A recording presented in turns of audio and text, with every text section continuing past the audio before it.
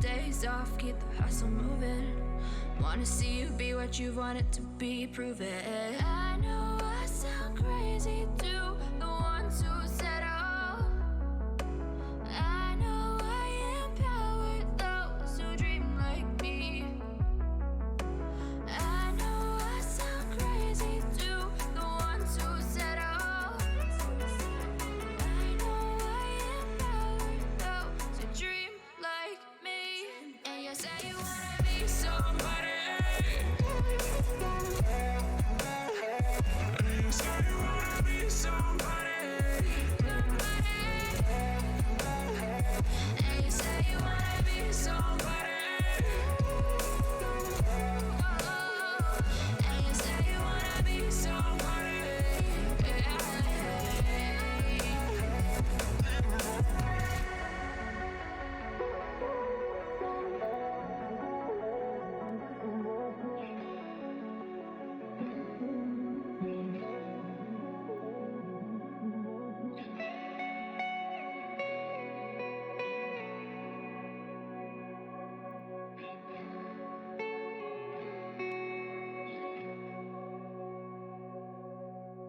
No pulse and all alone.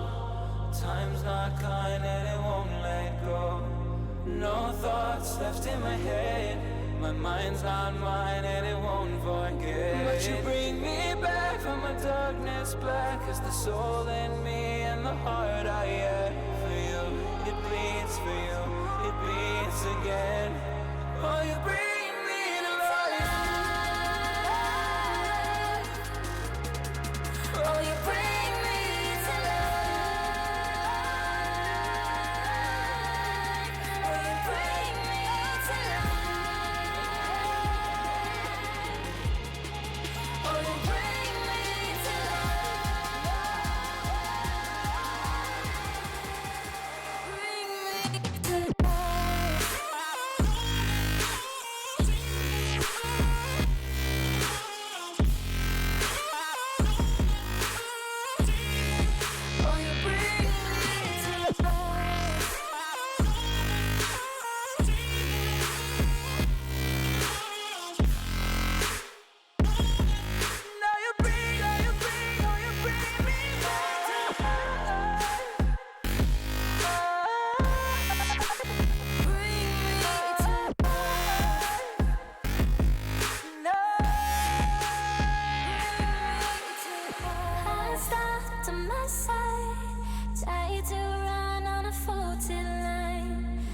safe only, even though we burn from the light I bleed. Does she bring me back? Not a heart attack could take away all the love I had for you. It bleeds for you, it bleeds again. Oh, you bring me to life. Oh, you bring me to life. Oh, you bring me to life. Oh, you bring me to life. Oh, you bring me to life.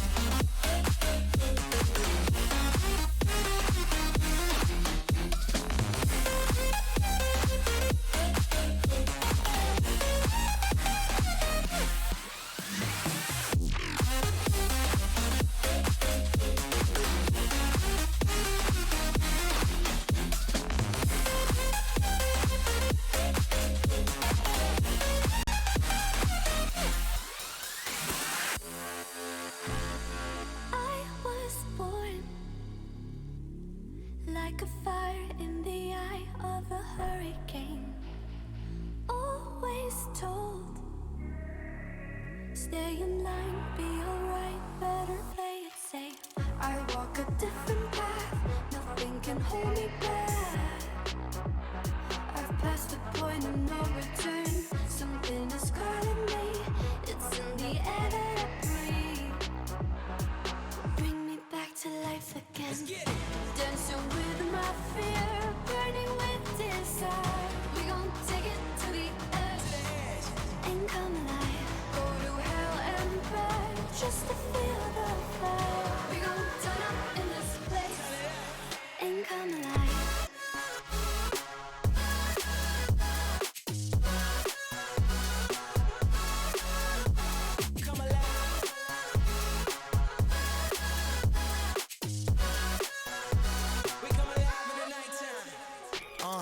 Fly so high they can't touch us. So top notch, none above us. We done came so far, now we up now. Had a vision, stuck to it, never back down. Never had much, now we own the whole thing. Spread it all around the world, watch it all change. Came alive, now they all see the greatness. Light shine so high they can't take it.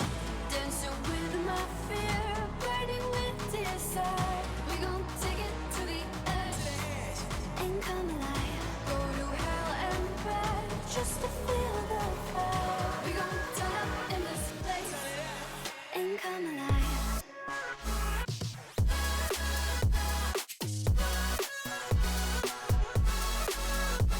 Come alive.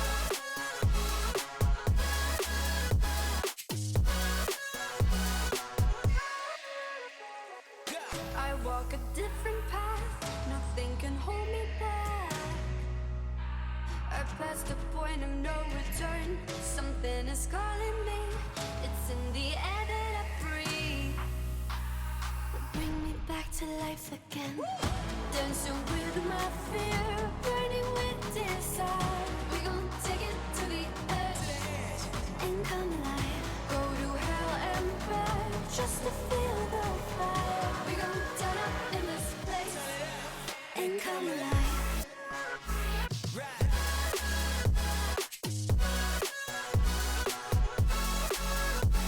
Come alive. Come alive. Come alive. Come alive, come alive, come alive in the nighttime. Come alive, come alive, come alive in the nighttime. Come alive, come alive, come alive in the nighttime. Come alive.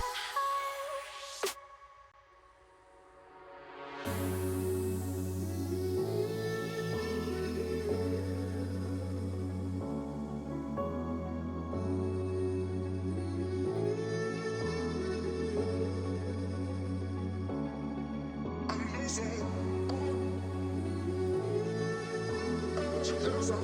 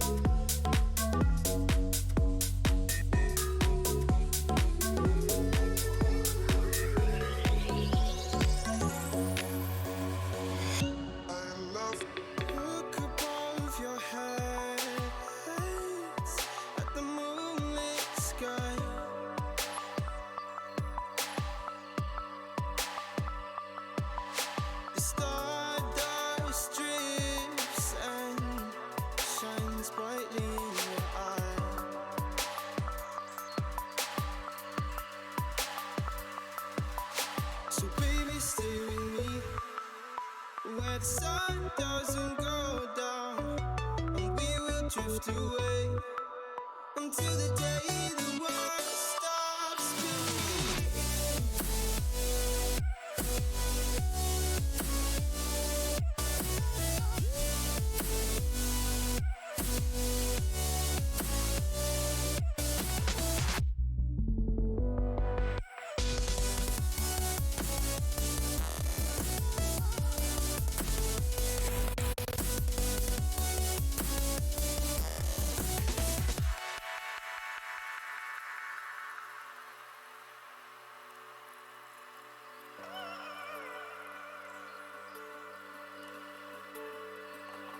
Oh, baby. Oh, oh, oh, oh.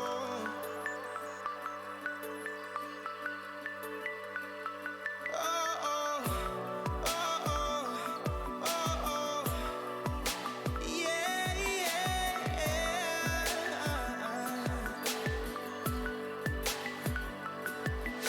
The stars falls around us, entwining us. So baby, stay with me where the sun doesn't go down, and we will drift away until the day the world stops spinning, spinning, spinning, until the day the world stops spinning.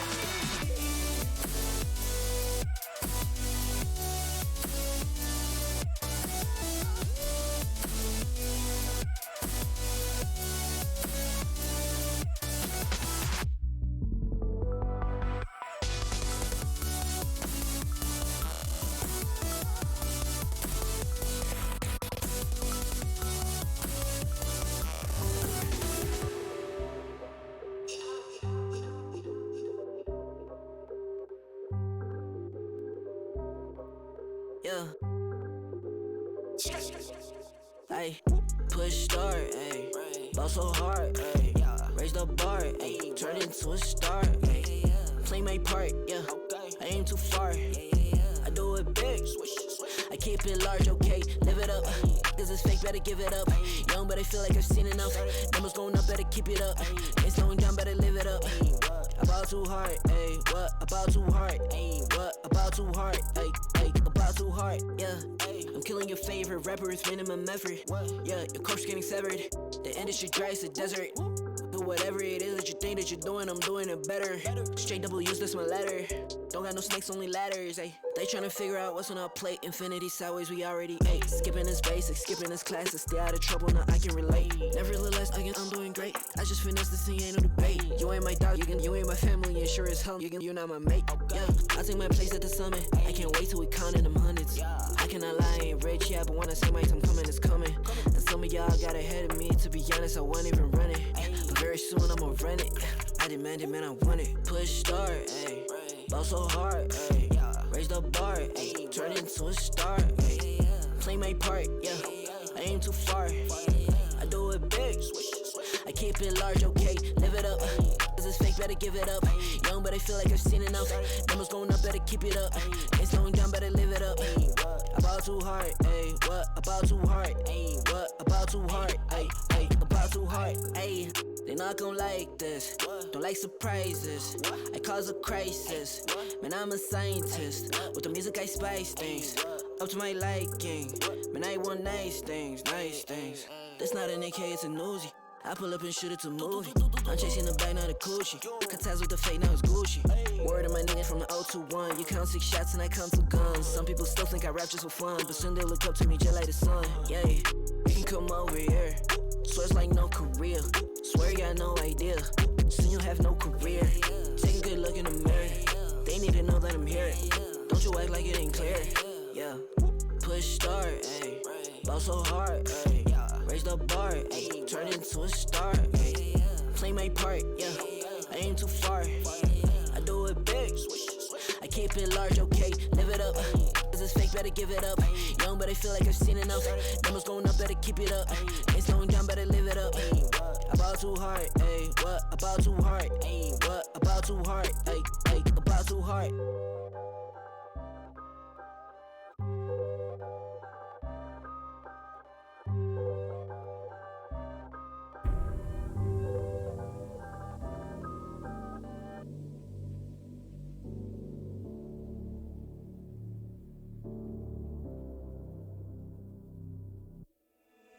Sarah, I hurt myself today trying to make the pain go away.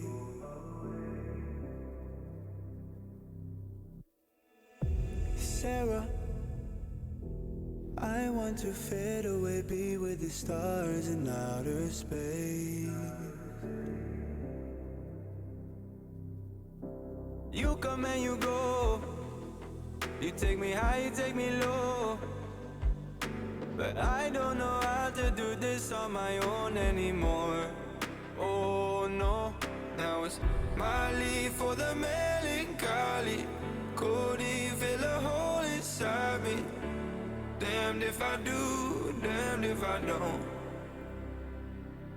Now it's Xannies till I know my psyche. Cocaine just to feel my heartbeat. Nothing to lose, nothing to gain.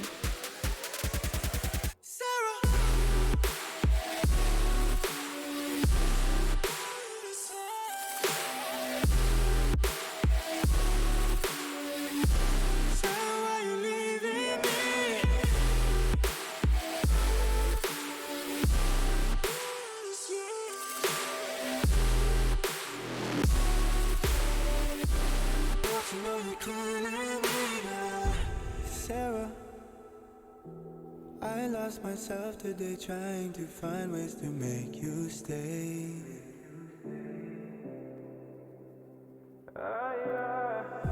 Sarah, I want to go away, close my eyes, never wake up again. You come and you go, you take me high, you take me low. But I don't know how to do this on my own anymore. Oh no, now it's my leave for the melancholy. Couldn't fill a hole inside me. Damned if I do, damned if I don't. Now it's Xannies till I know my psyche. Cocaine just to feel my heartbeat. Nothing to lose, nothing to gain. Sarah,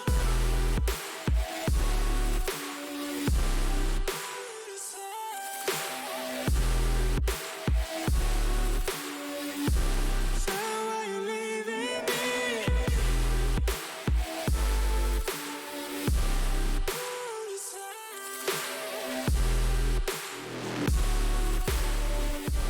Put me on my misery.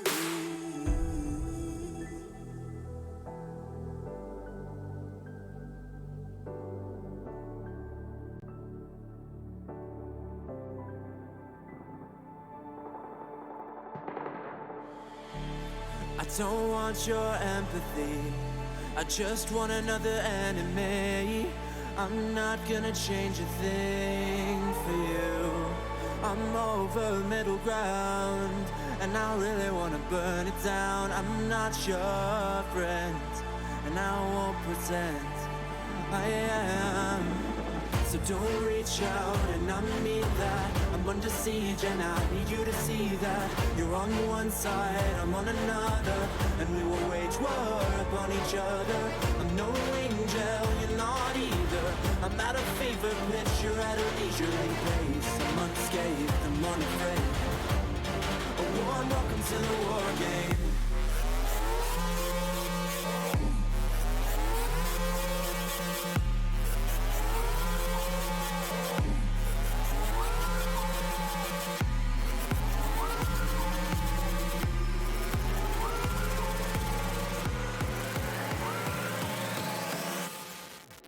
Welcome to the war game.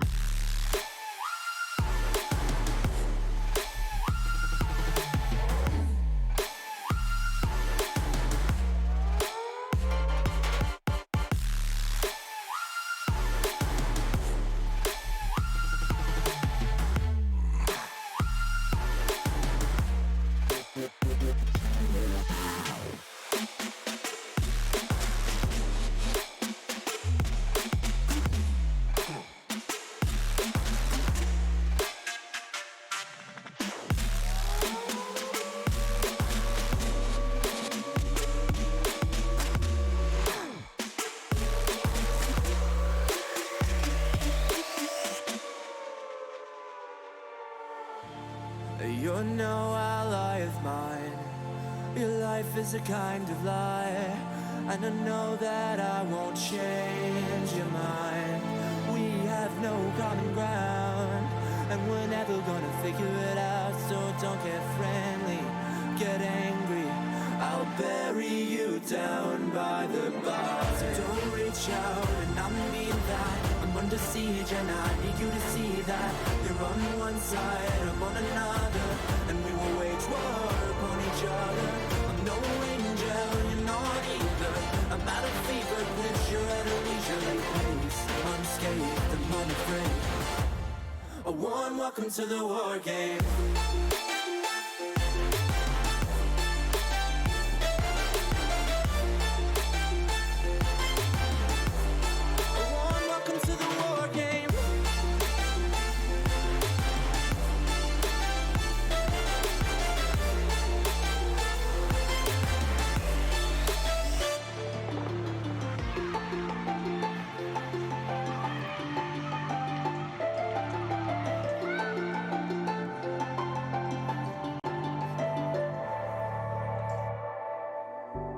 You put me in the perfect light for, and that's when you can see all my flaws.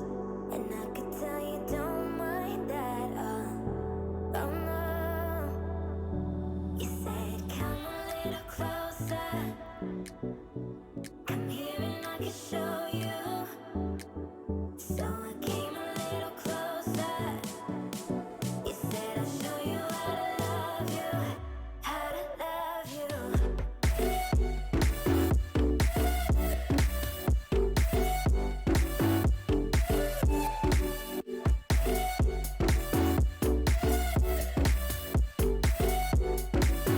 How to love you.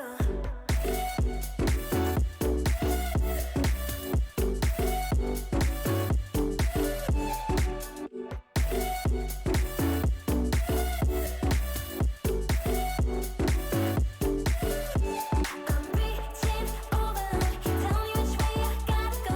I got no control. Show me everything I need to know. Reaching overload. Tell me which way I gotta go. I got no control. Show me everything I need to know. You saw me when I tear down my walls. I think you fell in love with my flaws. You know that I was shy at first though. Oh yeah. You said come a little closer. Come here and I can show you. So I came a little closer. You said I'll show you how to love you. How to love you. Come a little closer. Tell me which way I gotta go. Here and I can show you. Show me everything I need to know. Came a little closer. Tell me which way I gotta go. Show you how to love you. How to love you.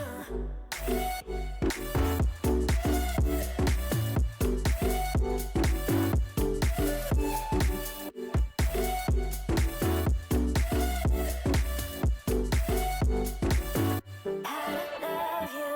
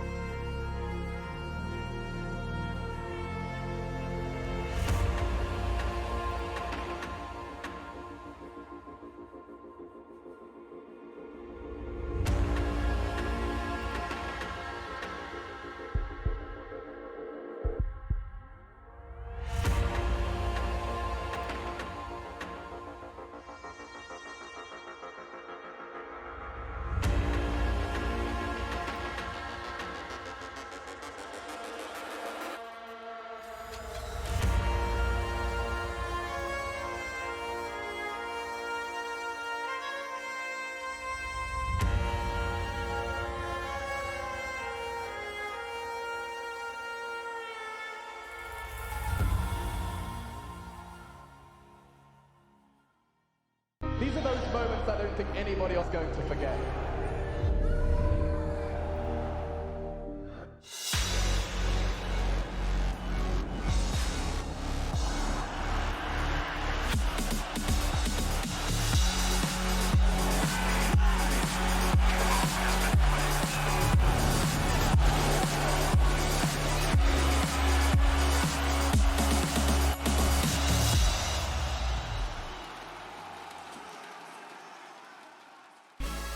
All right, then, first thing we are doing here today at the Barclays Centre, hey, how are you, is we're going to have the MSI MGA Grand Final. It's a tournament that's been running. 4 teams, $60,000 prize pool. The winner today on the stage will get this trophy and also $30,000, which I say is a fine thing to happen. It's a nice way to start off what's going to be a great day of esports in one of the finest cities on the planet. That'd be New York, here in Brooklyn. So that before we get the teams to come out, let us go over to your host this afternoon. I like to call him the SAS, Sponge and Sadakist. Yeah, the SAS might be a bit complimentary for our intelligence level, but we're still going to try and bring you some Counter-Strike action, OJ. We're doing it just for you, in fact, but MSI's here as well, and we've got 2 teams worthy of contention, worthy of note, and a lot of people that would certainly know them around the world. Yeah, for sure. Gambit youngsters obviously taking on X Epsilon. Nobody wants to be an X anything, but at the moment they're looking for an org, and this is a good place to potentially find one. For people who aren't aware, we did this last year, right? We had teams come, and who won it? Avant-Garde, the team that was just in the grand final of a major. So when you think about this, this is a platform for some of these teams to get stage experience, to come to a bigger event, and get a chance to show what they got. Yeah, and just to note as well, it wasn't that Avant-Garde was the only team here that was decent last year. We had Complexity as well, and that was off the back of the major, if you remember the timing of it. So the fact that they actually didn't make it through and Avant-Garde took the win there, that says a lot. We also had this year Riot Squad in attendance, which has FNS in there. FNS, PTR, Peter, that's been around for a while. So there's been some notable gamers. In fact, Vici as well. There's another one that everyone would know. They've been upsetting Tyloo recently over in the Chinese scene, and coming into this, I think they were one of the highest seeded teams. This is seeds 4 and seeds 3 who are actually in the grand final. You can see some close matches, and the scorelines, that tells you it's all been best of ones, and the final will be a best of one as well. You say some close games. The Vici one's the most surprising, I think, in the lower bracket, because X Epsilon just destroyed them 16-2. You also mentioned they've been upsetting Tyloo. I think that's a worthy note, because Tyloo is kind of rebuilt right now and supposed to be the, Asian Dream Team finally. It's a bit of trouble for them. They're having some moving parts recently, but they did qualify for IEM Beijing eventually, but they lost in the Chinese qualifier to that of Vici Gaming. Off the back of cards, there were some massive performances. So look, for them not to make it through to the final, you have to question what's going on with Chinese Counter-Strike, but it doesn't matter because Gambit youngsters, they're looking hot. I like this Shiro kid. Yeah, he's definitely one that's up and coming. Maybe someday he'll be as famous as our man on the stage. OJ, I'm talking about you. I wish. Right then, it's time to get the teams out here to play for you. And I think it is a good setup we've got today. 2 teams on a massive stage. It is great to have them here. So please welcome the first team out to stage. That is X Epsilon Gaming.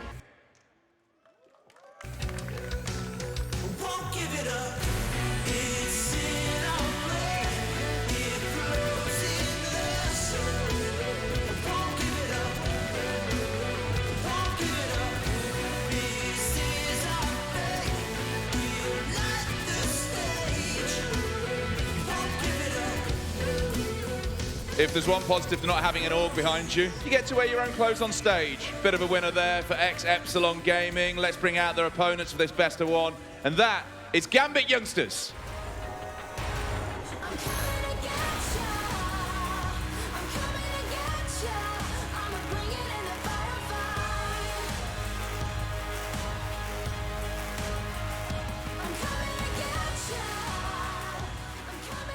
Full uniformed up, so then it is a best of one. We'll see who takes, and I'll hand back over to get this started to the SAS once more.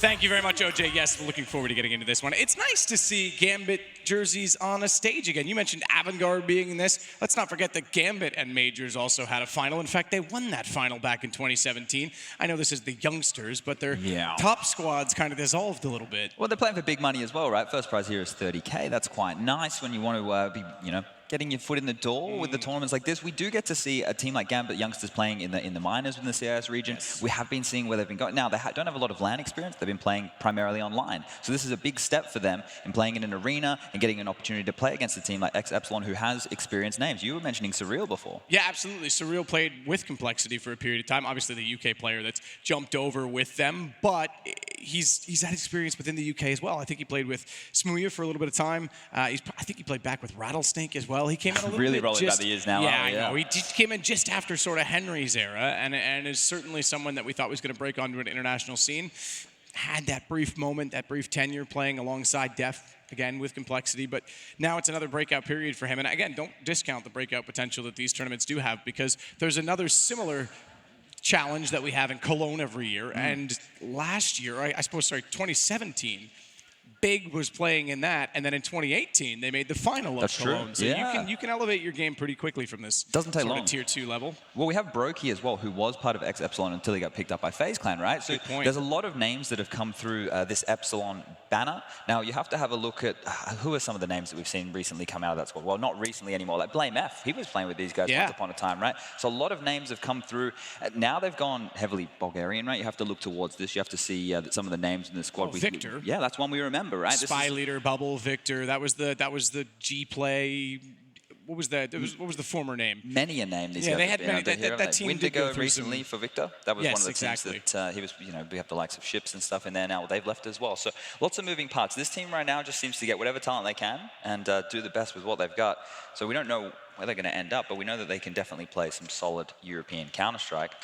And just here as they're having the last few words, we do know the map.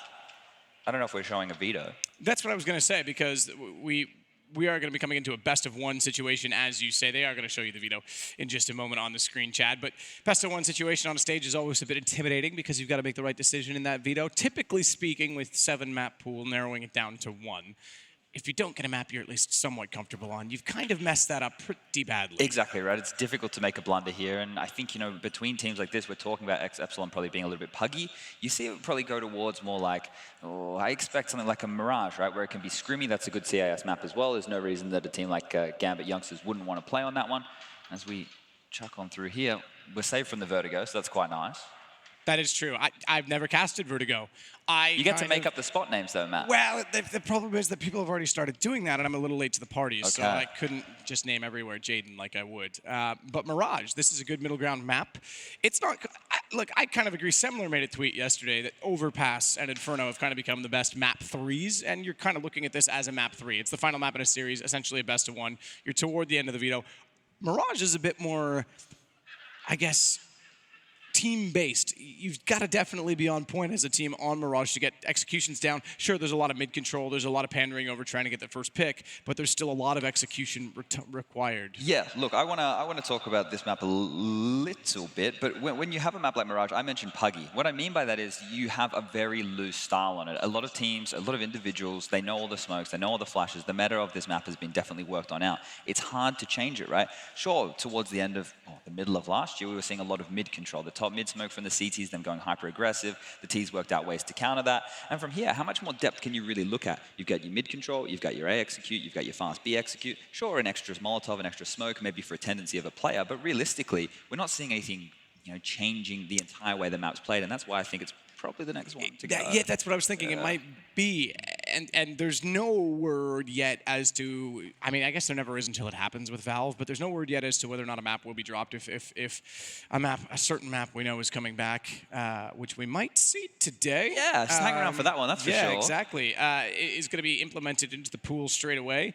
How do they do that? We do have something, I think, from finishing point of the last major was 255 days. I haven't done the math. We're down to probably 230-something days toward the next major. Isn't it? Yeah. Yeah, but the point is, Valve's typically done it at the majors, not before. But there is time enough that they could in this cycle if they wanted to. There's going to that whole CS20, the anniversary of Counter-Strike, right? Yep. So potentially, maybe there we see something with a little bit of a change. Obviously, if Cage was to come back in, that's doesn't really work in the same way as if Dust 2 was to come back in. But there's an opportunity there for them to go for a bit of a map change. You did promise you were going to call it Cash, I think. in the future. What did I just say? You know? You said Cache again. Oh God. You said it's the going to new take me a map. long. Okay. I Well, know. when we get the preview later, that will I'll announce to the world that It's Cache. All right. It's Cache from here on out. Cache money. Yeah. All right. Look, we can just say it. It's been leaked on social. It's been said many times. The show match a little bit later on the stage, which they've announced the 9 players for. Have they given us the 10th yet? I think we got the 10. I think it was Config. Oh, that's yeah, right. It was because we had Steel come in, and then Config was the last play there. So that one should be exciting. I had a theory. I thought it was going to be Cold Zera, and they couldn't announce it because that would reveal that he was unfazed. Yeah, that would have made it. Yeah. But it's not, alas. Either way, it's going to be on Cache. So we'll see the new map today. FMPONE and Sal, Volcano. I combined the two. Yeah, their latest iteration, and we know there's been one notable change with the curved wall toward the A side. I'm excited to see the rest. We have had an opportunity. They've been in our green room the last couple of days. We've had a chance to pick their brain or ask them some questions and see what they've been thinking about it. So we won't give anything away, but we're all very excited for it. And hopefully these players are too, because we should be getting underway apparently momentarily. I had a countdown a moment ago. This is the thing right here. What we're looking at on the stage, for just those of you who maybe you're not familiar with it, going from the normal backstage environment, sure, you still wear the soundproof headset, you still have the in-ears, but you're just dealing with, it can shake you a little bit, right? Mm-hmm. You're looking out, you can see it's a different landscape. You're not just looking at a wall in front of you. I found it, just to note on that, I mean, you've had more experience on, well, actually, you didn't get to too many stages. So we've had similar experience on stages. Look, I did a show match in Cologne in 2017, and I actually was surprised at how little you could see just based on lighting. Yeah. Which I actually found was kind of pleasant. You still have the ability to hone in and zone directly onto your monitor and not get too distracted by what's going on. That's one of the things, though, right, is when they're in the server, a lot of, well, I would say 99% of the focus is on what's happening, because every round is so intense. It's very difficult to get broken by that, especially when you're flowing through your game plan. You've been sitting there, you're watching the demos, you're just going through the motions. That's the whole point of all the practice we talk about. Being prepared for these scenarios is so that you don't get shaken in an environment like this. So coming into it, we've already seen Gambit youngsters beat X Epsilon in this tournament, right? That's already happened once. Absolutely. So you would have to say that they're going to be the favorite going into this one right here. It's just going to be, will the youngsters be able to quell that exact point? Are they too young for this stage already? Yeah, X Epsilon's look pretty impressive, I think, especially that victory over Vici Gaming. I didn't have the full context of that, but 16-2 against Vici on any day. I mean, that's something that we would say maybe Astralis would achieve. And even then, that would be a poor day for Vici, because we're typically used to seeing them getting 8 or 9 rounds. They've had experience at majors. They've been to DreamHack Masters events. We've seen them at Star Ladders. We've seen them enough within our landscape to expect a little more than that, I think. So that certainly does hold promise for Epsilon, but again, I hold faith. Maybe I'm romantic. Maybe I'm being endearing. There's something about the Gambit name that I still enjoy. Well, they have jerseys, Matt, so that's probably one step in the right direction right there. It's you know true. what I find very interesting is how many people have come out this early to watch. Props to you guys. I think they're here for you, Chad. Oh, well, that's nice. Thank you for coming out for me. See, that guy said it. Yeah, there's a guy here at the front with some clappers. He's getting excited too, so. I like it. Well, we should be in any second. I think they were just sorting TeamSpeak. As you say, there's a bit different environment, but different setup even than these guys would be used to. You know, when you get a pro team come in to a LAN environment, they know immediately how and when to jump in and plug everything in. They've got the SSDs set up for them. It's a little bit different if you don't know why, but here we go. Mirage, Chad. A favorite. An oldie but a goodie, that's for sure. We're going to get this one underway. We've got the buy coming out from Gambit youngsters starting on the T side here. They will be going with a smoke and a flash in the hands of Nafany and a decoy for Inters. The rest of them have armor. We're going towards middle early. Crucial's already making contact. USP at range. We know that certainly does favor over top of the Glock. 1 P250 bought up. You said star player Shiro. He's going to have armor to go with it. Single flash and smoke for Nafany, and he'll try to be the man to get the bomb down. So his smoke, his design. Surreal's the one that's being tactical on the other side. He's the only kit to note as well, and currently is the only one on the A site, but it's a very much retake setup.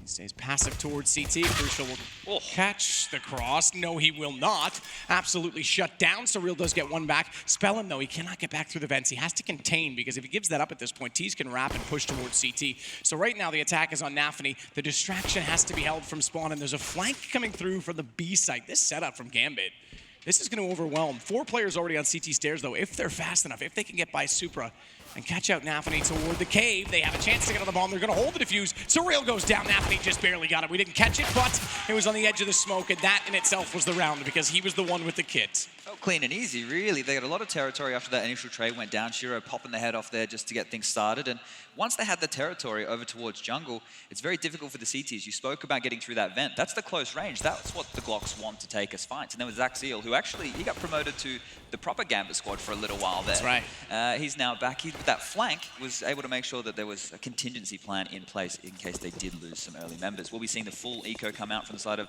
X Epsilon here. AK's in the hands of Intis and Shiro, and then we've just got some MAC-10s for the other three, establishing mid-control early once again. It'll be a fast B push, so we're going to get some action here very early.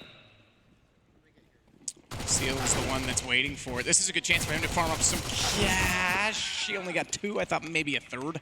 Maybe Victor would fall. He does not. They certainly know the positions and are ready for it. Bomb at Horseshoe they had to be a little bit weary of, but they get the MAC-10 and they fall away. The rest should go on to A because that's being cleared right now by Inters. Yeah, and they should be contained because not only did he get 2 kills, he had all the information. So at this point, you can see they've grabbed the bomb, they'll be making their way back. They're just making sure that no pushes will be coming through mid. And now they can get another open plant because knowing that they have the MAC-10, you can play to the ranges of these 2 AK-47s. If you're X Epsilon in this position, what you're looking to do here is grab any cheeky kills that you can, maybe even hold on to this MAC-10 if you want to go aggressive in the following, because we will see a buy come out as we move into round number 3, but it appears they just want to hold on to what they have scavenged. So crucial. Quick check toward the B apartment. Supra, run and gun, gets by the vents. The only other possible position in which they could wrap back. Nafany wants exits. MAC-10 carried over is not a huge deal for them, but certainly they can farm up more cash. They're going into sort of a bonus situation. They've got 2 AKs already. It's almost worth it to sacrifice one of the SMGs to try and build up a bit more bank. Yeah, if they want to play the long game of the money, that could be one option. Or if, as you mentioned, the bonus round scenario right here, knowing that head armor is not going to be plentiful on that X Epsilon side, if they want to go for one of these hard B plays that we're talking about, get those smokes up towards the pillar and jump a couple of guys out with MAC-10s and flashes behind them, they could crack open that bomb site very quickly. Well, that right there appears to be what I would call a technical issue. Well, and again, this is the getting used to the setup. You can see the admin saying, no, you don't have to plug that into the tower. It goes through this sound box that equalizes everything for you. So it is, like I said, they've got it set up to be very convenient on these stages. But if you're not a pro player who sees it every single day and knows how to implement yourself into it, you can understand the confusion. So it does look like a sound issue, but it should be sorted. I have a funny story, Matt. Do you? Yeah, I think I've passed the threshold now of funny story. So I'm old, for those of you who didn't realize that. But back in 2008, I was part of a thing called the Championship Gaming Series. And we were playing on the stage against Fifi's team. And we did all the setup, and this was one of the first big stages that we had ever really gone to. And I was a little bit nervous. I was only 18 at the time. And we did the whole headset setup. And it's not like these mics, Matt, you know how we just swivel the headset around. It doesn't matter which side the sound's coming through. In Counter-Strike, ladies and gentlemen, sound is very important. Yep. For the entirety of the game, I had my headset on backwards. Yeah, and no one would have noticed because your stats were the same. Oh, well, he's right. Look, that happens more often than not, specifically with the earbuds, because when you have a headset, you typically know which side the wire's on. It's pretty easy to follow along. I do enjoy, if I wear earbuds, wearing ones that have the directional silicone. I typically wear... Okay. Well, I don't know if I can say because I don't want to be offensive to anyone that's sponsoring that's not who I'm going to say. But yeah, there's some... Well, we know Big had some molded, right? Yeah, exactly. Yeah. And they had custom molds, you're right, which certainly helps. But sometimes when you wear the ones that are symmetrical, shall we say, it can happen. I'll just say it. It definitely can. And you'll get your sound backwards. Looks like the drama has been solved very quickly there, as we were expecting. And you see they've upgraded here. They didn't even... Well, they're holding on to that MAC-10 from the CT side. The Ts will manage to keep 2 of their own. And let's see if they want to go for something quick. 4 members will make it 5. Swiftly heading over towards the A bomb side. I suspect we'll just see a swift execute towards this side of the map. Crucial this time takes a different approach. So remember, we saw him on the pistol round trying to peek window. He knows that the smokes are going to be in that position, goes toward connector instead. That's where Spellin is. Cyril's quite aggressive as well, and Cyril might actually be able to catch them off with the M4 because they're going to be completely overwhelmed and contained. They could not control Shadow, and now he gets the pick of the litter as he walks out from triple, and that gives Victor a chance to support and get the final kill. That's a decent setup from Gambit. A lot of pressure toward connector. The problem there is the fact that they didn't go for something off the bat. He's done what he just reversed them, so he had them in the wrong ear too. Yeah, this happened to everybody, right? The problem with this scenario is, right, they threw a mid smoke and they're a little bit delayed on their A hit. We knew that there wasn't going to be a lot of utility going in for X Epsilon just based on the fact they were going for the 3rd round buy. So when you keep that in mind, if you want to go fast, go fast knowing the utility's not going to be there. Use your superior utility and make sure that they don't have a chance. But here, they went mid-control, they got control, and they could rotate all their members over towards that A-bomb site. And obviously some big kills from Surreal. So we're going to get back underway. It will be another gun round. AWP in the hands of Shiro. I've seen him do some things very simple-esque, Matt. He has been a player that has a lot of hype behind him. I've heard Anders talking about him as well. Anders was one of the first ones. I'll give him credit because look, the guy likes Pauf and keeps saying Markelov's back on and off, so you can't always give Anders credit. But he was one of the first ones to spot Electronic and say that this guy is one for the future, and he's turned out to be absolutely right on that. He also said MIBR were going to win the major. Yeah, okay, all right. Yeah. There's a saying about throwing stuff to the wall. Point in case. And seeing what sticks. 1 in 100, yeah. But that was the one. What is it? Well, a broken clock's right twice a day. And Anders is right once. Well, this one's played out quite slowly as we've just ticked below 1 minute. Still don't have deep mid control. They're very passive towards the top mid boxes here, and they're lining up some smokes and flashes. But the CTs have stayed relatively forward. NK with this boost position, 45 seconds left on the clock. This starts to become worrisome. It is going to be a B split. Okay, holding off toward the apartments with Bomb. Will wait for his teammate to do the work. Nathany, meanwhile, caught by Crucial. This gives them cat control, or does it? Because Supra able to trade, but that gives NK permission to fire back in the other direction, and Surreal's able to rotate over. He now can rotate back in NK and focus on the balcony. Now that the guns are up, you're seeing why Excelon's team play is perhaps superior. It's certainly been decent in the first 2 rounds. First 2 gun rounds, that is. They didn't have to move around the map too much there, and that's one of the things that you can really take advantage of, especially with teams who are adding in new players all the time, right? Epsilon, we mentioned that it's more of a team that filters players through, and look, let's call it what it is. Occasionally, it's a mixed team. They're obviously wanting to try and find the best roster they can, but if you can fake them out, if you can string them out a little bit more, that's when the communication breaks down and the protocols. Lack of practice comes into play. So we'll be seeing a full eco come out from the side of Gambit youngsters as they've lost the last 2 rounds on the trot. Found themselves in dire straits economically, but the push from Spellin, he'll take 2. There's going to be a 3rd. He'll grab that one as well, and NK will finish off Inters, and that's going to be the 3rd on the board for Epsilon, as now they're starting to get it cooking here. Yep, absolutely. Pistol got away, but everything else goes back in their favor. Remember, they did go 1 bonus round on the Gambit youngsters' side, so as we get a technical delay, there's a decent amount of money still in that T side. Bomb, not quite a factor in the most previous rounds, so they didn't get the extra bonus on that, but they have built up a bit of cash. And with that, I will not speak of the buy until we know that they are underway again. Yeah, looks like it's been fixed very quickly, so we are going to get back underway straight away. Maybe the tech pause didn't go as they had planned, but we will see 2 SGs coming out, 1 for Shiro, 1 for Supra. And you can do the math based on subtraction. No one had enough money for the op. Supra was $100 light, so they go with the Kriegs instead. No T-sided op. There certainly is one on the CT side as Crucial gets out toward Catwalk, and Supra immediately feels the pain from it. He's going to get caught out here towards Connector if Nathany's quick through the smoke, but unfortunately for him, he's going to, maybe fortunately for him, he'll take down Spellin, and now they will trade out for a 4v4. That's a pretty risky move to go through that smoke and kill off CT side of it first, and then have to turn around to Catwalk. He's the in-game leader of this team as well, Matt, so some big plays coming out from the youngster here. He's going to back his way up through Connector, and this is the chance. The smoke's going to fade. Crucial will grab a second, and now mid's completely under lock and key. Has to be contact over towards the A-bomb side. Not a lot of utility to work with. Steps have been made, and under the balcony is Surreal. He's done a fantastic job of anchoring his bomb site in the early stages. This time round won't get anything done. We have a 3-on-3 if they can get that bomb down. NK with the first and second as they walk down underneath. Changing angles, not easy to do, and he gets away with 20 HP, in which he can now try to use in his favor against Axiel, who will get the bomb from Sandwich, but has to contend with Victor as well. And given that they're low HP, they try and double up position for trade. He actually baits out the shots, knows where they are, but can't land.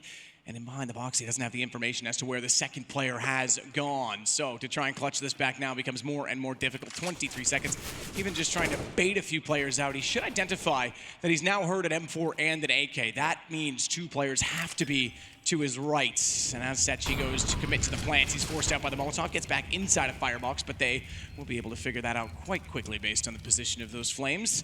And as Sechi now sits in a cage, trades off the first, they've got to go quicker. The plan for Victor had to be to slide out sooner, but he still gets away with it. Good round there from NK. I know he died there without finding that last kill, but the fact that he had 2 in transition, had the Molotov there to displace Axial and make it difficult, and then sacrifices himself so the high HP player can make the trade, gets the AWP and the defuse. So everything working right now for Epsilon is maybe we need some quicker plays coming out from the side of Gambit youngsters. This slow, methodical style is a bit janky. They're not really doing it as a team. They're not finding a lot of utility. It. You're the first person I've heard use janky outside of mountain biking, so thank you for that. Oh, okay. I haven't been watching any mountain biking videos. Maybe it's just the Australian vocab. It could be. I've been trying to bring a little bit of it back. I don't know if it's coming through or not, so we'll see. In America, it's quite easy to get away with it. Everyone notices straight away. It's not hard. It's pretty limited vocabulary here, Chad, you know? It's not hard. I'm just kidding. We're no better. He looks a bit like Shroud, doesn't he? A little bit. On like an angle, if you tilt your head. All right. Well, either way, I think you're onto something with the speed play. The fact that they got the bomb down a little bit quicker that time, you could see what it actually created for them. It was a battle of trades at the end, and unfortunately the round still got away from them, but it was by far their best effort, getting it down to a one-on-one with Victor. Does Victor have a gun? I was just going to point that out. There we go. So, okay, $7,100, you should hope he has an M4 still in spawn. Not only that, he was the only to survive. Interestingly enough, he must have gone down to the bomb afterwards because he had an AK at the end of that round, and now there's all M4s. He picked up the AWP for Crucial, I believe. Right, so he wanted to swap out for the big green, which is curious when you do have, he had 10K before he bought that M4, right? You could have just bought an AWP and kept the AK, which some people might think is more value, but this duel right here, it could be a big one if Nafany's able to get the kill. He's on his own, so he's trying to draw the fake. If he finds the frag, it could force a rotation and allow the other 4 members of his squad to make their way onto that A bomb site. But Surreal, once chiming in with Crucial this time, who's back towards Ticket. They're going to find 2 between them, and Supra eventually gets a kill with the Deagle. Another Estonian player, HS, Rops. We've seen a few break onto the scene, and he's going to break down the scene in this round. 2 kills for him so far. That clears out the A site, requires rotation, and they're clearing toward B. Is Victor going to get a spot? Surely he's heard it. He didn't hear it? He didn't. And Nafany's behind him. I don't know if he's spotted him yet because he's gone toward bench. I'd love to see his position as he pushes through. In fact, I think he did spot him because he's trying to close the distance right now. So not clearing for flank, instead wanting to push catwalk back. And so much noise from Victor. This could be it. Deep shot. Oh, he's got to land it, and he does. He gets away with it. They now have the sight. He will not push for the gun. He still knows he has to hold off for his teammates, and work to be done yet because the rotations were swift. And as a result of that, NK has vision. But Nafany's gone to another excellent position. This time gets away. Super finds his third on a Deagle, however, and it's a 1-on-2, but the M4 is enough. A Deagle miss inside connector, and that could have been it. That was an interesting round. I think that's how we talk about that one. NK putting that smoke down, right? He heard them rotating through spawn. Because they didn't know Nafany had already made it out of B apartments, he thought he was doing the right thing. He gave them an avenue towards the B bomb site, and that round became more and more possible. But it wasn't possible without Super grabbing these 2 trades over towards that A bomb site. I think that a third with that swift shot. But the guns will come back out. The AWP for Shiro. SG again in the hands of Supra. Let's see how they want to tackle it this time. It's a bit swifter over towards middle. They'll wait for these smokes to bloom before giving away another free kill to Crucial towards middle, or will they? No, they won't. They don't seem to learn their lesson. Is that a missed window smoke? It definitely was. We saw the walk-throw attempt from spawn, so that just didn't make it, didn't go far enough. Landed on the ledge. Crucial identifies it, and crucially gets the kill for it. Takes a bit of damage trying to look down below. It's Nafany that comes out worse for wear, and Victor's going to capitalize on the chaos until Shiro arrives to punish Crucial finally. So the window smoke, I suppose, goes both ways, but you can certainly tell that Gambit are worse for wear. Yeah, you can't be missing those. That is something we should fundamentally, at this point, teams should be hitting every single time, especially with the jump line being allowed. That's something which should be simple at this point in time. It's back in the, there was a large debate about that for a while.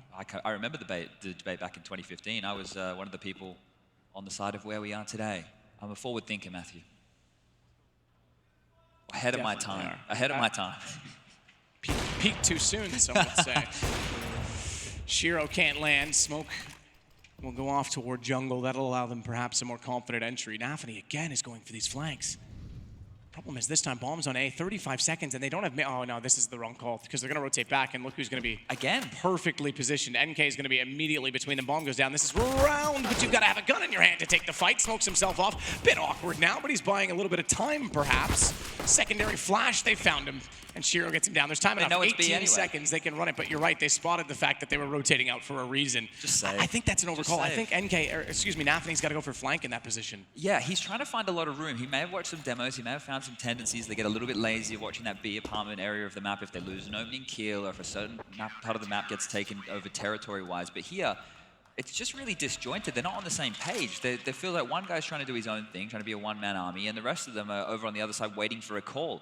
No one's showing any initiative. They're giving away kills. They're missing easy smokes. Gambit youngsters need to get into this. So looks like the coach will be having a chat to them now.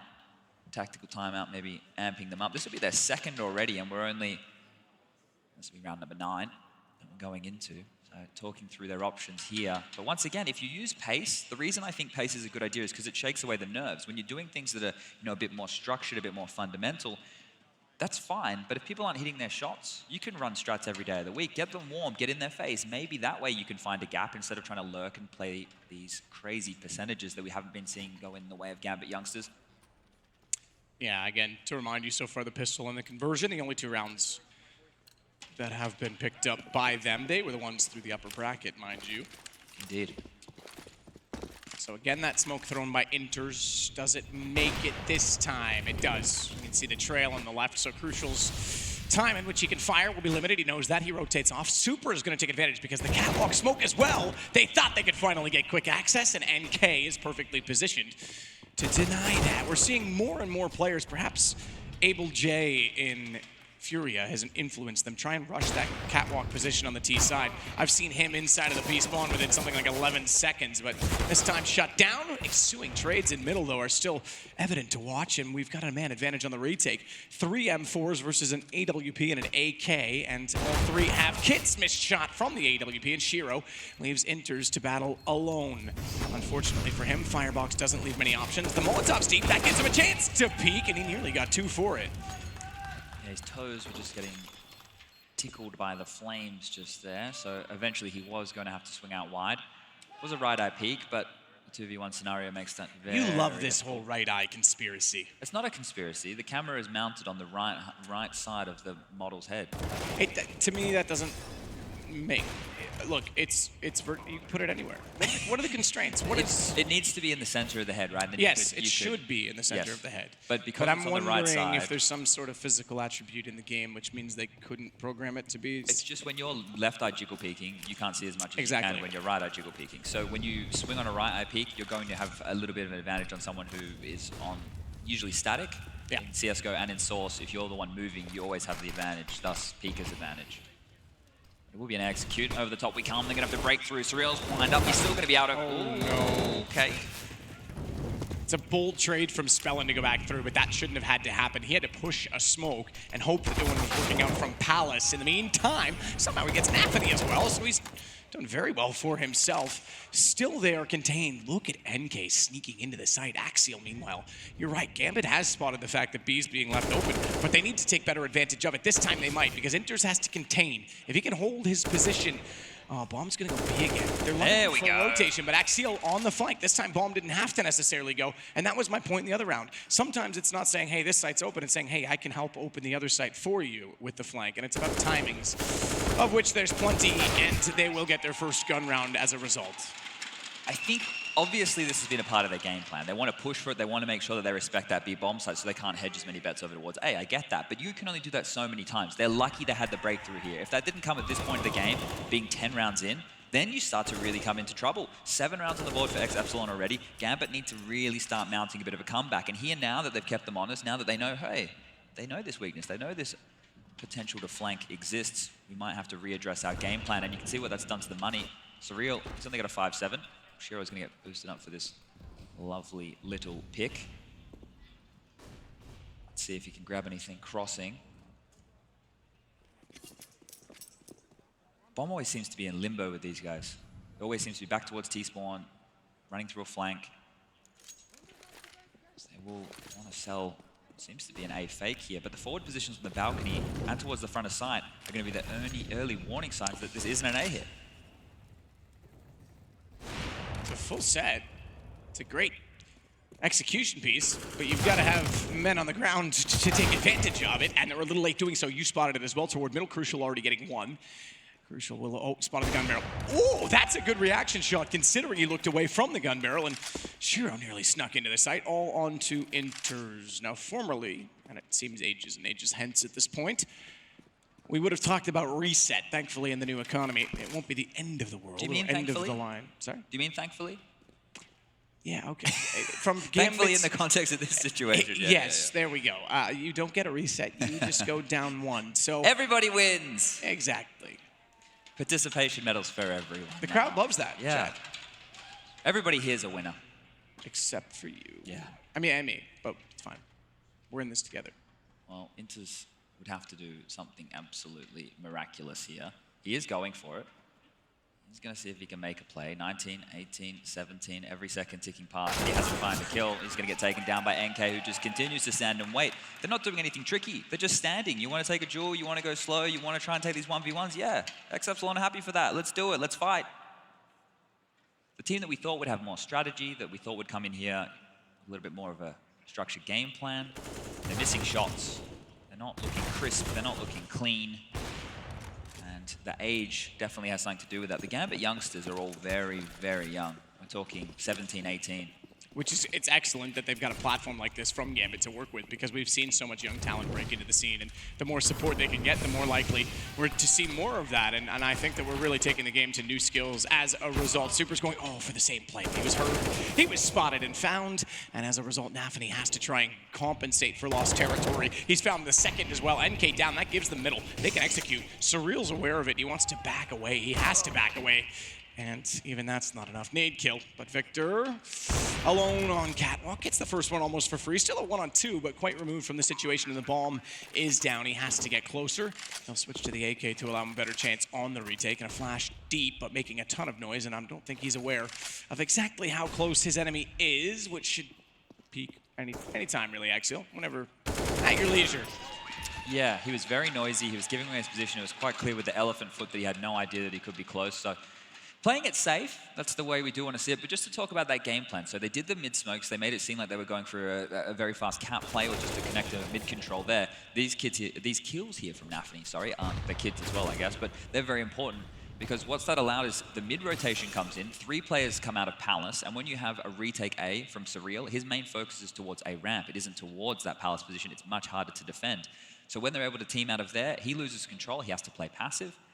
And from that point, Gambit are able to get their 4th round on the board. So things are starting to look good as the money should be in turmoil right now for XEpsilon. His last few rounds have hammered them down. We have Crucial on the most with 3K. NK with 1.4, so they should just sit with an eco. We're going to take stock of the scoreboard right now. Spellin, 13 kills to his name. We've got 9 for Crucial and NK, 8 for Surreal, 6 for Victor. And on the other side of things, towards the top is Axial, Inters, and Nafany, all just under 10 kills there. Not too many more for them to go. Yeah, Spellin's been pretty swift with multi-kills, specifically in trade situations.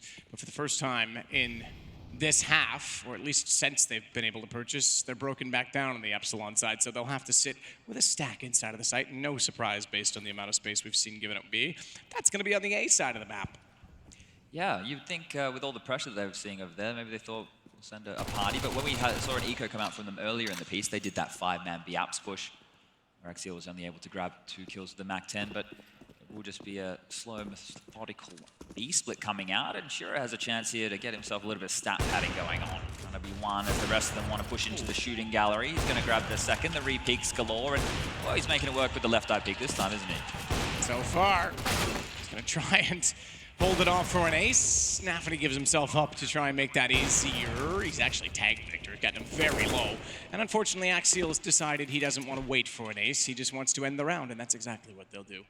NK is going to make us wait a little bit longer, though, isn't he? Just hiding with the USP. Yeah, no point giving them an extra $300 or $100 if Shiro makes the next kill. Even an exit kill would get him a gun. Nafany's gun is on, or was on catwalk. Maybe Super grabbed it. I can't quite see, but if the bomb was able to, good point, it is just a Mac 10. But even still, if the bomb was able to push that toward him, maybe it's one for his taking. He has been using that vent position. He does want to go for it here, but he should get taken down. And yeah, there won't be enough damage from the bomb to blow up Supra. So clean round, all things considered. Now we have 5 on the board for Gambit youngsters. Then continue to build, continue to mount. And you can see what's going to happen for X Epsilon in this round. With the limited money they had on the board, Victor's had to invest into a MP9. NK going with a FAMAS, and the buy, it's completely tipped in the favor of Gambit youngsters here with 4 AKs to their name, the AWP, all the utility. We don't even have a defuse kit over there on the side of X Epsilon, so if the bomb goes down, might get a little bit trickier. Spelling again to hold connector.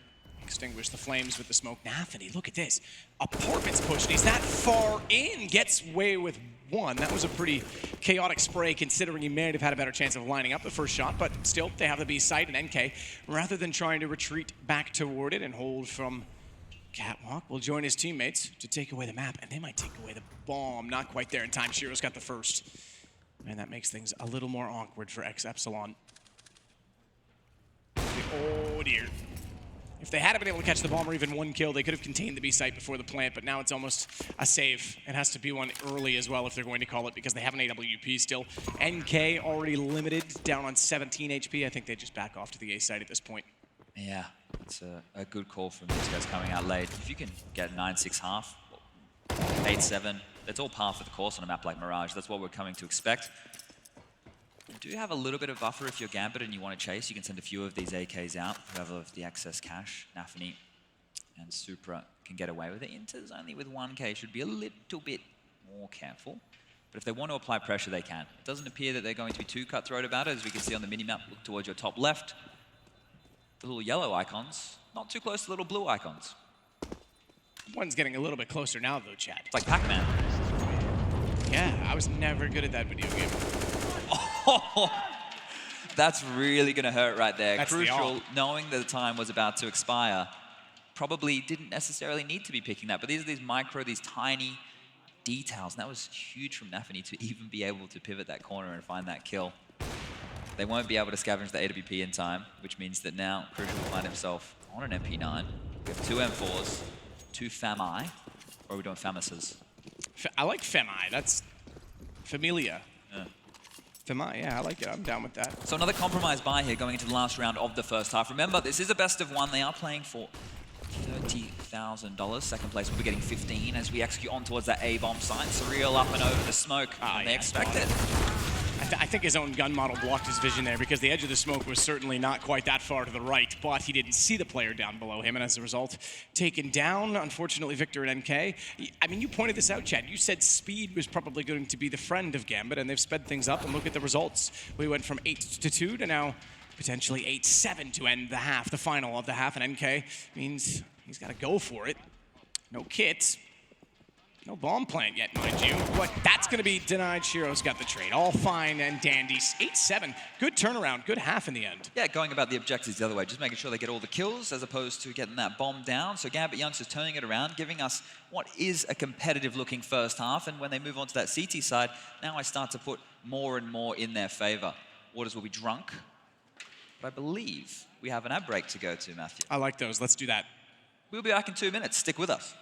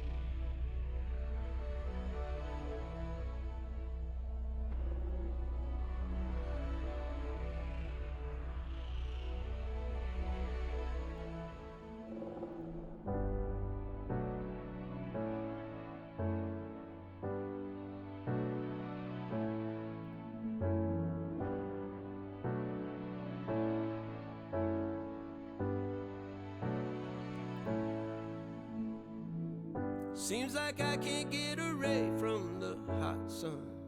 Always night and never day. Even when I wash the floor, the dust still comes. Keep on hunting for the bread. No matter how lost, need no light, no spark. I'm in line mode. With my eyes closed, I can see in the dark. I'm a quiet storm, far from.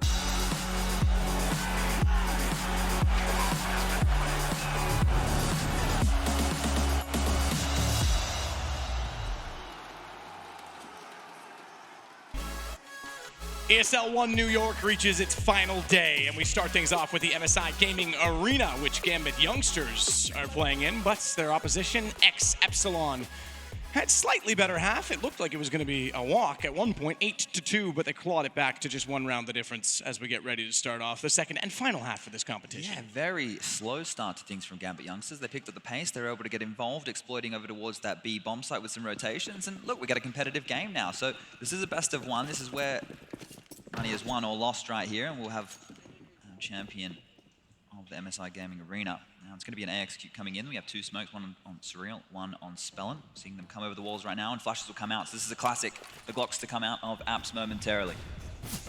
Super up, same positions as last time. Similarly, in fact, from Gambit to play the retake on the A site. Getting forced off the stairs early though, and Super's got to go all the way back inside CT spawn, waiting to flash back in. But no one really in position yet to capitalize on that. They could go for a 3-1 split, 4 up toward the stairs. Flash isn't great, it's not far enough. Look at the stack though. They even hit the lower player first, but the trade's going back and forth. Sufficient so far for Epsilon. A reload will cost Victor his life, and now we find ourselves in a 2-on-2. Shiro has picked up the kit as well. So, Chance can get near to the bomb. Spellin hit the shot from the cave. It looked like it was the peak from Surreal, who will now be hunted down by Shiro, who can't find it, and as a result, the second pistol goes the way of the T's. That rally of flashes towards CT spawn, obviously the CTs know the T's are flashing, right? So they say anti-flash. They have a flash of their own. Then the second flash comes into the CTs, and everyone's getting blind. Everyone's getting stuck. And the trades come out, and we find ourselves in what is a very difficult 2-on-2 situation. There's that shot from Spellin and Surreal to finish things off. The men with utility opening up the bomb site. Other ones closing down the round. And we're going to be getting this one back underway. Gambit youngsters will be having a full eco. Nothing invested whatsoever. Over towards Connect will be 4 members of the team. And then Shiro will be coming from that catwalk position. Crucial. Couple of quick taps toward the top side of mid, but finally getting Nafany down. They've got to be somewhat careful. Low HP. If Crucial was caught by Supra, a gun would have been available for them. Instead, it's just Shiro remaining, and Shiro to 0 very quickly because it's now 10 for Epsilon. Yeah, you're right. They could have had a second kill, maybe drop that AK, cause a little bit of financial woes. But a quick round, that's the way we like it here, and we're going to get the gun rounds underway. Shiro will get the AWP in hand. He's gone Glass Cannon, and those for you who are newer to Counter-Strike, Glass Cannon is the big green, the AWP, the sniper rifle without any form of armor behind it. So it's a risky maneuver, but on the CT side, hopefully you can pick and weave around a little bit more. This was the BXQ right here that I thought that we might have seen coming up from Gambit youngsters early with the MAC-10s. Looks like Epsilon are going to be the guys to throw it out. Axiel is going to have a lot of pressure applied right here. He has a FAMAS, a Molotov to delay, and a smoke to shroud his position. There goes the Molotov. He has to come up huge. Quick check. Victor's got one. He can run it down. He knows there's a second pre-firing. That's going to push Axiel toward the bench where 2 teammates were, but yet they could not capitalize. Finally, they'll trade him down in the end, but at a cost of 1 in doing so. Still the man advantage for Epsilon. Good Molotov on the door. Nafany can peek behind it, but he cannot go forward. That allows the bomb to be planted in the garden. Supra, next in line. Deep smoke covers no kit here, the van, and you're absolutely right. No kit. They've got to hurry about their business. Cyril being wide here at this point as well means that if Cyril can actually find the first NK and get the kill, they do exactly that, and then he's even able to add one more. Yeah, so Shiro trying to save right here. We can see that the chase is on. They have MAC-10s. They're not really worried about losing that, and if they can take this away, then that's a bunch more rounds in the bag for Epsilon. They're going to have to get a move on here. The smoke's been dropped. Shiro running for his life, quite literally. He's going to make it around the bend. Smell it, it's going to be close. Is he going to make it? The kill will come in. Shiro shall survive. And that needs to be the spearhead right now of the defense. If they want to have any option of winning this round, they need to set him up. They need to give him an opportunity to find an opening kill, or he needs to go find some himself, because I really like that. I just want to talk about that strat a bit more. If the CTs lose pistol, they take an eco, a full eco on the second, that's fine. Going into the third round, you're never going to have full utility. You're not going to have your M4, you're not going to have your armor, the defuse kit, and all of the flashes and smokes. If you do a B execute like that with the MAC-10s, they can get on out. You saw where the opening kill came from. They're very swift, they're very mobile, they don't need to stop, and they even have jumping accuracy. So if you make that play towards the B bomb site, sure, it's predictable, but 3 MAC-10s up, that's the type of bonus round we want to be seeing. Well, it doesn't get used as frequently anymore because now you have the $1,900 start. You've got a different bonus. So a lot of the times, the bonus round I think was more powerful when teams were still more limited in their buy. Yes. Now that they're able to bring out rifles sooner, it's almost more compromising, and they're going to have more money on the other side of it, even if you break them. So it doesn't have the same reward, but it is still nice to see teams utilizing it to play the long game. There are some teams which they take that second round as a force buy with that $1,900 loss. Yeah, right? absolutely. We've seen the SG drops. We expected to see more of that. We expected to see full saves on pistols to try and get ops out super early, and we didn't actually get a lot of that, but plenty of time. Still plenty of time. Maybe someone like Hunden will make it work. Yes, God Hunden. Victory in V4. Tricked beating NIP, MIBR, Shiro beating Crucial with the shots and catching off Cyril inside of the site. So a decent start for the CTs. Good hold. He can try and actually win out this round for Gambit. He's going to do his part by taking down Spellin, and Shiro's coming on now, finally. With a few quick kills, that Inters will close. Yeah, NIP, MIBR, and Mouse Sports all at that event, and Trick came out the victor. Yeah, who would have thought? Definitely not me, but I didn't think Shiro playing passively over towards the B apartments was going to be the key, but offered up 1v1s. He makes the AWP work, and that essentially is an eco victory. There was a couple of upgraded pistols.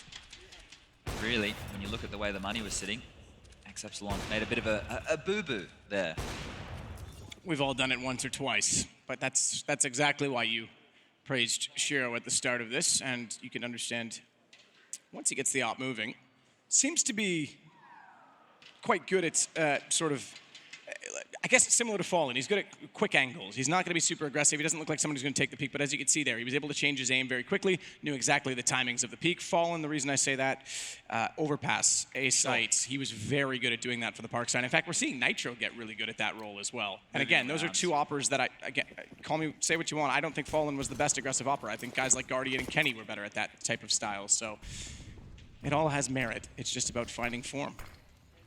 And form right now is what Gambit youngsters need to continue, because their money, even with that eco win, is still on a knife's edge, right? The CT side, everything is a little bit more expensive. Some awkward smokes again. Ooh, that's good timing. Smokes himself off, gets away from the Molotov. No damage taken at all, and he'll be able to put a Molotov down of his own to slow the mid aggression.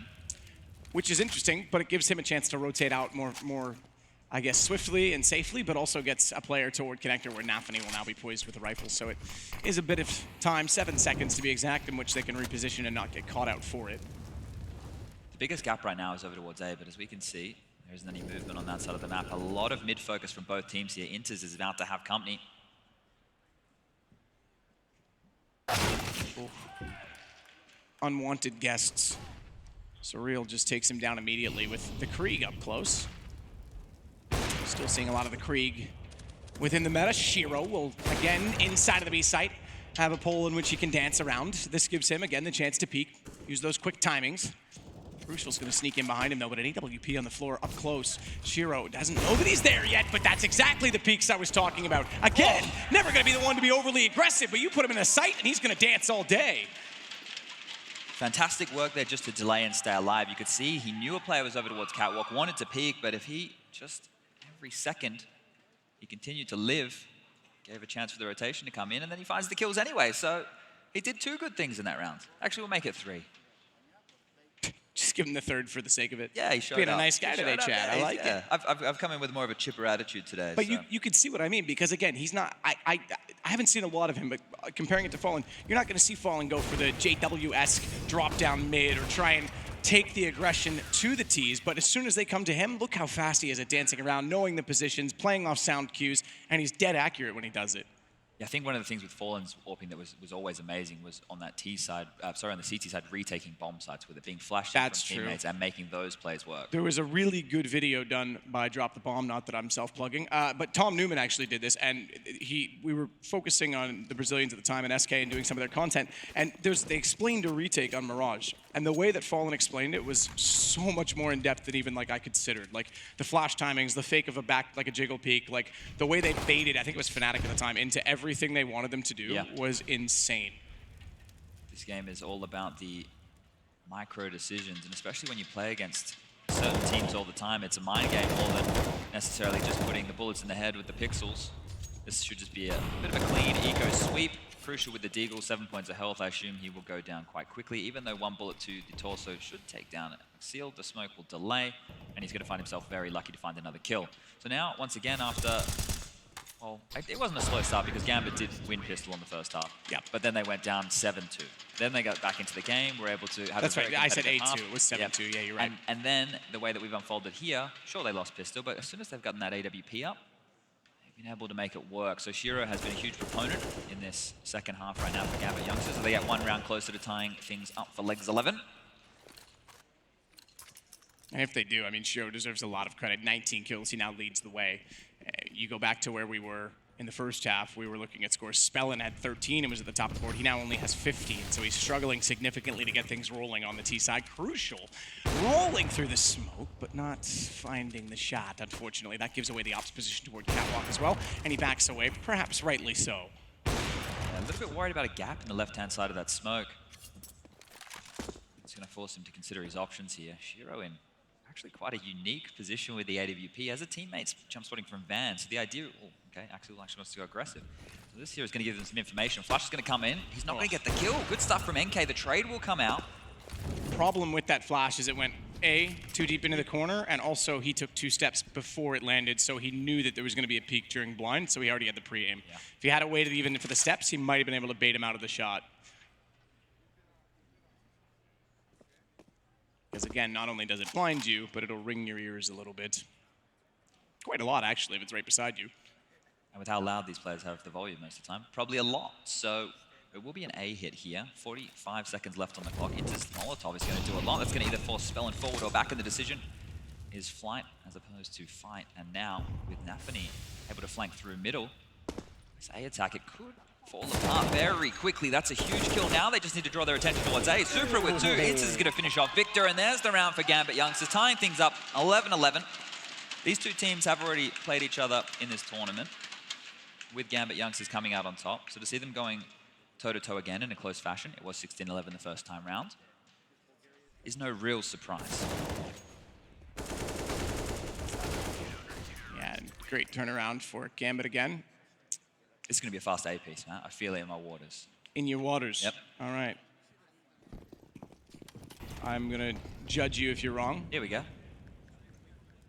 right, fine. All right. They haven't tried an A hit off the bat. Done this a few times, have you? Yeah. Well, this is where my brain would go, and if I was the in-game leader on the other side, I would have either called a retake or I would have stacked players closer on the site to lock this down.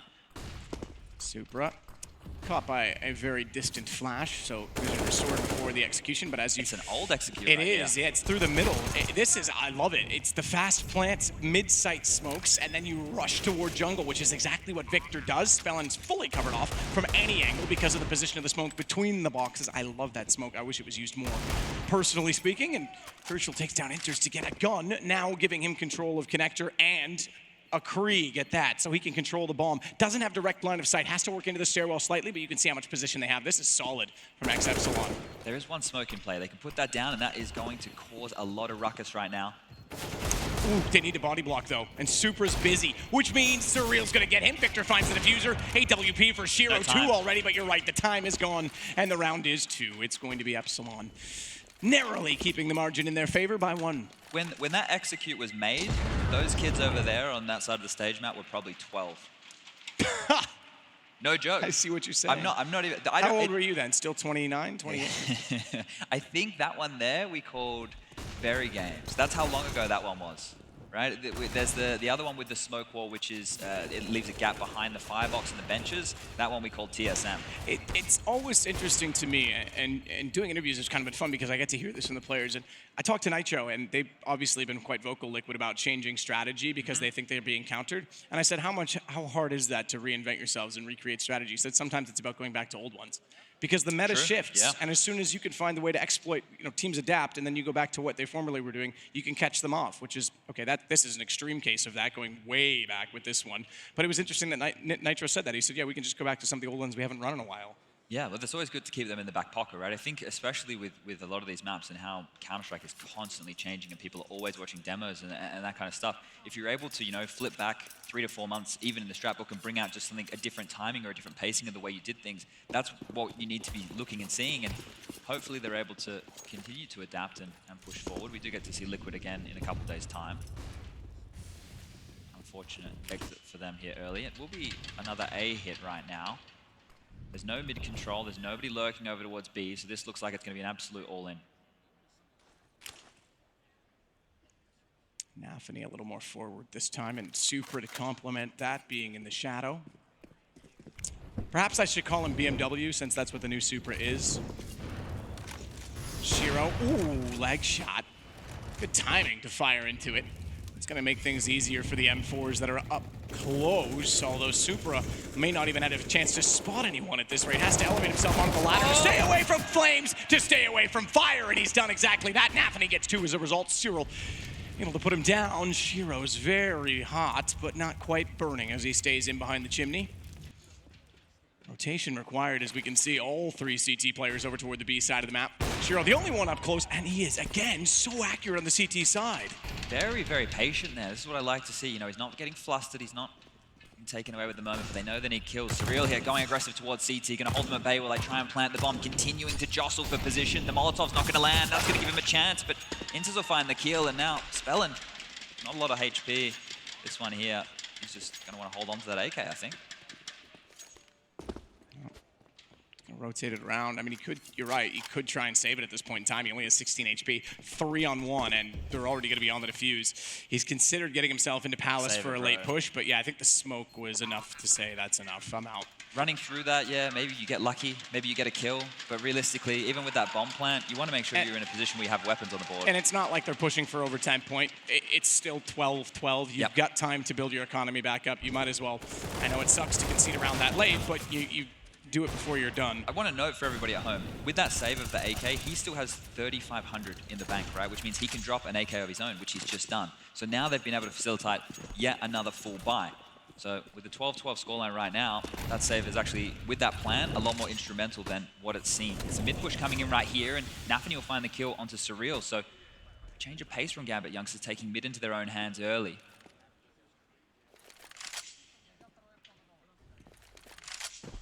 Victor. He drops off the ledge from Horseshoe. People still don't use that call. It was very North American originally, but obviously if you look at the mini-map where the bomb is, yeah, it's like a hairpin or a horseshoe. So, yeah, that's why. I don't know if we use it in Australia. It's been a while since I've been back there, so didn't cotton on. Yeah, the only reason I bring that up is because I played with friends and we always called it that, and then I cast it for the first time and everyone was like, what is that? And it was all the Europeans that didn't understand the call, so fair enough. This is going to be another B play, and we've seen what's happened over towards that side of the map, especially with Shiro's AWP, who is still here, extremely patient now, up to 24 kills to his name. So if they want to get on site here, they don't only have to do with Nafany, they have to take him down. So allowing Shiro to thrive from this position, it's not an easy one to deal with. He'll grab the first again. Stepping up to the plate, he has a second, continuing to pick them apart one by one, and Spellin, the last man alive. You mentioned that 13 kills, 15 at this point, and still nothing. The ADR continues to plummet as round after round now are mounted by Gambit youngsters. And that's so frustrating when things just continue to slip away from you like this. You have all the motivation, you have all the momentum, you're top fragging the entire server, and now it's like you're drowning and you're just clenching at straws. But maybe I'm wrong, maybe he's got something in this. 2 kills already. It's a 1-on-5. He didn't grab the bomb and there's no time. You're right. It seems to be a positional issue. You're also correct about time. Even if he could have killed them all, it was not going to happen with only 5 seconds left. I got excited there because those first 2 kills that he had gave him an avenue of attack. If he just picked up the bomb, he could have potentially even planted. They would have swarmed him with that time coming into play, but there was always a chance. Even with that wall bang, it was only a little bit off. Could have had a nasty kill. Worth noting, this is the first time that Gambit's had the lead since it was 2-0 at the very start of the game. So they've definitely clawed their way back in. I'm very impressed with Shiro as a CT-sided opper. He is an anchor on that AWP. Still a bit of a mystery who's going to take this one right here.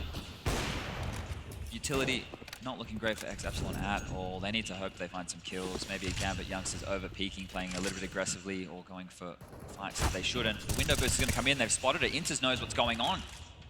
Shiro makes the kill, and, well, that's that avenue of attack gone. And now all they have left is 2 smoke grenades. What are you meant to do with this in a minute 25 on the clock? Well, got one less now. Shiro is showing off. He is just getting carried away. He loves the stage. Give it all to him. And he's done his work, and Nafany will close out on Crucial. Victor is found by Supra, and it is 14-12 in favor of Gambit. Back-to-back, we might have 2 teams from the CIS/Russian region winning the MSI Gaming Arena. That's a fantastic point. It's $30,000 first prize right here. Yeah, 50,000 overall. They take the lion's share, as you would say.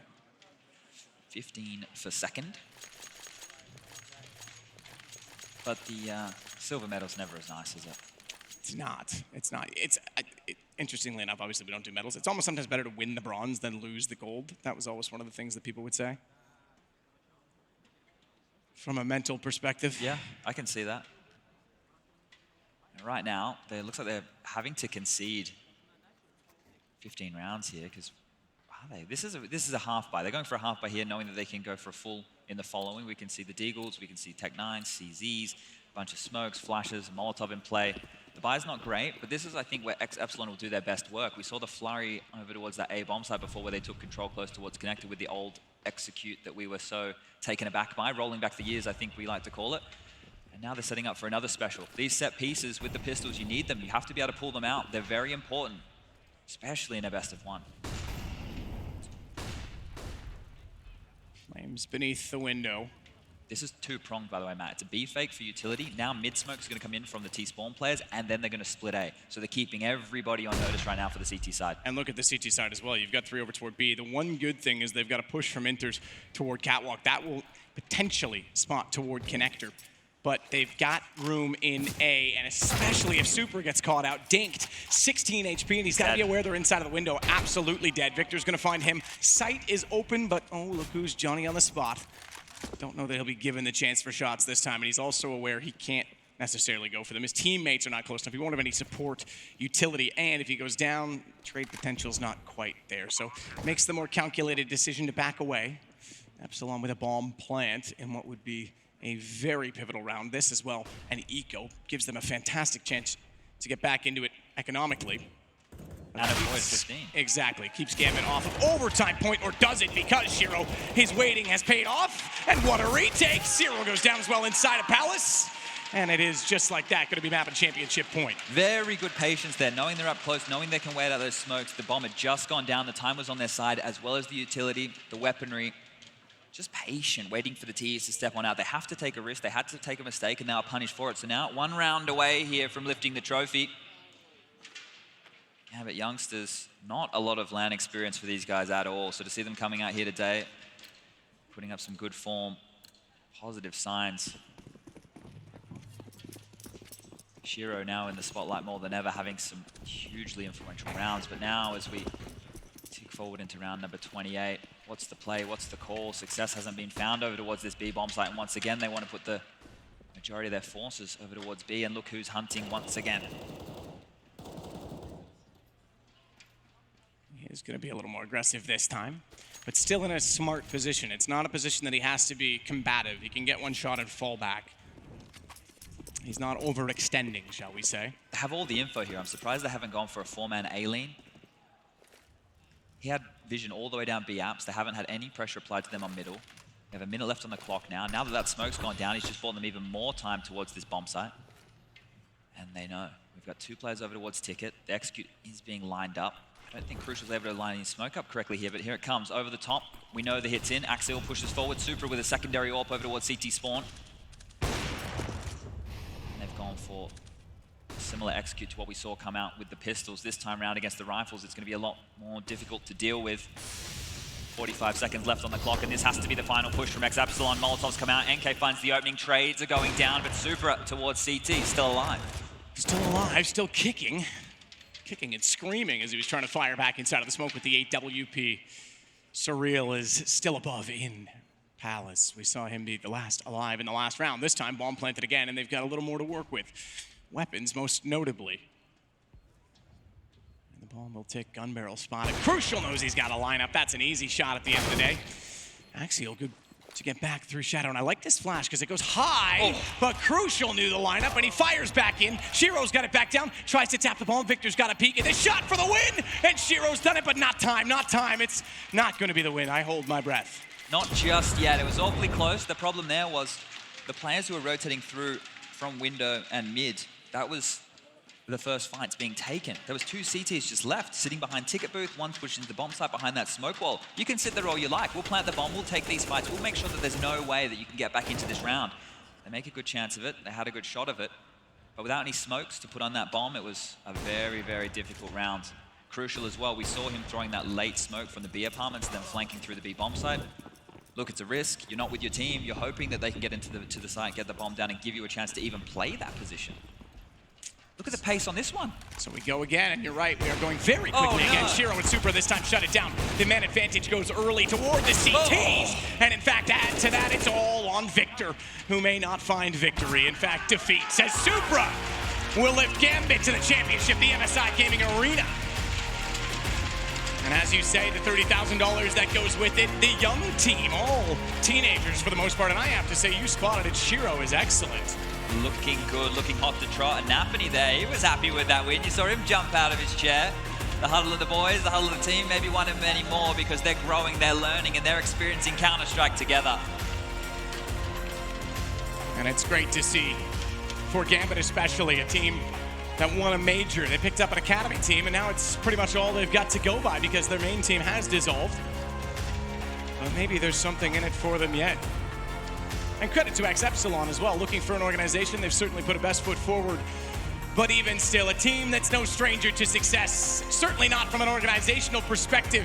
Gambit youngsters have taken the trophy, the MSI Gaming Arena champions, and perhaps rightly so, all the way through the upper bracket. We're going for a wander across the stage, but they've got it. They are the champions of New York.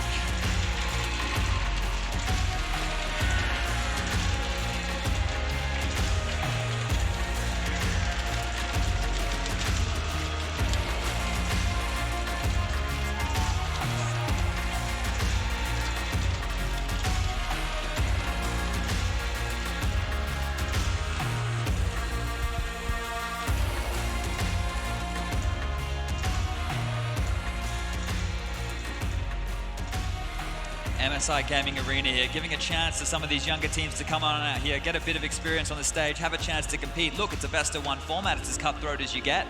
Absolutely. Here, they've looked prepared, and they've taken home the victory. So Gambit youngsters, I believe that they were one of the lower seeds in this tournament. Well, and you got to give them credit not only for taking the victory, but the means they did it. Sure, they came through as a lower seed through the upper bracket. Great performances all the way in, but then you find yourself down 7-2 and getting overrun. It was the pistol and the converted round. You had no gun rounds, 9 rounds into the game. And they claw back to an 8-7 half. You mentioned it as well, maybe going faster. Maybe that would do it. Well, they certainly sped up the pace. That worked in the first half, and then the second half, Shiro just was putting on a clinic. He looked phenomenal, but someone else who's a very phenomenal looker is OJ, and let's throw it over to him. Thank you very much, Chad, and with Vladislav here. Congratulations first off. Talk me through that win, because it was a little tight towards the end. To be honest, when we was training to this tournament, we was a little bit focused on other things which we need to fix. So I don't expect we played well like we do. Hey, well, listen, you played well enough to win this MSI Gaming Arena tournament. What is it like playing on the big stage? It's the first time for you. Big old arena, lots of people are in here. What was it like? When we played like in game, I hear someone just say Gambit Youngster, let's go or something. It's really proud. I'm really proud about it because we make a really good way, I guess. Listen, it's fabulous to chat to you. A great winner to you and the team. Put your hands together, everyone here in New York, in the Barclays Center, for the Gambit Youngsters.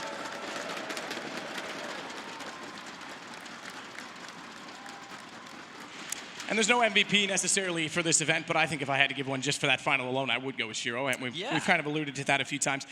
There's some experience there, though. Shiro is one player, but you've got Victor on the other side, you've got Surreal on the other side, and yet these young stars are the ones that came out on top. Yeah, look, these guys have been basically just playing a lot online Counter-Strike, and they've been doing it the right way. The same way we spoke about things with Ents, right? You know, they did the fundamentals. These guys are much younger. They don't have an Alu in the team to be their experienced member. So going forward, Gambit Youngsters, they're a prospect for the future. We're not talking, you know, the end of this year. We're probably talking maybe the end of next. But there is that potential there. If they stay together, that's what we love to see in Counter-Strike. All right. Well, there's more orders of business because I'm going to leave you, Chad. I'm sorry. That's all right. We've got some other stuff to do. Ollie, if you just want to mic me real quick, thank you very much. Oh, and we're going to do... which one's live still? I can talk for you, Matt. There you go. I'll do this one. I'll just keep going. Yeah, there we go. So we've got more MSI prizes to do. It's the Mystery Box Challenge. That's a bit of a mystery. You guys are my two guests. I haven't had a chance to meet you yet, so what's your name? Lucas. Lucas? Kylie. Kylie? All right, well, Lucas, you're second. It's ladies first. You guys know the rules. Mystery Box, 3 questions each of you. Winner takes whatever's in the box. And it's a mystery what's in the box. But if there's a tie break, we get to come up with a tie-breaking situation, which will probably just be her because she's a lady, and I'm sorry you lose on that. But here we go. We'll start it off. Question number 1. Now, most are related to New York, so if you've been here in the past, Kylie, you've got a chance. What was the 5-core roster of FaZe Clan when they won ESL One New York in 2017? Was it A, and the crowd can help you out, was it A, Rain, Kerrigan, Exist, Guardian, and Olaf? Was it B, Rain, Kerrigan, Nico, Guardian, and Olaf? Or was it C, Rain, Nico, Adren, Kerrigan, and Olaf? They are on the screen down there if it helps you read through, because that's a lot of names. Which one are you going with? Ooh, crowd? I guess B. B? We're going B? Yeah, sure. All right, well, the crowd has helped you out. B is absolutely correct. She's got one already. You feeling pressure? Nah, here for fun. Here for fun? All right, you are here for fun. I'm loving the get-up. I might have to wear that later when I do some crowd work. Question number 2, Kylie. There is only one player who has won ESL One New York twice. Who is it? Is it A, Olaf, B, Guardian, C, Simple, and I'm going to throw in D even though it's not right because Snacks was in 2 finals, but it's not him. So which one of those 3 is it? Guardian. B, yeah. B? Kylie says B. B is right. Yeah, that guy loves you, I think, by the way. So he's helping you out. Thank you. Not bad, not bad. Question number 3, to go 3 for 3. Only one team has reached the grand finals of ESL One New York events twice. Who are they? Was it A, Astralis? Was it B, Team Liquid? Or was it C, FaZe Clan? B. What is with all the Bs? Yes, it is Team Liquid, who, by the way, are not in the final today. So you're repping the Astralis, I see. You think they're going to take this? Yeah. Not even going to go for EG? Like, not going to help the USA at all? No. All right, well, that's savage. That is savage. That guy that helped you totally was like, wow, why did I do that? She's, like, against us. So, sorry, Kylie, I've got to go over here. What was your name again? Lucas. All right, Lucas, with the amazing getup. You know the rules? You know how it works? They love you now. They might be against her, so you might still have the crowd helping you. All right, you ready? Yeah. Who was the MVP of ESL One New York 2018? I'm not going to give you the second part of the question, but it's down there because it kind of helps you a little bit. Was it A, Simple, B, Rops, or C, Twists? C. C, Twist, absolutely right. It was only the second time in history that a losing player actually picked up the MVP. Of course, he was Canadian. I'm just going to throw that in there. I don't know why. FaZe Clan, who won ESL One New York 2017. What was the best-of-5 scoreline for FaZe Clan's victory over Liquid? And who was the MVP? Was it A, demoralizing 3-0 with Nico as the MVP? Was it B, FaZe with Guardian as the MVP with a score of 3-2, or was it C, 3-1 for FaZe with Rain as the MVP? If you know the score, because the scores are obviously different, you can rule out the MVP part, because that'll give you the answer for you. I'm gonna go with A. Go with A, 3-0? Yep. Poor Liquid got absolutely destroyed in that game. It was A, and it was Nico as the MVP. It's definitely a long time ago, because FaZe don't do that anymore. Nico's, come on, Nico, you got to get it back together. I think Brocky's going to out-frag you this year. All right, your third question, and if he gets this, we go into the tie-break scenario. Question number 3. Which matchmaking rank is below Distinguished Master Guardian? I know you're only a silver, so it's still way up for you. Wait, I'm not ranked But yet? you're not ranked? I'm not ranked yet. All right, well, if you were to be ranked, you would be silver. So, which is below Distinguished Master Guardian, but still above Master Guardian 2? Is it A, Master Guardian Elite? Was it B, Legendary Eagle? Or was it C, Master Guardian? I think it's gonna be A. Number A? Number A? Letter A? Number A, all right. You sure? I'm sure, yeah. All right, we've got a rare scenario where everyone's got them right, so those cards don't matter. We're 3-3. She wins, I'm sorry. Huh? You win, Kylie, because female, so you absolutely get the MSI box. Cool. But I have to say, do you think Astralis is still going to win for the day? Sure. You think Astralis is going to beat EG? Maybe.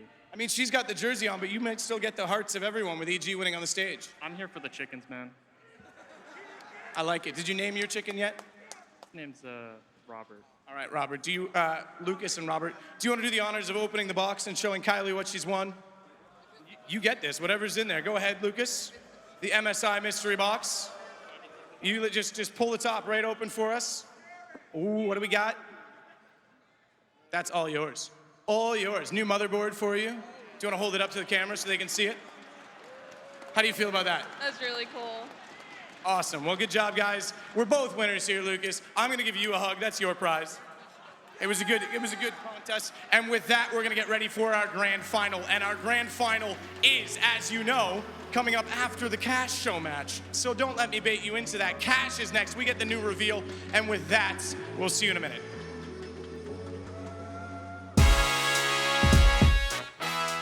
I'm very excited about the new Cash. Cash was one of my favorite maps before it got taken out, so I'm excited to see what the show match will demonstrate. I'm very excited about the new Cash. I'm not in the show match for this event, so I'll be watching. I play the show match with 4 Americans. Its communication is very good. It's going to be interesting to see how it looks like and how, what kind of things that's been implemented to it, but also what kind of changes that's been made. I'm excited to see the community interact with all of the changes because I think they all affect each other. You know, it's like a ripple effect. One thing that changes on the A-bomb site has a cascading effect all the way to how your B players end up playing.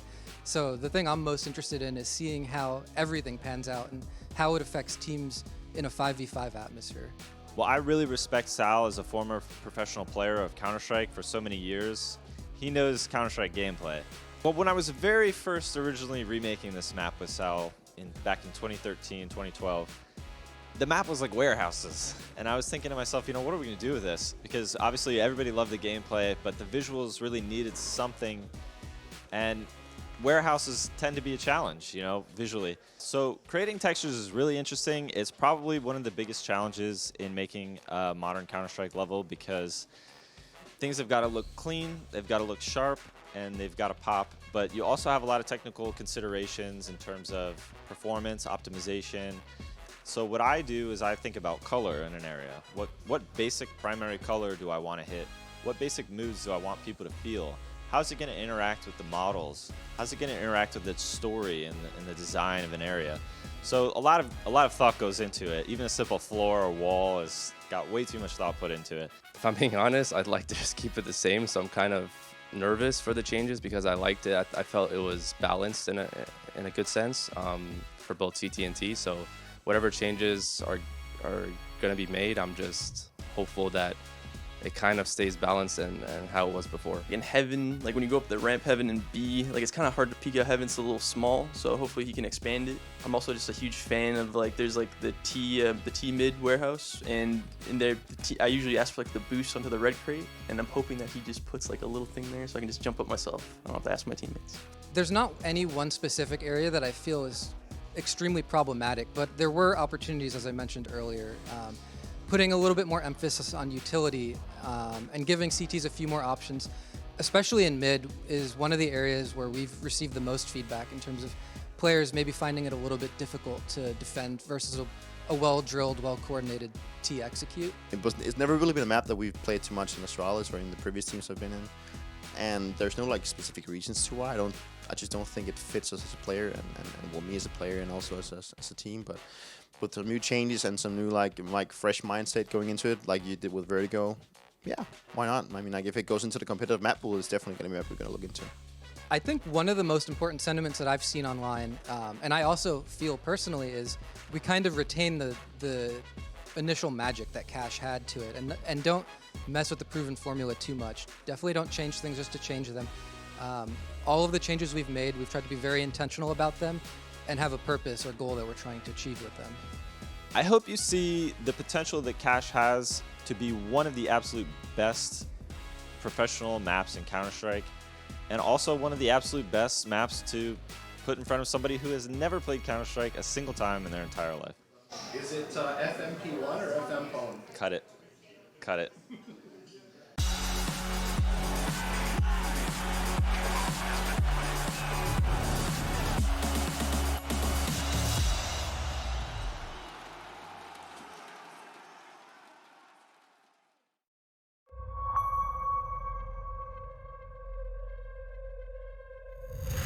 They've taken it like proper sportsmen at this stage. We're about to have the question answered of who really is the best of all time. All 5 players are just great players. They're both with their knives out. They're both not ready, and somehow Stewie stays alive. Stewie's not aggressive. He gets by Apex.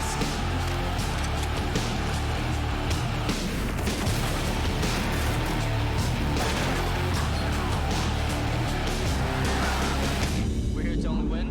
We don't care who we play. We don't care if it's simple, the best player in the world. We don't care if it's the worst player in the world.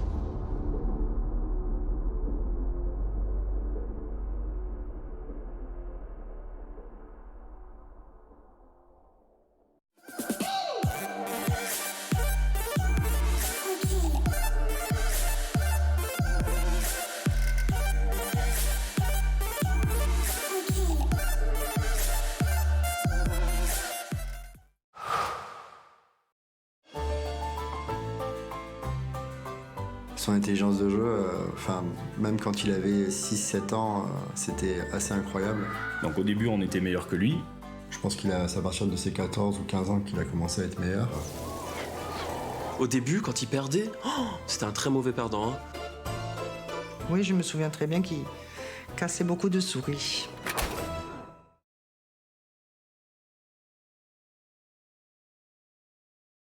Tell him we're flexible. Don't worry.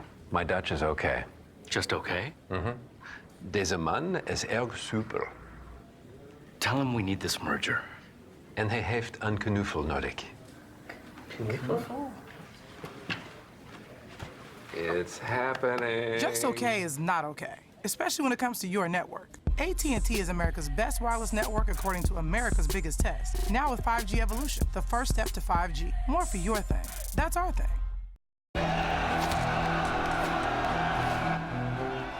This is game fuel. It's domination in a can.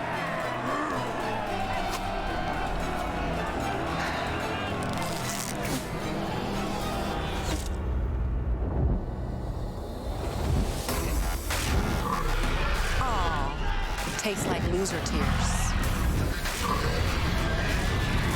New Mountain Dew Amp Game Fuel.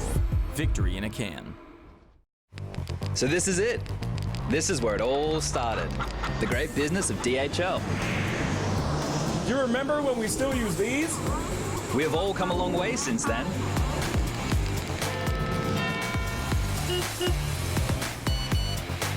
Hey, Effie, my little buddy. I got a special job for you. And this is only the beginning.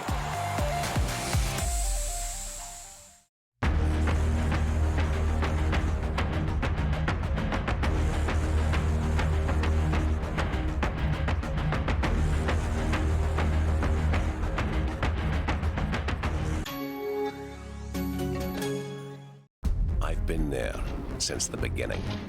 Every map, every frag, every moment. I run, but I never hide. With knowledge comes power, and power is to be wielded wisely. Which is why, as the expert, I bet with Betway. If you know CSGO, then you'll know the best way to bet on esports is with Betway, for the love of the game.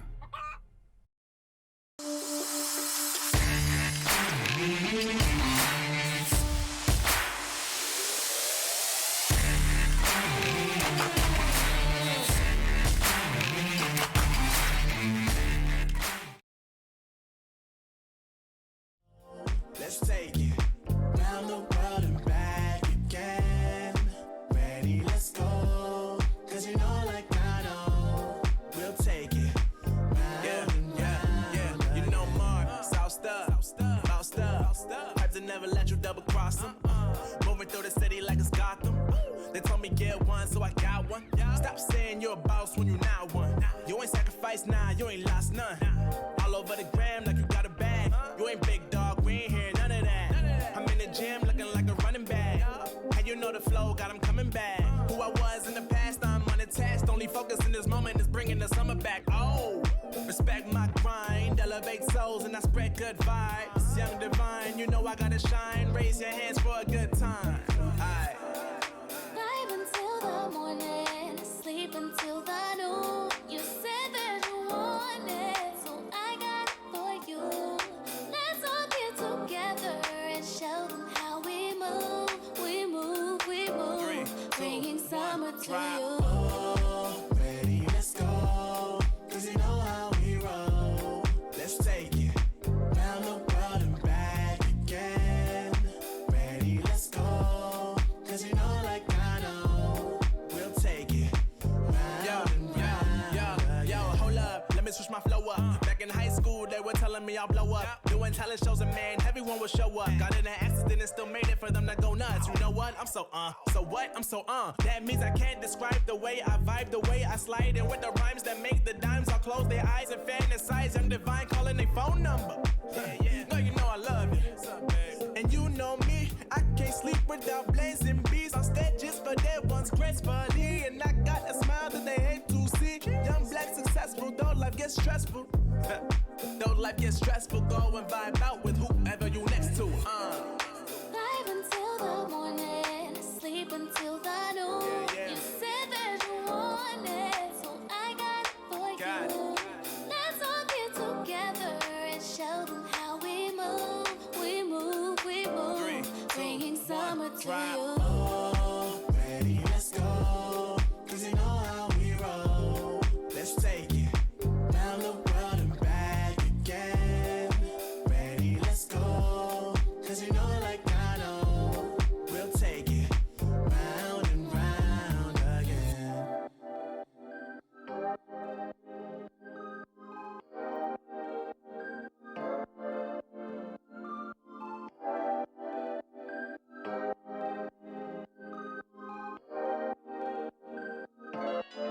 We're so far, but so far from close. It's so hard to find my destiny. Try not to drift apart, cause you'll be right back at the start. And I don't wanna keep on falling. I gotta stay recalling memories we've lost and found. Explain to me what it's all about.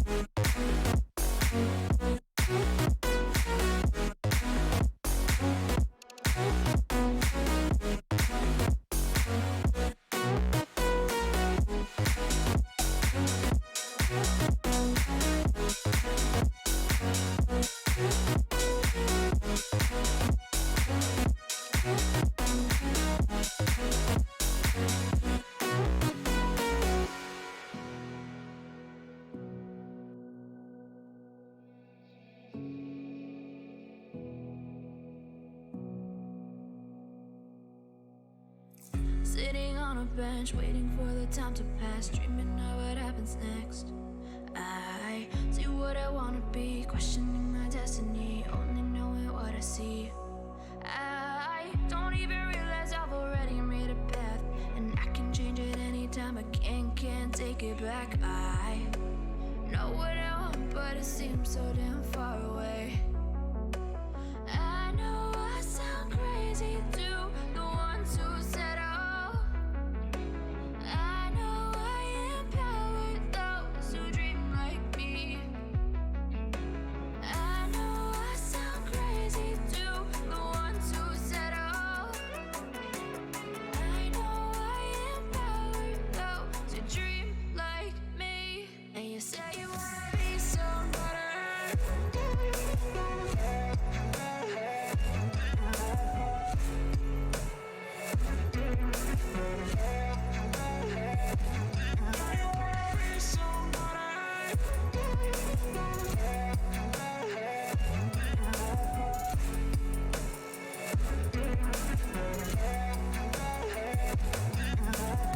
You got a voice, then you better use it. Tell yourself day after day it's time to prove it. No days off, keep the hustle moving. Wanna see you be what you wanted to be, prove it. I know I sound crazy to the ones who said oh. I know I empower those who dream like me. I know I sound crazy to the ones who said oh. I know I empower those who dream like me. And you say you wanna be somebody. And you say you wanna be somebody. And you say you wanna be somebody. And you say you wanna be somebody.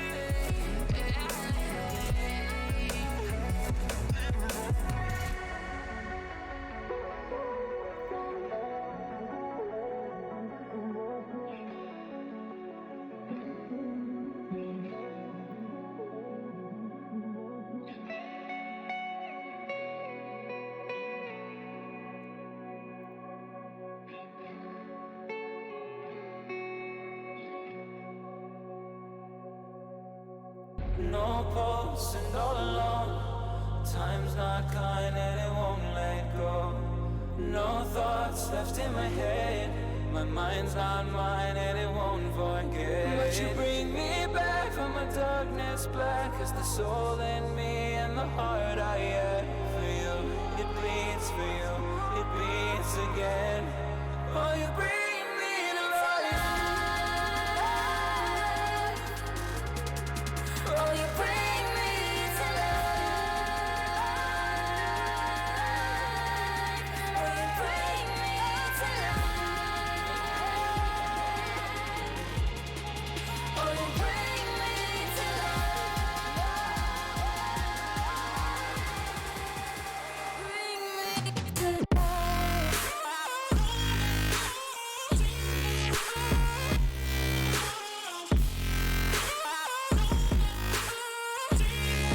Oh, you bring me to life.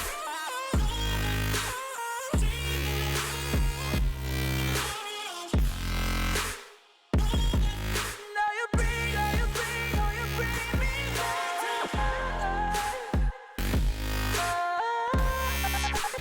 Bring me to life.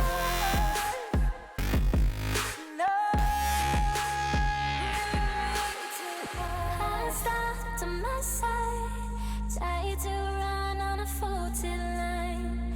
I'm safe only, even though we burn from the light I bleed. But she bring me back, not a heart attack could take away all the love I had for you.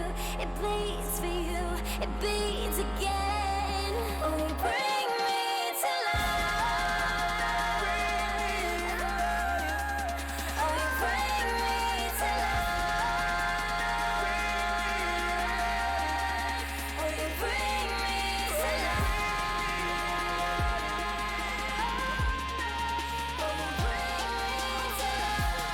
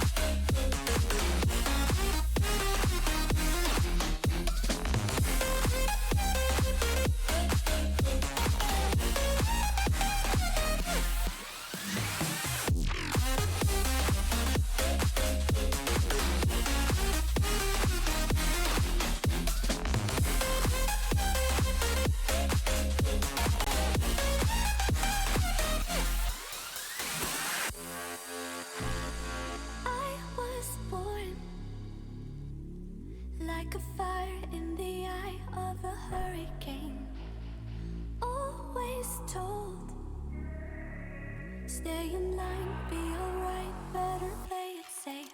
I walk a different path, nothing can hold me back. I've passed the point of no return, something is calling me, it's in the air that I breathe. Bring me back to life again, dancing with my fear, burning with desire. We gon' take it to the edge and come alive.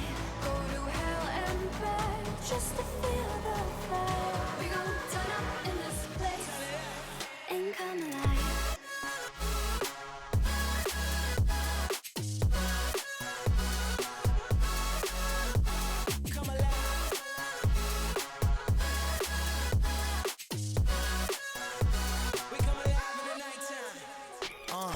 Fly so high they can't touch us. So top notch, none above us. We done came so far, now we up now. Had a vision, stuck to it, never back down. Never had much, now we own the whole thing. Spread it all around the world, watch it all change. Came alive, now they all see the greatness. Light shine so hard they can't take it. Dancing with my fear, burning with desire. We gon' take it to the edge and come alive. Go to hell and back just to feel the fire. We gon' turn up in this place and come alive.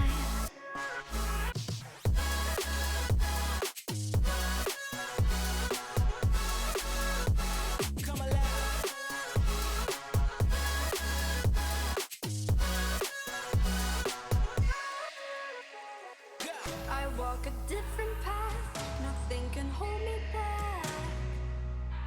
I've passed the point of no return, something is calling me, it's in the air that I breathe.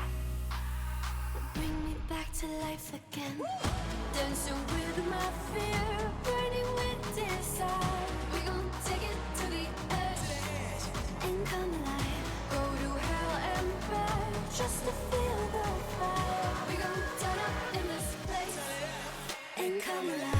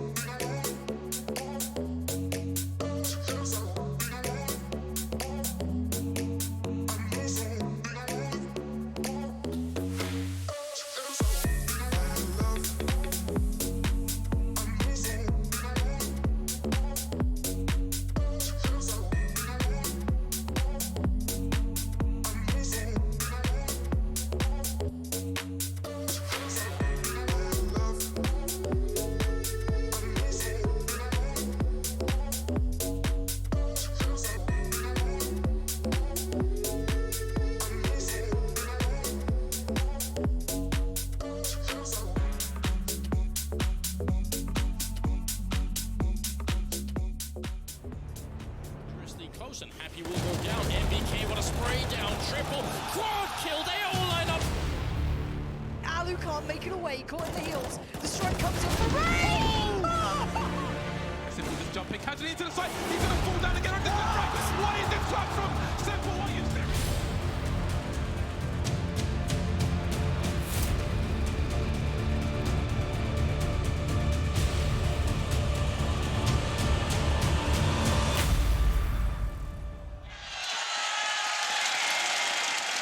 ESL One New York, the Barclays Center's rocking. It's starting to pack up. Good morning, New York! Woo! Good vibes, great times, and even more importantly, great energy, because today is a very, very special day. I get the opportunity, the chance, and the honor to show you guys something really, really cool, very impactful in all of our lives. But first and foremost, let's get our introduction straight here. To my left, I do have Volcano, and I do have FN Pone. Round of applause for the father and other father of DE Cash. Now, for a little bit of an introduction, where do we start? Let's start with you, Sal. Tell the crowd who you are. Where do you come from? I know the 3D days. You've worked with maps. Talk to me about yourself. Sure. Yeah, I started as a pro player in Counter-Strike, dating way back to maybe late 2001, early 2002, and I competed up until about 2015. Ooh. Yeah, and during that time, I originally started doing level design, worked on DE Cash, and that came out first 2010 in CS Source. Damn. So it's been quite the run. What about yourself, FN Pone? I know that you are the father of CS Museum, so tell me about that. Yeah, I've been a level designer and environment artist for probably more than half my life. I started doing this when I was like 15, 16 years old, so wow. It's been just a huge passion of mine. So, I mean, obviously this passion has kind of made a crossroads between the two of you. Talk to me about teaming up. How was it that this tag team duo became to be?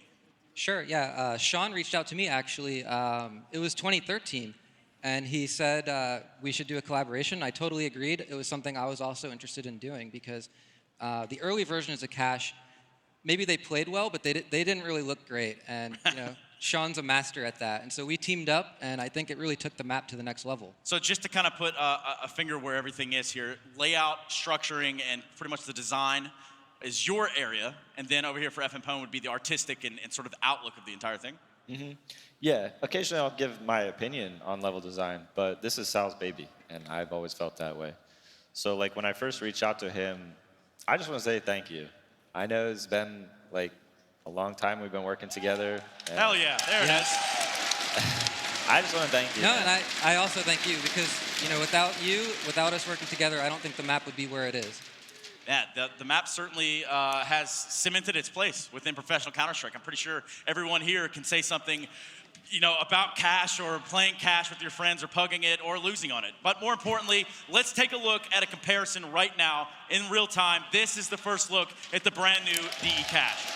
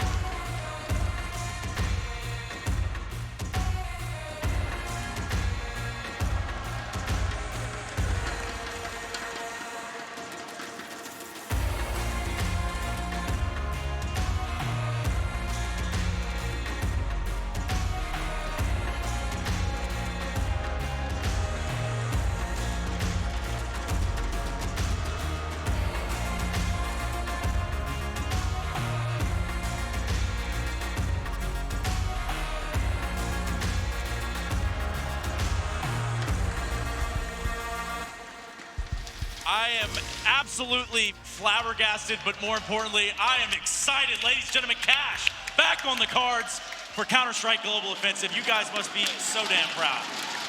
For sure. Talk to me just right away about, I guess, some of the things that drove some of these changes, right? Was it more community-based? Did you guys go back to the drawing board? Talk to me about some of the changes that we're going to see.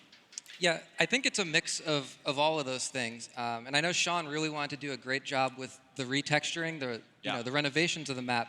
And from what we saw, I think it looks great. It's an awesome job, Sean.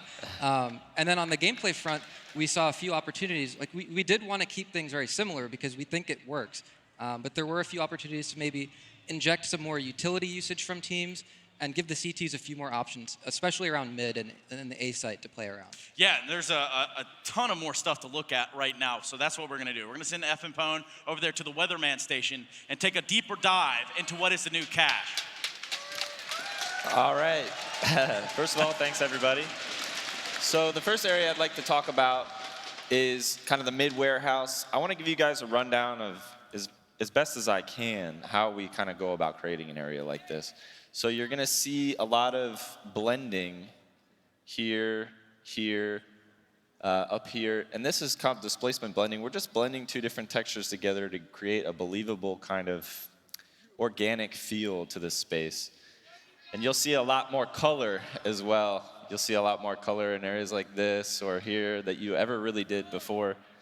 So these leaves, for example, are individually modeled, which is good for performance if you can believe that. And it also kind of makes it fun to inspect the environment really up close. In these tiles, you know, something you would really expect to see in a Soviet environment. So the next area I'd like to talk about, you may recognize this is the B bomb site. Yeah, we love it. So you're going to see some new stuff here. Keep an eye on this in the show match. Yeah, a little something to keep an eye on. So something like this is authentic Soviet design. Very precisely modeled.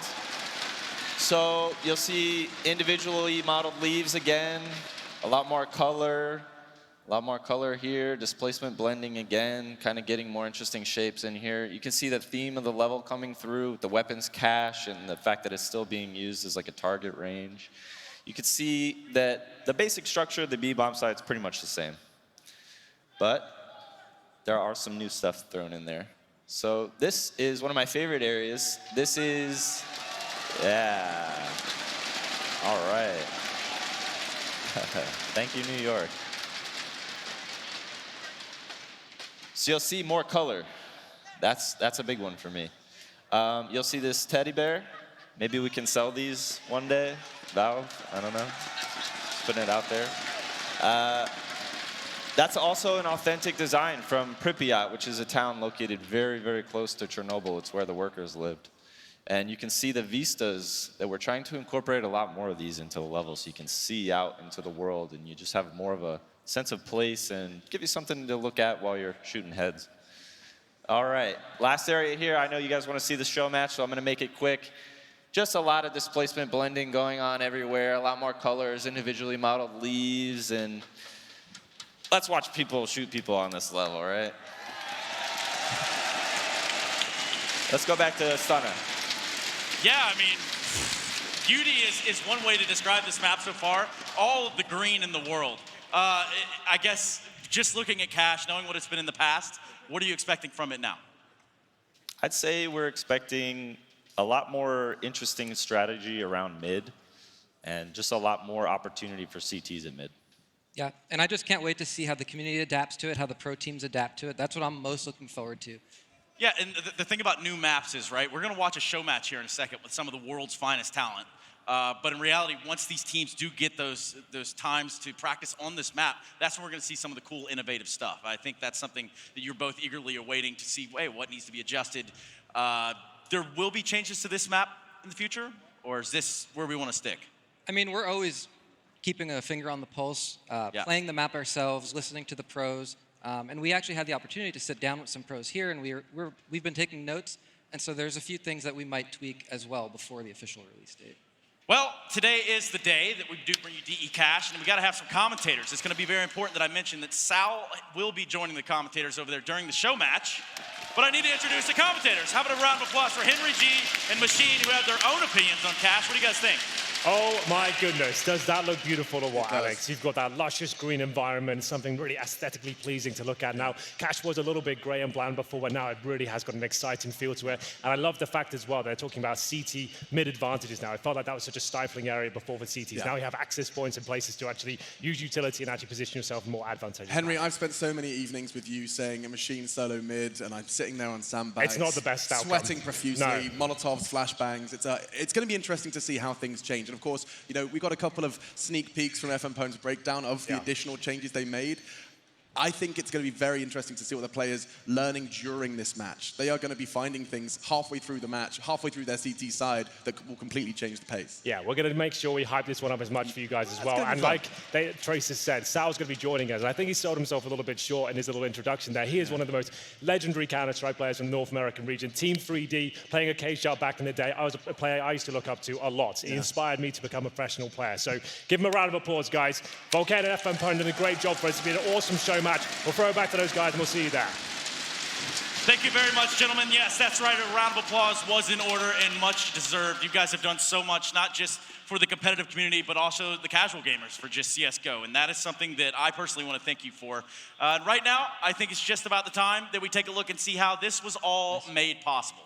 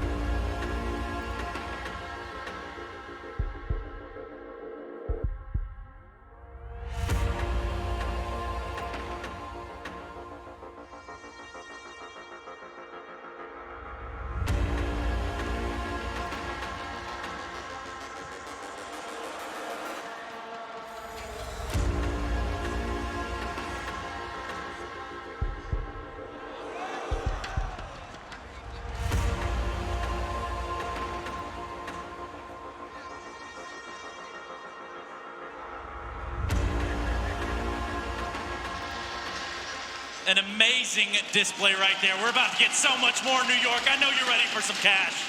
I'm ready for some cash. But let me ask you guys, just looking at some of the tools you were using, how long did it take you guys to come together and really put this thing in the map today? I would say it was about 1 year, 5 days a week, starting from about 10 or 11 in the morning till about 3 or 4 in the evening. In the morning, I should say. 3 or 4 in the morning. Okay, Sal, same? Not quite as extreme as Sean. But, you know, he did the heavy lifting on this. Okay.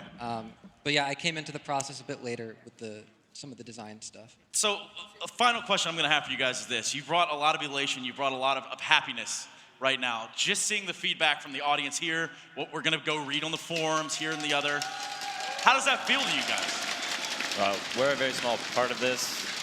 It's really about the players, and I think, you know, I try to remind myself about that throughout the process. It's about the players. We're doing this for them. We want you guys to have fun and enjoy this. Yeah, we're excited, but ultimately at the end of the day, we just want the community to enjoy this. Yeah, and I'm damn sure that we will. Ladies and gentlemen, round of applause for the creators of DE Cash. We do have a special treat, being that a show match is ready to be played, and I do believe Mr. Borg is on the stage. You do believe right. I am excited about this for many reasons. A, it is a great appetizer ahead of what's going to be a great grand final. But secondly, I love a show match. We get a rock star band of all-star players, give them 2 completely average coaches and find out what happens. And especially on a map like this, brand new to ESL One New York, the fact that we're going to get them playing it, learning live with this new mid-control, it is going to be fascinating to watch. So, my friends here and anybody watching at home, this is going to be a treat. Let's bring out the teams. First to enter the stage here in the Barclays Center. Welcome, Team Squeaky.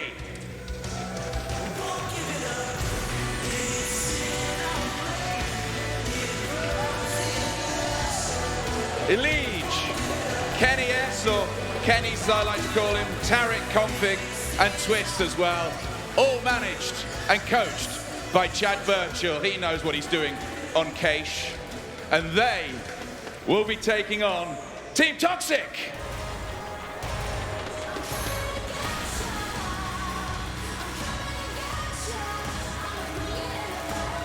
Stewie 2K, Ethan, Nitro Steel, and Jax.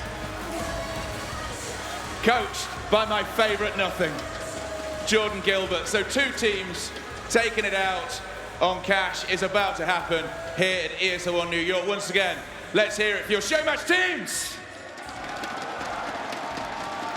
Right, I believe I'm going to get a chat with a couple of people. That would be Elige. Come talk to me. So you've not played this yet, have you, this map? No, not yet. So what's it going to be like then, learning these new points? Because I think you've seen a couple of videos about it. What's it going to be like learning a new map as you play it? I think it's going to be pretty fun. Like, it's pretty much the same as old Cash, but just like a little, couple of new things like mixed in there. And I think that we're all going to be taking advantage of that. As Chad said to me before we came out onto this stage, he said North Americans are demons at Cash. Is this true? Yeah, I mean, Cash has been our home map for years. Like, we're just going to be able to take it to him. I'm going to be IGLing, going to be leading everyone to it. We're going to win it. You're going to smash up Jordan's team? Yeah, of course. Give me a score prediction. It's going to be... We're probably going to lose pistols because we have 2 local players. They have 2 local players. We're both going to lose pistols. Maybe 16-6. I'll take that. Interesting. And then, if we come over this way, you've seen the videos as well. What do you think of the new Cash? I think it looks pretty good. I think there's a few changes that it's going to make. Thank you. I think there's a few different angles that make the map a little bit more viable for the CTs, increase the playability of it, and there's always the ability to have all the creative ideas flowing still. What do you think of the look as well? It's lush and green and verdant and alginous. I think it's a little too green. I think it's too vibrant. I think it needs to be... It can't be too vibrant. No. I think, like, if you have digital vibrance on, it's a bit too green, but I think if they dial that down a bit, I think it's actually really cool. It's not easy being green. Give me a score prediction. Score prediction? Well, first of all, we're Team Toxic, right? So I have to give something negative about the map. And the score, 16-14. I look how you looked at your own team first just to see, oh, yeah, we're going to do all right. Listen, thank you very much. Get on there. I'm excited to see you learn this. So then, join your team. We're ready to go. Right then, ESL One New York. First time this has been played. We've got an all-star lineup. average coaches, as I said. Let's hand it over to two of my favorite people in the whole world. That is Henry G and the Machine. Oh, thank you so much, OJ. This is going to be a blast, getting to see Cash. And not only that, I'm doing it with Henry, and I'm doing it with Volcano. What a treat. This is a first time for me. Yeah, it's going what to be an exciting. honor for me to be here. You know, what better place to have my first cast on the stage here at ESL One New York? Yeah, it's not bad, is it? It couldn't get much better than I'm going to do this. some housekeeping. I'm going to tighten your headset because you're going to be jumping around, getting all excited. There we go. That's going to feel more comfortable. Put that there. Wonderful. Lovely. Now we're all cooking. We're cooking with gas. So let's have a look at the teams here before we jump into things. We've got the boys with Config, Elige, Kenny S, Twist, and Tarek. That's going to be Team Squeaky. Pretty strong team, if you ask me. Not bad at all. But I have got a bit of a sweet spot for myself for Steel. I like him. I feel like he's a smart dude. Here we've got Stewie 2K. He's got Nitro there as well. That's a very, very strong team. Ethan in the mix as well. That for me, that's the winning team. Team Toxic as well. I hope they're going to be giving some banter and showing us what they can do because that's an exciting team on paper. And it looks like they'll be starting on the T side. But Sal, we mentioned it in the kind of pre-game for this one, that you really focus on the CT mid area, right? Trying to give them more options going into this one. And we're going to be kicking things off for Knife Round so we can talk about this a little bit more. What have we actually seen? We saw that new platform towards middle with the window there. Is that going to be a massive talking point going forward into this game? Right, yeah, and the interesting thing here is we have Kenny S starting on CT. So Exactly. I think a bunch of these new angles will really favor his op. That's going to be interesting. I'm looking forward to seeing him up on that window, and then on the A retakes, getting on the truck, having that sight line towards quad, I think that's going to be pretty big. That does seem massive. It means that you can play a lot more retake mentalities towards the A side. If you want to, having angles towards the A side, you can actually spot the cross. So from the truck, we saw that. You can look towards the bomb side and see if anyone's crossing towards the quad. And also, the massive factor for me there is the fact you can Molotov now from CT side over towards the top of quad. That seems like a massive asset for the CTs now. Yeah, I think that'll help on retakes quite a bit. And there's also a new box on the truck wall, so they can use that for cover as well with duels towards forklift. That's such a good point because that was just an absolute dead zone for you if you got caught in that position. Ladies and gentlemen, it looks like we are ready to go. I hope you're excited. We have got one hell of a show match for you. The inaugural showing of D-Cash. Let's get excited. Let's show Sal how much this means to us. Cash money, baby. We're getting into the game now. The first show match ever on it. Alex, take us away. Let's jump in. A quick roster rundown for you as well, because it's star-studded on the left-hand side of your screens. Jax from G2, Ethan from the Evil Geniuses, Liquid in Force with Stewie and Nitro and Steel, a North American curveball to round out Team Toxic. For Squeaky, we have Kenny S, Twists, Elige, Config, and Tarek. And we're about to be jumping into our very first round of the brand new Cash play. And as always, we start with a boost. Oh, we saw this jump before. Stewie 2K doesn't land it, though. You were saying, Volcano, you tried to make that a little easier. Well, so that part's still the same difficulty, but the second step is The second step is easier. And this is actually a little bit of what I expected. I think, nice kill by Stewie there. I was expecting CTs to play a retake. Oh my goodness, we'll get some game sound as soon as we possibly can, but for now, Stewie, he's got the first frag and is causing pressure. New angle found by Jax on the box enables him to hold main rather passively. Now can fall back on towards the site. Two players pushing in from highway. We do have another arrival. This time Twist fills the feed. 3 versus 4 and equalizing. And let's see if he can find that new angle. So you can plant safe, and that's the cross. Okay, and you can then respond with a Molotov in kind. Yeah. Interesting. Well, we do have a 3-on-3 situation. There is a kit available for Steel. He's got the smoke as well. I'm sure that will come into play. You can see these new angles as we make our way towards the retake now. It looks absolutely beautiful. You can see that open side towards the right, and it's going to be up to Elige with a double stack towards quad here, trying to bait in his teammate the best he can. Now, will they suspect it? Ethan certainly seems to think so. The knives are coming out. Is it going to be delivered? The first round delivers a knife kill, and it's going to be down to Config. What has happened here? 2 knives in 1 round from the same player. 4 kills for Ethan, 2 stabs in the back. Round 1, baby, let's go. Yep, that's one way to get a first pistol round in on Cash. The first ever round. That's insane. Oh, my goodness. Well, it's Team Toxic living up to their name now. Yeah, analyze that one, Chad. My goodness, that's funny. Damn. Smiles on their faces. Good to see a smile on Stewie's face. They've taken a tactical timeout already. They're like, you know what? This is not good enough. Yeah, you got to regroup after that. And he's got an extra $3,000 in his pocket. That's a good point. Are we going to see a round 2 op or something? That's true. We will. Totally we have to. happen. It has to be maybe an auto sniper. I feel like that could be like the really kind of rub salt in the wounds at this point. Now we're speaking of auto snipers. Perfect time, given the timeout, to talk about the fact that there is a little bit more wall bangs going on in Cash. We saw an example in that video. You're keeping your eye on these wall bangs. Yeah, definitely keeping an eye on it. There are a number of them throughout the map.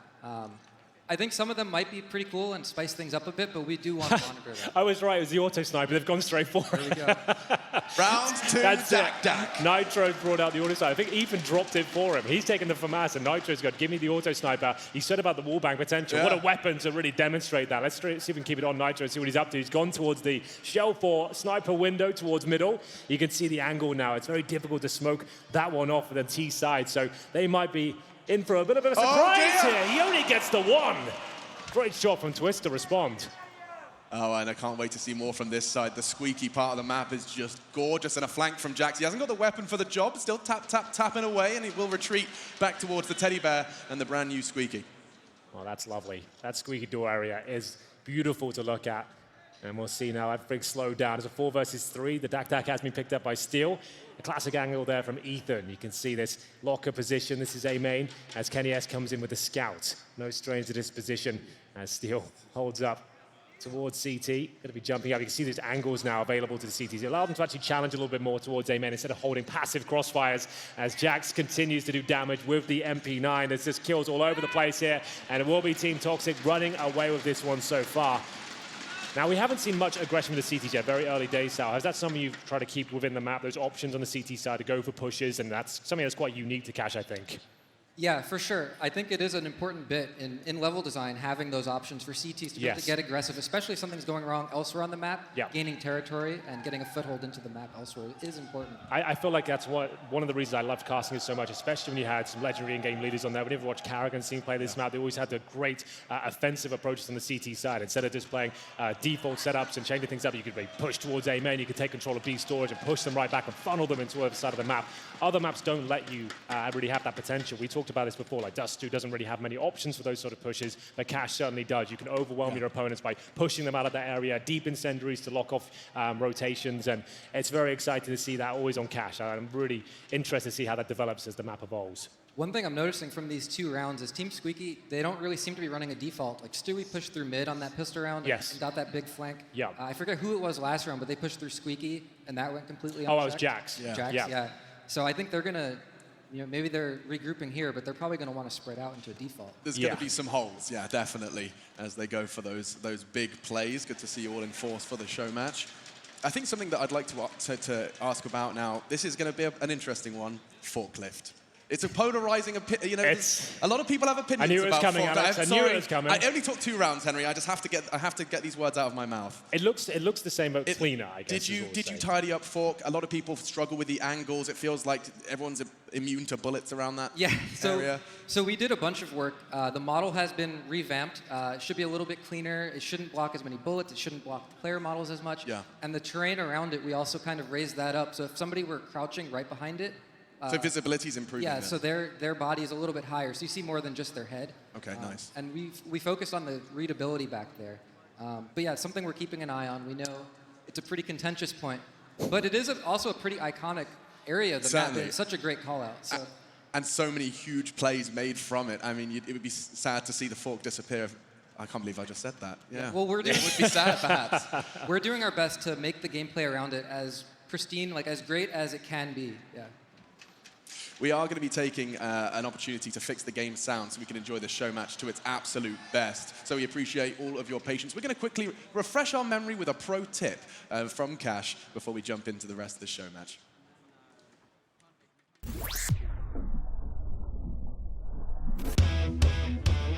Hey Future Pros, we're back and this time with the new Cash. It's been fun running around looking for new stuff, but for now let's teach you a new incendiary that you can do on this version of the map. This is an incendiary that you can throw from the truck to quad on the A side. To throw this incendiary, hop up onto the roof of this truck. Aim along the left line of the crane in line with the bottom of this transformer. Shift walk forwards and throw the incendiary immediately. If you've done everything correctly, then quad should be on fire. This was previously not possible on the old Cache, so I know you will find a use for this incendiary.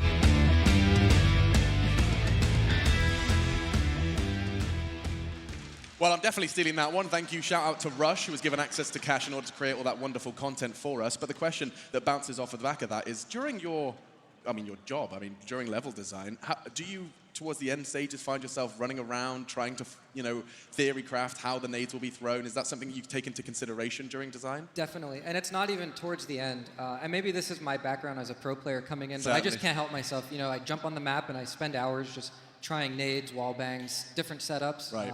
You want to kind of break your map almost. Yeah, for sure, because you want to know how it's going to play. And then with that insight, you can maybe make tweaks like, oh, it would have been cool if I could have mollied this. Right. And what sort of adjustment would it take to allow that to happen? Do you actually put intentional markings on the map to allow people to have reference points for their Great lineups? question.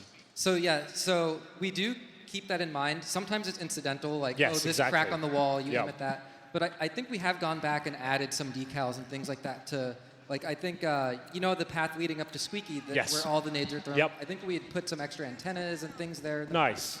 Okay, that's always cool. Because it's set pieces We're on back, Cash were quite baby. iconic. And yes, welcome back. You're just joining us. This is the first ever show match here, or first ever game played on the new version of Cash. You can see it's luscious and green. There's new opportunities, and we do see a push towards middle. The jump has been landed by Stewie this time as he makes his way down. This could be absolutely colossal. He pushes round. He's only good for one. The P250, no armor, is what takes him down. Elige is ready and waiting, and it will be a quick 4-on-4. It actually helps out the T's quite a lot now, as they've actually got an AK-47. Config in the server as well. Didn't quite go well for Optic, but it always a threat. Okay, Kenny's got the deagle and catches Jax's aggression. We talked about that mid-round aggression on Cash, always a big part of the play. Nitro boosted up, and he's got the perfect weapon for the job. Round 3 with the auto sniper. Tarek's got another one. Team Squeaky, they're making these unarmored sidearms work. Elige in trouble, though. Ethan going to be stabilizing for him. He still hasn't died, and it will conclude 3-0. Well, there we have it. That's a really nice round from Team Toxic. We did see that jump nailed by Stewie there. As you mentioned, the first jump's just as difficult, but he seemed to make very light work of it. Nice access point. One question I wanted to ask you with the T truck towards their spawn area, is that the same angle you can still boost on that look towards the white box? So it's slightly different. It's a little bit lower profile because Okay. with the addition of the new window in mid, the sightlines there are a little bit different that we had to consider. Sure. But with the boost on top of that truck, you'd still be able to get some visibility. Excellent. That was always a fun boost to come in. Speaking of fun, Stewie 2K has picked up an interesting weapon here. I think he's got the Negev out, so that's always a lot of fun to see that being brought into the mix. And there it is, the mid window there. You can see even if you smoke towards the Z halls, you still have full vision on the CT side. Lovely shot from Kenny. Bit of an iconic Cash sniper for sure as he opens things up towards Ethan. Gosh, jumping to Steel's POV, and it's just, I'm like trying to process where I am in the map. Okay, pushed up on B by Toxic, appropriate given the team name and the player. And we'll see. It was a joke. I love Josh. Let's all be friends. Come on. He says. He says, biting his tongue. Well, the smokes towards A main there. And interesting, we saw in the pre-game for this, you can actually smoke towards a mid-entrance from the B bomb side now from Checkers, correct? So there's lots of options to back up your teammates now, have less players potentially towards middle, right? Well, speaking of less players, it's going to be Stewie 2K mowing them down. It's the M249, I believe. So that's doing great work as we get into a 3 versus 2 now. It's up to Jack to try and salvage the situation, making his way through towards A main. And it will be player towards Forklift. Bomb planted in the default spot. I believe we have one player towards quad as well. He's going to have to step up here. First kill should be no problem whatsoever. Twist didn't see it coming. Tarek now AK-47 in hand, trying to take them down, but he's got problems ahead of him, but apparently not. Steel completely eviscerated by the AK there. Tarek doing God's work towards MBK. Are we still going to call it MBK, do you think? That remains? It's going to be a very hard habit to break. It's MBK. It is, isn't it? It always will be. I think it's been immortalized at this stage. Yeah. Oh, there is some little Easter eggs here I can spot. Pun's dog, Bruce. Is it really? Well, see if we can get that in for the beginning of the next round. There are some Easter eggs creeping around here. For now, it's going to be Kenny S opening things up with a boost towards middle. The M249 spray down. This second frag onto a lead. I mean, we're seeing a new meta established on Cash here, Volcano. I'm joking. But no, but that is... There it is. There's the Easter egg I was hoping for. Round of applause for Doggo. Lovely.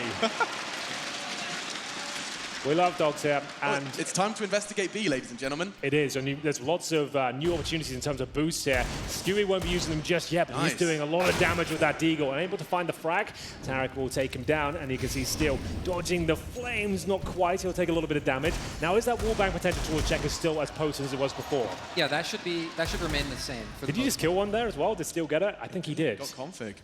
And there's more wallbangs coming in. The lineup was always a bit janky. Still has the lineup in his mind. There's the new boost there. This is the new boost. Yeah, I think this boost really shines for T's, particularly when CTs are going to be trying to read. So a post-plant situation there. So you can see Kenny S trying to join him with the fun. He might get more than he bargained for, though. They're not checking Tarek's position as he starts to mow them down. Oh, it's a lovely round there. I think that's a really interesting point. So it benefits the CTs at the start of the round, but post-plant, if T gets up there, it's a really difficult position to flush out. So what was always interesting is, like, I imagine that headshot pre-fire was just bread and butter. Get Checkers control, you're pre-firing headshot, and then you procedurally clear. Now you're going to have that that second guess of from headshot to boost as a potential to clear. Yeah, and I think it is a bit of a gamble because if you get pop flashed and you're caught up on those pipes, you know, there's not really much to do other than stick it and fight. Have a go. Yeah, interesting. But for the after plan, it wasn't something I considered when I initially looked at it, just how effective that will be.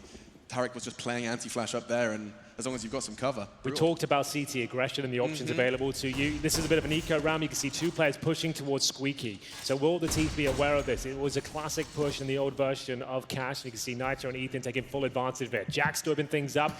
Lovely deagle shot towards Elige, but they have got mid control on the team Squeaky side. Can the CTs capitalize with this backstab coming in towards the mid warehouse? There's Nitro, ready and waiting.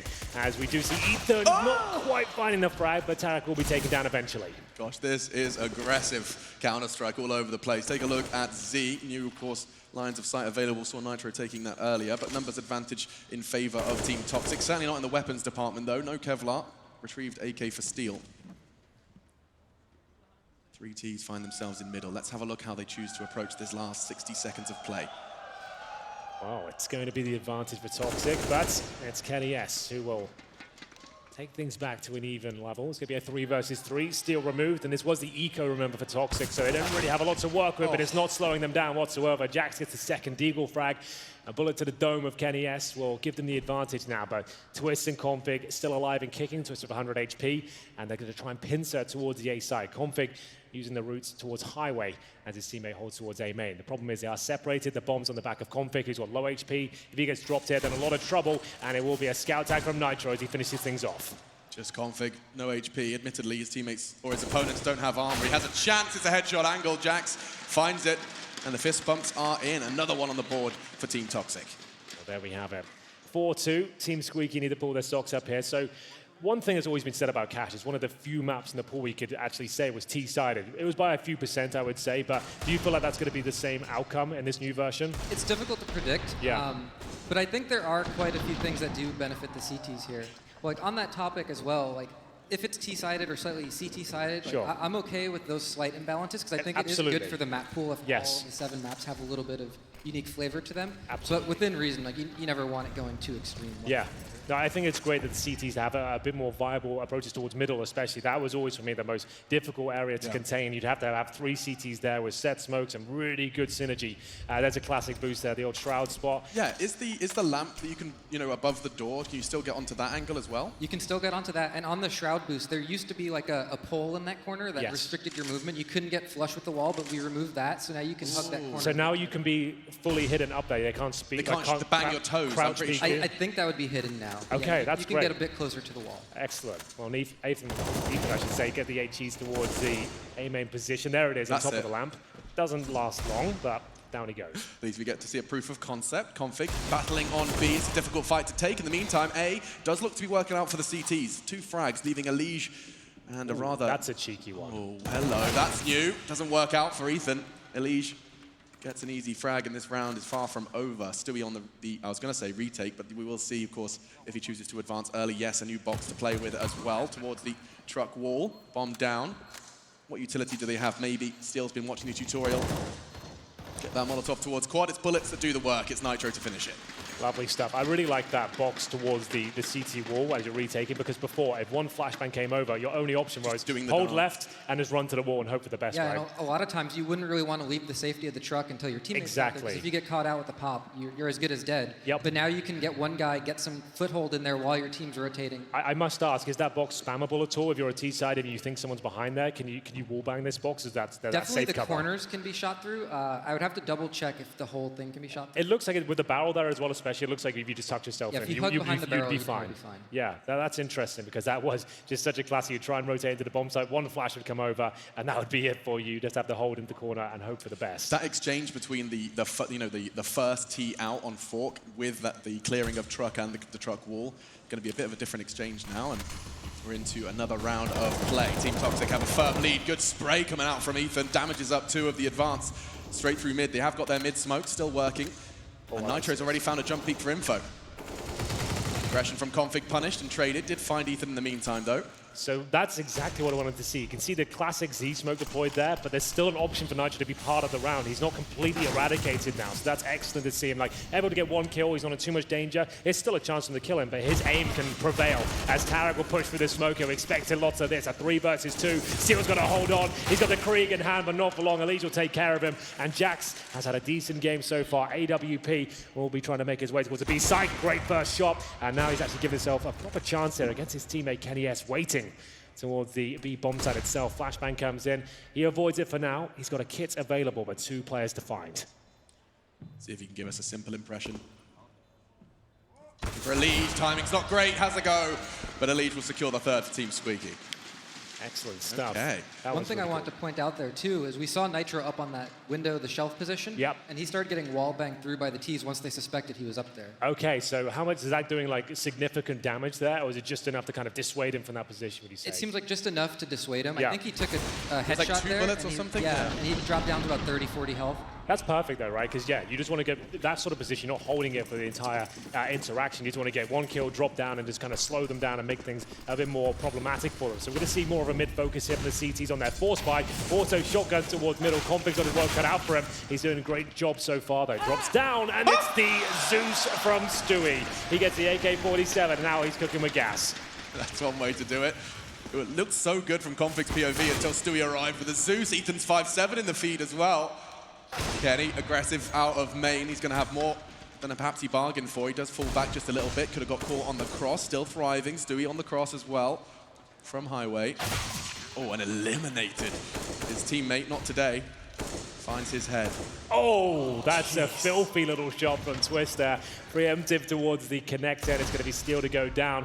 Gets a taste of the AK, and it's going to be Twist to finish things off. That's a very Twist-esque round, Alex, I have to say. It certainly is. Yeah, and one thing I wanted to call out there is we saw Stewie get that Zeus kill in mid, and he was using the new roof there to his advantage. So if you go to that aggressive spot close to the T mid boost, yeah. It used to be a pretty difficult position because you get shot in the head. Yeah, you had to be looking up, looking forwards. So now there's a little bit of cover there. That's interesting. So it was previously like a pipe, right? A very kind of thin pipe. You could still see them. So the pipe still remains, but it's now got a ledge above it. So you can actually get some decent cover. Even if you're flashed, and sure, you can still be Molotov there, but it means you can't just be completely overwhelmed as soon as you're flashed, and you're not going to have any cover whatsoever. So that's a nice little change that makes that position a bit stronger on the CT side. That's classic Molotovs being thrown towards middle. I like the fact that the same smokes, the lineups they used to know, muscle memory. I know all the smokes towards middle as well. It seems like everything is just as viable as it was before. It certainly is. I mean, you just get, the visuals may have changed, but your muscle memory certainly stands the same. Elite is a robot. No worries. He gets a quick double. You can see he's still feeling himself there at the end of the round, you know, flicking back and forth as his teammates are TKing him. That was insane. We've seen a couple of players, I think Breezy and Elige at this tournament and the couple prior. There's something to do with the Krieg and those guys and their mechanical ability. It just looks ridiculous. Sure, the first is nothing to write home about, but just look how easy that is. What? Easy for him, I should specify. Impossible for most of us. Well, there we have it. That was a great round. Fantastic work. Where's that Molly going? He's trying to Molly Z, or perhaps the new one. Well, they're trying to show mid-presence here. With all the smokes deployed, they're going to go for a fast A attack, trying to keep the presence towards that side of the map, but Jax is having none of it. Lovely work from him to get a couple of kills, and here comes the retake now. Nitro trying to deny everything before they even get close to the bomb site here. At least looks like he's in trouble. He does steal one kill away. It's frantic, it's chaotic, but Steel stepping up with the AUG, weapon don't see too much of, and now we've got a double AUG setup. Now, that was something that was very viable in the old iterations of Cash. Have you had AWPers in mind with the redesign here? Are there any more other angles apart from the mid-shelf that you can think of that the AWPs are really going to benefit from? Yeah, the other big one would be the truck at CT spawn. Okay, absolutely. That makes sense. The angle towards quad. That was definitely an Oppers type of angle that we're keeping in mind. Yeah, and one thing we discussed before this game is that the fact that, yeah, sure, those positions are available and T's can still do something about it, but it costs them more utility. It's not so much a one smoke and gain access to a bomb site situation anymore. Yeah, there used to be a bunch of one smoke executes you could do, and you can still do them, but they won't be quite as effective. Exactly. Especially if the CTs are prepared for it. And a lot of times T's would win a lot of utility engagements, so this should take a little bit more utility out of them. I was going to ask that Pronax boost towards A main. I was wondering if that was still prevalent. That looks like it's still just as viable as it used to be. So Elite going towards events. We haven't seen much action towards this area. I assume you can still boost in there from the CT side. And there's going to be Nitro holding from the quad. This was a classic setup here. Going to be a bit more passive on A, leave middle open, and just have the AWPer watching towards highway, someone watching the vents, and this enabled them to have mid control. Sometimes you had to do that. Still equally as effective, clearly. Towards B, though, Stewie's going to be tested. Orp. And 3 players hunting him down. That's the first, misses it. Config, low HP, doesn't matter when the bullets don't connect, and Stewie's in trouble. He's surely not going to get a single frag, and Tarek's along there for the trade. This is Squeaky's sight, Squeaky's round. And you can see, gosh, it is beautiful. I've never thought I'd sit here and admire some rotting wood, but that's some nice looking rotting wood for sure. I agree. Shout out to FM Pone. The B site. Iconic for Cash, really. It does look really cool in there now. The redesign, like, it looks really aesthetically pleasing. We still have the same window as well. We're not going to see too many technical executions in this particular matchup, but you can still do all the same Molotovs and smokes you were able to before. I believe the same markings are there. One thing about Cash towards its lifespan in the old iteration was the Molotov executions towards the B side were pretty fun to watch. You could have like 3 or 4 Molotov land all over the site, smokes towards heaven and CT spawn. But I like the fact now we have the boost position in the back of the B side. That won't be as effective, but still viable. You just have to eradicate some certain positions, but the CTs aren't completely done for. I'll give it 5 seconds until Astralis have a molly for that boost. Just straight from sunroom. Yeah, do you know if that's possible? Sal, to actually Molotov. That's a good question. I didn't try it, but I feel like it would be possible. I think it looks like there's enough gas. The bottle would break for sure. And it would presumably spill down towards headshot as well. So you could do both. That could be really cool if you could pull that one off. You put one quite deep so they can't run to CT, and you put one on that pipe to bleed them to the back. They have forced onto the site. It's possible, and will be interesting to see how it continues to develop. A fast peek from Kenny on B. It's a chance, and Nitro receives him. No worries. Just to ask as well, I'm sure I know. Oh, hold on. Are the spawns exactly the same? Have you adjusted spawn timings? We didn't tweak any of the spawns. Okay, well, there we go. Now we're going to see an exchange from Jax with this new hole in the wall. It makes Twist's advance up highway a whole lot more risky. You have a smoke on Z, you were free. 15 seconds bought, take your highway control. Now he's got to be a little bit more conscious as he exposes himself. Nice catch from Steel with his scavenged away Krieg, and it looks like the CTs are going to be doing a whole lot with a little here. New door. Oh. And equal stuff. It looks like a thicker door. I assume the bullet damage hasn't changed. It might be slightly less. Oh, interesting. Yeah, that would be a good one for me to double check. Yeah. Because, I mean, that was always the amount of times we've seen in professional Counter-Strikes. It was Stewie 2K who played that position. That, he would go on the T side or Squeaky door and actually somehow get kills through that door. Like fork, highway. Like headshots coming through that door. Like, it was insane what he was going to do on that position. But there's the 5-7 coming to action. Here we go, Team Toxic and Team Squeaky. Actually pretty level right now. It's 7-6 as we get to the penultimate round, 14. As Jax goes to that mid control, the classic mid smoke to block vision from the likes of Tarek as he tries to get closer and closer. And now he's going to have his work cut out for him, but it's going to be Tarek not checking the close position. And that's just him alone. Or can he have to go for the repeat? You can see him being very aware of the window, but he doesn't seem to be shaken at all. That's a lovely shot towards Jax. 1 bullet, that's all that's required. Nonsense. Stewie got the line towards main, has the support from Ethan from up high. Jump peeking for the info, everything feels the same. You can see this is all too familiar territory for Stewie as he does catch Kenny. After his early heroics with the AK-47, Twist then looking for a 1 versus 3. North American's Magician, North America's map, 1v3 here in Brooklyn. Does get the first, catches Nitro on the truck, and another Steel Court trying to piece together where the last could be. It is going to be Stewie 2K, misses the shot. Stewie up, he's getting hunted. It's Twist with a 1 versus 3. The first clutch on Cash. Yeah, that's a big one as well. That's going to sting. It ties things up at 7-7. We'll have a look at the frag charts while we're here, see who's really feeling it so far. Alige, of course, we've seen some unspeakable things from him with the Krieg. He's got 15 and 9. Tarek and Twist both with 11 frags. So they're doing a great job. And we'll see Ethan at the very top for the season. That's a new angle, isn't it? You couldn't see Truck from the from just outside main box before, like the Shroud boost? Yeah, so that APC has a bit of a slope to it on the edge. So he's catching Nitro on top of that truck. New headshot angle to start off that clutch. Now to B. Steel to be tested, honing the scout and doesn't quite connect the shot. Has a second chance, looking to escape. A flash and a smoke deployed as he does Scarpa, but he's in so much trouble. So many people looking for him already. One player does fall on the CT side. Steel soon to be added to that list, and this final round is going to be a quick one. A quick B take it is, and actually aggression. Still be ready to receive. That was his chance. Not going to be able to find the double. He shuts me right up. Jax still. He's being hunted. It's a knife battle here in Brooklyn. Kenny will sort things out and leave Stewie in a 1v3. Can he do what Twist did? Would be the ace clutch. I think it's a bit too tall of an order, and it's an 8-7-half. There we go. Hey, you talked about you wanted to see the bias. Well, couldn't be more equal than that. Well, that was a very entertaining half. It certainly had it all. Knife kills, auto snipers, clutches, and impressive frags. Hopefully more of that after this break.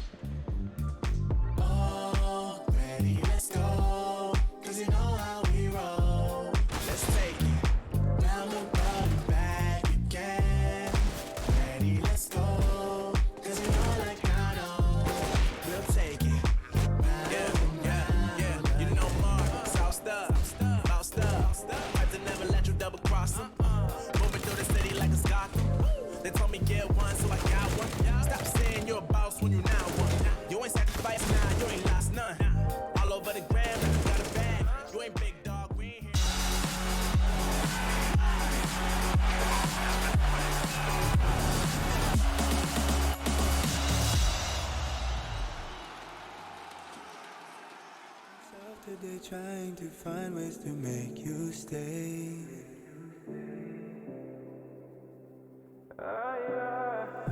Sarah, I want to go away, close my eyes, never wake up again.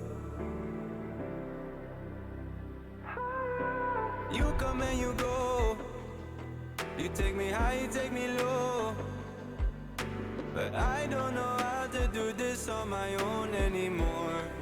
Oh no, now it's Molly for the melancholy. Cody, fill a hole inside me. Damned if I do, damned if I don't. Now it's Xannies till I know my psyche. Cocaine just to feel my heartbeat. Nothing to lose, nothing to gain. Sarah.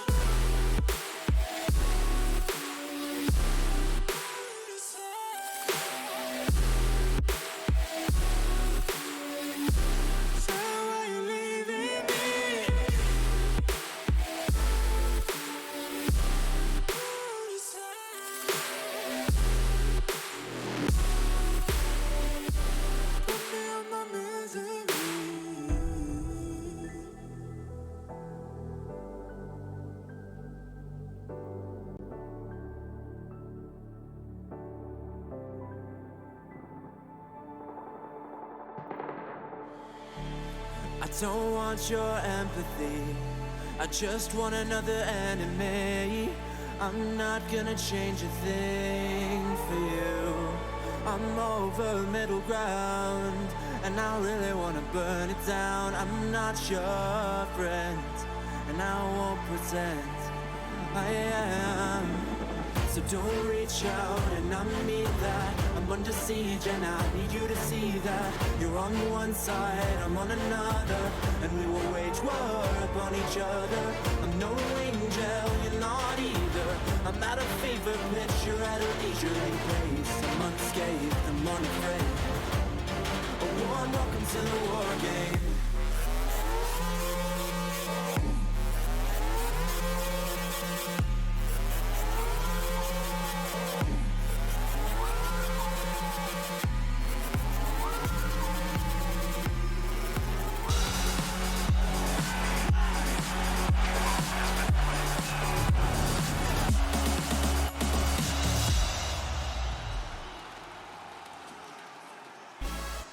Ladies and gentlemen, welcome back. A momentous occasion live from the Barclays Center, ESL One New York. A grand final to come, but the cash show match right on into the action. Star-studded rosters, Team Toxic, Team Squeaky, and New York. Good afternoon, New York. Are you with us?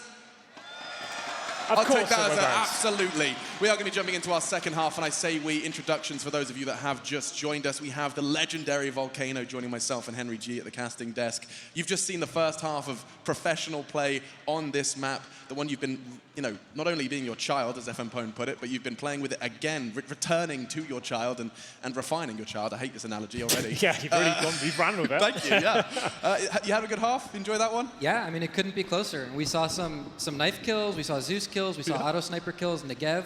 That's true. That's such a good point. The M249 and the Negev, I love to see it. And we've got two Deagles here on the T-pistol. A little bit of a boost towards middle as well. What are the CTs? And the former Team Squeaky got in store here. They're going to get config towards the vents. He was thinking about doing the strafe. Yeah, you can jump up to those rollers. Is that still possible? I assume it is up here, right? They haven't changed the spacing. That looks like it's still possible. You can boost up into those. Either way, here comes a Deagle, Stewie 2K, looking to open things up in style. Don't see too many of those these days on a T-pistol, but always very exciting to watch. As you can see, Toxic taking a very tentative approach here. They want to make sure they shut down any CT aggression at the start of the round, and they have no utilities. They're really relying on those Deagles and a bit of a ruse here towards the A site as they set up towards B. Yeah, good catch. Kenny onto Nitro, but towards B they go, and it's completely wide open. Jax is already aggressed. Catches them towards the Speedway, and now two from Vents. This is going to be an interesting exchange for Jax. He's already been eliminated, and for now, 4 versus 3. The CT's on the retake, having no trouble. Config and Kenny still fights one back, and Stewie, no armor on that Deagle, but he still finds the head. Leaves Steel all alone, doesn't even have a chance to show his POV. The CT's despite the site being taken by Toxic, have no issues on the retake. Yeah, that's interesting, considering they got the open side essentially there, got the kill towards spawn as well. They still fall apart as the retake comes in. It is going to be Squeaky getting the lead here in the second half, 9-7, and they're on the CT side now. I would say it's the more favored side in terms of when you win the knife and you still want to kind of start CT, but a lot of people would say it was always a slightly more T-sided map, but it felt more comfortable kind of organizing things and allowing your opponents to plan their attack against you. But here's the retake coming through. Kenny S, he's great in this show match so far. He's had a fantastic tournament here in New York. And we'll see the force spy coming in the second round. This is today's game. We see this almost every single time the bomb's planted and T-pistol. If you lose it, they will be buying up with rifles in the second round. Luckily, the rifles are there on the CT side as well. Elige, beautiful shot towards Ethan. And so that new window is kind of a counter position to the T-boost. Right. That's a good point, because before you didn't, it was so difficult to challenge. You could sit towards Z, but they're going to pre-fire that every time, and now you've got two angles. You can't just run up there as a T and have just pre-fire one spot. There's two angles to look at now. And I mean, I'm already envisioning the powerful crossfires. Actually taking a look at Stewie's perspective, you can jump for that info at least. But the idea of having someone, perhaps Sandbags holding that side of the box, and then having someone just holding that vent cross. I mean, there is so many opportunities to hold middle in new and refreshing ways. New box, of course, on this wall. It gives Elige a little bit of an eye line over the precipice of that smoke. 2, maybe 3 crossing in soon. 19 frags from Elige. Oh my god, he dinked another one. Nitro, just 10 HP. He still wants to push in, still aggressing all alone. One-man army, still going. Finally, silenced by Nitro. He's got more to do, though. Left alone with 10 HP, 2 to find. Admittedly, they're tagged. He's got a shot bomb down. Not even going to have an opportunity. Config ready and waiting for the swing on quad. So on top of that new box where Elige was, where he was there, it's a pretty strong spot, but you have to really be careful of A main. And so in his case, he was using the T smoke against them. Yes. But I wonder if Ts are going to adapt where they place their default smokes because of that. Just something to keep an eye on. Because the default smoke was between the box and fork, right? That kind of separator that enabled them to just sneak out main from the truck angle. Well, then it will be 10-7. They're going to be force buying again, as we've seen them go 2-0 down. There's going to be bursting up with scouts, a Krieg, Deagle, and a PC-50.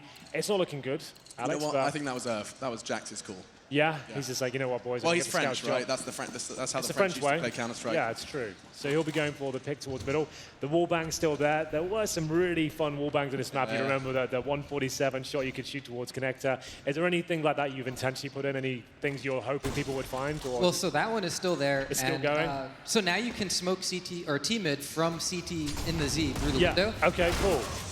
And so there's less reason to run out exactly at 149 Exactly, to throw okay, the that smoke. makes sense, right. So it's still possible to bang that, but it's not necessarily going to be happening too often. Yeah.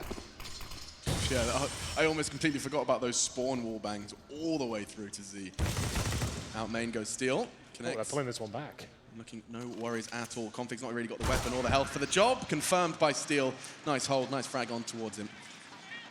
8-10 the scoreline. Double digits reached for Team Squeaky.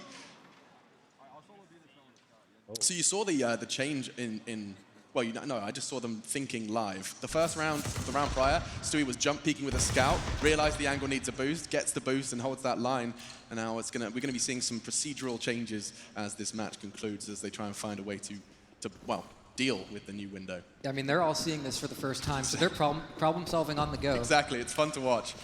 Oh, here comes the B push. The Bizon is out as well. It's Stewie 2K that can't connect the dots. He does a little bit of damage out towards Twist, who picks up the one of the useless weapons in the game, I would say. But it's got 64 bullets, but it's like BB pellets. No, it's 64 packing peanuts. Yeah, exactly. He realizes it's not looking good, but it is a nice distraction for Tarek to come in and take down Nitro. Wow. Remain, Tarek, he did something rather absurd. Double kill with his Deagle, he won't be caught. In fact, he actually wants another one. Swings back out, dealt with by Jax, and there's so many, he's dealing with it. Finally shut down by Kenny's repositioning. Doesn't connect. Ethan left in a 1v2. Oh, he had a go. Just whistles past the ear of Elige and a roar from the crowd and indeed the team. It looked like Jax was totally caught off guard by the new position there. Yeah. Yeah, he wasn't even considering it because he's got the adrenaline pumping. His muscle memory's going. He's got his first 2 frags. Before you were thinking about sandbag, Z, and white box, right? That was your kind of your 3 targets with the extra one there as well. And you can't really do too much to smoke out that CT window, right? Like it looks like the angle will be a little bit more difficult. There's no set smoke from what I can see. These guys will know for sure, but it looks like the CT will always have that angle available to them from what I can see so far. Presumably you could throw a Molotov while running into that position, just guarantee control, but it doesn't look like you can do much from the outside near From the get-go. Yeah, to actually lock that one off. Is that something that you've been checking to see how easy it is to lock down that window with utility? Yeah, so you can definitely throw a jumping Molotov from the T-boost, behind the T-boost. Yeah. And with the Molotov, you can basically smoke anything at that point. Sure, so as long as you get smoke on that flames. But that's a huge investment of utility, so at least there is a price to be paid for removing that vision. Yeah. Interesting. And just to be clear as well, all skyboxes remain the same. So the execution smokes from outside the A side towards Squeaky, they're still just as viable as they were before. So one point to mention is the building between the T side of A and the CT side. That building has been lowered. Yes. So any existing smoke should still be possible, but new ones might also be available. That's cool. Okay, that's really awesome. Well then, here's going to be Elige and Config taking the advantage here. They have got an 11-8 lead so far. It's Jax and Steel to try and pick up the pieces. They've got an AK and a Krieg. Relatively healthy, still down to 86, makes his way out the Squeaky door. Smoke down, and it looks like he'll be dropped as well. 4 versus 1. Jax has been playing very well indeed. 16 kills to his name. Coming through Z here, but he's been out-positioned and presumably taken down. Tarek doesn't make the cleanest of kills, but they all count, and it will be a solid lead now. The money should be in absolute tatters on the T side, but they're not shy of the force by Alex. I'm not even going to suggest they're going to take an eco here. Yeah, I don't think we're going to be seeing a single eco here in this show match. Team Toxic starting to dig themselves into a hole. Ethan confirming he fancies his chances with the scout. Seeing a lot of Spider-Men in the crowd. More frags from Elige. He hasn't had many poor performances here in New York. Looks like we got an op out of Kenny, so let's see how he handles these new angles. Perfect. You said you were hoping to see it. Elige, though, aggressive into main. No worries. He wants to get this done. Yeah, so that's a really powerful incendiary. If you can get that down on the CT side, it means you have full control of A main, especially that bomb down. That's going to be a very powerful spot. They're going to rotate everyone down now. They're going to smoke it, incendiary, and these wallbangs are fought. I never saw many kills in this spot, but I knew the damage was possible. I assume it's the same values in terms of that sort of spam, and it will do some damage, but not an awful lot. It might not be identical damage, but yeah, it should be very similar. Hello, Tarek. Another one added to the tally. 3 nice kills in this game to start off the return of DE Cash. Well, Stewie's got his work cut out for him. 5-on-1. Doesn't look good to say the least. You can't jump through that window. It looks like it's just a nice little letterbox of death. Yeah, and that was very intentional to not let people get through it. That's good. I feel like that would just make things a little bit awkward trying to jump through. Like, there's not really a reason to do so. I guess it would be something you could maybe have a crazy boost on the T side to go through it, but that might be too much. Can you imagine that? Just somehow triple boosting. Oh, okay, I'm going to stop. Yeah. Just sounds absurd. Well, yeah, and it would also open a sight line up from that window to the A-bomb site with somebody like hanging off of a ledge. Of course, yes, that would be too much, yeah. That'd be too much of a strong angle. Nice knife kill from Tarek, you'd like to see that. The left, right, good night.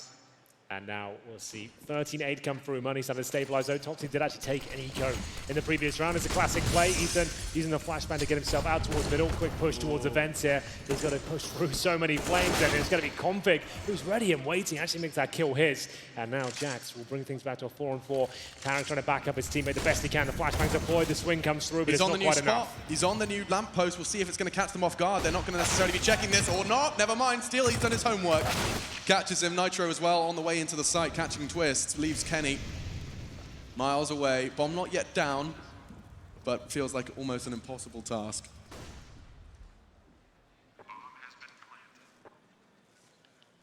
Walking from B. T-side entrance. We're going to follow his sweep. Headshot, the first to check, and bullets already been thrown in his direction. Impossible shot to hit.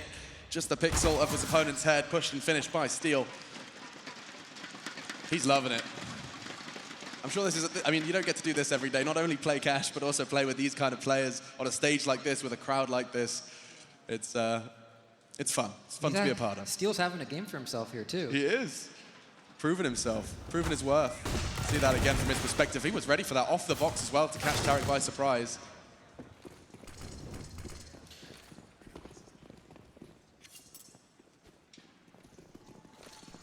So the boost being asked for. Ethan's not interested. We'll see them Twists going aggressive in middle. This was always seen as such a huge risk. Too much changing around this side of the map. Oh, I like this from Kenny. This is a bold move of the AWP to push towards Squeaky. If you can make it work, you're in a fantastic spot. He will be taking down Nitro there. Probably doesn't know what the hell has happened to him. And Twist using the incendiary just to retreat from the difficult spot he's found himself in. He's at 46 HP. Toxic still with 3 players alive, looking to find double digits here. Kenny, though, great spot. Falls back from the push he made towards Squeaky, and now is looking for the cross, and he might have to come into action here as Ethan opens things up. Kenny, great for the first frag, really awkward for the rest. He's going to have to go aggressive. He invents a brand new flashbang, didn't quite work out, and ooh, I mean, goodness, not far from lining up, but that will be around for the T's, a necessary one to keep things close. It's going to be 13 now to 10. Toxic finding themselves their double digits. Looks like maybe they're kind of getting their stride here, figuring it It out. seems that way. Yeah. Well, how many rounds have they got here on the T side? So it's currently 5-3 in favor of the CT forces. But they've got 2 rounds in a row now, and Steel top fragging, 18 kills. You're right, he is feeling himself. He's rolling back the years somewhat there. And we'll see now with the money completely ruined on the CT side. I feel like we've got a tactical timeout. Is this from the CTs? Yeah, Yes, Mike it is. unmuted. Oh. Chad Sponge Birchall going to be given his opportunity. He's a cash or cage specialist. He is. So does that hurt your ears every time you hear that? His Australian butchering of your, I'm not going to use it again, your map? You know, I thought people would mispronounce cash, but maybe not in that way. Cash? Yeah. Gross. I love it, though. A whole nation. It's endearing. Yeah, I agree. And it still makes me smile when I hear it slip out, because he's tried to change it. He's tried to call it cash, but when he's getting passionate, Cage does slip out for sure. Cachet is the one I was expecting. Cachet, yeah. Paper cachet. Well, you've helped me do loads of really terrible puns about cash, the map, and cash, the money. That was always a nice and easy one, so I appreciate that.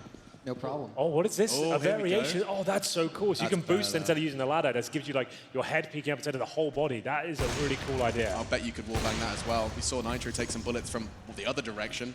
It looks like the bomb is down towards A as well. So I'm hoping to see some Kenny S action here. Well, he's got the AWP. His teammates were just Eagles. He's going to have to step up and go above and beyond as he waits towards the CT truck. Remember, you can see the angle now. The player's crossing towards quad. And that's the one we're looking for. That's the AWP angle, and that's lovely. He's going to take Ethan down and still looking for more here. Tarek will back him up. He's get a second bite of the cherry. So he crosses over and pre-firing that position. Kenny will start to reposition here. Steel, who still gets going to go down from the forklift position. 2v2k, taking a little bit of damage there, and it's going to be down to Kenny. Remember, the only player that came into this round with a real weapon. His teammates had Deagles. They took an eco, but here he comes. A classic clutch for Kenny S! Have you ever seen anything like it? That's what we wanted to see with the AWP. He dies on Old Cash. He's against the wall. There is no cover there. That's now a good he point. has it. Tarek couldn't take the shot. It's a headshot fight for Kenny. Precision, sure. But there you go. Perfect example here in the show match. Let's see it again. First catch, wouldn't be possible. Second, not possible. It's all brand new. Nitro and Stewie getting caught out, and he's feeling himself. That's a vintage Kenny S clutch. On a map like Cash as well. That's got to warm your hearts out. Yeah, that's what we wanted to see. That's exactly what you wanted to see, right? That's more than we could have expected. Oh, that could be it, because now they're 14-10 up. That was an eco, essentially. The force by and Kenny to bring the AWP out. 4 Deagles, no armor. There's 1 Deagle kill there, and a Kenny S 1 versus 3. You just love to see it. Double AWP set up now. It'll be Tarek joining in with the AWP responsibilities. I want to see this boost work out. As you can see, it's just designed to stop that fast approach towards the boost position. Tarek will be landing a shot towards Stewie, looking for match points here as he flashes in Config. Config feeling himself, wants to see if he can open things up. He wouldn't necessarily expect this push. He's done so much damage there. I mean, there you go. That is something that has changed. That's a fight he could have potentially won earlier due to the wallbang changes, or the texture changes. Material? I don't know what word. I'm not a map designer. Material changes. Yeah, Don't sell yourself short. Yeah, man. I made a Call of Duty 1 map once. Oh my goodness. Yeah. How old were you then? Like 9 years old? Yeah, me and my friend, we just put low gravity on and it was a box. Do you still have it? I'd love to play it. Sure, man. Yeah, and we made it so that the bolt action rifle fired a bazooka. We were really having a go. Let's get it on the Steam Workshop. Yeah, we'll see what I can do. Kenny, not quite going to have the same success he had in the round prior, at least not to start things off. Tagged down to 22. Steel's already out, and this does seem to be a very powerful position. Look at the angle he can adopt. Of course, vulnerable because of his scope to a fork swing, which is exactly where Elish presents himself. Deals with it on top of the sight. It's Twists. Headshot angle. Leaves Ethan and Nitro. 40 seconds. try and make this T side work. The bullets overwhelming, certainly towards Squeaky. Nitro left to his own devices. Quick start. Config caught, 30 seconds. And it's Kenny. Whew. You peak, you lose when Kenny's in the server. One thing to point out there is we saw Kenny in the highway, and there's these guardrails along each side of highway. And you can get on those to change your height, mix up a little bit. So the pre-fire is a bit... Yeah, and you can get some different angles looking over the white box towards vent from there. Oh, I see that now. Okay, I didn't notice that. So you can actually jump on those either side and just have a different So you can angle. peek middle from over the white box on that. Yeah. Ah, that's interesting. That's really cool. We'll get to see that, I'm sure, whether or not it's now or when it's available. Just a quick reminder, when will the general public have a chance to run around on Cash? So the plan is on October 10th, it'll be on the Steam website. Cool. So October 10th, you'll be able to run around and find all of the smokes that the players haven't been able to. Look at Elige. He's got, quote-unquote, the most useless weapon, but still catches Jax. Kenny and Tarek, then, looking to win this one right here, right now, up against 4. Good start. Stewie caught on his push towards fence. They're already starting to forge a path, though, towards B. Tarek a little late to this party, but he's not got the weapon for the job either. What's he going to do with this incendiary? Yeah, what's the plan? Jumps through. My goodness, he had a shot. So did Nitro. Oh, here we go again. Kenny S, 1 versus 3. Do you believe, Henry? I am always believing this guy's got the magic stick in his hands. We'll see what he can do with it. It's going to take some heroics here, and that's not a bad start at all. Still is low as well, dropping the smoke, trying to buy himself some space here. The flashbang to follow it up. He's going to push through it, I believe, but he does not fancy it right now. Going to go for a wallbang potentially as he heads towards heaven here. And now, oh, Steel's been spotted. Oh, it's happening. Oh, he's so good. Feeling himself, nearly gets it. Steel can't quite believe it, but there's a necessary round for Toxic in order to keep this game going. 11-15.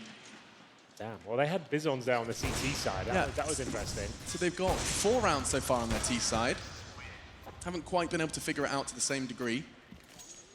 Well, they've got 4 lives left. Overtime seems to happen in every show match we play. That's true. This one doesn't seem to be any different. The Bizons are being put on the CT side, so they're really going for it. Let's 3 see how long Bizons, this one can Deagle, go. CZs. Perfect. In the early days of Go, I actually used to favor the Bison on Ecos because people didn't force buy as much. It used to be, we used to have an IRC channel called Viva la Bizon in the early days in the beta because it was such a powerful weapon. It was too strong of anything. But then they just nerfed it to oblivion and made it the worst gun in the game. So what a disparity that was. The P90 was also up there. That's right, P90 was the rifle. That was S tier. A tier was the Bizon. It was pretty crazy times. Sui 2K making light work of the Bizon users here. Team Squeaky really trying to sabotage their own finances and chances of winning the game, it seems. Yeah, nothing really for the remaining 3 to do. It's just a question of time. Perhaps Kenny can catch Ethan here on the aggress towards Squeaky. It's going to be a double push. Pays off for Kenny, gets himself a rifle. Bomb, however, on the other side of the map, and so is almost the entirety of the opponent forces. Aggression, though. Long, hard shot for Twist to hit. Does do some damage. Double tag onto Stewie. That down to 6, but they're so far away. This will be Toxic's 12. Steel ensuring it, and Kenny forced to Scarpa. Maybe a tactical timeout required on the CT side. Yeah, get their coach involved. Jordan, nothing. Gilbert, of course, behind one. Chad Sponge Birchall, the other. Their money's not looking great. Yeah, it's really not. CTs might want to take a tactical time out here and discuss, like, take a full eco. Let's calm down. This is getting out of control now. The Bizons aren't working out, surprisingly. Maybe reevaluate the strategies and overall complexion of the buys here. Yeah, maybe. I think the eco strategy... Oh, they changed things up. Convic's gone for the decoy grenade here. Eco, so I'm interested to see what he's going to do with that. Here it comes. So Powerful weapon. He's got the lineup. I imagine he's been working on that one. Yep. Okay, there so it we'll is. follow that. That's going to be a big part. Onto the corner. This is actually very interesting. We haven't seen this yet. So you can jump up there now to the boosted position by yourself. That's a really nice way to mix things up instead of being isolated in the corner. Some different variations of that angle to hold.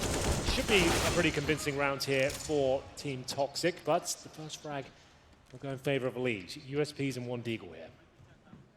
Oh, this is actually... The dink. This is going to be the most awkward way. Twist. No, He's handing out all the dinks. Not the full eco. Twist and Elige, they're on the full eco and already have found 3 between them. Leave Steel and Nitro. You said they had to eco. It turns out that was the formula.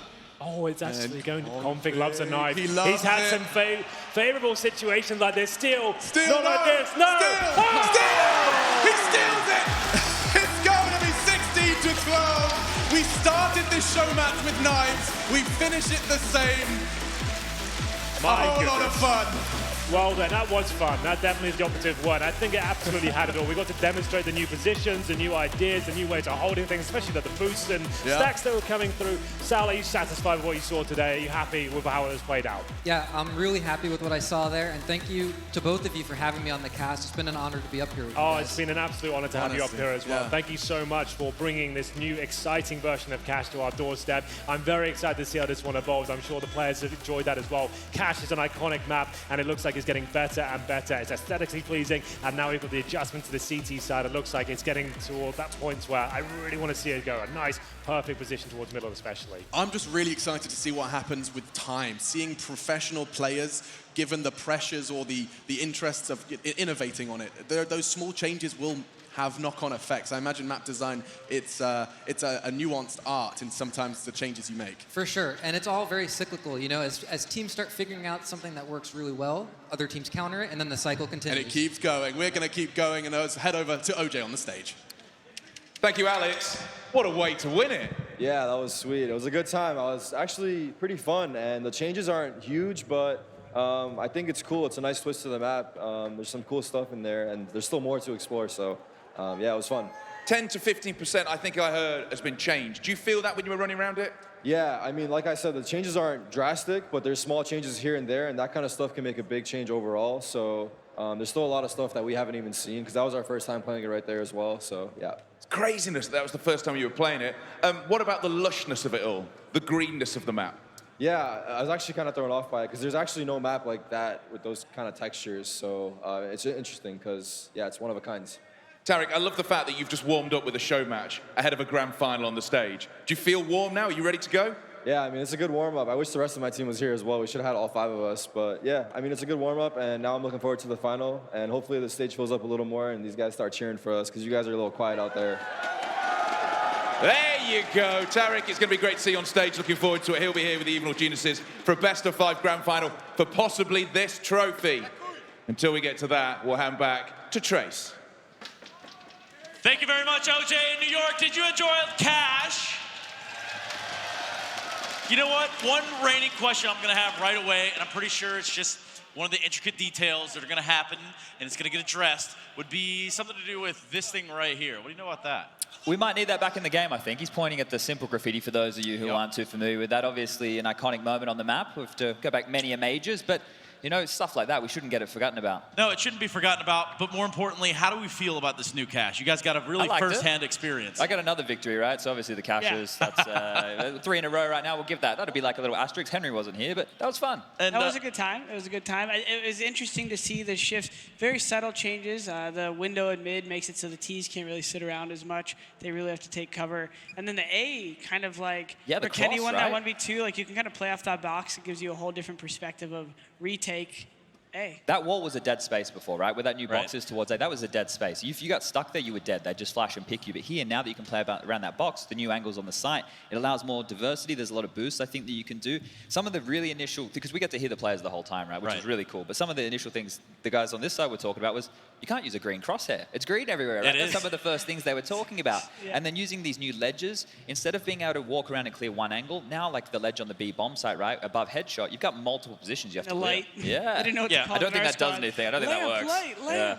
So talk to me a little bit about maybe some of the skyboxes that are now open and some of the avenues that say the CTs can smoke from, because now you can have a player at B smoking mid. That's pretty crazy, right? We saw that before Russia, obviously the pro map tester giving us those little things to look at. But that's cool, right? Because the CTs, when you would run out of your mid players, right? You had to gamble. You'd play like 3 players mid, and if you locked them down early, that's great. But you use all your utility just to get there. Now that with the window, now the fact you can smoke and have other people from other bomb sites helping you out, you can really slow down how you want to control that mid position. And I think, you know, that ladder, that's going to be very versatile. It's going to allow for a lot more. This map already had a lot of pop flash ability. It's going to have even more. You have to be on your toes a lot. So I guess in this moment, we've seen how it plays, obviously from a show match perspective, but what would you guys like to see happen further? I mean, do we feel like this is right where it needs to be for professional play?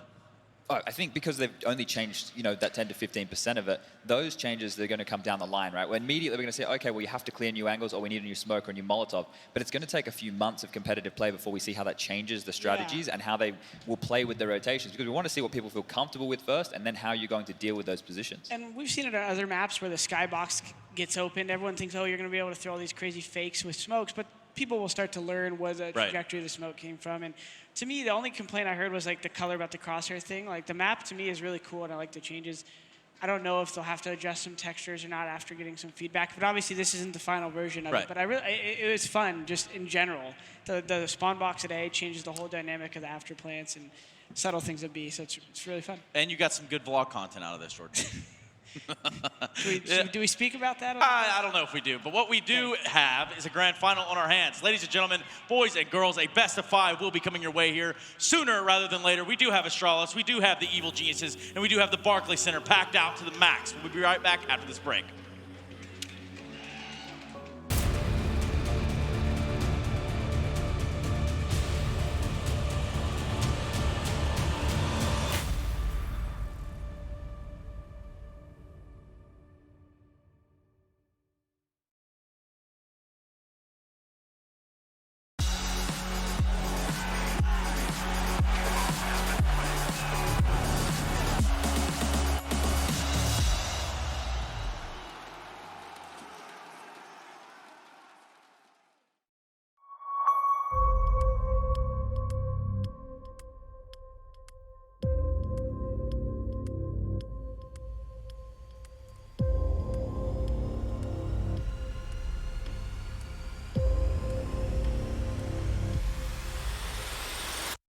Seen anything like it. What the hell was that?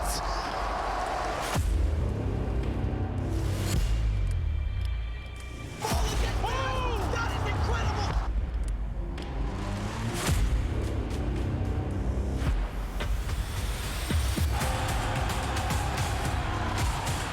And an arc! A power surge right through two! Oh, himself! He raised it! He raised it!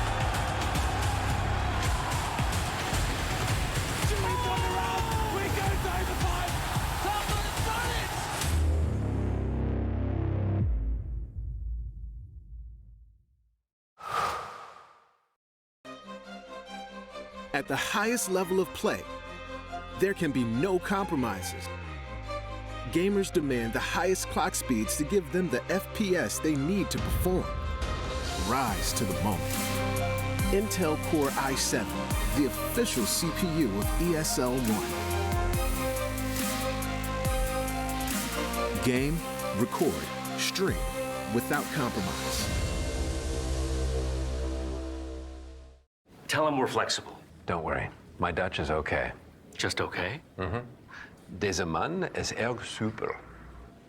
Tell him we need this merger. En hij heeft een knuffel nodig. Knuffel? It's happening. Just okay is not okay, especially when it comes to your network. AT&T is America's best wireless network according to America's biggest test. Now with 5G Evolution, the first step to 5G. More for your thing. That's our thing. This is game fuel. It's domination in a can.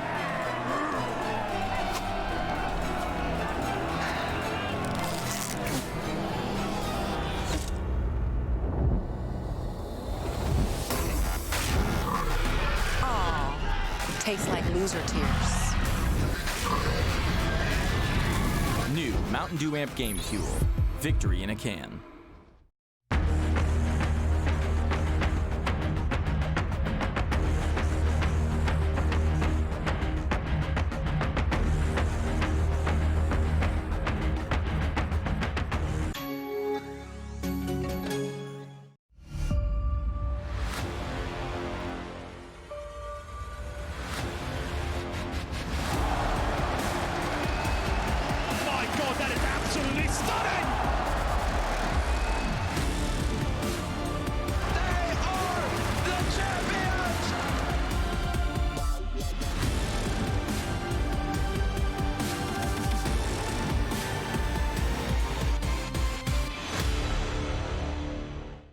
My name is Jordan Gilbert, aka Nothing. Hi, my name is Sue Lee. My handle is Smix. I think it's important for these initiatives to happen. Empathy really, really goes a long way, and it always means so much to us, and I think that's where initiatives like this really help. I encourage everyone in the community, anytime they see bullying, anytime they see someone getting called names, I encourage you to step up and say something. Good luck, have fun. Good luck, have fun.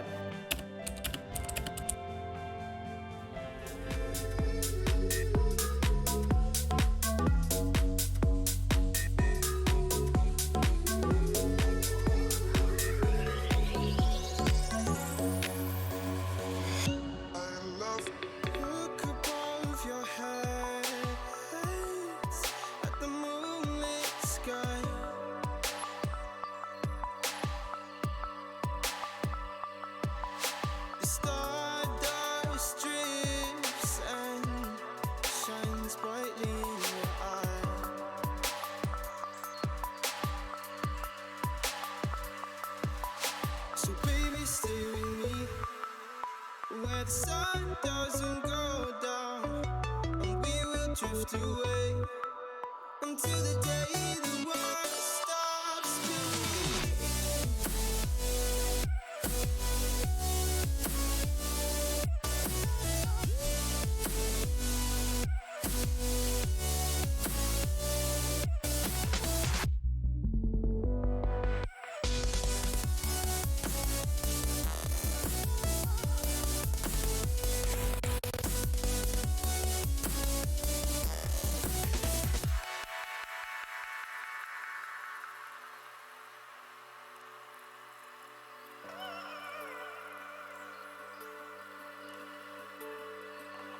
Oh, baby.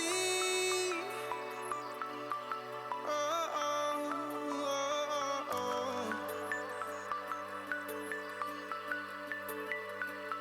oh, oh, oh, yeah, yeah.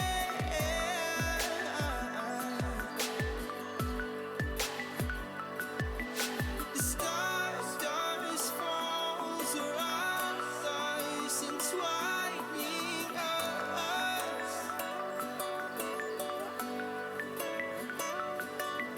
So baby, stay with me where the sun doesn't go down, and we will drift away until the day the world stops spinning, spinning, spinning, until the day the world stops spinning.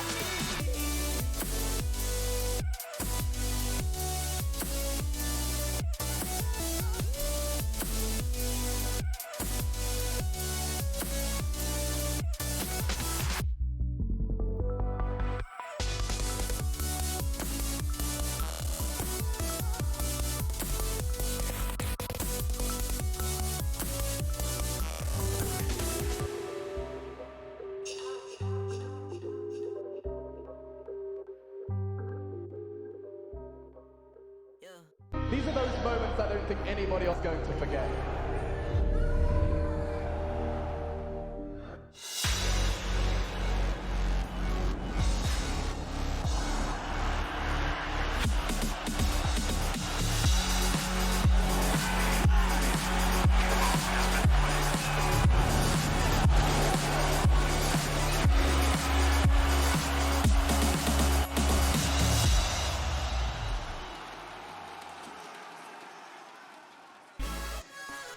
Welcome back, New York. It's time for ESL One. That's right, a grand final amongst us. A best of 5 right here between Astralis and the Evil Geniuses. It's been a battle all week long, and now we're finally going to get to see those results in real time and determine who is the champion here at ESL One New York 2019, powered by Intel. Right now, let's run it back from yesterday.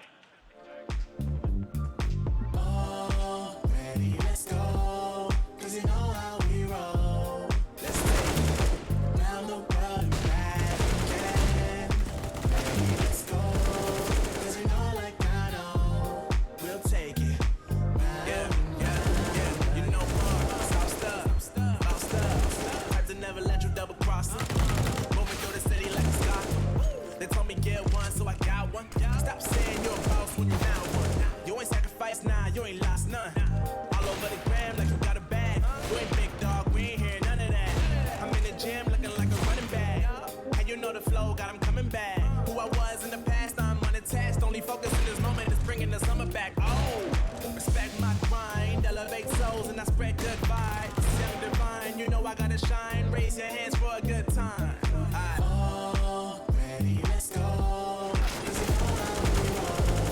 Let's take it around the world and back again.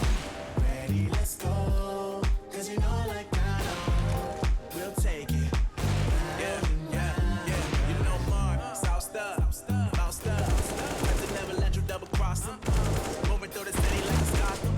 They told me get one, so I got one. Stop saying you're a boss when you're now one. You ain't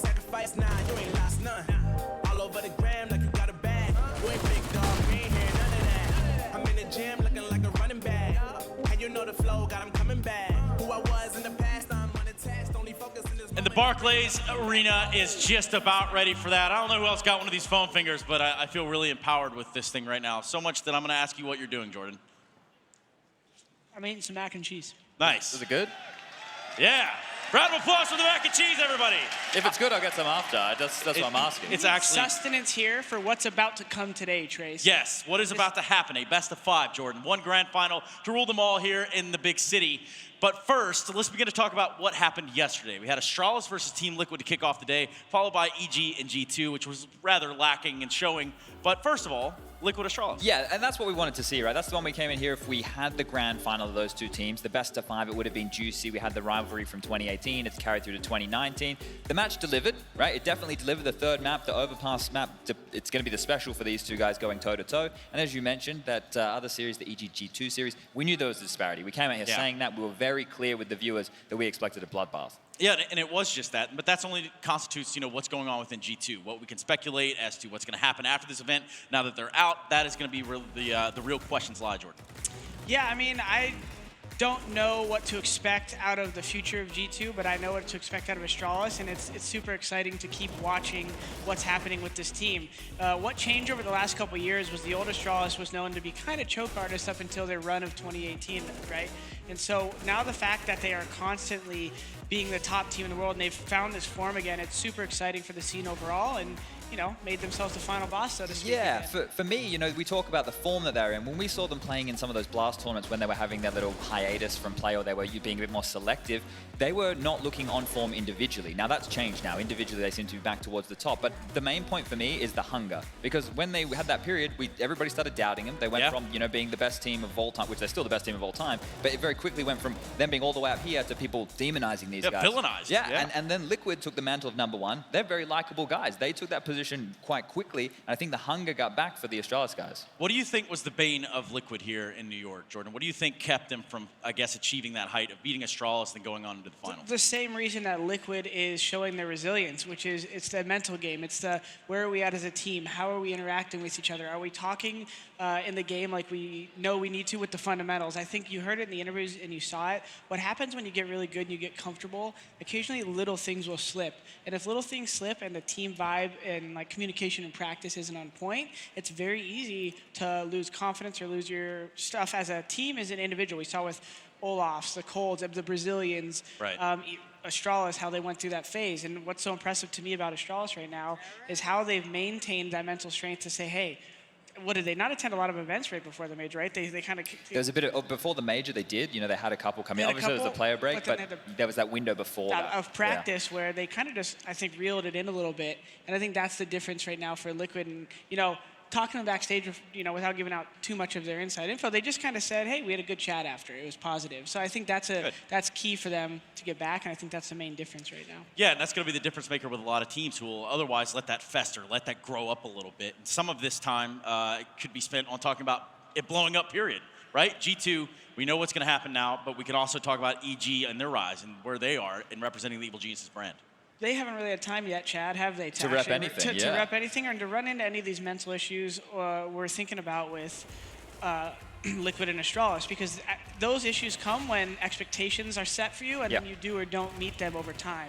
EG hasn't really had any expectations and they're exceeding whatever we might have had. I think for all three of these teams right now, I would consider them all to be the top 3 teams in the world. I think that would be pretty clear considering other roster changes, other teams not necessarily performing to how we would expect. They've all had a core that's been built and then made roster changes that are personnel upgrades, right? You look at all 3 of them, that blueprint. Okay, you can just look at Astralis. Okay, Carrigan went, they brought in Glaive. He's more of a fragging in-game leader. You can say the same thing for Daps with EG. They brought in Stan. You can look at all, they've brought in strategic pieces that maybe from the outset, stat-wise, or maybe the player coming in, it doesn't look like it's going to be the best, but really what they bring to the team, like we talk about Tarek, like we talk about Stewie, they lift the team as a whole, and I think we're seeing that right now with EG because, hey, another grand final, and they've beaten Astralis several times this year in group stages, but they can't get it done. Oh, here as well. Yeah, exactly. it's happened here. But they can't get it done on the big stages. So that's the mental hurdle for these guys. Yeah, I mean, expectations versus, what they set for themselves is going to be a lot of the question around this team. They've already come out here. They've already shown an absolute bloodbath in terms of, hey, we're the new Evil Geniuses, and we're here to stay. Undefeated, mate. Yeah, undefeated is the EG banner. But now can they do it in a big best of 5 grand final. Everything kind of changes around the best of 5. That's the problem, right? This is a marathon and not a sprint. We say that every time, you know, it's very cliche, but that's true. I was talking with Alicia and stuff backstage, and I was like, you know, when you have these best of 5s, after that third map, there's a little bit of an extended break because we normally do, but they're shoveling down food, they're trying to get energy back. We had that best of 5 at Katowice with Fnatic and FaZe. It went for like 7 hours. These things go for a long time. What's unique about this matchup, though, for me, is that normally when teams play Astralis, you talk about all the mental game and how they play all the maps, but EG beats them in group stage on Inferno, and then also had a, what was it, like 16-6 FaZe on Vertigo, which is the other map that like Astralis has kind of been the clear favorite on lately. So it could get interesting going to these maps that even though EG is a little less, quite a bit less experienced in these situations, they actually have a pretty deep comfort in the map pool. Yeah, and that's something that we're going to have to wait for a test of time, right? Because only time will tell if EG can find that rhythm and find that comfort right now against that of Astralis. One man that has found himself very comfortable here in the Barclays Arena, right next to all of you, would be Mr. Sadicus. What do you got down for us down there, Matt? Thank you, Stunning. Yeah, comfort indeed. I've been down here for about 10 minutes. We're having a good time. I gotta say, you are the most clutch person that I know, Stunna. But 2 clutch people that I've found that are enjoying the event so far in the Barclays Center are Gavin and Addison. Now, you guys traveled here for this event. Where'd you come from? I'm from upstate New York, and Addie's from Indiana, so. Right on, Indiana. And you guys know each other how? We met in Counter-Strike. So, yeah. That's the best way to meet. I love it. I got friends you guys are all my friends from Counter-Strike. It's pretty sweet. Now, this is your first esports event, and you get to see a North American team in the final. How cool is that? It's pretty cool. It'd be cool to have a North American team finally beat Astralis and get him out of here. So. He's not wrong. He's not wrong. How have you enjoyed the event so far? Honestly, I've loved it. Like, I totally understand why people watch sports now, because this is amazing. It is pretty amazing, and I think it's been a ton of fun in the Barclays Center. We've had so much fanfare. We've had so much enjoyment. I love that you guys are enjoying your first event. You met through CS. Super cool, but first and foremost, I have been a little let down by you, Barclays Center. There is one chant that I have not heard enough. It's got 3 letters in it. It's got a team on the stage. Come on, what's that chant? You know it. USA. USA. USA. USA, USA. I think we got EG fans out here. Astralis might have trouble. With that, we've got to go to a break because when we come back, this grand final gets underway. Can EG start their career in CSGO undefeated? We will find out.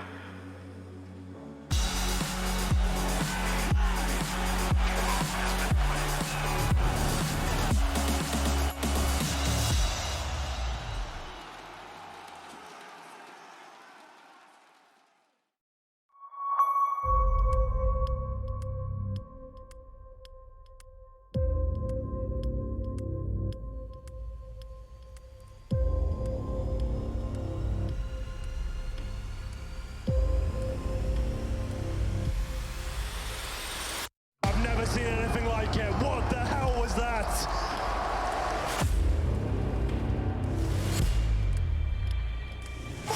Oh, that is incredible!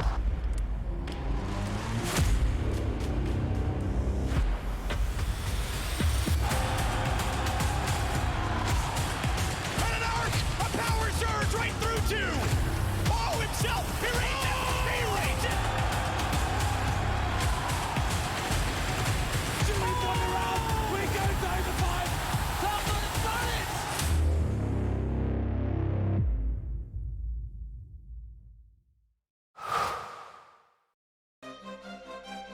At the highest level of play, there can be no compromises. Gamers demand the highest clock speeds to give them the FPS they need to perform. Rise to the moment. Intel Core i7, the official CPU of ESL One. Game, record, stream without compromise. Tell them we're flexible. Don't worry. My Dutch is okay. Just okay? Mm-hmm. Deze man is erg super. Tell him we need this merger. En hij heeft een knuffel nodig. Knuffel? It's happening. Just okay is not okay, especially when it comes to your network. AT&T is America's best wireless network according to America's biggest test. Now with 5G evolution, the first step to 5G. More for your thing. That's our thing. This It's game fuel. It's domination in a can.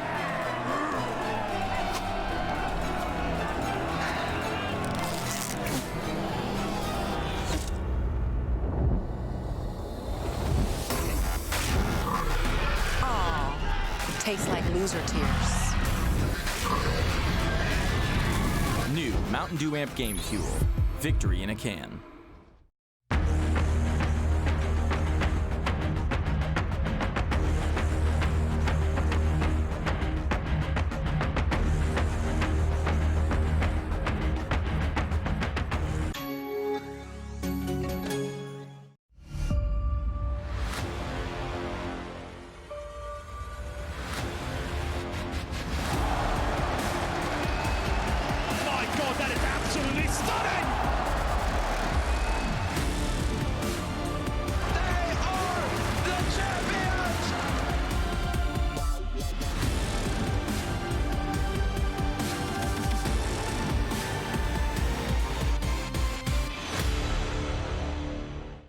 My name is Jordan Gilbert, aka Nothing. Hi, my name is Sue Lee. My handle is Smix. I think it's important for these initiatives to happen. Empathy really, really goes a long way, and it always means so much to us, and I think that's where initiatives like this really help. I encourage everyone in the community, anytime they see bullying, anytime they see someone getting called names, I encourage you to step up and say something. Good luck, have fun. Good luck, have fun.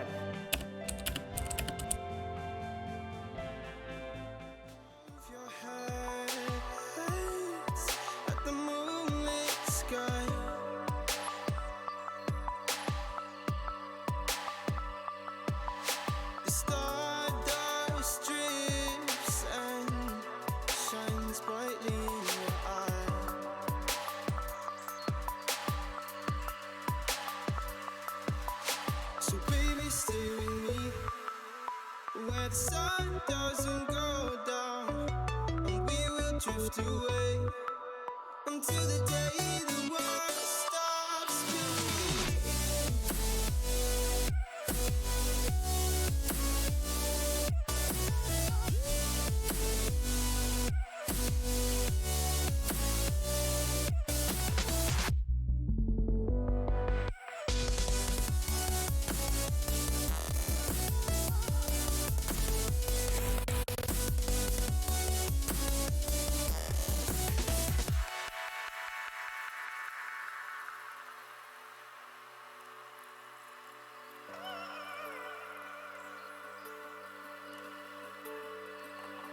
Oh, baby. Oh, oh, oh, oh.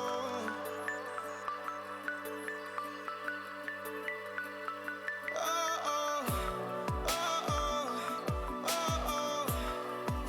Yeah, yeah.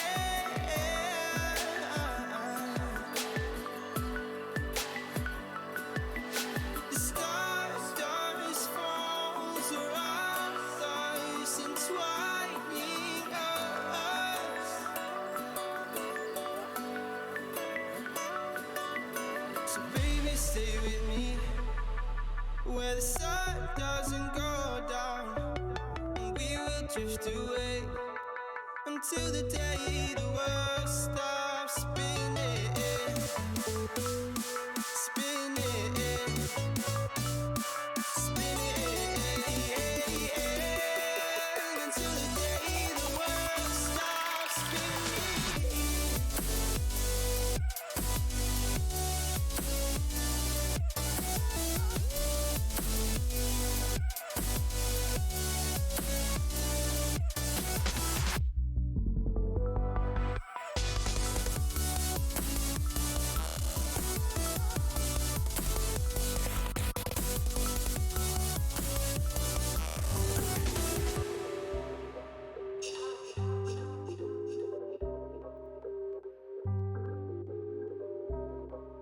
Yeah.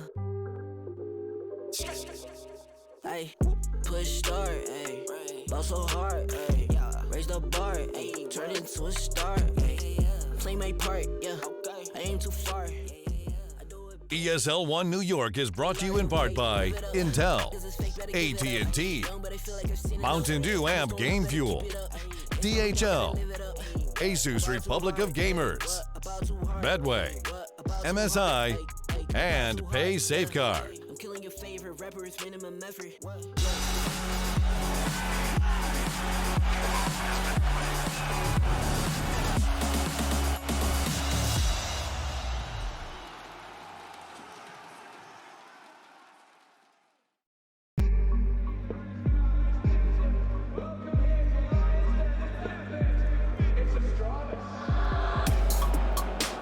I'm really amazed. It was a great semi-final, and I think both teams played really good CS. We played better today, so we got into the final, and that's a great feeling. It's always amazing playing in arenas, and that's the reason why we play Counter-Strike.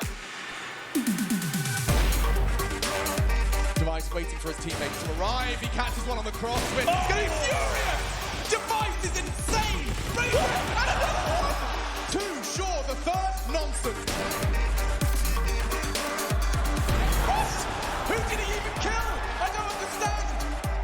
EG is an amazing team. I think they're starting to cement that they're one of the best teams in the world right now, and they beat us in the group stage, so it's going to be a very difficult game.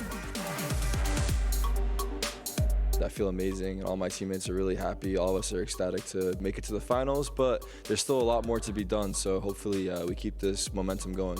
They've always been known for just having really good chemistry between each other, especially since they've played together for so many years.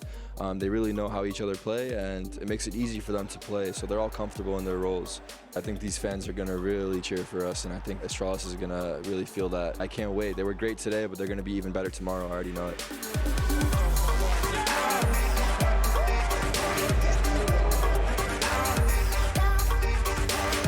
Just looking forward to finally play them in a final. It's going to be a fun final no matter what, but it's going to be difficult. We're going to bring a lot of hype. We're going to bring a lot of hype and a lot of confidence, and hopefully they're ready for that, because we're going to come out swinging, and if they're not ready for it, they're going to get hit.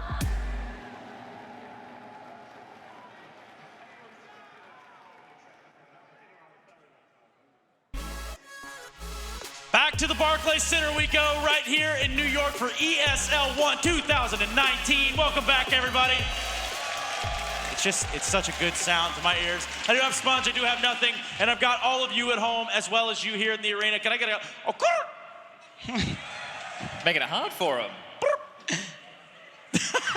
Okay, all right. Let's keep it rolling though. Because honestly, Astralis EG, this is the timeline that we've set up. We've set up brackets, we've set up everything that we need to. Yeah. But we cannot deny the fact that the powerhouse is Astralis. It's the Astralis in playoffs as well, right? We had the major, we were talking about all the stats, the fact that they, don't lose any maps in the major playoffs. But then you come in here, they're looking pretty good again, aren't they? They lost in the group stage to EG. That's a little bit of a hiccup. But that meant they didn't have to play Liquid.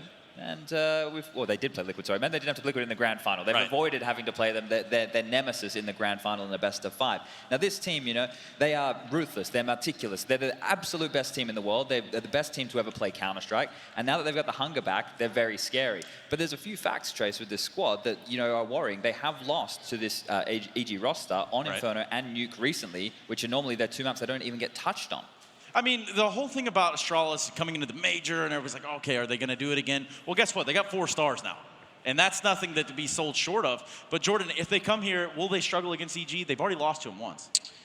I wouldn't know if struggle is the word, because I think they're super ready for this situation. I think everything they do over at the Astralis camp is meant to prepare them for situations like this. But like Chad said, I think it's interesting that Evil Geniuses looked so comfortable versus them on Inferno. And then, of course, a map like D2, we've seen Astralis go back and forth in the results, and that's a good one for EG. Astralis, what are they? Mirage? Mirage will be gone, so we know that was... So we know that's gone. So really, and then Vertigo, they had the 16-14 versus Optic, and then Liquid struggle seemed a little bit unique to them, not knowing how to take A, but Evil Geniuses didn't have that problem when they played Vertigo, albeit versus FaZe. So the struggle I think that Astralis is going to have is just to make sure that they don't get caught playing too overconfident, because EG's fundamentals, and then not to mention, I think it's Cirque and Breze are the top 2 rated players at this event. They're ready to punish you. Yeah, that's a map pool discussion that's pretty interesting, right? Like that's one there that we only know that there's 2 bans in a best of 5, but one of the curious points here is if you're if you're EG and you play all 7, you get to choose what you're feeling the weakest on right now, or a map that you feel you might get exploited on. So that's really cool as we see how the series pans out, Trace. Yeah, I mean, just looking at a map like Overpass, for example, we get to see just such utility dominance right there from the Astralis side. We get to see them show up in full force, swarm, and really push the fight to the enemy. Are they going to have that same sort of freedom coming into any map here against EG? I think the tough thing on a map like Overpass playing against Astralis, I think they will have the freedom. I think EG's got away maybe with playing a little bit loose on a map like Overpass. What we saw yesterday versus Astralis, what they're so good at is they're so good at draining the utility of their opponent before they do the simple things. And I think if EG's not aware of that, there's a chance they could get caught slipping on a map like Overpass for sure. I think another point here, if you're just looking at individuals, we're getting some fantastic highlights on the screen here of how we got to this point. But Device, he was relatively quiet in that series yesterday, and they still got across the line, right? And he owned up to it in the interview. He simply says, hey, you know, kind of appreciate getting carried. But that's one of the things with Counter-Strike, right? Even if you're the star player and maybe you're not putting in the normal contributions in terms of frags, you need to be contributing elsewhere, and that's what these players at all these levels do. So sure, Device, we know he can be one of the best players in the world, but he doesn't have to come in here putting the numbers up. Whereas if you look at the other side of things for EG, I need to see Breeze, you know, getting numbers. I need to see Cirque going hyper-aggressive with AWP. They seem to be like win conditions where I don't need to do the same for Astralis at the moment, because in playoffs, they're going to be much calmer. They're going to be much more relaxed. It's their home turf of playoffs. It's not their home turf in terms of country, in terms of the crowd, but in terms of the environment itself, being up on that stage and knowing the mental steps. They're 1, 2, 3. They're 4 steps ahead, I'd say, Trace. 4 steps, 4 maybe stars. 4 stars ahead. You know, right then and there, it's all pretty simply put that, yes, Astralis are going to be the favorites coming into this one. Evil Geniuses, though, I think you're touching on a pretty good point there. And Jordan, perhaps you feel the same way about the Breezes and the Ethans showing up and being those players for this Evil Geniuses lineup that are almost pivot players that need to be here for them to succeed. Yeah, I think, you know, depending on the map, those guys are obviously the big guns no matter what. But I think depending on the map, players like Tarek have really helped this squad, because where they used to have, you know, Breze and like Ethan, I don't know how to say it, Breeze. They are very good players, but they're not necessarily like huge playmakers. They're just strong gunmen, right? Especially with the SG in hand. So I think someone like Tarek, if they start running into these issues where they're not getting anything out of Astralis in terms of picks, that's where Tarek as the addition is going to be a big factor. For sure. I think he's going to need to pull them out of a couple of holes that they find themselves in if they mentally collapse, because he's been there. He knows what it's like being up on that stage. Just some interesting facts here that we're talking about, right? These teams, we go back to Pro League, Daps was still on the team when they played. Right. But in the group stage, they won 2-1. They were able to get the victory, right? They've been beating Astralis in the group stages. But when we had the major, for example, in the group stage, they won that Train game, that 31-28 overtime game on Train. It was an absolute banger. Then they had that Nuke game, the 16-4 victory, which is fantastic news. But then once they got to the playoffs, they picked Train again. It, you know, was a close match, a closer-ish affair, and then they lost Overpass. And when you look at that, that's a playoff game, and it wasn't the same team who we saw play them in groups, right? It feels like a different roster once they make it to the stage. That has to be pointed out. I would say the only difference from that to now, which we've talked about a lot, is Stan. They've added Stan, and I think when you have a little bit more confidence across the board, Daps was a great in-game leader, but Stan has seemed to bring them a new level of confidence from an individual skill perspective and how they all play. So I wonder if that'll be a factor in the playoffs. Well, there's going to be a whole conversation to be had about, you know, what Daps brought to the table here for the Evil Geniuses, and perhaps what Stanislaw is still using from the Daps era of the Evil Geniuses. But for now, I've got 2 minutes on the clock. We're going to go to a quick break, and when we come back, we're going to start jumping the vetoes and all the fun stuff to get this grand finals underway here in the Barclays Arena.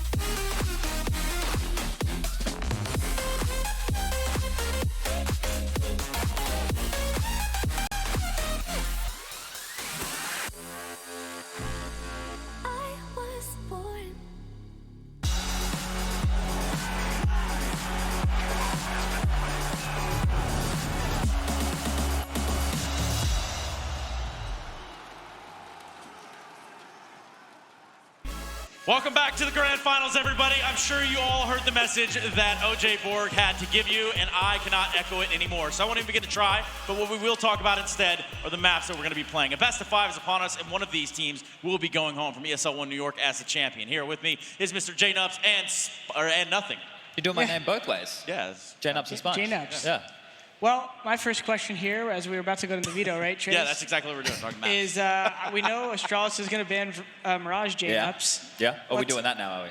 What's EG going to ban? Well, this is why I was talking about Overpass before, right? Because it was a map that they lost on, it was a map that Astralis were happy to pick into them, and it's one that they just turned that B bomb site into an A map. We've seen Liquid struggle with it, we know it is a problem, and with that in mind, if I'm EG, I'm getting rid of that. They've already beaten them on Inferno, they've already beaten them on Nuke quite handedly. Now, there are 2 maps that we know Astralis can bounce back from, but those are maps that, if you're EG, you have a confidence level, and you haven't lost on that recently, so in your mind going into this, which could just be a momentum fest, you're already in the right place. True, that's a great point. I think I agree, and I think overall, the other 5 maps are going to be a great show for all of us to watch. What's that all about? Mirage is out, Overpass is out, and now we get down to the order. How important is the order of this veto? Look, I would say, like, if Nuke comes out early, okay, it's going to be Inferno. It is Inferno and Nuke probably interchangeable right now for Astralis. This is where if you can get Inferno in your EG, you're looking hot to win the series, right? You've got some buffer down the road. We know you can win Train. You've done it before. This is a real opportunity. Now, Dust 2 is the second one. That seems to be a map they lean to time again. We can see Cirque getting aggressive with the AWP. You've got Breeze anchoring long, a confident pick, and something Astralis have had some woes on, right? It's a map that nobody seems to be the best in the world on. It's up and down for everybody. This is going to be tough. I think I've noticed Astralis has comfort starting T-side in these kind of series. So they get their map, and T-side, I think, is fine for them to start on Inferno. Going into Dust 2, if they have a good win on Inferno and they play with confidence, that could be a scary 2-0 start, but I do think I'm confident with EG overall. And, of course, we see Vertigo last, Chad. The problem with that is EG picking Nuke over Vertigo. I know they beat them 16-4, right? I keep saying that until the cows come home because it used to be Astralis' best map. They get CT. True, and as well, there's no confidence in Vertigo if you're going to float it through that last map, right? If you knew that you had practice on it and you had seen what they'd done and you had a couple of pocket strats that you could pull out or you had something that you thought was confident, you're going into Nuke as that 4th map. If you're unable to get across the line there and you lose that one and you have to go into Vertigo, then that's where I see Astralis just snatching it and taking it home. And Jordan, for all intents and purposes, the meaning of a one-off win, the one-off win that can happen from a time and time again, say a map that you usually ban or you don't usually play, you don't find comfort on. Talk to me about how that goes down, because I've seen it happen before. Once upon a time, you beat up on Fnatic on Mirage, probably didn't even mean to, but it used to be a permaban. Well, in this case, we're talking about EG's strengths, and I do think they have a good chance to win a majority of these maps. But the problem with Astralis is even the ones that they seem to be weak on, like Dust 2, and even though EG got the win on Inferno before, I think the start of the series, first in playoffs, Astralis is going to come out fearless on that T side of Inferno. So I don't think any type of gimmicks are going to be a big factor here. I think it's going to be more down to our EG going to be able to just play the game they should on the maps they have been playing better on. I think if they go down and lose 2-0 right away and lose Dust 2, it's going to be hard for them to get back. And the full reverse sweep is kind of off the table. It's pretty much impossible at this point. We haven't seen anybody do it in ever, I'm pretty sure. Like in best of 5, right? In the best of 3s, we call it a reverse sweep, but it's not. You get your pick, their pick, and then the third map's the decider. But for me, we spoke about it before, and I really want to drive this point home. If we take the stage out of the equation, if we put these guys backstage, they weren't playing, well, they could still be playing for the trophy, but they're not doing it in front of this crowd. We take that away from this entire situation. This is a game that can go all 5 maps. It's a brawl. Everybody's confident. They're getting stuck in. However, my biggest issue is EG getting over this hurdle of being able to beat Astralis in the playoffs. Now, they've only versed them once. That was over at the Starlighter Major, that they played them in the group and then within the playoffs, and they got beaten pretty handedly. So this is something that they need to learn and grow from very quickly because the Major wasn't that long ago. They've only had a small development window to see what they can change mentally. And I mean, this could be the start of the toppling of what is Astralis from the EG side of things, rather than we've always been battling with this liquid Astralis sort of back and forth, give and take, but EG's here to stay from the looks of it, Jordan. Which is why I think they needed to come into this match embracing this pressure, loving the pressure. I hope no one's backstage like worried about, are we going to live up? That should be out of their minds. I think they should come in pretty fearless. They've already exceeded a lot of our expectations. And I think the key for them is to really embrace every aspect of every emotion from this final so that they can digest it and have a great year moving forward. Yeah, the last thing we want is deja vu from 2018. We don't want it to just be EG taking Liquid's place, and then we have EG versus Astralis in every single grand final. They're 3-0 stomps, and the crowd leaves pretty disappointed, and everyone's like, Counter-Strike's boring, even though it's not. We just have someone dominating everyone. We don't want that. We want it to be competitive. I want this to go all 5. Yeah, I mean, it really could go all 5. It could be a couple extra bonus rounds. We don't really know. That could be on the cards. Right now, we do have Astralis, we do have the Evil Geniuses, and we have 5 maps in front of us. Inferno being the first, Dust 2, Train, Nuke, and then Vertigo would be the decider. Should we have to go to all 5, Jordan? Yeah, I'm hoping we do. It's Inferno first. I was hoping Inferno would be later in it. You know, that's kind of iconic to me in these BO5s or any final match series. So either way, I'm looking forward to this first map. I'm hoping you guys pay attention with me too. I'm curious to see the aggressiveness and the confidence Astralis comes out with on the T side. I think you're going to see it right away. I think you're going to see them potentially come out with a big T half right here. So last time around when they faced each other, it was 15-13 in favor of EG in opening kills in a 16-12 game, right? We also had the clutches go in the favor of EG. So with those things in mind, those are like the pivot, those are the tiny little details, because a 16-12 game, that's what it comes down to. It usually comes down to those little details. Could be a 16-9 the other way without those clutches. Exactly, right? So you have to keep those things in mind. This could be a very close one. Some of the factors you have to consider, Astralis won the T-side of pistol, then lost the force by. So those are rounds now that we expect to happen. That's kind of what Counter-Strike is like right now. But if you want to keep it clean and have it in the direction that Jordan's talking about, you can't be losing those rounds. Here's the numbers from ESL One New York 2019 thus far. And one thing I want to point out is the fact that Astralis, while they are the powerhouse, they are the dominant force, they can't be beaten. And I think that also needs to be said. Been bleeding more lately than they have ever before, right? Because in 2018, it felt like they were untouchable. Sure, they lost to North at that Stockholm event. Yeah, whatever. No one remembers that one. What we do focus on, what we do remember, is the fact that when we come into this year, they won another major. Actually, they won both of them. And then they had that period of time in between the 2 majors where a lot of negative press got to them. You know, a lot of negativity was being put in their direction. With the hunger that they bounced back with, that's great, but it's still not the same level. Everybody's caught up a little bit. Everyone is a little bit closer to Astralis than they were last year. Like the disparity between the top level teams is kind of closing in a little bit, Jordan? Everything from the utility usage to the tempo and the how Astralis would switch things up has now been studied, has now been researched, and I think a lot of teams mimicked them, obviously, but at the point we're at now, they're still innovating and they're still bringing new stuff to the table in much smaller fashion, which is why we're seeing these closer games, but it's still a blast to watch Astralis and what they've done for the scene overall. Yeah, overall they've had to elevate everyone around them just to keep up with them, which is what we're going to do right now. We're going to keep up with the times and start to talk about a grand final. Let's get amped up in here. Let's get charged up a little bit, and let's get this best of 5 grand final underway for ESL One New York 2019.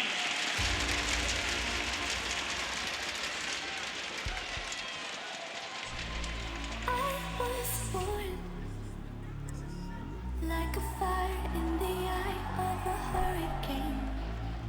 Always told, stay in line, be alright, better play it safe. I walk a different path, nothing can hold me back. I've passed the point of no return, something is calling me. It's in the air that I breathe. Bring me back to life again. Dancing with my fear, burning with desire. We gon' take it to the edge and come alive. Go to hell and back just to feel the fire. We gon' turn up in this place and come alive.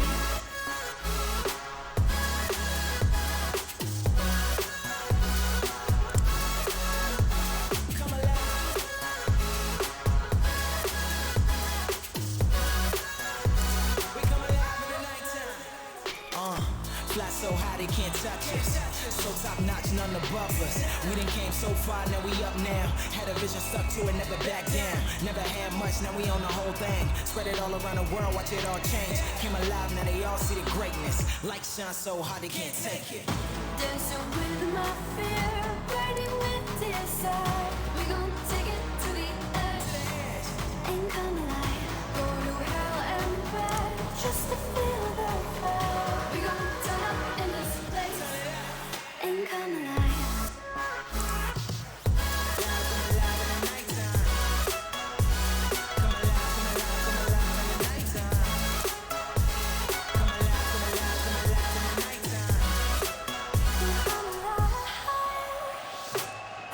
How's the best looking crowd in all of esports feeling this afternoon? Oh yes, ESL One from New York. Championship Sunday. Do you know what I do on days like this? I wake up, I put my pants on, and I get ready for 5 maps on the world's best video game. How's everyone feeling on the right-hand side? The left-hand side? What about you guys down here? Oh, do you know what? There is no place on the planet I would rather be right now than right here in the Barclays Center. Maybe a beach in Hawaii, but I'd still be sat in the shade ready to watch this because we have got 2 teams ready to go head-to-head to enter the lion's den and go at each other for your pleasure. Who's winning? Who? Oh, okay. In one team, legitimately the best on the planet right now. The other team, they have a hometown boy, and they look like they are not going to stop until they are #1. And both of those teams playing off for this trophy and the ability to call themselves the champions of ESL One New York. So then, every person in here, in fact, if you're watching at home right now, let's welcome into this arena, it's Astralis!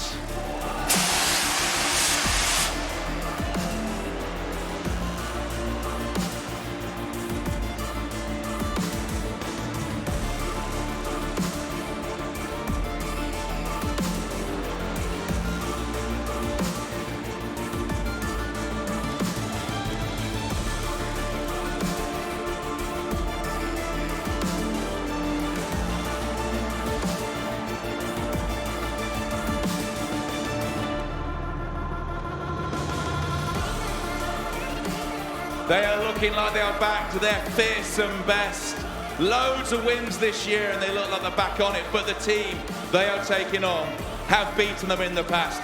They've beaten them at this tournament, but can they do it on the biggest stage around? On this stage here in North America, please welcome into the Barclays Center, it's the Evil Geniuses!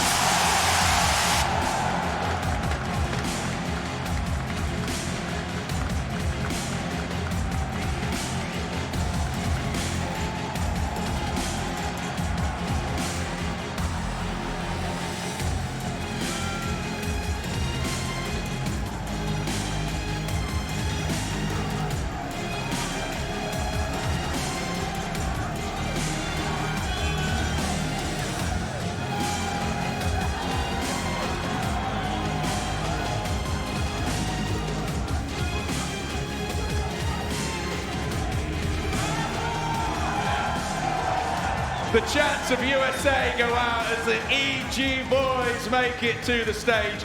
This is the trophy that they are playing for. 5 maps. It is the New York 2019 ESL One Grand Finals. New York, are we ready? I said New York. Are we ready? I said New York. Are we ready? Let's get it on, baby!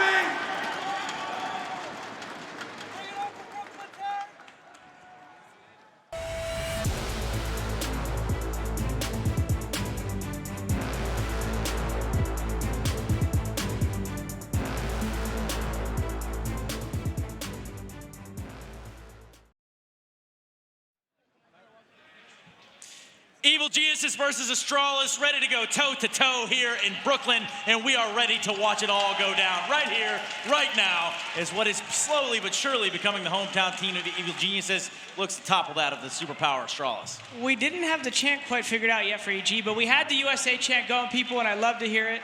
Let's keep that up throughout this match. I'm super excited to see what we have from our new representatives here. Let's hear what they've got. Let's hear what Brooklyn has to offer. Stop that. Jordan, did you have any other ideas? This is going to work for now, I think. You know, It's going to have to. We'll work on it, guys. Keep it up. Let's go. You guys are on fire out there, the gals too. And speaking of fire, we're going to Inferno first.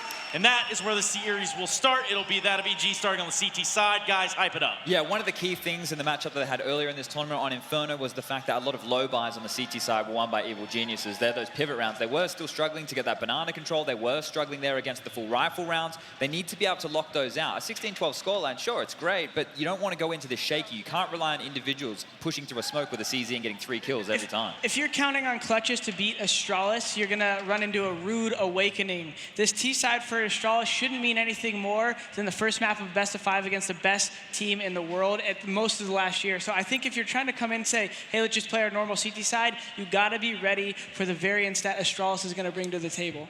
Yeah, I mean, Astralis, no stranger to being here in the finals, much less in New York. They're no strangers to being the upper-handed here. You know, they're the guys that you want to beat. And if EG can topple them now, that's going to be a statement. Well, this is like the next book, right? So Astralis, they wrote it last year. They said, this is Counter-Strike. Here, everybody have the blueprint. Now we're going to see what they can do. Can they continue to push? Can they continue to press and change that bar that we all look towards? Because that's the highest standard of Counter-Strike. Astralis are playing it. Everybody else is still trying to catch up. Now, what EG have done in a small amount of time and with these very smart roster changes is make these star players who were the youngsters, they were the quiet kids, come out of their shells with some very smart additions. This is where those individuals, Stan and Tarek, need to do the lion's share of the work in helping everybody else stay on course. Which is what we've talked about yesterday. We talked about the leadership within this Evil Geniuses lineup. Now talk to me a little bit about it today in terms of a grand final, a best of 5. Is that going to cave? I mean, I got to play with Stan a little bit, and one of his strengths, I think, is that he likes to be consistent in the way he approaches games, whether it's online or in a big match like this. So I think one good thing about that addition is the consistency they bring to a match like this. Now, whether or not they let that affect them when the pressure gets to them, like I said, Astralis is a team who's not going to just let you play your game. So how EG and Stanislaw reacts once they get the wrench thrown into their gears is going to be the key factor here. Yeah, speaking of factors, there's one man right there on your screen and another one in Device and Cirque. Now, an op battle we haven't really touched on just yet. How do we feel like this one's going to fold out? Look, I think that Cirque has had a lot of confidence in the way that he's been approaching the map now, or all these maps. He's just been able to go for picks whenever he feels it. I was actually going to bring something up all the way back from 2016, Trace. You have to close your eyes. You have to go back to the E-League Grand Final where, well, guess what? It was Tarek and it was Stan.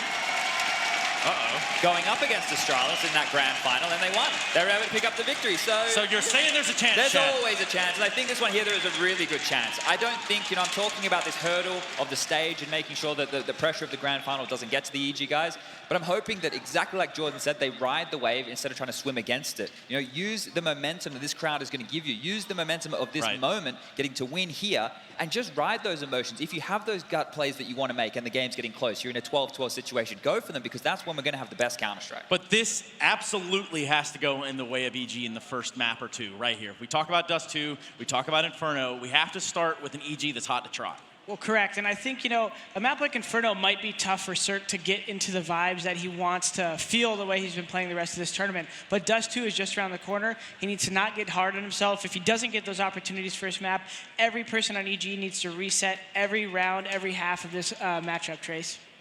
That's exactly right, Jordan. And I kind of look over to you, Sponge, in this moment to kind of look at the latter half of what this best of 5 could bring. Yeah, that's where we start to run into real trouble, right? Once we're looking at the nukes and the vertigos of the world, that's when the upper hand goes straight towards Astralis. It just gets completely taken away from EG. We know that they are happy to float vertigo. They did it in the other series that they played earlier in the tournament. So maybe they have some surprises there. Nuke, I touched on it before. They beat them 16-4 on that also in recent history. So those are good signs. At least it's going to be in their mind that they can win. But look, Astralis on these maps, they define the way it is played. So they're starting where, it was defined by Astralis on Inferno with the banana utility. Then when we get to Nuke as map number 4, then it gets scary because also they had some innovations last time I saw them play it. They were looking a little bit different. If you wanted to look at how you're going to manage rotations and map control on Nuke, you pretty much watched an Astralis demo and how Glaive moved around. And that's another thing that's so scary about Astralis' lineup. Stanislaw is a great player as an in-game leader. He's kind of a lurker. Glaive it brings me back to almost like the old Pronax style of old Fnatic where he's kind of random and hard to read. He's the guy who you're not really relying on from the team, but in these big matches ends up making massive plays. Yeah, I think that's a good point. Jacob always brings it up on the desk. He's all right, we'll get the clap going. You know what's happening? I've seen this once or twice before. Yeah, there we go, Brooklyn! Give it to me, baby! All right. Hate to cut you off, Chad, but it's almost time to get down to business. Inferno, I need to know which way it's going from you two. I think Astralis is going to take the first map. I have a feeling the same is going to happen, but I look forward to a good one, Trace. And it is always good to say the Evil Genius' name in the server, especially in a grand final, especially in a best of 5, and especially on map 1. Ladies and gentlemen, make some noise. It's time to get this underway with Henry G and the Machine. That's right, ladies and gentlemen. I hope you're ready for this one. It's a good old-fashioned Brooklyn brawl.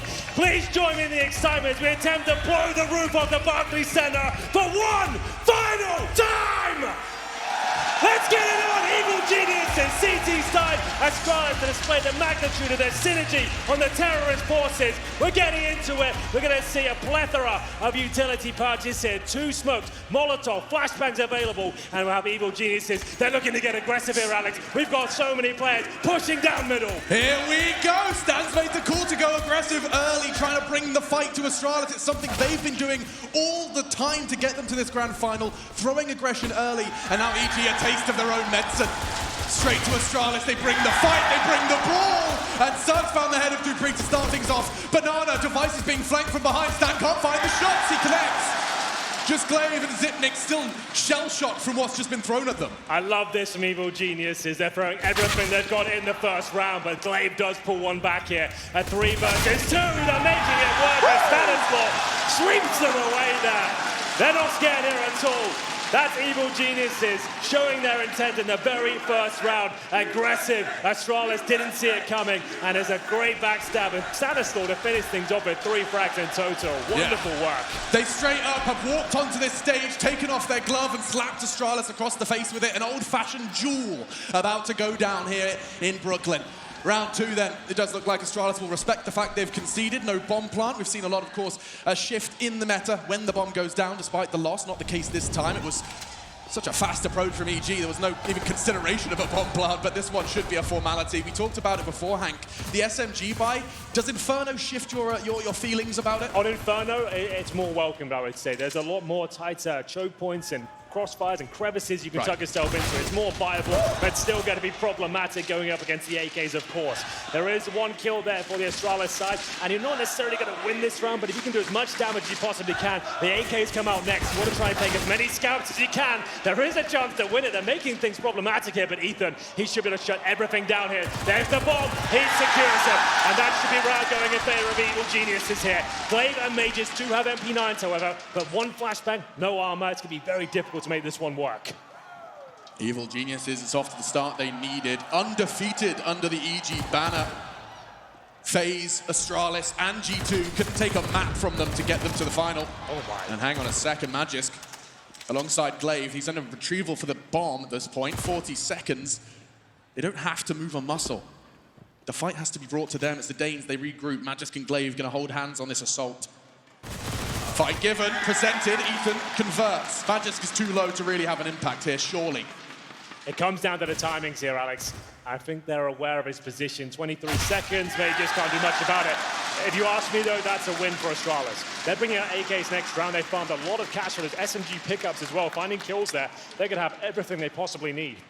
Evil Genius is not going to be the case at all. They had 5 SMGs there, and they're going to have to do what they can to even have a substantial amount of firepower. Famus is MP9s, but there is the AWP that's given to Cirque. He's going to have to go absolutely massive here. He needs an opening pick. They're going to have to try and make that work at the very start of the round, just to show their intent. As we enter into it, Astralis will have 2 Kriegs, 3 AK-47s, smokes are deployed at the start of the round here, and aggression from the CT side, trying to make these SMGs work. Who will get first blood? It's going to be Device. But a quick trade from Ethan.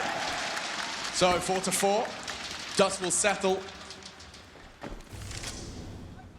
Magisk, he took a boatload of damage as well. He's going to be operating with just 9 HP. Trying to make the best of his utility. He certainly won't be the first one in. They start to flash and regain banana control, and no resistance presented by the Evil Geniuses just yet. Methodical approach. It's what you can expect from Astralis throughout this T side. There is so much beauty in the way they will maneuver around this map. Poke, prod, look like they're committing. Regardless of the time, even 20, 15 seconds, we'll see them change their mind with the read coming out from Glaive and the players themselves.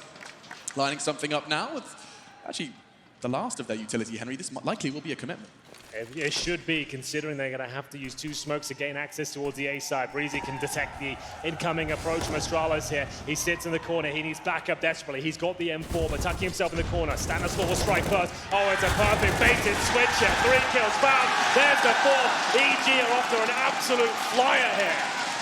That is fantastic. Astralis didn't even get the bomb down. They had that huge advantage in terms of the firepower going into that one. Sure, Cirque had the AWP, but he didn't have to use it there. That was the FAMAS and the M4 and a great crossfire. I love that communication. They're checking the pit there. Stanislaw does enough to take all the aggro away from the pit, and as soon as he does, he tucks himself in, and Breezy with a big spray down. I mean, both of those players shot players in the back. That's just a well-executed crossfire. Perfect. That is 101 Counter-Strike.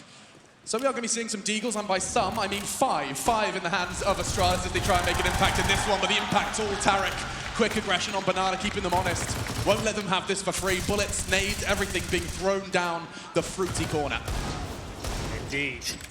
This is going to be a parched by Astralis. He Device and Dupree with armor. Glade's got absolutely nothing now. Cirque makes light work of him with the AWP. 5 versus 3. Device and Zipex have been tagged up substantially here. And Cirque, he has been an absolute beast this tournament as he continues to apply pressure here. It's a clean sweep by the looks of things for Evil Geniuses. Device, Desert Eagle in towards the T-steps, and Ethan looking to farm some cash here. They are looking deadly right now on the CT side. Something stood out to me.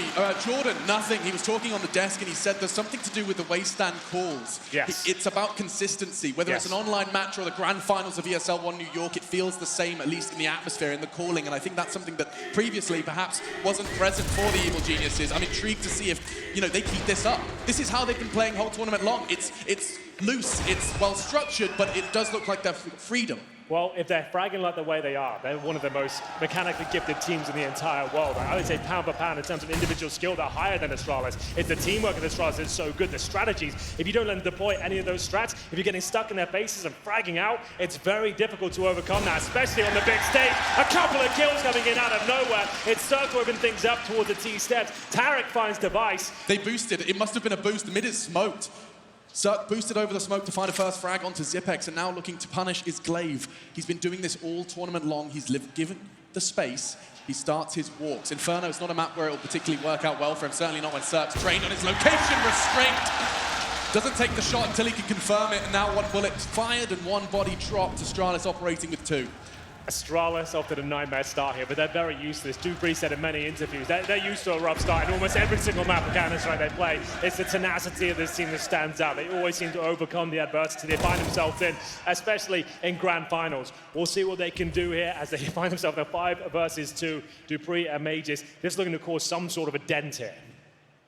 It's the Evil Geniuses versus the Danish Masterminds, and at the moment, it does seem like Genius works out wonderfully. 5-0. Yet to see Astralis off the start. Clean sweep as well. Not a single player going down there. The money's going to start swelling out of control. It's the first tactical timeout now for the Danes, and much needed, I would say. They haven't really got close to picking a round up yet. So boosted on towards the pallets there. Cirque finding that first kill, repositions to more defensive spot, patrolling towards the arch side. Glaive going for a peek. He had to try and do something there, and down he goes. The money sat at about $3,400. They're a maximum loss bonus at this stage. Without any plans really happening, though, there hasn't been any sort of clutch scenario. There hasn't been an opportunity to win out a round. Really. You just keep on checking every single position with aggression and pure proficiency with the aim as well. They're bringing an AK and a Krieg into this 6th round on their CT side. Those weapons, if you can keep hold of them, are going to really start to hurt. Absolutely. Putting it in Breezy's hands, Stan's got his signature Krieg as well, a weapon he's very comfortable with, and up against them it will be an intriguing buy, something that, Henry, you've seen a lot from Astralis. It's nades and pistols. Absolutely. You've got Dupree on your side, considered one of the best Desert Eagle users in the world. They can always be very, very scary with this particular weapon, but that's if Evil Geniuses give them a chance. Now, after the tactical timeout, you know some adjustments coming. This is where you probably want to throttle things a little bit. You want to kind of slow things down, and we'll see if that's the case. I don't see any crazy aggression here from EG, so just maybe detecting the fact that Astralis will hold up in a more defensive formation. It's going to be a much quieter start here. We've got 5 Deagles, armor as well, a partial buy, looking to get the bomb down if possible. Certainly capable of winning these sort of rounds, but the way EG have presented themselves right now, it looks like they're absolutely fine. In terms of the AWP position, that's going to be towards Library, so that's held by itself. No problem there whatsoever. The bomb's all the way back in T-spawn, so I don't think we'll be seeing anything in terms of full commitment in the next 30 seconds or so. Hoping Evil Geniuses step a toe out of line.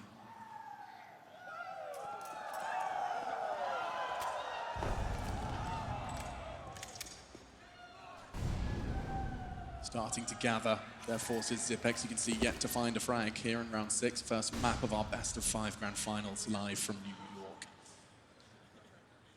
3 players to receive. Breezy Pit, stand on that balcony. Dupree, he's going to be that first contact should he swing. They're going to get contact on short first. Dupree to arrive late. And it's perfect start. They didn't check it. Stan, all the bags presenting it. He can get more than one hit, but no, caught off. Didn't have chance to get his boots on the ground, and now his body's buried. Dupree, the one to pick up the shovel. Just 3 remain then for Evil Geniuses. This could be a little too tall of an order. I think it might be. We'll have a look as to whether they want to go for it. They've got the MP9 in the hands of Ethan. He's towards the quad right now. But it's going to be up to Cirque to try and find the first incision on this retake. I feel like they're going to fall back at this stage. And Astralis put their first round on the board with Desert Eagles across the board there. And it's going to be smoke, flashbang execution, and some wonderful headshots coming through. It's Mages, Glaive, and Dupree, of course, to find the kills required. And Astralis now into the game. And it will be Ethan to save the AWP and Tarek with the M4A1S. With just Eagles, no less. Nades Absolutely. as well. Magis getting that lovely pick on Pit. We'll be seeing a whole lot more from Magis in Pit when we get to that second half. Oh, Tarek just went down. He going down with a blast. I don't think he realized how close he was. He had the M4 in hand towards the apartments. The C4 got him. He still has $8,000, but still every weapon you can save, even though you've got a great amount of cash, is always going to have a knock-on effect. Magis, that's a classic angle for him on the CT side, finds himself there on the T-forces, and we've got a technical pause there, a chance to catch our breath from the action we've seen so far. So that's Astralis taking the tactical timeout, realizing they're up against absolute stunning aggression from EG, which has worked out very well for them. They slowed it right down. They found the solution. Yeah, exactly. And then once they got some basic mid-control, execution with decent flashbang, you can see Tarek trying to play up to the crowd here. He's got to use every asset available to him. New York born and bred, playing on home soil here. It's a great start for EG. They're 5-1 up. You can see the crowd getting behind them here. It's a great atmosphere. Whew, that makes the hairs on my arm stand on end, Henry. So there definitely will be a buy here for EG, even after Tarek went down with the C4. Cirque has the AWP. He's on 5-3 right now. There are plenty of options for CT Orpers to really have an explosive start to each and every round. They can be dynamic. You'll see the best Orpers, the likes of Device and Cirque. They'll be in a different position every single time. They can go towards Banana, middle, apartment, second mid, and try and open things up. And it's difficult to predict where they're going. That's what makes them such an enigmatic prospect on the server. Double Orb set up for the first time for EG. They're going to be mixing things up themselves after losing to Deagles. It'll be Tarek with the secondary Orb. And remember, EG have already taken down Astralis on Inferno in this tournament. They are undefeated so far. Not dropped a single map on their road to this grand finals. See if they can keep that record untarnished. Conceding around. Let's see if Astralis can string 2 together. So going to be dissuaded by the flame thrown towards apartments. 3-2 split for the CTs at this point in time. Deep smoke on Banana will force the retake flashes to be thrown. It's Device to flashing Glaive. Grey screen and tucked in. There won't be initial resistance now. A reminder, double orbs in play, which means the B site will be held slightly more passively. Tarek with the initial contact. Cirque's set up towards middle. This will be the B execution. First time we've seen it. 5 players over. Astralis known for their tactical prowess. What kind of execution have they got in store? Molotovs all over the side, no doubt, but we have got Mages setting up at HEs towards Spawn. Tarek, he's going to catch it. It's okay, no second nade thrown as well, so he's just going to be finding the frag and falling off. Good spray from Ethan, doesn't quite connect on Device. Now the site is theirs, looking for the boost. Getting Tarek up, the orb's not great for that position already. Zipex catching Cirque, another one for Astralis. Device through the smoke. They're scattered. No real hope, and Stanley can't even get through. The suppressing fire through the smoke from Device is nearly found. Another, it does! Stan's head met by lead, and now just Breezy. He's not going to have a single thought about going for this one. He'll be keeping hold of his rifle for the next. Yeah, he's going to have to as well. They can buy up into the next round, but he has to save the M4. There's no 2 ways about it. Astralis there, a default round into the B execution. Felt like they had baited out enough utility from the CT forces, and you could see how tremendous that was. Sure, Tarek got the first pick, but as soon as you know the AWP's in towards CT spawn, that smoke is going to nullify him. He has to fall back straight away, and Ethan isolated that point. And the problem was Ethan's play there, sure, like you said, it was a nice spray, had a good intent, but Tarek, you see him using the silenced M4. That's very important on a map like Inferno's. It's very viable for shooting through the smokes. You don't have Right. the traces, you don't have the sounds coming through. If Ethan maybe just kept himself alive towards the ruins, he could have actually gone for a retake. He offered himself up with a full commitment there with the noisy M4A4, and down he goes. It's a simple kill for Astralis at that stage, and it was a pivotal one as well. That really cracked open the side for them. Just to note, Breezy does save the M4. He'll take that into round number 8. Scoreline's 5-2 overall. Still in favor of EG on the CT side of Inferno, and the first map of this best of 5. It's going to be an absolute marathon here, not a sprint. Slow and steady wins the race. Astralis, slow and steady, one of the many words used to describe them at times.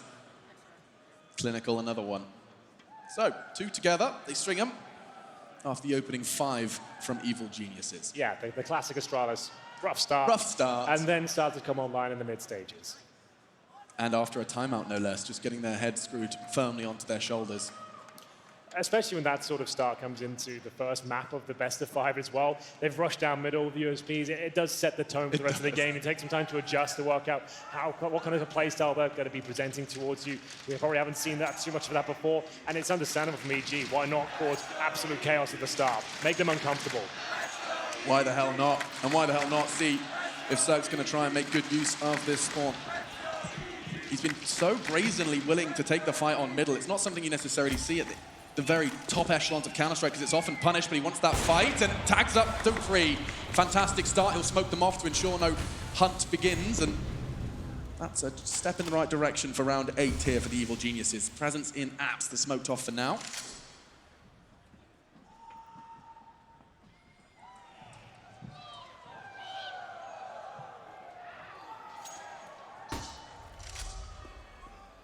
This is what you'd call the default at this stage. Baiting out grenades from the CT forces, working out whether they've got a 3-man stack towards a certain position, and more importantly, where is Cirque playing? As soon as he fires up a shot, that's your cue to really adjust and try and avoid him if possible, or at least smoke him out. Classic play from EG, needed some information, he flashed over as for Ethan, just got to try and pushing the T's towards A if possible. They should rotate a player off from that. They had 3 at the start, and indeed, Stanislaw will peel off. The fact they've got control of half wall now, you do not need 3 players there. And at that point, you might even just leave 1. Considering it, yeah, Ethan does pull out his sharp and pointy blade. His character holds. He's got a smoke remaining. The M4 again, not the silenced one this time. He'll deploy it. The smoke at 35 seconds, that's a really strong smoke. That pretty much guarantees they're going to be going towards A, unless they're feeling very brave indeed. And it will be an A finish here from Astralis. 30 seconds of the clock, they still have a lot of utility. And we'll see it. Yet to be seen, they could go for a contact play here. Maybe just a flashbang off the chimney. 20 seconds, Henry. They have the support, they have the setup. It's Breezy on towards the apartment. We haven't seen too much from him already. Ethan draws blood. Glaive gone. Time a factor. 15 seconds. Breezy holds down Mouse 1. Close matches 1 HP. And leaves just Device. He's finished off by Cirque. A solid hold, a flawless hold from the CTs. Yo, that's so sick from Breezy, by the way. The fact he ran out of bullets on the M4, runs into the smoke, drops his weapon, gets an AK-47, kills the second with it as well. How he thinks in his speed that quickly, I couldn't tell you, but that was something quite beautiful. I hope we're going to see that one against. Look, he's got the M4 right now. He's absolutely done for. Picks up the AK-47, doesn't have to reload at that point, and he gets a second, and it's a pretty much clean sweep there from EG. What a fantastic display from Breezy, one of the most talented players in the server right now. He's that is just fantastic. straight up Hodor, just holding the door. Exactly. Doesn't matter. He is the king, does deserve to take the throne, and probably this grand final will have a better ending. 6 then to 2. Evil Geniuses bite back after Astralis' first taste of success on our first map. Breezy, Ethan, names that we will be talking about for years to come in Counter-Strike. Yeah, absolutely. When they first exploded onto that scene with the NRG roster initially, they weren't having massive amount of success with that lineup, but those two stood out for sure. They looked incredible. Like, you could see they had so much potential behind them, and ever since this lineup has been evolving, they've been getting better as well. They've a greater understanding of the game, and their skills seem to be increasing as well, which I don't understand because it was already insane. But if you were to make, 2 movies about the Astralis story and the experiences they've had and that of Evil Geniuses, the Astralis wants a feature-length movie. For now, Evil Geniuses, I mean, that's a well-edited short movie on Vimeo. Absolutely. We're not quite there yet. And I think that's something that I'm very intrigued to see how they interact. Astralis, they've been here so many times. Yes. If EG don't get shaken, that is going to be a huge notch on their belt for moving forward. Well, Tarek even commented on it. The core of Astralis here, you're talking Device, Yeah. 2-3, Zipex, they've been together since the TSM days. That's knocking the door of 4 years at this point. They had small changes. Obviously, the in-game leaders come through with Carrigan and Glaive coming in. Obviously, had KGB playing this tournament as well. That was part of the earlier Astralis lineups, but the core has remained the same, so they obviously know how each other played, right down to a T. And EG, yeah, very different story. Lots of roster changes in the last 6 months, but still, this is like the best-looking iteration of it for sure. Tarek coming in, superstar talent, major winner last year, and of course as well, Stanistor, one of the most well-respected in-game leaders in the entirety of the North American region. He really has brought this team to life. And given his first legitimate shot at the #1 spot, he's been praised, sure, but this is the tools that you need in that toolbox in order to be able to beat names like Astralis. They already have done that at this tournament, and now they're forced to do it hard mode. Best of 5 against the team with the deepest map pool in Counter-Strike. Good luck, have fun. It's going to be an intriguing one to see what happens if we do get to the nitty-gritty. The Vertigo nuke finish is, nuke Vertigo for order, but yeah, that's going to be a very intriguing one should we need it. I certainly hope so. A Vertigo 5th map in New York Barclays Center, that would be insane. Considering the games you've seen from Astralis on that map so far, that would be so hype if it came through. I'm not sure we'll go the full distance. I guess I haven't asked you yet. Which way were you leaning towards before this final started? Where did you think it was going to go? I think I know which way the crowd wants this to go. They can see where they wanted to go, for sure. Yes. My logical brain tells me that it's time for Astralis to continue to make a statement. The same statement they started in Berlin, to come straight to New York and to be able to do it again. It's such a brutal way to reclaim the #1 spot. You go from relative, not obscurity, I think that would be an exaggeration, but you disappeared for a while. You come back, you lift your 4th major trophy, you go to New York and you slap down the most promising prospect in Evil Geniuses. That's Astralis just making an announcement that they are back to their very best and back to being the front runner in Counter-Strike by quite a considerable margin. Wow, Inferno to kick things off. This is the pick of Astralis, but as we mentioned, EG have already taken them down on this very map. Speaking of which, Dust 2 after the pick of EG, another map that's taken them down here. If this could be a 2-0 start for EG, that would be insane. The 3rd map is Train. I don't think they'd be able to touch Astralis on that one, to be honest. I feel like they're too strong right now. But still, if you get a 2-0 start and your players are hitting the shots like we've seen so far, this could be one very entertaining final. The problem is, you might think you have Astralis, you could be 1 round away from doing it. It's never over until you reach round number 16, and that's the most difficult one to get against this team. They never give up. They never seem to wince at all when they're put in the face of adversity. Okay, New York, if you complete this, the game starts again. Don't mess this up. We're back into game. ESL One New York Grand Final continues. 6-2 the scoreline, 5 in a row to start off from Evil Geniuses, rushing down middle on the pistol and then running with that, 4 off the back of it.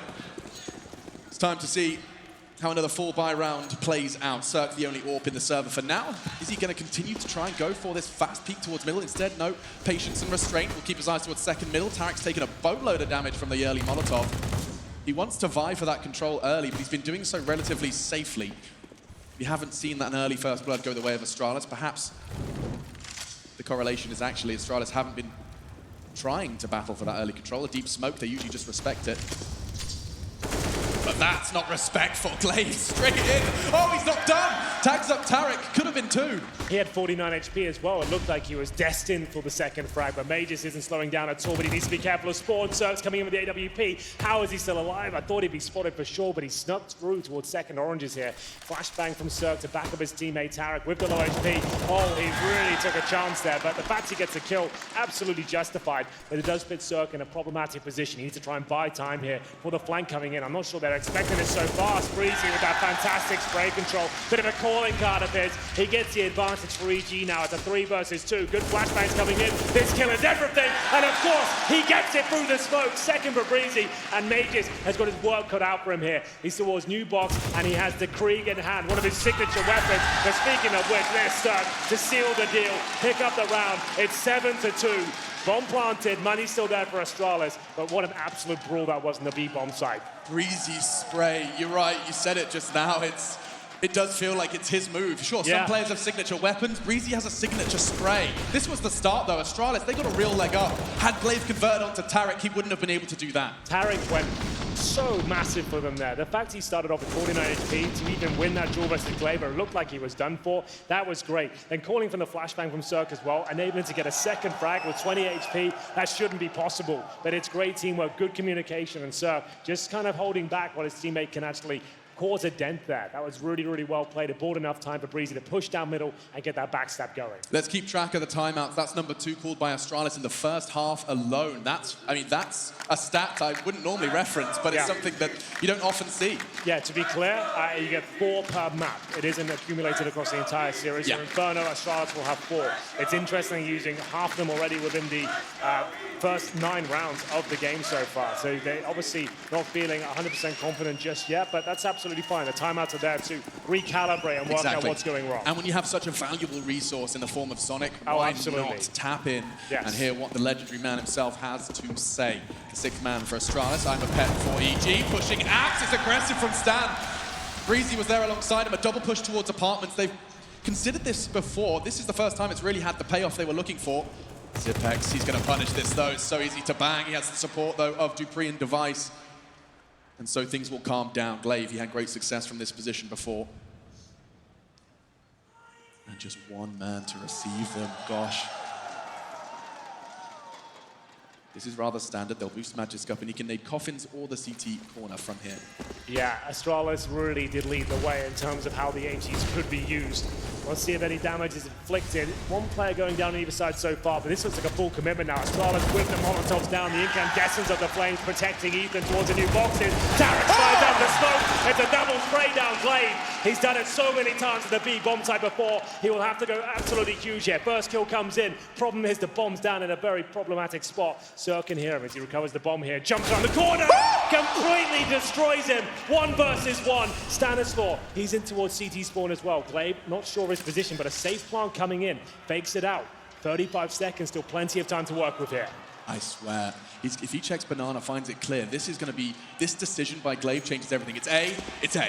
He's off. He's made that choice. Had he returned to B, Stan would have found him, and now Stan seems to have sussed it out, got the read, double check it. Oh, this is just comedy! Who's going where? But what is going on? This is a sitcom. 15 seconds. Glaive, bomb on back, 3 frags, looking to go 1 versus 3. Stan's running, and the evil geniuses live up to the suffix. Perfect read from Stan, and he gets fired up. Another point made, actually. Reading the forums, people observed that, you know what? When was the last time in the previous jerseys, the previous teams, you saw Stanislaw this animated? Yeah, absolutely. He's jumping up, he's cheering, he's roaring, he wants this. He's got some passion to him, that's for sure. This means a lot to him, but Glaive, he's going to be gutted with that one. That was so close, it couldn't be more well played as well. He did everything he could to Stanislaw. This is just repositioned and done such a great job in reading that situation. The Mages, though, looking to cause damage towards B once again, taking a lot of damage from the HE grenades, but still, all there, 60 HP, so he's absolutely fine. They will both fall back, and Astralis focusing towards B once again. They're going to send everyone they've got, maybe for the quick execution. They've really tried to make this HE combo work towards the spawn position. Tarek, this time on top of the first oranges. Baited in by Ethan, who's playing from the pillar. They like to mix it up. The B start on Inferno, it's iconic because of the fact you have to pair up. They have to go for the B execution now. They've lost control and vision of the entire map. Even with 1 minute 10 on the clock, you can't really justify falling back. There's too much to check. Circus rotated in. He's going to be flashed through. This is a big play from him. Can't find the shot. He's going to have to rely on Tarek here. Drops off, does manage to have the support of Ethan. They've got the players here, and they're putting the bullets in all the right places. It's a massacre. Astralis ripped as they approach the B side. Not a single player taken down by the geniuses. 9-2 on the CT side.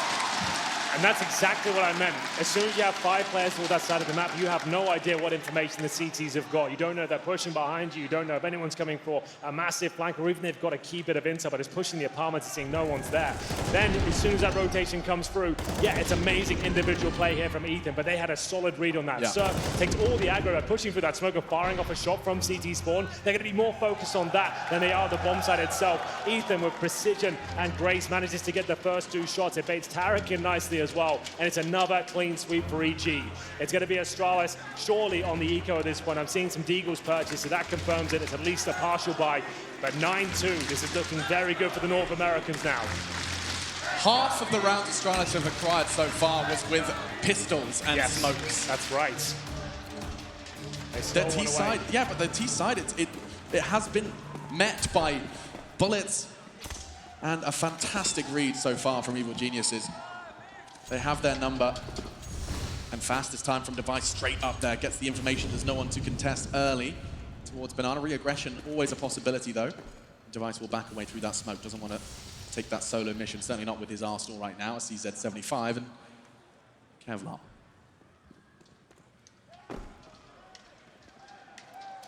So, looking to replicate that success of the Deagles before. This time, not as well equipped. We'll see 2 smokes. Molotovs available. This one going towards the arch side and trying to flush out any AWPers on the corner. Cirque is towards arch, but he's much deeper, playing a more library-based position. 2 smokes remaining now, a couple of flashbangs, trying to get that mid-control. Presumably, they do fully commit towards A, but a smoke towards library, maybe one in front of the pits, flash over. The bomb's down towards the B side of the map right now. Magisk and Device will be on that side of the map as they start to rotate back as a group once again. So the 2 smokes will be used towards coffins, CT spawn, flash over, and hope you find the 1D. So that's pretty much all they can do. It's not exciting me that much at this stage because they don't have Molotov to really make it uncomfortable. These flashbangs will have to be unbelievable. Well, first, very little to write home about. The smoke will affect Tarek's position. Ethan is going to get the first contact, and here comes the swarm of Danes. He does have Nuvox to fall back to, and just as the attention swaps, so does Tarek. Pushes through the smoke, Ethan with the USP to convert. Just one man, no health, no hope. Glaive does find the first with his Deagle, but he's got 4 more to find and no health. Does get himself the M4, and that's an opportunity. He's got 2 in the round. He only wants to do any damage, but he needs to die here. 5 seconds, he has to die. He's just going to hold the bomb and hope they kill him. And that's exactly what he gets. Gets what he desires, and so do EG. Well, there it is.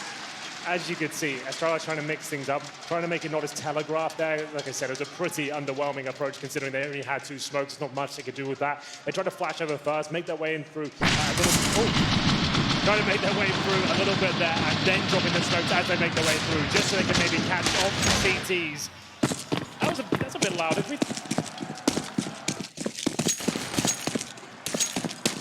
Double AWP set up for the first time. It will be Cirque and Tarek as Stanistor continues to present aggression there. Flashbang towards D steps, and it will be him to push off this. Oh.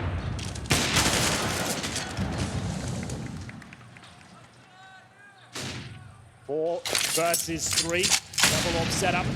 M4s will be an advantage for Astralis at this stage. Ethan holding towards the barrel position. Device hunting this spot. Ethan has to hold his nerve. Swing out, doesn't get the quick kill he was looking for here. Fall back and takes a shot in the back, and towards 40 HP he'll go. 2 frags to his name so far. They know he's going to be low, and he's alone as well. He's going to be isolated. As we'll see Tarek rotating with the AWP. He's got a great gap. The bomb goes down. Can he find the second? Not quite, but there's an opportunity there. This is looking fantastic. Tarek can't close it out. Magisk with 50 seconds on the clock has got enough to work with here. Molotov towards Banana so he can recover the bomb itself. C4 on the floor. Cirque ready and waiting. The smoke about to dissipate. Magisk will go for the plant. Does he push through? For now, but there it is. It's Cirque to finish things off. And it's going to be continued success here for EG. That's now going to be 6 rounds in a row. Alex, are you back with us yet? Nope, nothing. Round 14 coming in, and we do have a very difficult time now for Astralis. They have to buy these last 2 rounds. They need at least the 11-4 if possible. 13-2 wouldn't really do it, but luckily with the maximum loss bonus and the bomb being planted, they do have a decent reservoir of cash here. Tarek had the chance to make things very, very exciting indeed with that 3rd shot. Oh, you are back. He did. Hi. He did indeed. And I'm back. It's great to be back. 11-2. I'll turn it back up now. My ears have recovered. There we go. And we're back into the action with it seems to be Magisk eating utility. He had a Molotov in front. Rock in a hard place type situation as the HE landed behind him. Big 60 damage and thereabouts done to him. Operating for the rest of the round here, round 14. It's good to see Alvin and his Chipmunks are in the Barclays Center today. They made it all the way down. They made it here. Celebrities. Wow. Double up setup once again. Stanislav getting in front of that smoke. This could be a great play. I don't think they'll check this initially, but surely going to trade him out here. Advantage for Astralis, but not for long. 3 versus 3 again, but Breezy isolated in the corner, but that doesn't stop him. Second frag found. Advantage gathered for EG, looking for a 12-2 scoreline on Inferno. If you'd have told me coming into this one that there would be 12 rounds on the board in the first half, I'd have told you Astralis. The desk anticipating Inferno to go the way of Astralis, and for good reason. I mean, they single-handedly revolutionized how the map is played, but Evil Geniuses, they learn from their opponent's strengths. And certainly have, and are demonstrating it here in the grand finals. This is going to be a 3 versus 2 disadvantage for Astralis. Trying to find their 3rd round here on the T side, but Tarek's ready. That's good. Jump does just put the bullet into the calves of Zipex. He can still operate, and now it all picked up Magis. Unforgivable miss. Zerk does it with the USP. Yeah, you got to hit those ones, Alex.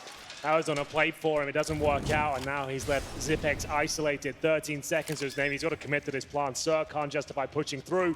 Oh, but now he can, applying that pressure, but it's cost him his life. He could have waited for his teammate there. Breezy's Didn't have to go in. Breezy's low as well. Zerk, full HP, has made that push without the opportunity for his teammate to trade, and Magic!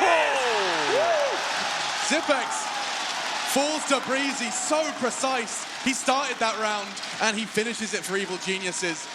Darting back and forth from the pillar, and then saves the day from Zerk's misstep. Yeah, you can see the pressure mounting on both sides now. That missed shot from Magis, that's going to be inside his head.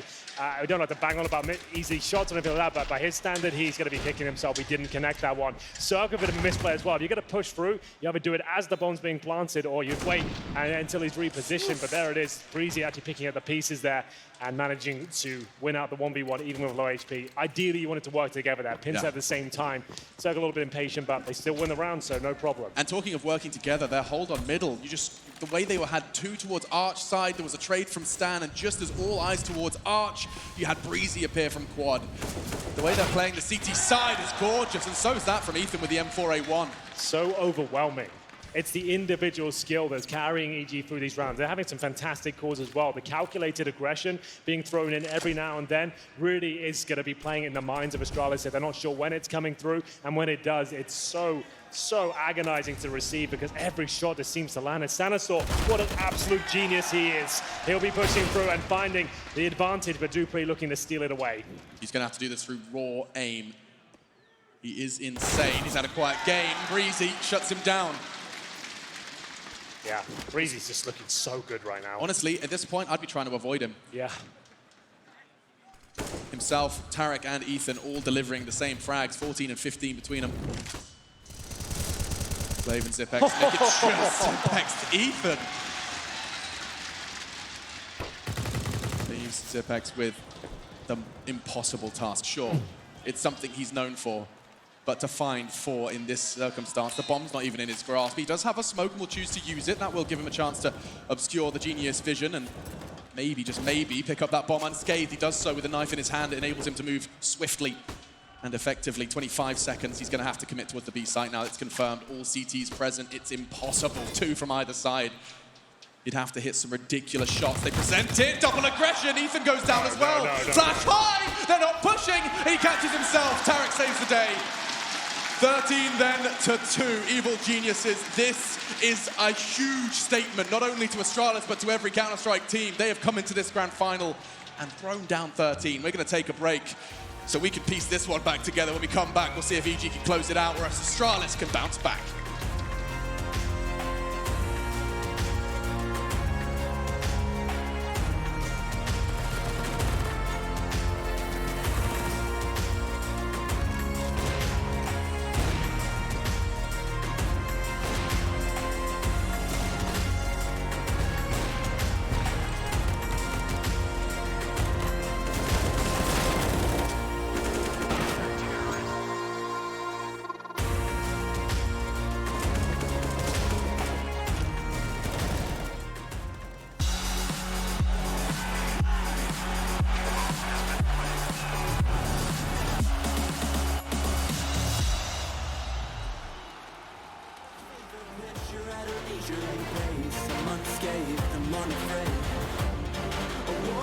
to the war game.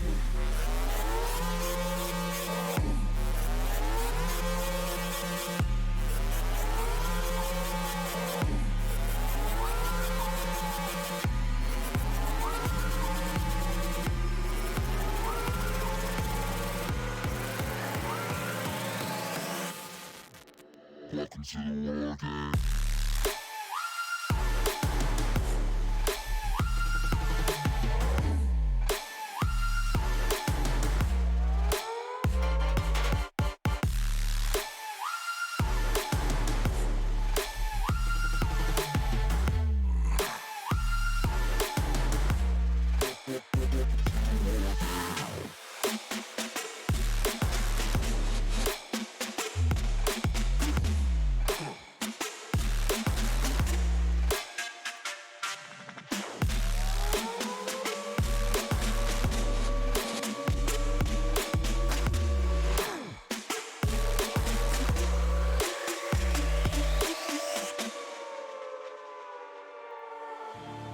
You're no ally of mine. Your life is a kind of lie, and I know that I won't change your mind. We have no common ground, and we're never gonna figure it out. So don't get friendly, get angry. I'll bury you down by the bar. So don't reach out, and I mean that. I'm under siege, and I need you to see that. You're on one side, I'm on another, and we will wage war upon each other. I'm no angel, you're not either. I'm at a fever pitch, you're at a leisurely pace. Unscathed and unafraid. A warm welcome to the war game.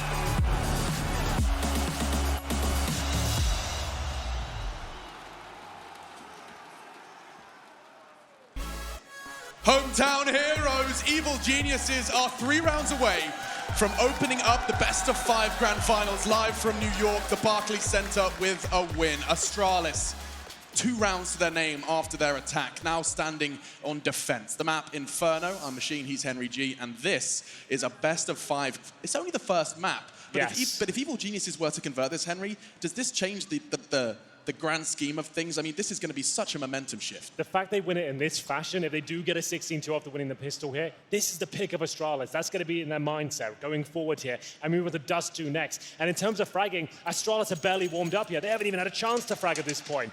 We'll get into the second half, ladies and gentlemen. If EG pick this pistol up, it's going to be a very, very fast first map here. They'll be entering a 4-set to Kevlar. And Flashbangs and a smoke, I believe, has already been deployed. They send 5 players and a similar approach from Astralis. They're going for the big backstab themselves. Glaverman sings up, but Stanislaw is watching the flanks here, and he's doing a great job. Takes out Mages. 3 more CTs there. He just stems the bleed completely. Stan, bullet into the brain of Glaive, puts it on a 3v2 advantage EG, and extended now by that bomb plant. The smoke separates them, but they're not ready.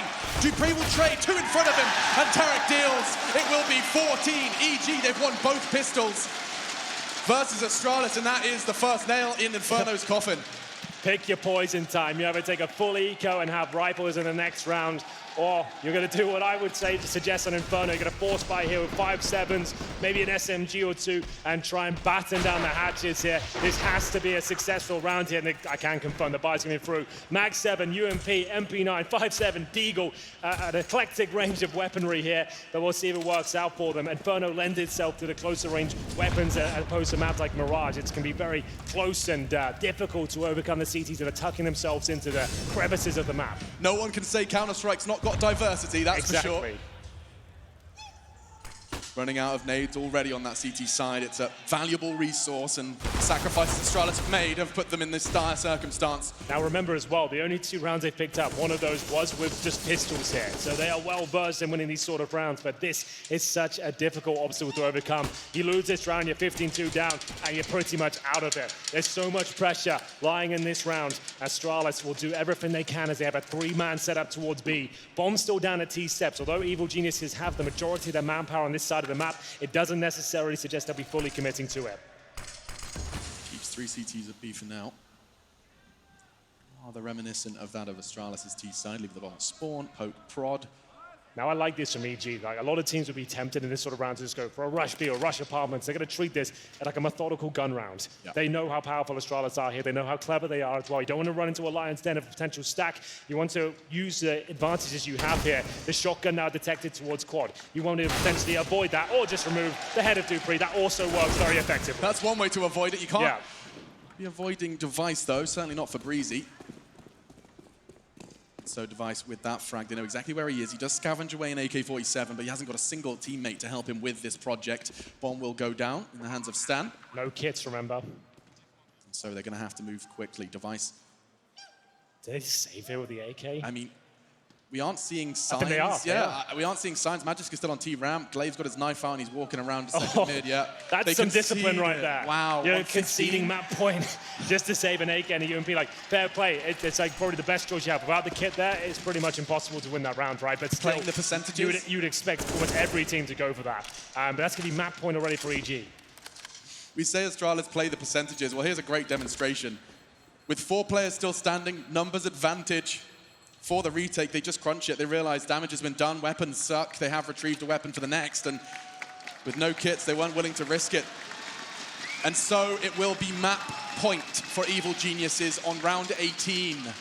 They barely had a chance to get warmed up. We'll have a look at the frag charts while we're here. Tarek, 17. Ethan, 16. Breezy, 15. Stanistor, 13. Cirque, 12. Everyone's firing on all cylinders here. It's so overwhelming to play against one of the most talented array of players you'll ever come across. It's such a fantastic unit that seems revitalized since joining the Evil Geniuses organization.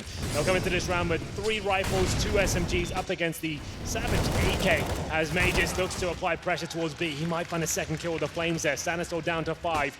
Brings it still to a 4 versus 4. Molotov's deployed to deny any weapon being picked up here from the CD side. Good flashbang. Does take down Stan eventually. That was ballsy from Magisk. Staring down the barrel of 15 and you're rushing Banana. Stan stemmed it, but with the advantage now in the hands of Astralis, Zipex with a deep smoke feels comfortable picking himself up the M4. It's Glaive, excuse me. Of course, you can see what it's all about. So many maps before that trophy's lifted.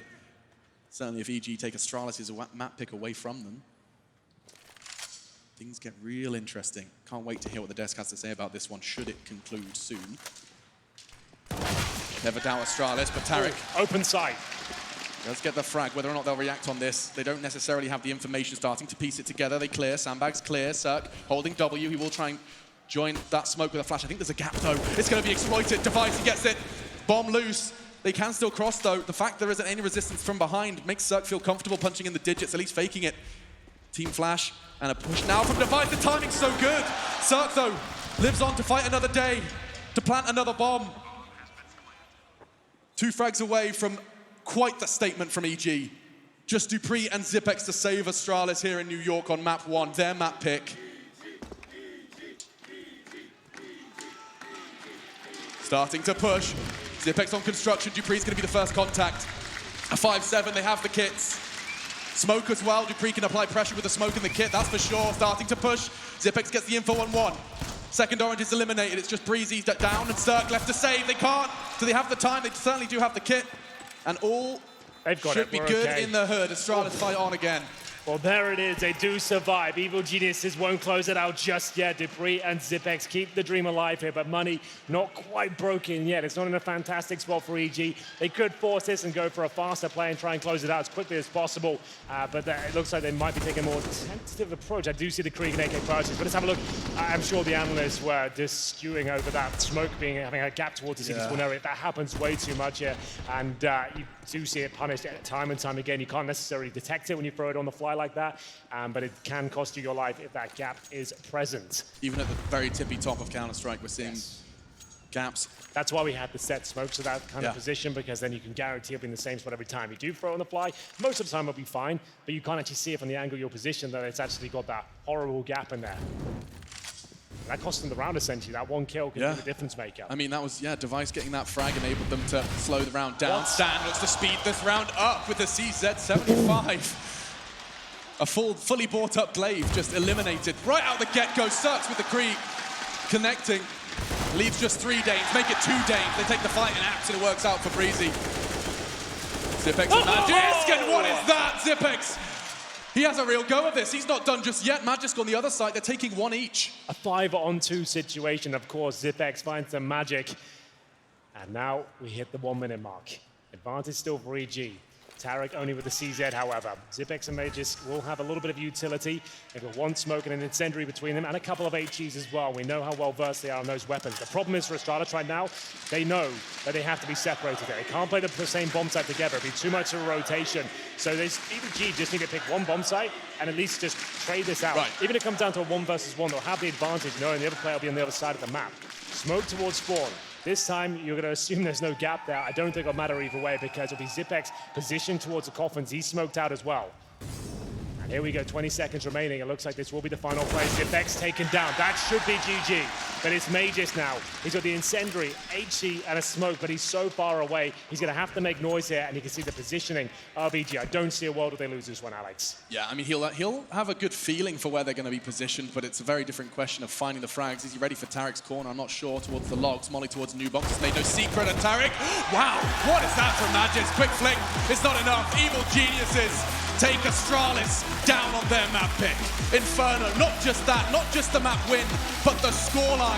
It's 16-3, Henry. EG, home soil, have started with a bang. We've known this roster has the potential to be a world-class team for some time. It's when the big stage came through, that's when they seem to drop off somewhat. They've shaken that off now. They look to be one of the most deadly teams in CSGO at this stage. That's Inferno, the pick of Astralis, that falls apart for them in a 16-3 scoreline. 3 frags separate top from bottom fraggers from EG. Everyone delivering, and that consistency, all of them showing up, is a very good sign for a good grand final. Absolutely true, and it only gets better from this point. Dust 2 coming up next, ladies and gentlemen. And the way EG are playing right now, Astralis needs to wake the hell up. We'll be back with map number 2 very shortly.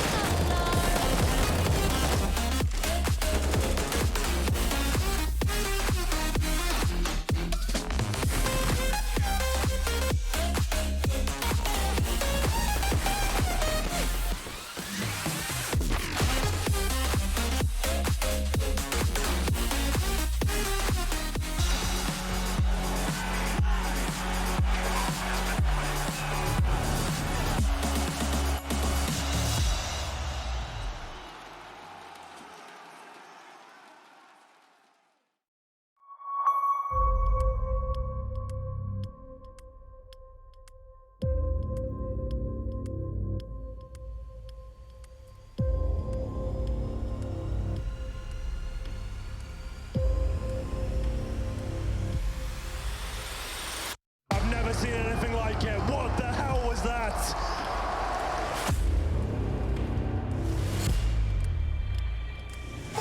Oh, that is incredible!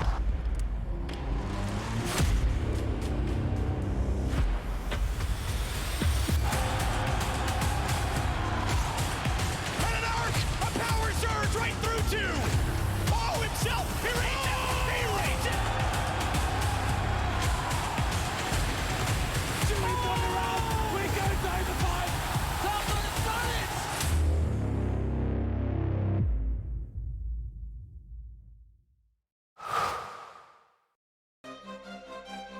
At the highest level of play, there can be no compromises. Gamers demand the highest clock speeds to give them the FPS they need to perform. Rise to the moment. Intel Core i7, the official CPU of ESL One. Game, record, stream without compromise. Tell him we're flexible. Don't worry. My Dutch is okay. Just okay? Mm-hmm. Deze man is erg super. Tell him we need this merger. En hij heeft een knuffel nodig. Knuffel? It's happening. Just okay is not okay, especially when it comes to your network. AT&T is America's best wireless network according to America's biggest test. Now with 5G Evolution, the first step to 5G. More for your thing. That's our thing. This is game fuel. It's domination in a can.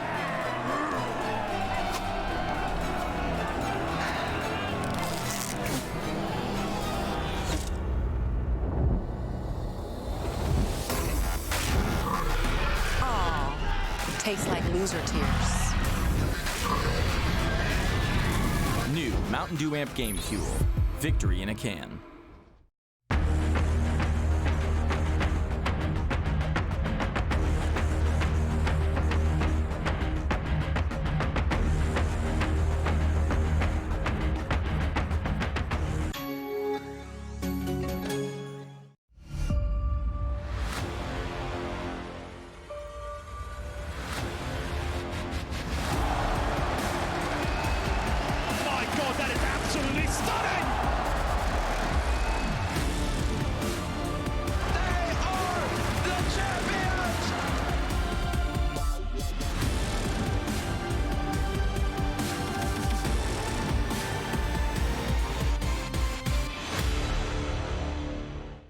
My name is Jordan Gilbert, aka Nothing. Hi, my name is Sue Lee. My handle is Smix.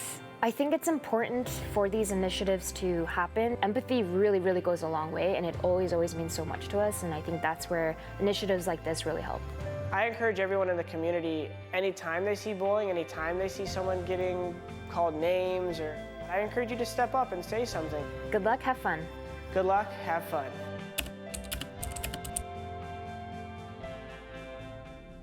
Like a fire in the eye of a hurricane. Always told, stay in line, be alright, better play it safe. I walk a different path, nothing can hold me back. I've passed the point of no return, something is calling me, it's in the air that I breathe. Bring me back to life again. Dancing with my fear, burning with desire. We gon' take it to the edge and come alive. Go to hell and back just to feel the fire. We gon' turn up in this place and come alive.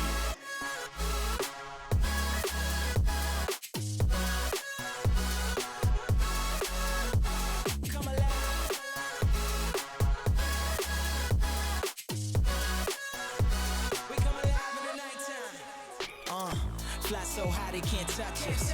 So top notch, none above us. We done came so far, now we up now. Had a vision, stuck to it, never back down. Never had much, now we own the whole thing. Spread it all around the world, watch it all change. Came alive, now they all see the greatness. Light shine so hard they can't take it.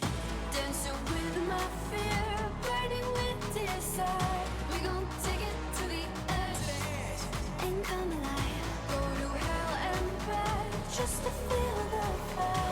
We gon' turn up in this place and come alive.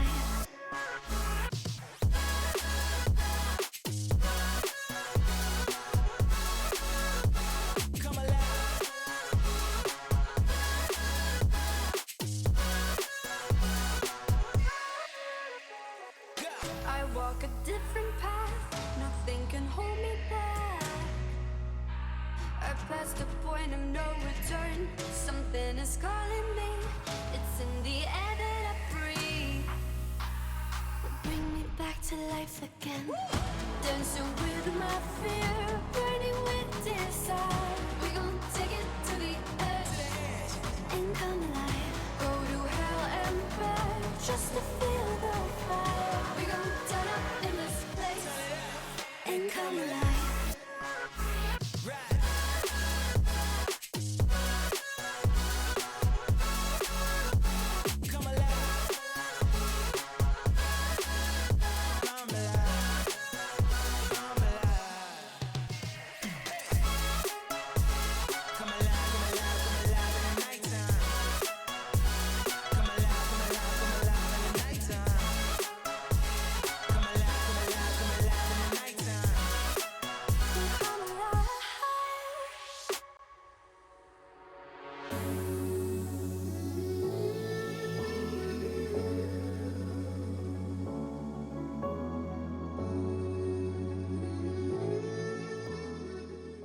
ESL One New York is brought to you in part by Intel, AT&T, Mountain Dew Amp Game Fuel, DHL, Asus Republic of Gamers, Bedway, MSI, and Pay Safeguard.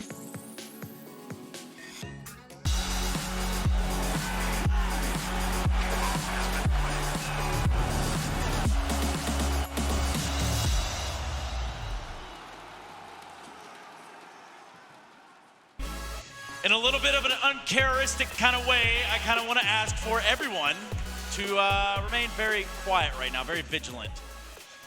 As a moment of silence for Astralis' dreams there on Inferno, because that one was rough around the edges. That did not look good from Astralis. Evil geniuses do it, and they get it done convincingly. Yeah, we're talking about riding that wave, right, of being on the stage, and that's exactly what they did. Kicked it off with that aggressive pistol round down middle, and that's a fantastic way to get into this, right? Because it was some sloppy shots from both teams, but that's exactly what you expect as the first round of a grand final. And you talked about the first time they met each other on this map, it was a lot of clutches that the guys on EG needed to close it and to make it that close of a match. But this time, they were out-reading them. You saw Cirque was at the B bomb site, stacking 3 when they hit it. The crossfires at A between Reze and Stanislav, those late hits, like, they weren't all over him just individually skill-wise, but their setups, they were reading the movement of Astralis great the whole time.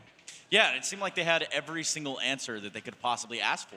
We thought that they were going to trip and stumble and they would, you know, barely maybe pull out this first map. No, that wasn't the case. They came out here and they set a tone, they set a statement, and a pacing for what the rest of the series could be. Yeah, they were playing risky Counter-Strike in certain scenarios, right? They were pushing through smokes. They were taking the fight to Astralis, and that was very important because if they don't feel they can play their own game, right, you're not respecting their utility usage, then from there they have to feel that, oh, we just need to play guns on, need to play a bit more heads up. But let's talk about that first half a bit more, right? There were 5 plants in that first half. The bomb was going down. They were getting bomb site control. But this is where those clutches that Jordan are talking about were going against them. Even though they were getting into the sites, they still just weren't able to close out those rounds. And those rounds are normally ones that they're winning every day of the week. Yeah, I mean, it just seems like they couldn't catch a break.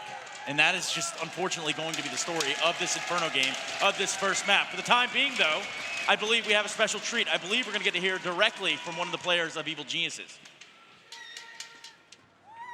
Thank you very much, Stunna. I am here with an absolute legend. At least he played like one in that map. Ethan, what the hell was that? Everyone played lights out. We were all making plays. Everything, I don't know, everything just went our way, so it's good. Literally everything. That was one of the most one-sided performances we've seen Astralis have to face in a long time, perhaps as long as my memory serves. What is it about you guys? Inferno, that's their map choice, and you stole it. I don't know, everyone, I mean, we've been practicing it a little more lately, but we're just playing our own game, keeping our heads in the game, staying confident, and the crowd especially is just really helping us right now. So we're just going to keep playing like we're doing. It is still Astralis. It is just map 1. You don't want to get too confident. Look, that could have been a bad map for them. You don't want to let that get in your head, do you guys? I mean, it's going to be a long day either way, so we're just going to keep doing, keep doing what we're doing. It's pretty sweet that you guys were able to steal map 1, because I want to bring up the point that Vertigo and Nuke, well, Nuke and Vertigo in that order, are last. Does that intimidate you guys at all? Do you think there's pressure to try and get the early lead in this series? I mean, the early lead helps for sure, but not at all. I think we're just confident right now in every map we're going to play today, so hopefully we can get it done in like a 3-0, hopefully. How much is this amazing crowd helping you guys? Crowd's insane. You guys are doing amazing. So, I mean, keep it up. Maybe even louder next match. It'll help a lot. Even louder next match. Great job in the first one. Looking sharp so far. It's looking good maybe for EG, Stunna. Yeah, it looks real good to be an EG fan today. I see a lot of people out there jumping ship, and that's kind of understandable. What do you think, Jordan? I wish they were able to have the jersey sold here, but we understand the last-minute nature of their switch. I have a feeling we're gonna see a lot more EG jerseys in the near future. Yeah, I think so too. Still undefeated under the banner. Let's try to put a head right here to what is the opening map of this grand final, Chad. Yeah, look, as well, we only had 3 rounds come on the board from Astralis here, one of which was a round with Deagles, where Glaive found the opening. Glaive was looking good, he was making some good decisions, but everyone else on the team falling a little bit flat. When we got to the CT side, you could see that they felt like, well, it looked to me like they had felt like they'd already lost that game, because they were starting to push individually when kills didn't get traded. They were going for a lot of individual duels because they were just losing them all across the board. In terms of individuals, toe-to-toe there, they just got whitewashed. Just outrageously wiped off the floor right there. There's just no real way to sum it up other than that. We won't begin to try. What we will do is go to a quick break. We come back, we got map number 2 coming your way, so make sure you're with us.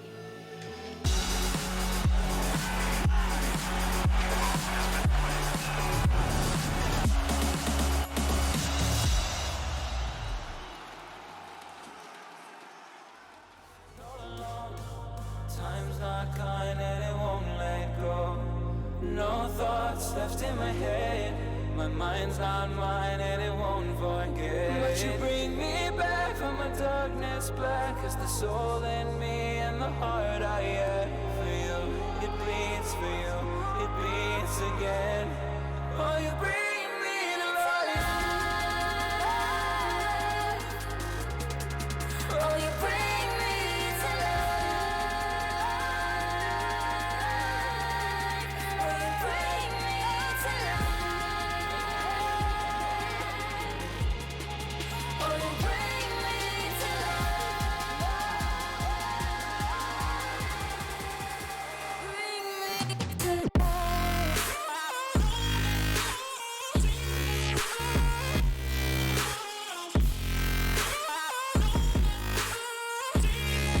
Oh, you bring me to life.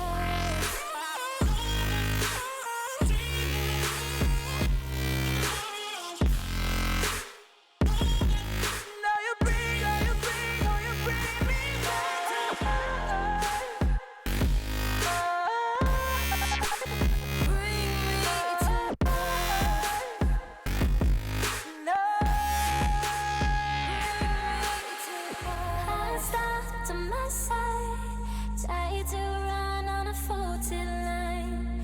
I'm safe only, even though we burn from the light I bleed. Did she bring me back? Not a heart attack could take away all the love I had for you. It bleeds for you, it beats again. Oh, you bring me to life. Oh, you bring me to life.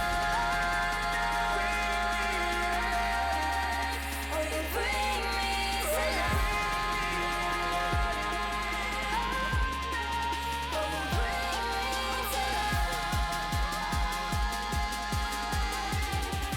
Oh, you bring me to life.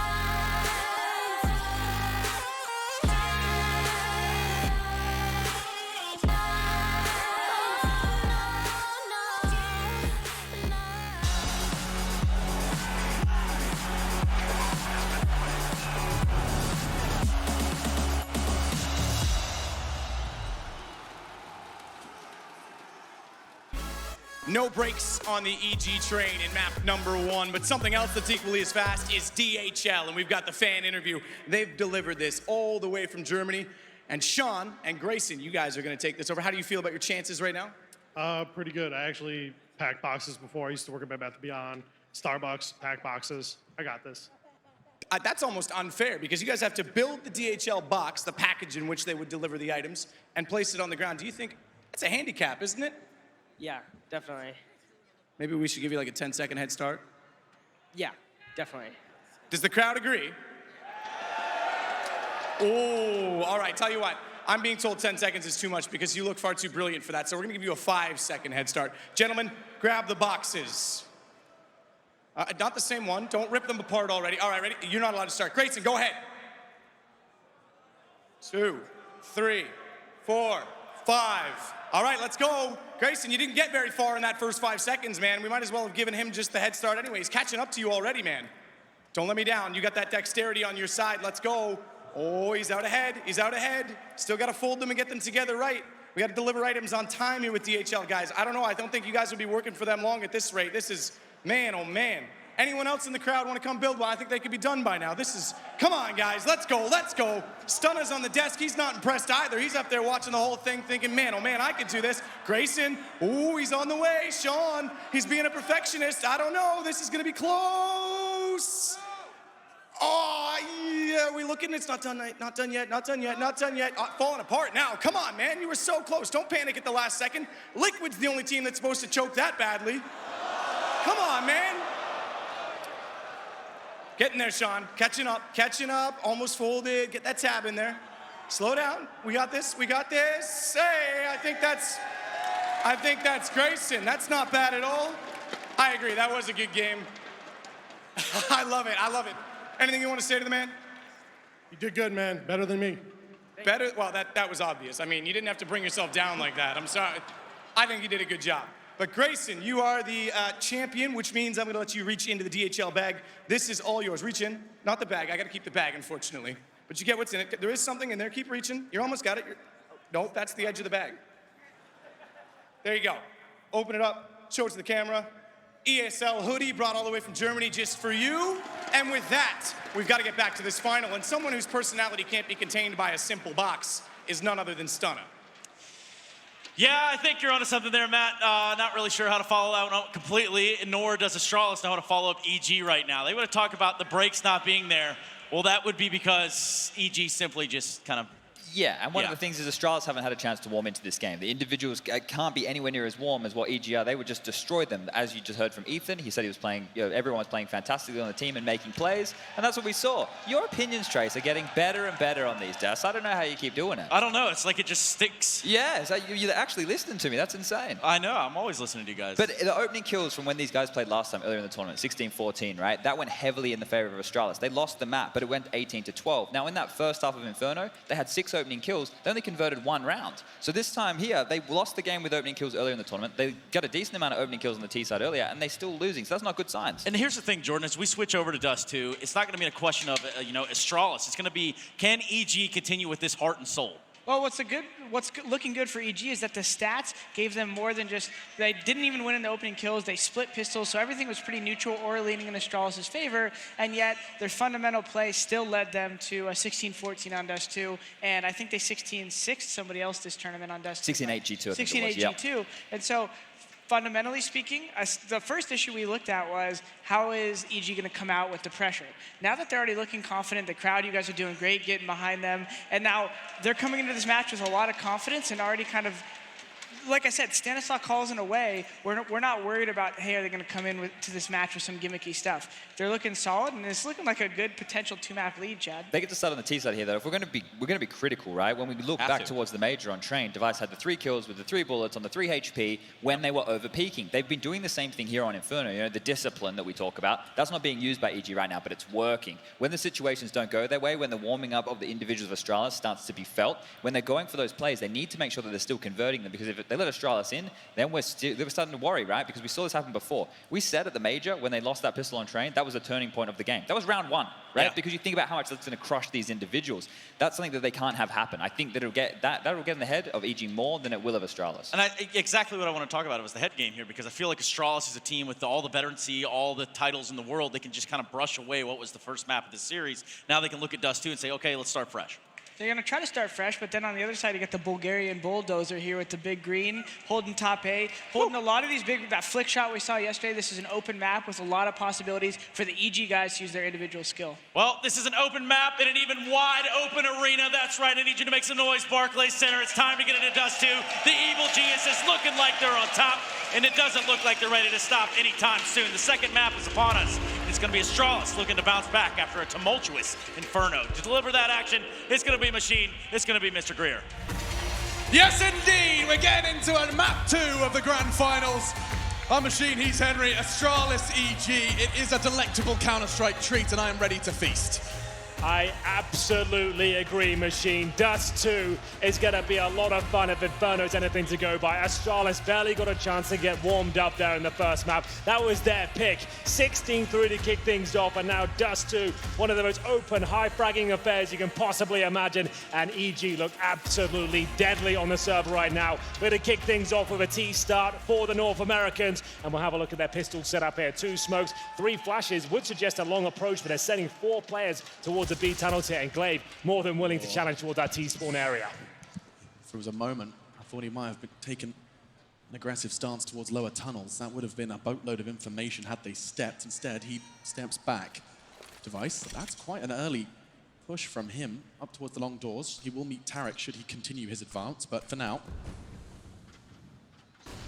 they are going to meet. Back turned and executed. Great work from Device. He can start to cause the acceleration from EG on the other side of the map, and that's precise from Magisk. 2 from him, holding them back. Dupree doesn't have to do anything but observe at this point. Starts to throw bullets in, but his teammate has done all the hard work. Magisk, Glaive, double kill respectively to get this one started for the Danes. Well, there we have it. It will be a very clean start for Astralis. 5-man clean sweep, as Evil Geniuses with quite a technical approach there. They were holding up, waiting for this push from Device. It was an Xbox smoke from Tarek, and he was trying to suggest they were heading up towards shore. We saw the dribble smoke in towards the B site, but going through it with the flashbang, a very defensive setup from Astralis. They were able to pick off their heads one by one and didn't really have to break a sweat at all. EG, though, will be bringing out the force fight in the second round of no plants. So no AKs in the third here. They're going to try and do what they can with PT-50 CZs, a Deagle, and a Scout for Cirque, of course. B-split could be on the agenda here. They have got smokes available for themselves, as Cirque looks to cause damage here with the Scout towards middle. There's few players that make the second round Scout look as intimidating as Cirque. And that's why he finds himself on the grand final stage. They call him the Bulgarian bulldozer, and for a reason. Flattens his opposition regardless of weaponry. Starting to group. Plenty of rifles invested in the second round. We've seen the discussion started as to how many you should be bringing in. Evil Genius is one of the figureheads of the other side of the coin, which is that of the SMGs. For now, though, Astralis, they have the weapons. It's Dust 2. You can keep them at arm's length, or at least you can try. Now, utility being thrown in. Device to receive them on A. Flashes aren't going to mess him up too much, but they start to dive towards CT, and that's a big connection. Tarek onto Glaive as well. They're locked out CT, but Tarek wants to bring the fight to the end. Oh, two! Just like that, the round is over. Leap towards CT, kills them where they started the round. A double kill with just the pistol. That's so smart from Tarek. The fact that he can hear them spamming their bullets through the smoke at that point, he knows if he times that well, he'll catch them both reloading behind the smoke, and he couldn't have done a better job there. Puts the P250 down their throats and gives them a taste of lead as Magus is left in a 4 versus 1 now. His force fight in the second round has not been what we've been seeing for other tournaments. A lot of teams taking a full eco on the second, but this has been absolutely stellar from the Evil Geniuses now as Magus tries to hold on to his rifle. Not gonna happen as EG bounce back after the clean sweep they received in the first round. Unbelievable stuff from EG. They find their first on Dust 2, and the crowd finds their voice early. USA chance 2 rounds into map 2. Breezy, he started that Device. He had the M4, and he was in that headshot spot. This was Tarek's finish. But had Device not gone down so quickly from Breezy, he was in a prime position to at least find 2. Wow, no force buy in response, but a little bit of investment here. Dupree has invested everything he can. His Device, though, with the Scout, $700 to his name left over. To be fair, with Magist on $50 as well, you might as well call this a force buy. Either way, Stanislaw will open things up. That's a nice headshot towards the Scout user. 5 versus 4. Cirque did take a bullet to the chest before that went down, but still looking very healthy here on the T side. 5 rifles, including 2 M4s and an AUG stolen from the CT setup in the previous round. Flashbang towards middle as they try and find some real estate here on the map. They're going to be focusing towards Longmay. You can see the bomb there with 3 players. Good shot from Tarek. Controlled, calm. As he patrols towards middle, his teammates go towards Longmay. They can just use a contact play towards that side of the map. Tarek is just deploying some self-preservation. He just needs to stay alive. And, well, that's not going to happen. Nice push from Zipex, but the A side is pretty much open at this stage. Yeah, actually, with Zipex now pushed up on towards that Xbox, it leaves Ethan in a really dicey scenario. Catches Magic's aggression from B, and that's going to make things awkward for Astralis. Dupree relieves some of it. Relieving the pressure with a fantastic connection onto Breezy. It had to be a headshot on the cross. Bomb can go down now. In-game lead up for Evil Geniuses behind that. And they're so spread out. This is a mystery that could be too difficult for Astralis to solve as to where this afterplant's being held from. But Zipex somehow is ready for it. Catches Ethan, had the info. 2 versus 2. There is no kit. Time's becoming a factor here, Henry. And there's a Molotov available for Cirque as well. He's currently patrolling the long position, but 2 CTs remaining. Are they going for this? It doesn't look like it. EG will take the round. They think better of it. Hold on to the Scout on the AK-47. That's if Sanator doesn't take them down first. Luckily, it's the Scout that's removed, not the AK. Zipex, fantastic effort there with 2 frags, still on 100 HP. He's got armor as well. He finds a Molotov on the ground, but it will be another successful campaign from EG there. Cirque and Stanislaw to survive, and no money for the Astralis forces. We'll see the AK though. Zipex with it in hand. Does he want to maybe get a smoke from middle? Can I try and challenge? We will see. He has purchased a smoke. But what is his intention here? His teammates can't really bring much more than PT-50s or Deagle at the very top end. Device will purchase just that. The smoke towards middle to shroud the cross towards the B side. So they don't know exactly how many players went towards that side of the map. Waiting for the flashes towards long, but no one coming there from the T side. So Zipex will flash over, but nothing to be found. But a bit of information there. He's just confirming that blue box is clear. Breezy holding the long aggression, and there won't be anything there. And of course, we saw it in the pistol before from Device. Now, one key factor of that is he threw a Molotov then. That means that the only way he could have a Molotov, he picked it up from the last round. So that fact that glass is smashed, he heard the Molotov, they know the safe weapon is at least towards long at that point. Vital information, but no real reason to force the issue.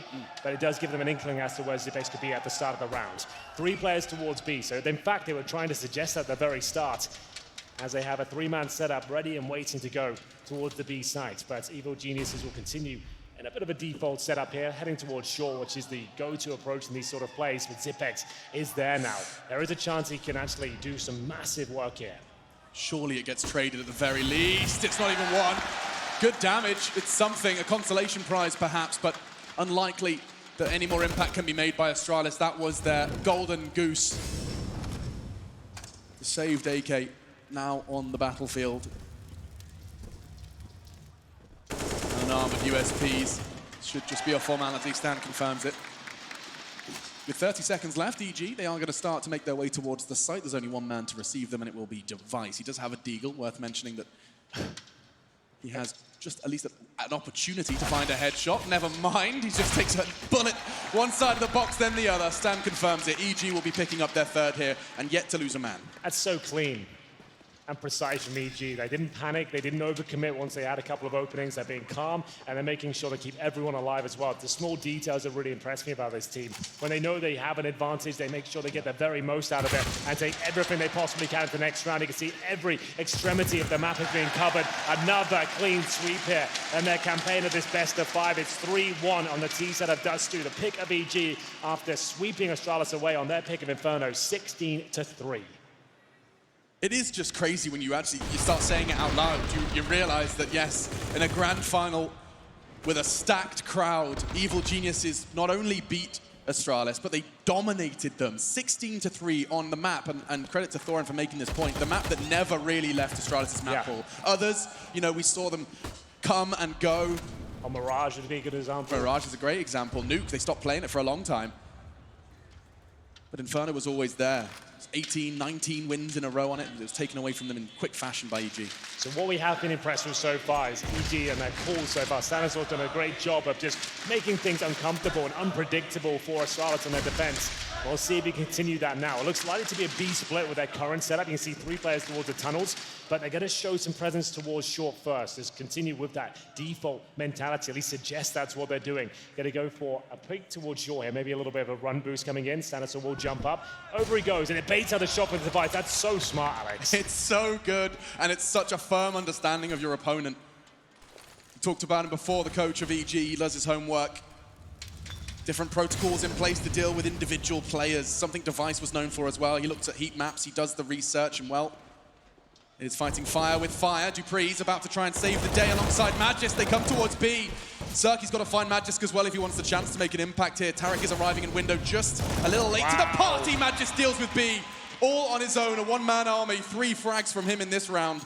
Yeah, this will be Astralis. That's the definition of an anchor right there. That's a really strong hold from Magus. As we'll see, Sanastor now trying to cause financial ruin towards the CTs. Doesn't really have time to do much with this at all, but he will find the Device AWP. Nice footwork to grab it, but couldn't quite stick the landing on that one. Glaive will take him down, 3-2.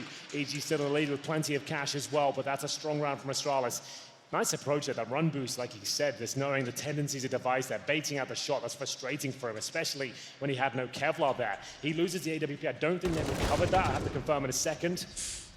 Magist, he's so comfortable in the face of adversity. Molotovs, players, everything thrown at him. B site was his on round 5, now into the 6th.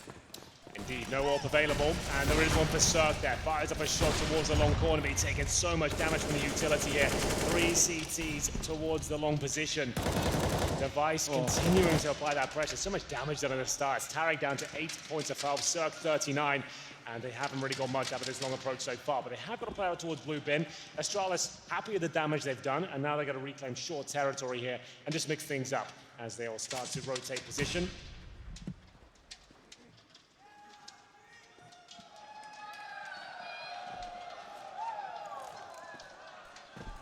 Bomb left in spawn.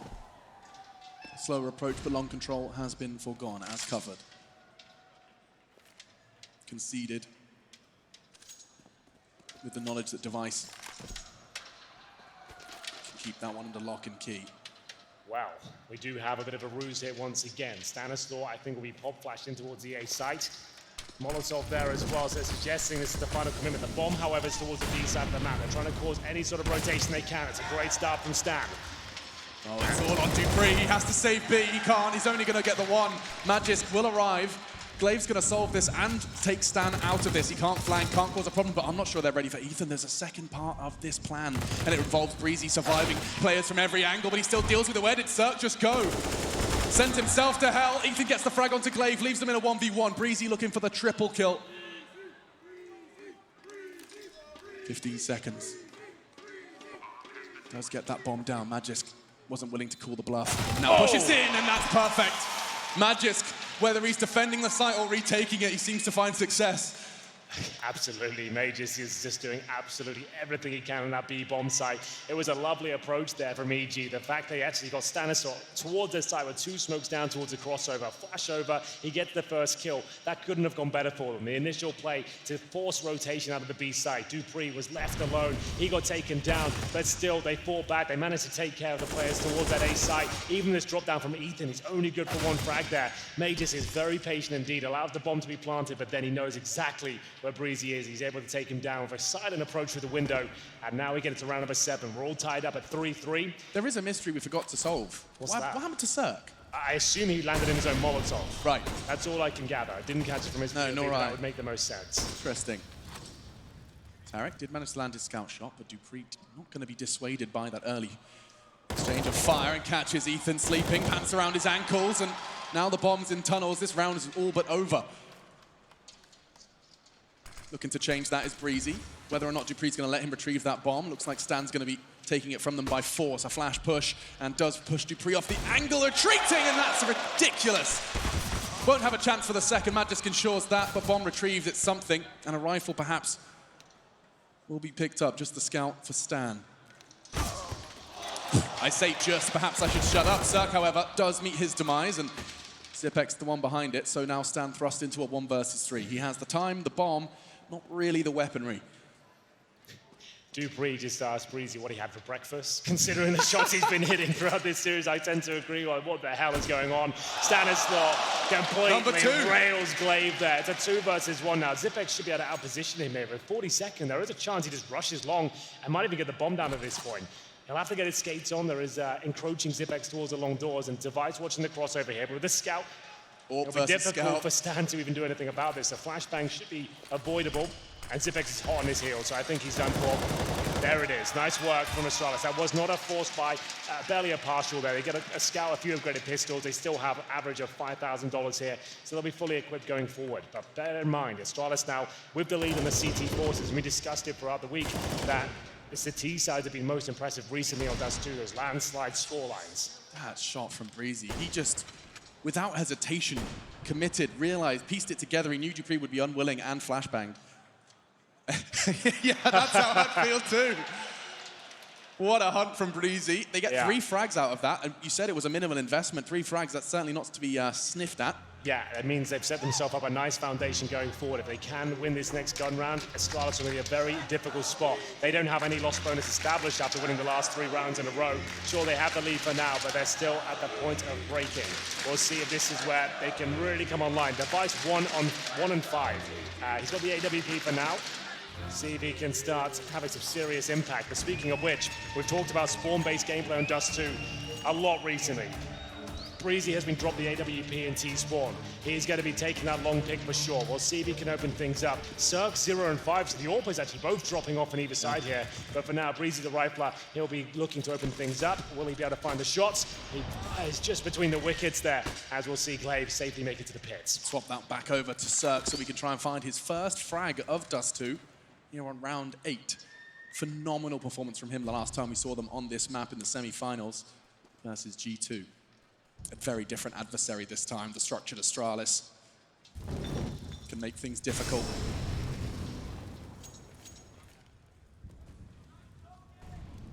dupreeh has that lineup. That's could be a perfectly timed nade. Gonna catch them on short.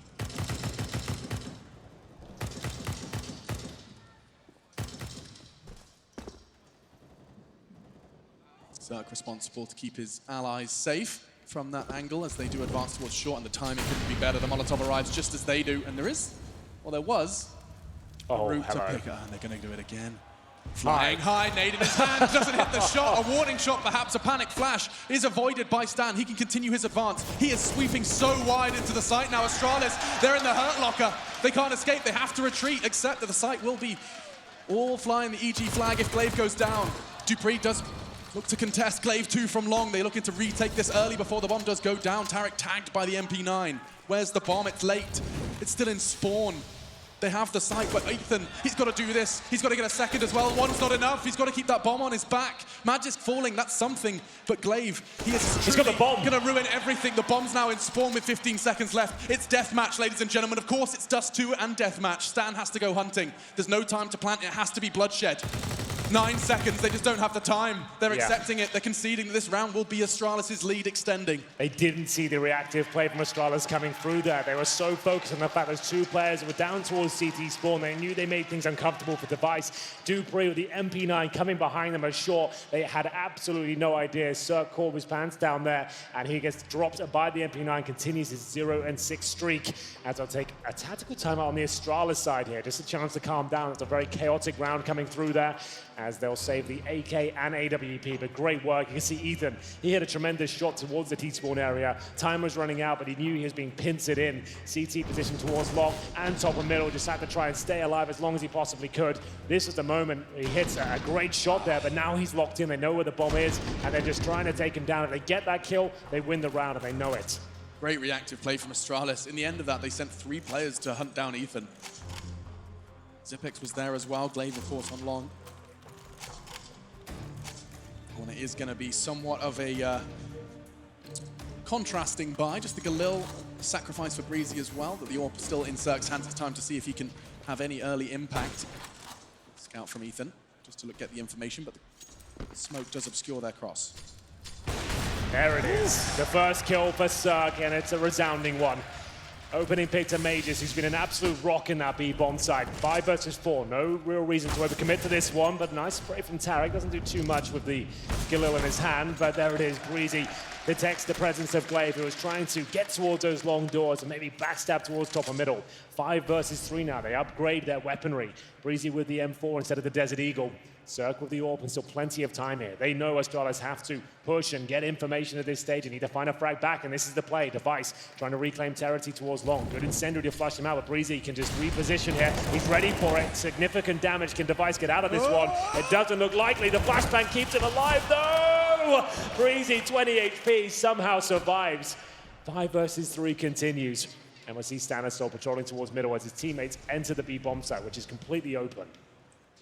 Device and dupreeh from middle. Stan's been sitting here for 40 seconds, and now will get his first taste on this cross. They just want to take this player down in middle. They Astralis really seem to know.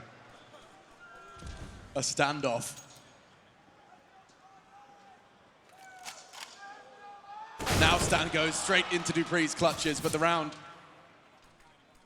unlikely to be taken by Astralis at this point. Full control.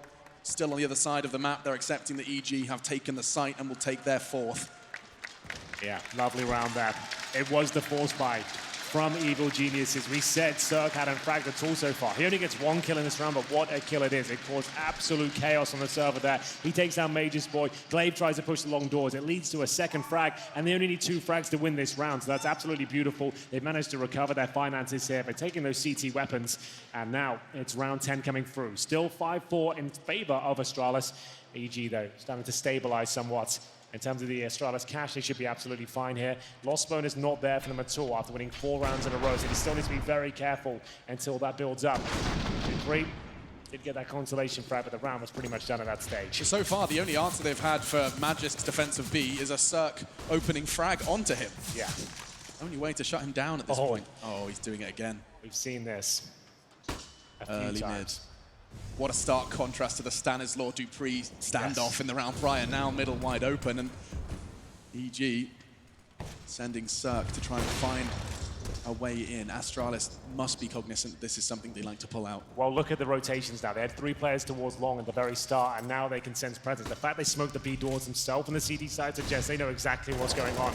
As we'll see, Stan once again holding the mid doors. B split looking very likely considering their setup as Ethan once again pushes towards the mid doors. He'll see the grenades come through CT spawn. He's actually in front of them already. Wants to get out though. Feels isolated. We've seen just how well they operate as a unit. EG, they do work best as a pack. Glaive just going to get a warning shot across the bow.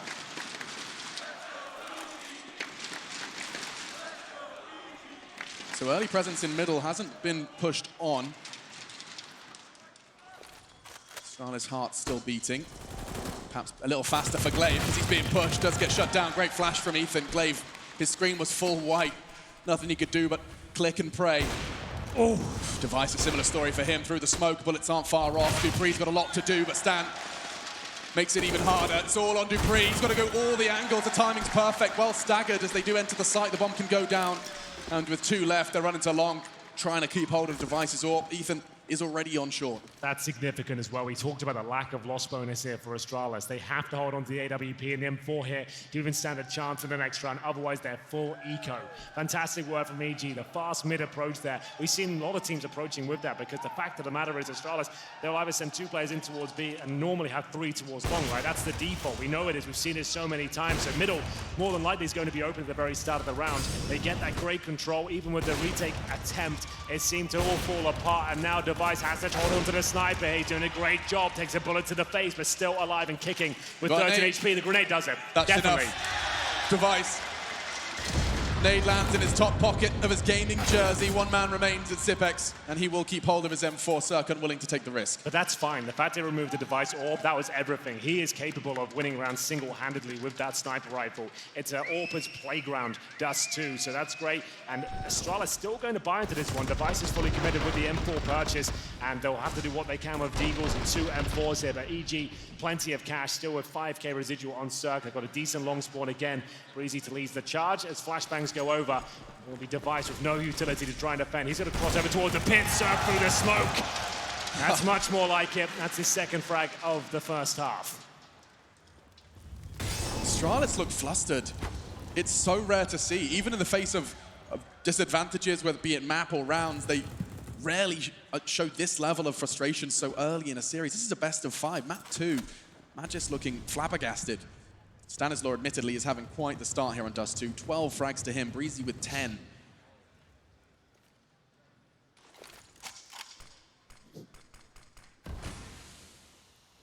So much unspoken and non-bullet communication between these 2 teams. That smoke from Stan's going to keep them onto the boost. They've completely left B open here. There's a lean towards A at this stage. Majors towards the mid doors with a Desert Eagle. He's got the kit as well. It's a lovely play. You can see that boost working out very efficiently indeed. That's exactly what they wanted.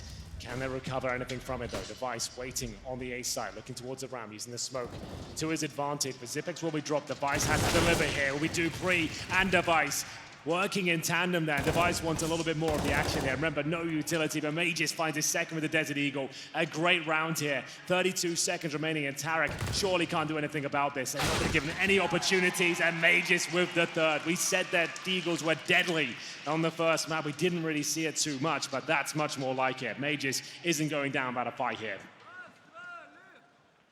Puts it at 6-5. Astralis will take their lead. Now, expectations on Dust 2, we've recently talked about it quite a lot, Henry, is that the T side has the potential to take quite a hefty lead. It seems Astralis keeping EG's T side very honest at this point.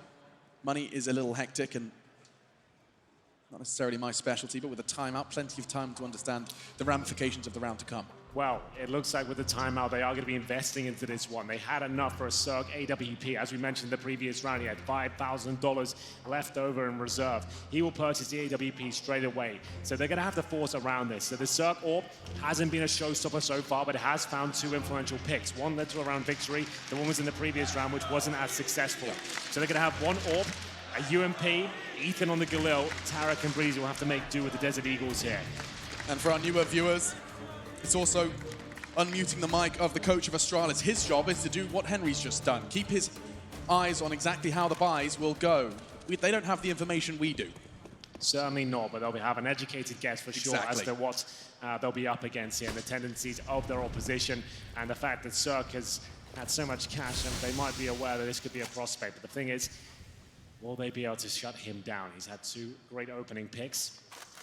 For now it goes into a slow start. Ethan gives up the fact they have force ball here with the Galil bullets being fired. Cirque towards top and middle. Once again, that position is open through the double doors. CT's allowing control, but they have changed the setup here to a 2-man play towards short. Very common. Using the staircase as well to put your heads at different angles makes the transfer all the more difficult. One can play anti-flash, as you see Device. Yes, exactly. If he just does this dry, likely a flash from his teammates. That's the one. Zifex eats it. Device is supposed to be there to save the day, but it doesn't matter. Cirque quick can support. In fact, Tarek gets the assist. He must have caught Device. Glaive not connecting the bullets he had to. He had the headshot angle, now forced to retreat. Can he get back into cover? Looks like the swing won't come in. Instead, EG, they play restrained. They know they have the advantage, and the bomb goes down to extend that lead. Dupree looking to change things. He's not clean. Breezy, quite the contrary. Dirty finds another headshot.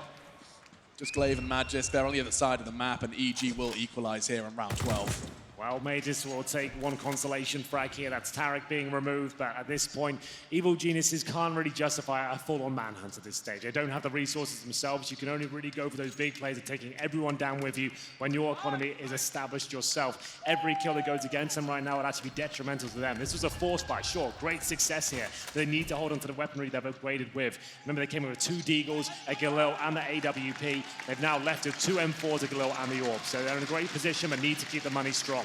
Allow Astralis to keep those 2 Kriegs, sure. They know the money's weak on that Danish side as well, and it almost forces them to buy into this next round here. If you let them keep 2 weapons up, at this stage of the game, you know their money's not completely broken, but 2 Kriegs on the CT side might tempt them into a very janky buy, and at that point, you might have to be able to completely crush their finances for the rest of the half. Couple more rounds of this first half of our second map of our best of 5 grand final. This was Evil Genius's pick. Already picking up Inferno, which is where the Danes chose to take it first in a destructive fashion. 16-3 the score. Still, don't quite believe the words that come out of my mouth when recapping the score, but Evil Geniuses have really made the statement in New York already.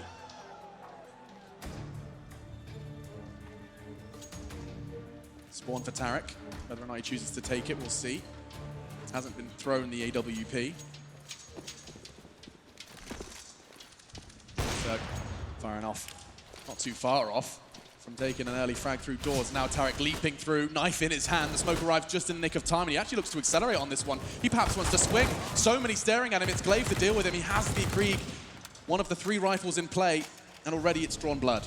Yeah, they have fully invested into this one. It's a nice opening pick as well. Tarek thought he could pounce on the opportunity there and get the first kill. It was a nice idea, but a better setup from Astralis there. They were more than ready for it with the positioning from Glaive with that Krieg. Now, in terms of the general setup here from EG, they've got 3 players towards long.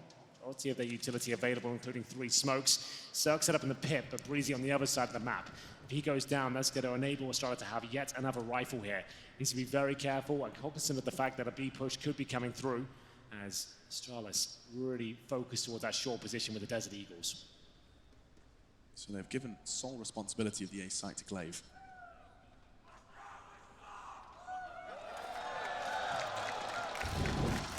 Breezy will make his lower tunnel's presence abundant. Or making his way back too. 2-2 split. This is something similar. They tried to sell this before with Stan and Ethan. This time they're just going to leave Ethan there. Utility thrown towards A, keeps Glaive there, but Breezy and Stan, this is the main project, and it's Magisk again. He shrugs it off every time EG throw B. Magisk just laughs at them. Yeah, every time they've tried to go for these ruse plays towards the A side and walking towards B, they're coming into a brick wall with Mages, who just seems to hold of no problem whatsoever. He doesn't take the bait.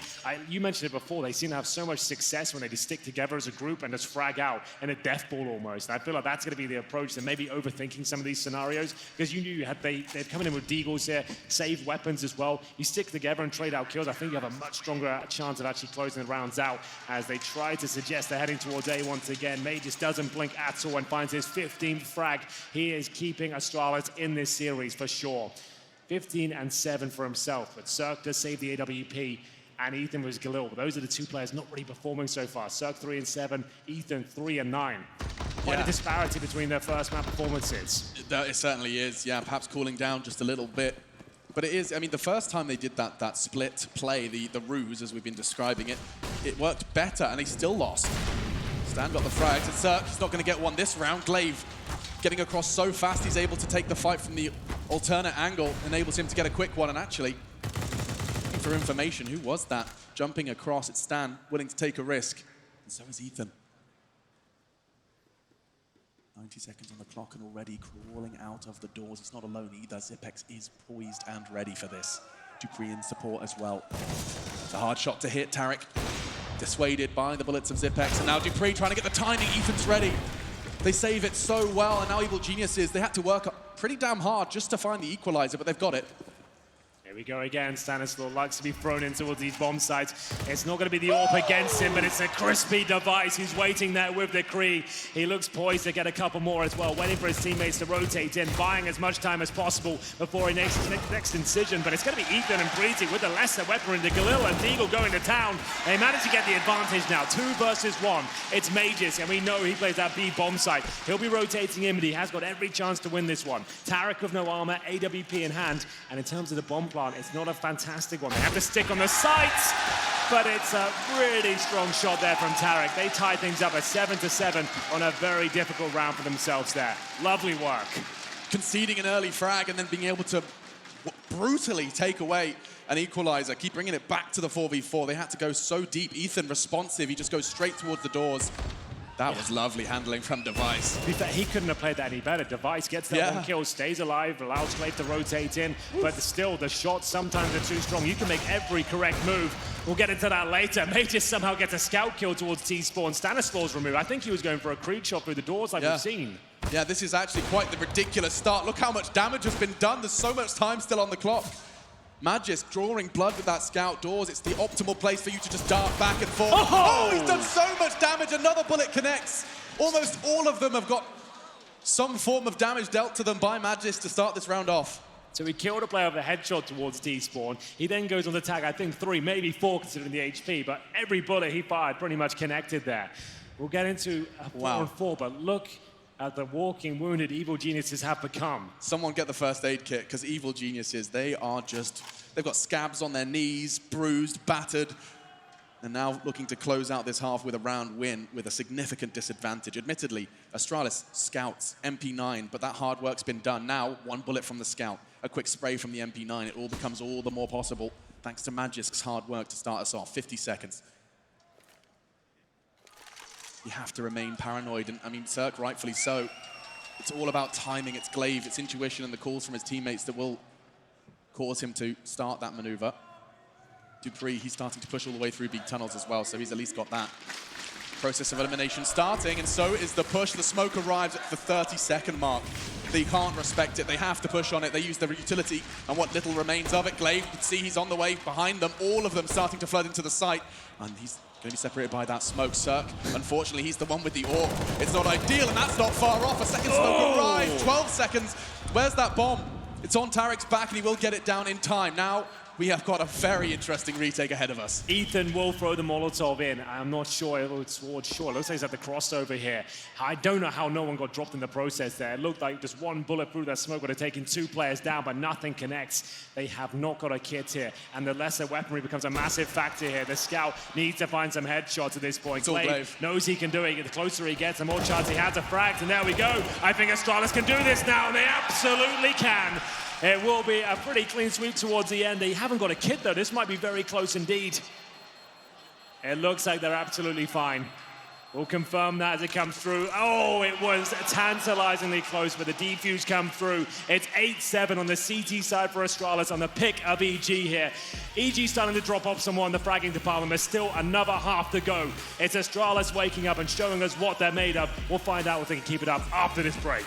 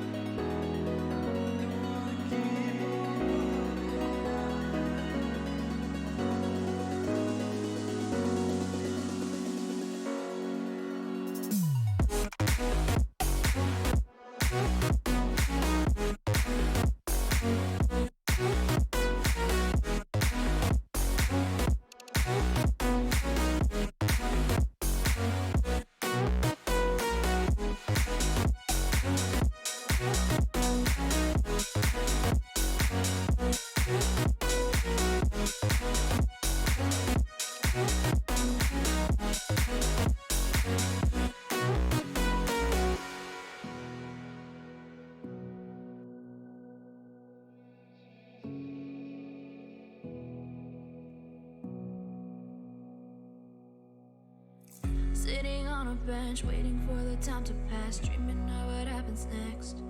I see what I wanna be, questioning my destiny, only knowing what I see.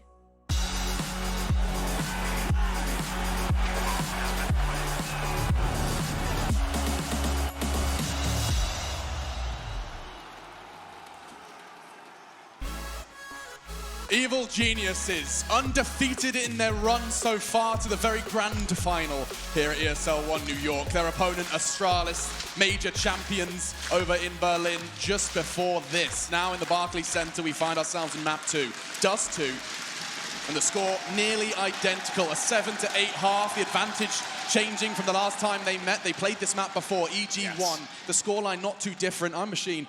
He's Henry G, and we are back into the action for our second half of our second map. We absolutely are. Astralis now on the T side. We can see the buys coming through right now. No upgraded pistols so far. 3 sets of Kevlar. Glaive will be purchasing utility with Zip-X, and we've discussed this throughout the tournament so far. Long is the main approach for a lot of teams these days, but early smoke being deployed towards the mid doors here. That's actually a decoy going through. As we'll hold on to the utility for now. We'll have the bomb and T spawn, a couple of players towards the B tunnel, so nothing really given away as the smoke is deployed on Xbox. Still with 4 flashbangs, and in terms of the CT setup, they have 3 players currently residing on the A site, and Stanislaw and Cirque holding towards B. So with the 4 flashes in play from Astralis, you can expect some of those to be used towards short. That's at least if the fight doesn't come to them there. Tough shot to hit. Breezy willing to re-peek just for a moment before they do recede back into the site, rightfully so, because the acceleration's coming from the Danes. He can drop off and does so. And so do Astralis, unwilling to commit, seeing what they can get before the full commitment. Breezy right to be checking long and well aware they could already be out towards the blue box. As the flash comes in, he does take a wild shot, receives one as well, but still his heart's beating, and so is mine as this round, at the 50-second mark, finally we see first blood. It's Dupree from short. The CTs, they're going to have to play for the retake here. They have to accept they're not going to find a way in early. Dupree's making it even more difficult. Cirque brought down to a similar margin as Breezy. They're both so low, already 1 man down. This round looks like it's definite for the Danes. Dupree confirming it. Another one soon on the chopping block, finds the head to confirm it. Stan couldn't have any less health, and it'll be Glaive to finish. Really nice approach there from Astralis. A classic A split. You can see when that comes into full effect how overwhelming it can be. That's what's called a pincer. If you get control towards middle and especially towards short, once you've already established yourself towards long, you isolate the players on the A bomb site. You can see this now. They're stuck there and they only have the pistols right. Unless they're hitting absolutely every shot, they don't stand a chance. They're being pressured from long and short. The dinks are coming in thick and fast. And it's up to EG now to force buy in the second round once again. Now, remember, they did manage to pull this one off before. We'll see if they can do it again, as we'll see EG with 5 7s, a deagle, and a scout. Long control, trying to be achieved here from Astralis. They're looking very good to do so. 4 players out in that position, including the bomb, as they'll send Mages back towards T-spawn to watch for the B flank, I would imagine. In the first half, we saw the second round buy coming in from EG off their lost pistol, and he managed to pick it up. Big part of that was Cirque on his scout, Breezy on his deagle, same weapons, same players. We'll see if they can find the same result. Odds certainly stacked against them, but on the CT side, they have chances to chip away at the Ts as they advance. I say that not when smokes are down and already gaps are closed. He's starting to cross towards the ramp already. It's Dupree with the AK-47 here in the second round. He's not going to have to worry too much about Tarek because he's ducked into that smoke. It's going to be a question of timing, using the flashbang to push, but it does look like time. That window for him to exploit has gone. Sporadic bullets sprayed, and it's going to be Astralis who do start to stabilize. Just 3 remain for the CTs. They don't have to rush this. Certainly not. Fantastic advantage, plenty of time. 5 versus 3. Stanislaw surely can't do much about this. He does get a ding towards Device, but he's got the scout. He's going to fall back with a safe bomb plan, and they might as well hold on to their upgraded pistols here. They did fully invest in this second round. Hasn't worked out for them. Astralis take a lot of damage, but 5 players alive and kicking still. As Cirque will have to fall back with the scout. He'll be influential in the next round, but he's still on 3 kills, Alex. It's been a while he's been stuck there. Hasn't really got going here in Duster, which is so surprising considering the form we've seen on that map from him and the overall play in the first map, Inferno. It was unbelievable how good he was at times. Slowing right down, Astralis will be posting their 10th on the board here, the first team to post double digits. They'll have a MAC-10 at UMP into the next round. That's probably absolutely fine considering Tarek and Ethan can't bring much to the table. It will have to be a P250 at the very top end, and they'll look to invest in the next round. scout for Cirque. Can't really challenge T-Spawn like the old days. It's a very difficult shot to land. And it is. Going to be jumping into round 18 then of this second map, and yeah, it should just be the 11th formality. Nothing in the form of armor, weaponry, just a nade alongside Stan. Tarek will be bringing that in, and something a bit quick this time, admittedly, from Astralis, just rushing straight towards B. There's no one there to receive them. It's just going to be Breezy. He does have his Desert Eagle, and the first shot doesn't connect. It should be the end of that. Smoke will arrive, as will the Flame. CTs will be locked out. This site is just notorious for being impossible. Difficult, I think, is the word that I should be using to break. We've certainly seen players capable of retaking the site, but certainly it will not easy, especially when you haven't got the weapons or the Kevlar. Just Ethan and Cirque, they're about to be hunted down. Degree loses his AK-47. That's something that's valuable, at least in the grand scheme of things. Whether or not they'll be able to get away with that is up to Astralis. There it is. Not too often you'll say that Astralis go for a fast B play when they know they're up against not a lot, but it works out perfectly this time, and we'll see Ethan trying to do what he can with the AK-47. Significant damage inflicted, managed to get himself a couple of kills, but there it is. It comes through. It's going to be Astralis 11-7 now on their opponent's map pick. They're starting to warm up into this best of 5. We talked about them having slow starts, and that's exactly what they had in Inferno. Really couldn't get going. They were 5-0 down before they posted their first round, but seem to be getting stronger and stronger as time goes by. It was Magus that was a catalyst to even keep them in this first half and actually provide them such a strong performance towards that B side of the map. Now up against the Cirque AWP, as we mentioned, it hasn't been as impactful as you'd like it. Faster approach once more from Astralis here, making their way up towards short. It's Glade, though, fighting towards long, going for the A-split once again. Breezy gets himself towards a blue box, a position that's commonly overlooked, but not this time. Glade, he is methodical. He checks every single spot and finds their headshots as well. 4 versus 3. Cirque Stanistor will have to do what they can towards the mid position. Cirque pulls one back. It's no coincidence that this grand final features the world's top 2 fragging in-game leaders. Yes, Stanislaw and Glaive, both awesome. Meeting in the server. Both highly regarded for their ability to contribute in more than just their calls. Zipex, alongside the flashbang from Glaive, enables them to have that advantage, albeit slight, given Zipex's damage he's conceded, down to 4. And a change of plan. Now, with Cirque, he will perhaps be able to find some information quicker than he otherwise would be able to. He's actually turned his attention to short. Ethan, responsible for middle and B. Well, this looks like a perfect call so far. Making their way towards the B side, no one there. Ethan will arrive very late, and they still have a smoke for the door and a Molotov for the window. There'll be no points of access here. There's the smoke, and all he can really do is either push through with a flashbang here or wait for his teammates to arrive. That's not going to take too long here. Significant damage, down to 1 HP. Glaive somehow stays alive. He'll go for the plant. He might not survive much longer, but still, that was very fortunate for him to survive that encounter. Wow, that could be enough to win them the round. The fact that they didn't get converted, they don't want to push on it. They don't necessarily have the information that Astralis have 105 HP between the 3 of them. 1 HP on the plant there. That's so fortunate for him. Wow, and they'll just back away. That's the 12 for Astralis, and really warming up into this one. Evil Geniuses, we were praising their firepower. It's time to see what happens when that absence in the form of Cirque, in the form of Tarek, is present. The absence is present. Nice one, Alex. English is my first language, by the way. But now Cirque and Ethan will be holding onto the weapons, and they'll absolutely have to do that. Things starting to get out of control here. They're yet to post around in the second half. 4-0 down. Astralis have presented a perfect game so far. Great calls, great mid-round decisions in general, and Glaive being so meticulous when he's checking every single corner like a bloodhound, searching for his opposition.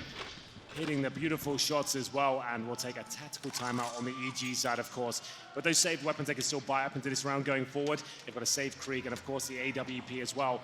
It's the Orcas that have had a quiet performance so far as he divides 8 and 10. So still struggling 4 and 11, but their third timeout here. Never too late to turn up, but the fact is that the T sides have been so strong the last few months. For Dust 2, Astralis should be in cruise control here. Needs something quite magnificent to occur here for Evil Geniuses. It's Stanistor at the very top for them, 15 and 13. Breezy playing very well indeed, was starting to drop off in the second half. No one really delivering a boatload of frags here in the second for EG at all. Great team game from Astralis so far. When they last met on Dust 2, Evil Geniuses did win, and that was down to, in part, Cirque's 21 frags, Breezy's 28. Tarek was right there alongside them, so 2 of the 3 that delivered in the first time these 2 teams met here in New York on this map, absent at the moment. Breezy's gonna go fast. Straight out long flash by his teammates, does get Breezy hot under the collar, a flash in response, but he's playing anti-flash beautifully, and the understanding was there. He tagged him up, but Tarek does one better, gets the frag, and now things can slow down. The smokes arrive, but so do Astralis, straight into the A site. Yeah, very fast indeed. They've noticed there's a lack of players towards the short position, but Stanislaus coming in with the FAMAS. He shuts down their approach. It looked like an open corridor all the way towards the bomb site. It's Zipex to finally take him down. The bomb should be planted in, no problem. But it's going to be Tarek making his way towards the A side, looking to take down Zipex straight after the plant here. The smoke will protect him for now. Great work from Zipex, but can't land the shot. The Vice will have to do everything he can. Big fuse can happen now, surely. There'll be no question about that. That looked like a connection to me, but there it is. The 4D fuse will come through from Tarek. They'll win the round, but the Vice survives. And Stan gets all the credit. Sometimes you cut to a player's perspective and you have to comprehend how he got there so fast. Yeah. They must have made the call. I think they're all coming. He took the gamble, followed the call. This was Tarek's first opener onto Dupree. Look how fast he arrives. They're still throwing nades. They had no idea he could be there that fast. Yeah, so well played.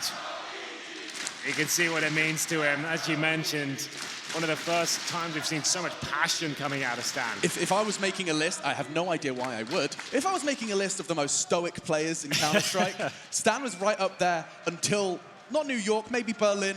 We really started to see that, this new side to his character, and I think it is fueled by his hard work and the fact that he feels like it's paying off. Yeah, I think he really believes in this Realizing project. his goals, he believes in his project. He's got everything he needs, and now the organization behind them as well, the resources and funding there, the players he wants to be with, and people that listen to him as well. It seems like he's very invested in this. Either way, so a lot of work to do here on Dust 2. It's the map number 2 here at this best of 5. This is the pickup EG, and we'll see round 21 come through. Muddy's still not in a great spot for the North Americans. Ethan on the MP9, but that's a weapon he's very well versed in. As we'll get into a long take here from the Astralis side. It's always a point of contention, a big talking point, and it's Breezy and Tarek working in tandem towards long. It's up to Device to try and pull one back as the battle continues towards his position. He had the bomb, he had to get the hell out of there, and now they'll go back towards middle, looking to respond very quickly on this side of the map. That's a very quick response. We've seen Ethan do something similar on his T side. As soon as you lose that long fight, try and accelerate, find the gap in mid. Smokes arrive. Cirque makes his presence known, but Device, he's still somewhat secretive about it. Has managed to get the element of surprise on this player towards ramp. It's Tarek. Tagged up from his early exchange. He has an AWP of his own. Question of timing will determine the winner of this battle, and it's an important one. I'm interested to see if Tarek will hold on to the AWP at this point. He is low HP, it's probably why it's thrown over. It's Cirque with the M4, but that was a bit of a sitter for Tarek. He had to hit that. They should be fine to win the round still, but it makes him problematic with his low HP. He really will be kicking himself with that one. A chance now for Astralis. Breezy trying to deny the plant, a little bit late on the Molotov. He'll do some damage, but not much at all. Down to 89, and Device is recovered. He's ready to hit that shot, and he absolutely does. Takes down Breezy, 3-on-3. This was looking like an absolute lock-in for them, and it's falling apart now. Still a 2 versus 2. Oh! It's not over yet, Henry. Ethan, Stanislaw working together to get the job done. Bob the Builder would be proud. Device into the 1v2. Time though, he just has to play the game of survival. One drops, and Ethan's so quick! It's all Ethan! That round, Tarek would have really felt that one. Seeing 13 on the board, knowing that shot was his. And Henry, I've never seen an arena collaboratively facepalm at the one shot missed. The Barclays Center all pressing their palm to their forehead after that one. Now it's a grand final, Alex. Now you can see the pressure coming through, some shots being missed, and absolute pandemonium ensue when that shot doesn't connect. Tarek, he was clenching at that point. He was realizing this could be the end. This could cost us the game. If I miss that shot and they come back in a 5 versus 3, our money is absolutely ruined. And that's a chance for Astralis to close this one out. It would have been 13-8 had they given that one up. The angle he was holding was perfect as well. Just above the box, Device just walking into the guillotine. Nothing to show for it. Fortunately, Ethan is an animal. He had the MP9. The odds were so stacked against them. You can see how it started. It was that lovely double push from Breezy and Tarek. This is Ethan. Smooth moves for the third. And let's see Stan once again getting fired up. They are starting to close that gap. Cirque finding his voice as well. Certainly not finding the frags though. Needs to bounce himself back into this grand final. Doesn't want to let this thing slip away. Decelerate too much given the fact that there could be still another 3 maps of play here after Dust 2. It's a marathon, not a sprint. We say it every time a best of 5 is involved, and it's absolutely true. A battle of endurance. A conversation for another time, though, because we're back into the action with round 22. This is a map-defining round here. Both teams broken financially, no reserve cash for either side. Lost bonus not really there either. Both of them at the second stage at this point with the new system. You'll see them invested fully with rifles. It's Cirque with the AWP towards short, who still can't find form. Stuck on 4 frags for the longest of time now.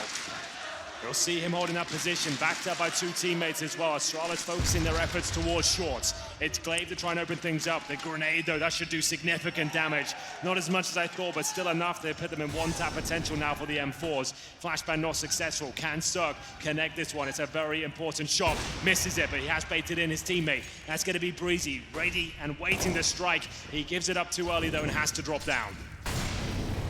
North American defense, it's shaken, but they do not waver.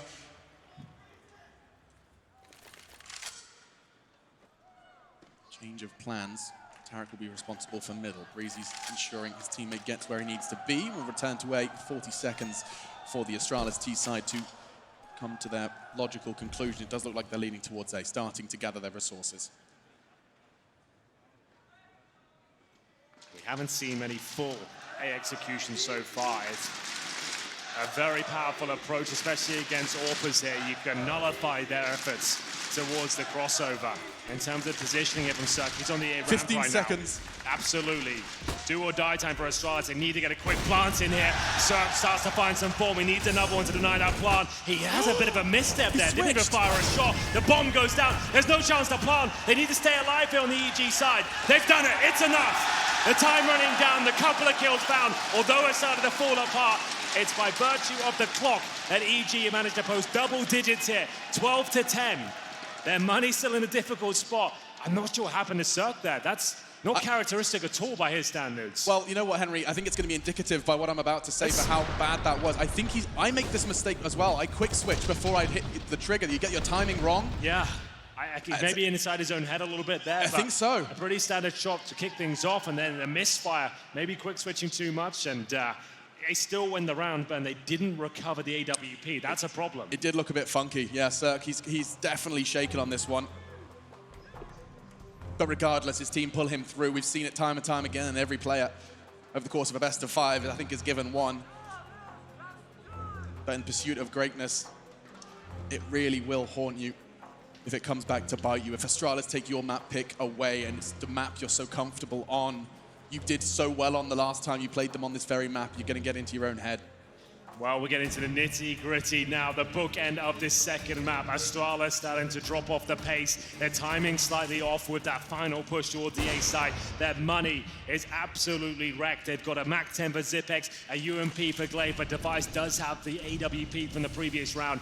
He's operating a little bit quicker here towards those mid doors. We'll see if he can find the first opening pick. But as we mentioned, not many CT teams have early presence towards that side of the map. You'll often see an early long stance and rotating back through CT spawn, exactly what Tarek's doing right now. They attempted a boost there before, but just going to have him playing behind the CT box for now. Very early on into the round, and we will see Device firing off a decoy. I like that, so he's hoping it will bait out a pick there from the mid player. And it's quite smart. You don't see that too often these days, but one I certainly respect. I mean, if it pays off, that's $50 well spent. Absolutely. I've seen them used as fake flashes, but definitely the least utilized utility. Makes sense, perhaps, given the price tag. Breezy.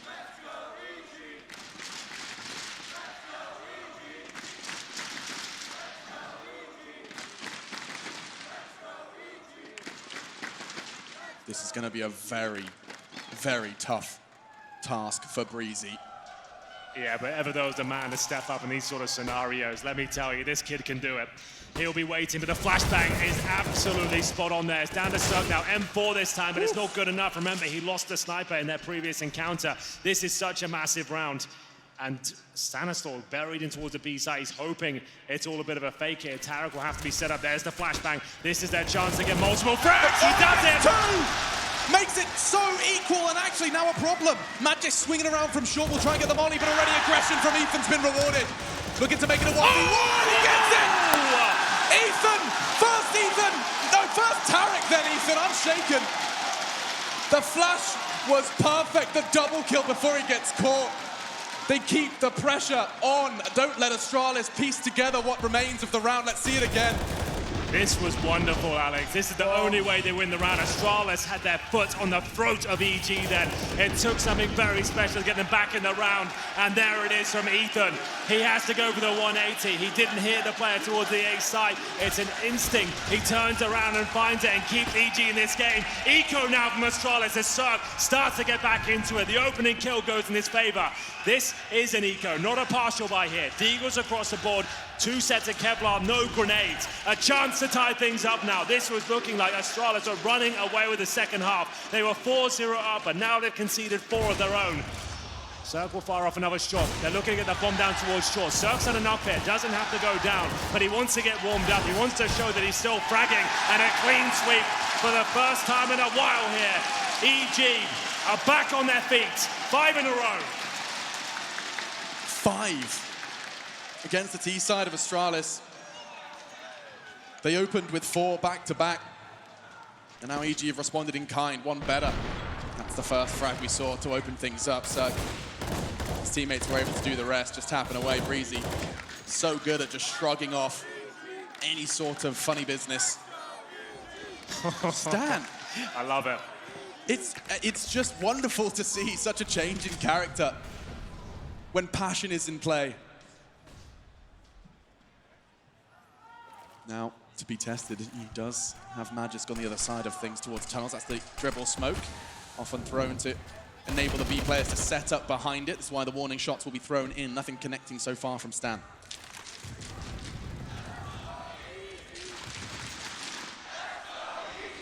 Just trying to draw the B players into a defensive stance with that smoke. It's not where they tend to go. Oh. I'm not sure either player knew what was going on there. They're like, you know what? Call it a day, we'll both fall back. I'll see you again. See you again, BRB. Indeed. So Breezy, the solo anchor towards long, playing with Cirque, who normally positions himself either at the car or at the A ramp. This time at the latter. Good incendiary to buy some time there. That'll push them back as they might be forced to go towards the mid doors here. You can see they've got 3 players posturing towards that position here. 40 seconds remaining, and what is the call? Smoke towards CT spawn. Tarek hasn't got the most ideal weapon for the job, but pushing through, confirms it's clear for now. As he flashes through, it's going to be a final A commitment here, and Cirque starting to nail some beautiful shots now. Can he get the second? He can't just yet, but he's still alive and kicking. Time could be a factor here. Bomb down in 25 seconds. Where is the bomb? Did right it drop? there on the shore. He can get it? Okay, can be retrieved. Didn't go spawn. I was going to say, we've seen so many times it gets lost. Well, this time it's been taken from them. Tarek grabs it with only 15 seconds to spare. They're turning tail. Magisk is about to clear B. My goodness, this is about to start to spiral out of control. Tarek has to get there in time. Picks up the Orc. He has bullets. He doesn't have any HP, though. 5 seconds, 4. Oh, it's done! It's done! Breezy saves the day for EG. A last-minute change of plan, and it's punished by the North American rifler. They couldn't quite take the orb out of Mage's hand there. That would have been everything. He would have had no money going forward. That's the second time that's happened. Astralis losing the round because their clock runs too low. Their money is in tatters right now, but they did save the AK and the AWP. Here's Cirque, like we said, starting to hit some shots now, and Tarek got the most important one of them all. That bought the time, that dropped the bomb, and at this stage, Breezy knew he had to find that one all-important kill. There's another buy for Astralis here, but they've lost the lead at this point, 13-12. Device trying to pick up the pace towards the mid-doors. There is a player there this time, Stanislaw trying to stay dynamic. They feel like mid's open. They might not be aware of this. This could be everything. Stan is setting himself up for multiple frags here. Players right in front of him. This is everything. He fires through, damage done. He has to try and fall back. Nothing to write home about just yet, at least not that he's seen. Just some bullets sprayed into the grey void that is the smoke grenade of Counter-Strike. This is going to be a very big challenge. Oh, Ethan, he manages to jiggle, gets the info for free that the Orc is still out, set up on doors. Stan, he's willing to try and make this work. It does take Device down before the trade comes in. Tarek's there, though. Oh, they're trading all over the place. We're in Brooklyn, but they're acting like we're in Manhattan. Magisk, 1 versus 3. He is on B. Profoundly good at it on the CT, but now he's looking to go 1v3. That's the first. Falls down again! Gets the double! Tarek does save the day for EG, and they get their 7th. That's 7 rounds in a row for the CTs. These are getting close. Yeah, and the problem is, sure, Evil Geniuses are winning all these rounds, but it's coming right down to the wire every single time. With the maximum loss bonus established and the plants coming through, Astralis can keep buying. But they're getting so frustrated now.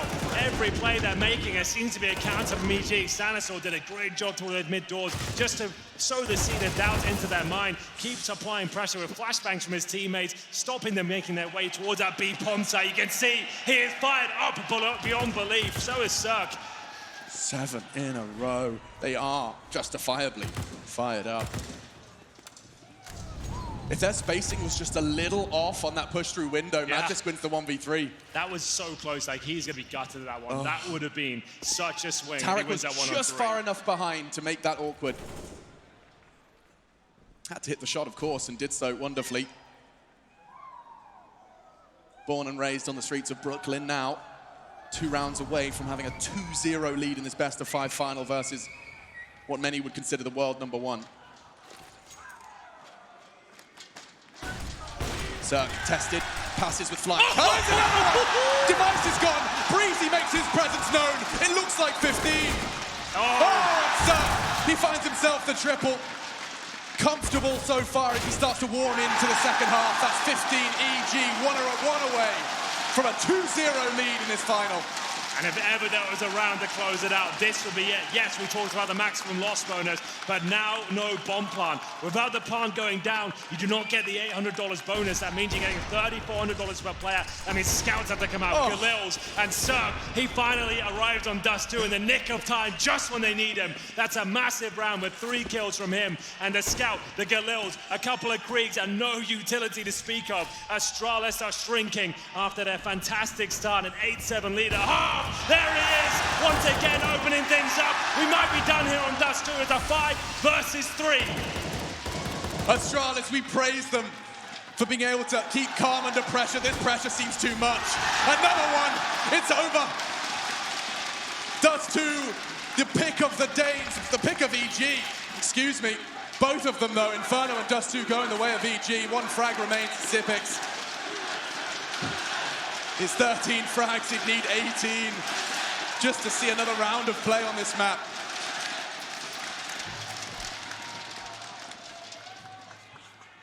Well, just a formality at this point, I would say. A 5-on-1, it will lead to a 16-12 scoreline. EG were tested there. They had a difficult start. 2 of their players absent in the first half. They had to hold on for dear life. They closed it out with pure style, though. Managing to get, was it 8 rounds in a row towards the end? 9. It was 9.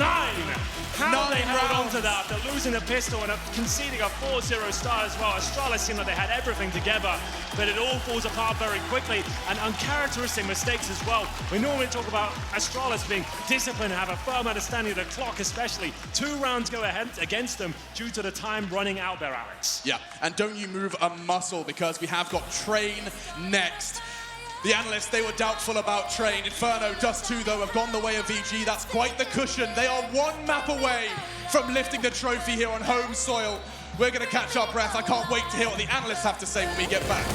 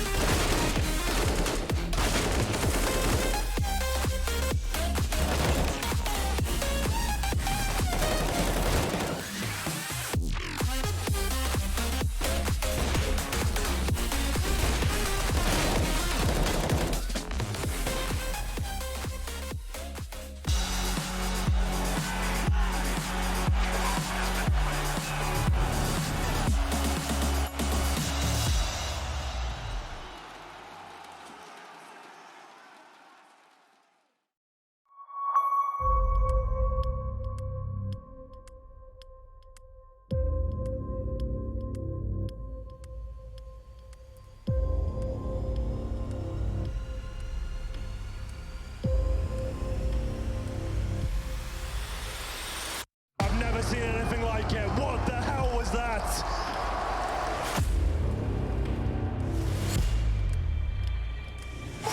Oh!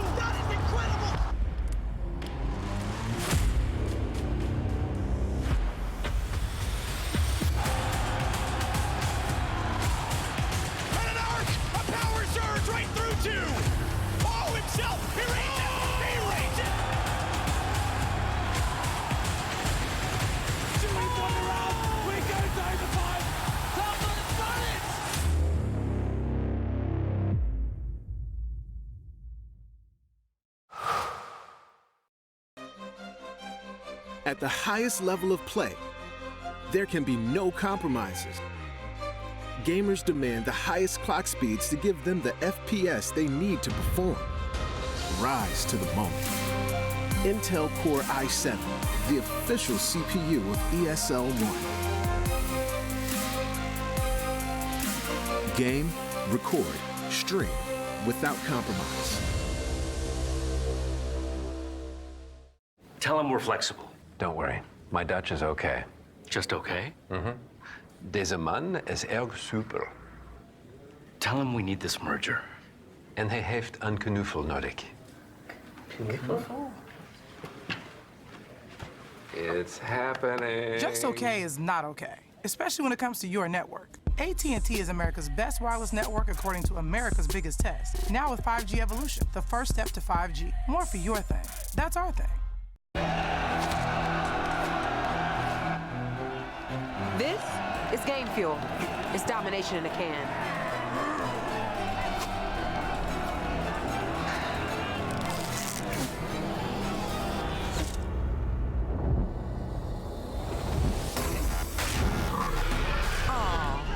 Tastes like loser tears. New Mountain Dew Amp Game Fuel. Victory in a can.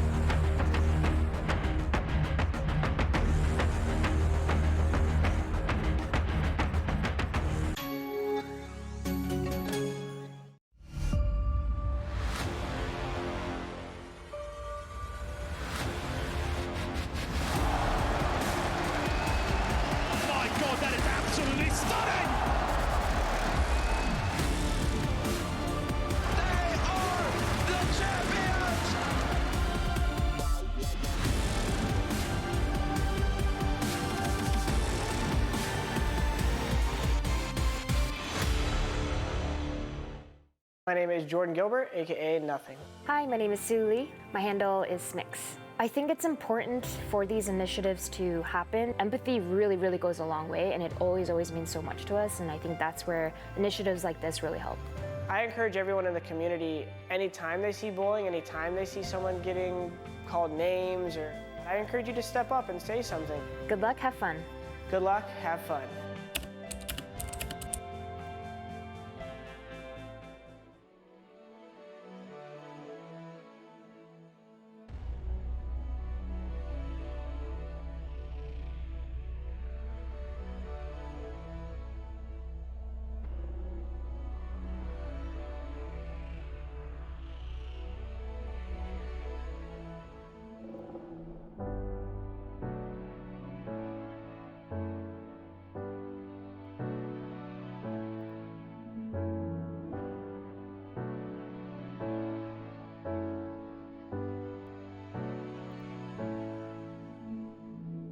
Seems like I can't get away from the hot sun.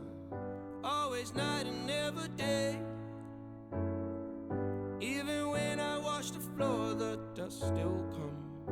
Keep on hunting for the bread. No matter how lost, need no light, no spark. I'm in line mode. With my eyes closed, I can see in the dark. I'm a quiet storm.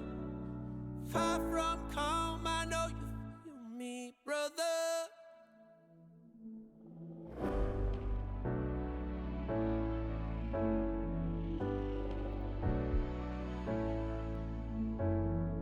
Seems like I can't get away from the hot sun. Always night, it's never day. Even when I watch the floor, the dust will come. Keep on hunting for the prey. No matter how lost, need no light, no spark. I'm in line mode. With my eyes closed, I can see in the dark. I'm a quiet storm. Far from calm, I know you feel me, brother.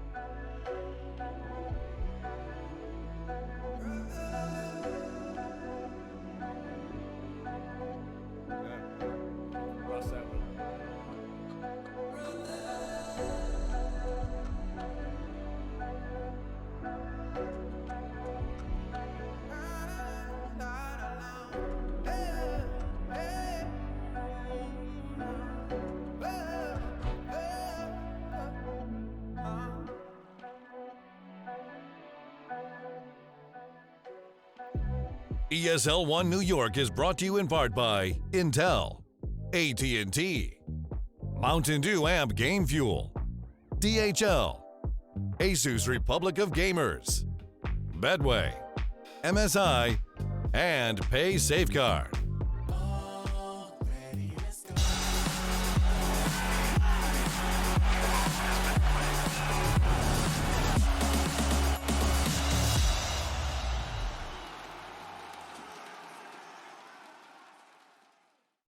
Day 2 of ESL One New York here at the Barclays Center, and if you come into this lounge, of which I'm going to emphasize for all the Chads out there, the PlayStation Plus lounge, then you will find this environment. Now, to get in, you just need a PlayStation Plus membership, console set out, some TVs, and tournaments which are ongoing. Now, if you win one of the tournaments here, you can win some quality swag, such as PlayStation hats and glasses and stuff, and I am wearing it backwards because I'm that cool. But as long as you participate in one of the tournaments, you get entered into the raffle. And who doesn't love a raffle? What's that? What's the prize? Well, it is a PS4 Pro and a year's PlayStation Plus membership. All you got to do is take part. Now, that is going to be drawn at 5 o'clock today, so get yourself down here, unless your name's Chad Birchall, in which case, I'm afraid you're not invited. Chad, not invited. Look, I understand. I do understand. It's unfortunate that you have to be from the Upside Down. It's also unfortunate that the Upside Down landed right on top of Astralis there in the second half. We're talking about T rounds at a minimum. I'm blown away by that game, and what I'm blown away is by how into this Stan is, right? Somebody who I considered to be quite, a mellow individual. You wouldn't get much emotion. How pumped up is this guy right now? It's great to see. The war face, he's over there slamming the death staff, stay win, and it's part of you guys. I need you to keep it up and get loud for Stan. He's loving it. And man, everyone's making the big plays here for EG. Yeah, definitely so. And that's the whole thing, right? I mean, they really did rally back there. We thought, okay, this might go all the rounds, maybe a couple bonus rounds. But in this moment, it was EG that really just grabbed life by the horns, That Tarek play where he rushes to the smoke on the second round, setting the tempo after losing that first half pistol was massive. Stanislav played a big part in first half in keeping them afloat, which is awesome to see as the other boys were a little quiet on the first half. Yeah, Magisk, on the other hand, these B holds that he was having, there was a lot of mid to B attempts on him. He did a fantastic job. He gave Astralis a lifeline, and then they even went into that second half looking really hot. That 4 rounds to begin things. It was a good start for them, and it looked like they were going to close. What about... sorry, go ahead, Jordan. No, yeah, I think that's a big point for us, Trace, is the fact that EG had an okay first half. In the second half, lose those first 4 rounds and then win out from there is great. I think Cirque started first half 4-9 and then goes 7-1 in opening picks to help them kind of seal the deal, obviously, with the other big plays. Which is what needed to happen because Cirque relatively quiet through the first half. Yeah. And him to have turned it around, they needed that. The first half, if you look at a lot of these buy rounds, both teams had to make a lot of, I guess, omissions in their buys. It wasn't full gun rounds. We weren't seeing what we saw in the second half where everyone had the AWPs, utilities, the AKs were constantly coming out. The CT side never felt like they were had any issues with their buys. The first half, it's like Astralis were forced to kind of play more of a jankier style of CS. In the second half, it was the clean style where I expect them to be able to walk away with the percentage rounds. But once again, these ballsy plays, EG are just throwing them everywhere. Let me just throw this out there because I just read a stat line before we came out here that Astralis has never won an ESL One. Oh. They've won an IEM, never won an ESL One. Oh. And from the looks of it, that might be the case today. Reverse sweeps and best of 5s, they're not something which happen too often or ever. But it could be the day, Chad. We don't ever want to write that off. What I do want to write off is this segment. We're going to be going to a quick break. When we come back, we're going to be getting into this next and what could be the final map here between Astralis and EG.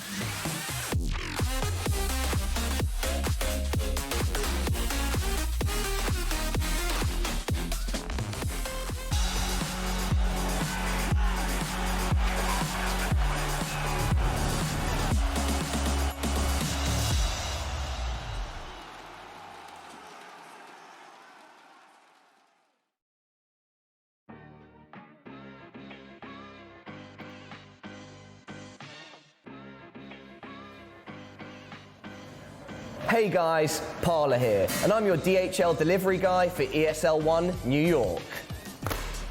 I'm going to be giving out some awesome CSGO swag to our best fans. But how do you know if you're one of our best fans? Let's check out the criteria. The best fans always stay fresh. Oh, Effie-bot. How's it going, buddy? Little delivery for me?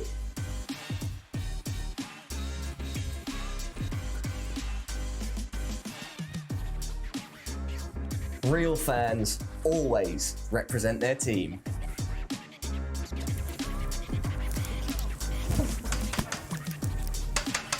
Housekeeping. Hello. It's housekeeping. The best fans don't let anything take them off their game. Hello, sir.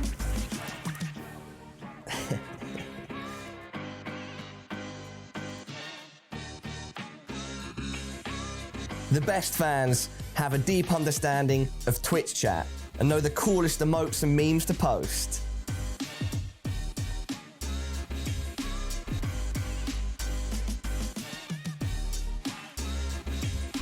The best fans always support their favorite content creators.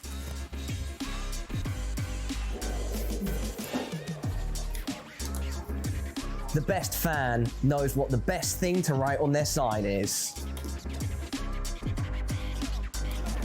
Are you the best fan? Send us a selfie with your best DHL drop sign using the hashtag DHLDrop to be in with a chance of winning a drop if you are attending ESL One New York. If you're watching from home, head on over to inmotion.dhl/DHL drop. All right, Effie-bot, time to go, buddy. We've got a job to do. Let's get out of here, kid. Over here. This way. Come on, girl. Yeah.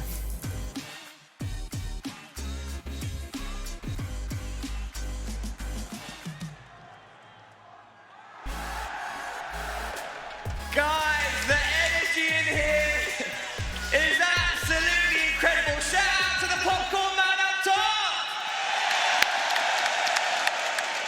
Hey guys, Parla here. ESL One New York, what is going on? Everybody, it's time for the DHL drop. I'm looking for the coolest signs in the room, and if I'm not mistaken, I am linked up with my colleagues up on the desk. We're spotting out here. I think I can What's hear up, you. buddy? I hope it's... Yes, guys! Yeah! Everybody give it up for our talent up top. Awesome, guys. Woo! Look at all these signs. Guys, I'm a bit overwhelmed, to be honest, but we're going to try our best. But before we do it, I need you all to chant. Are you ready?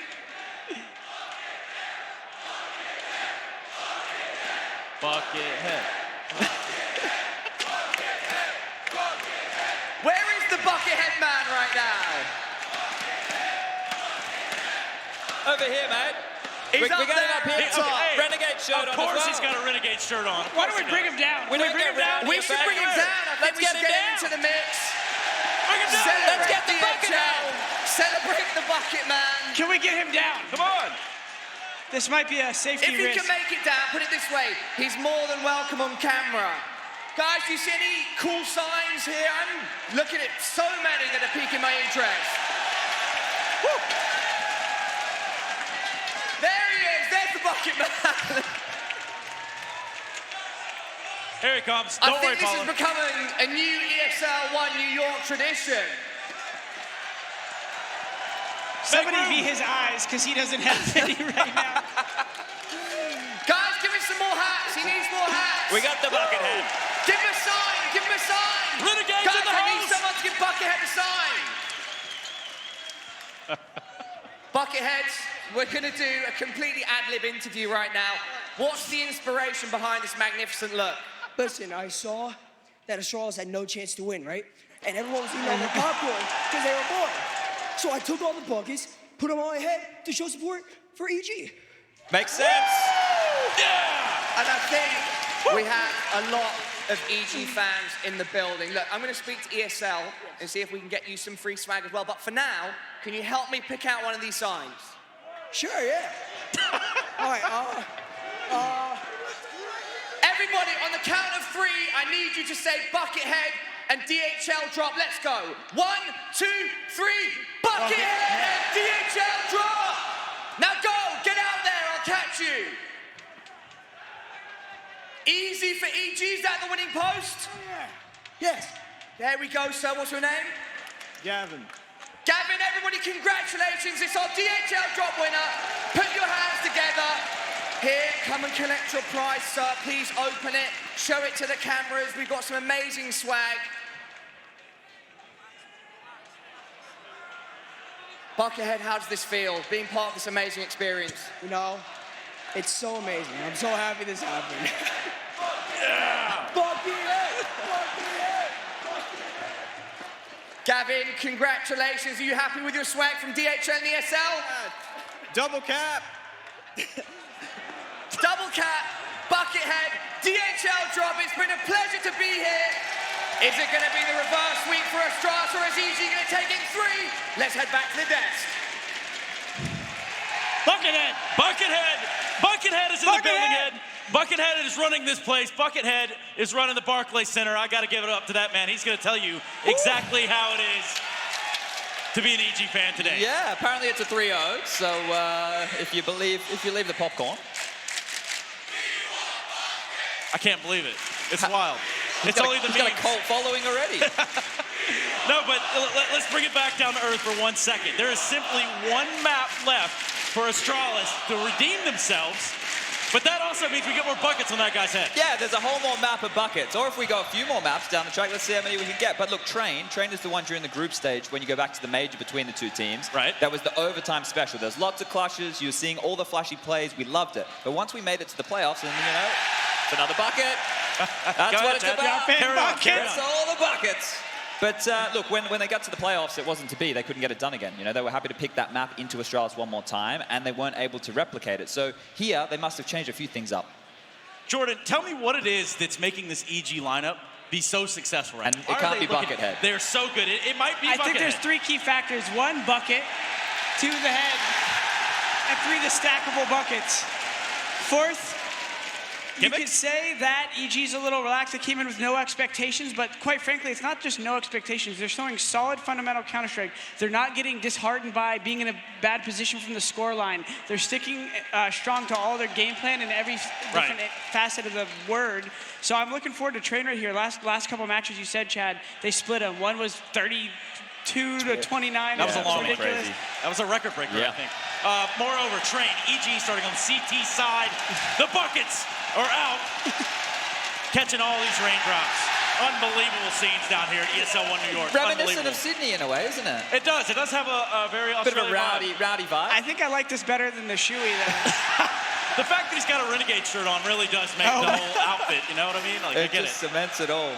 Yeah, the CT side is a great place for them to be starting here.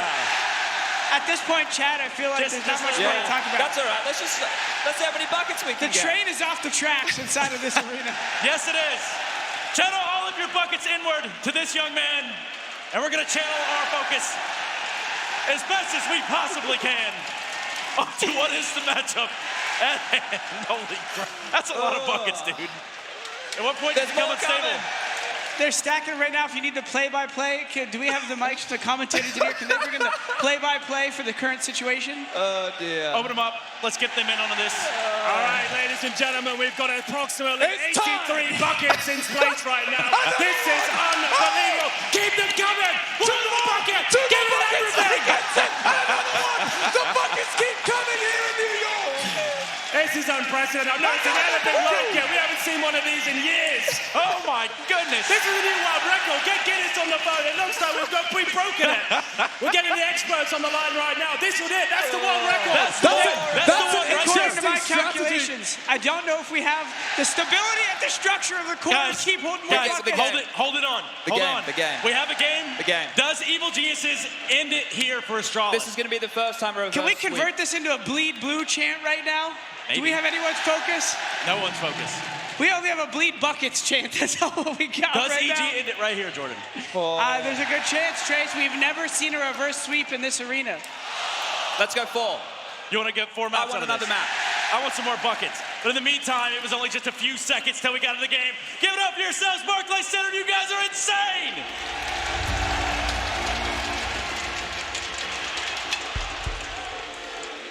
All right, you better not have lost your voice, Barclays Center. That better have just been a warm-up because we've got ourselves the third map.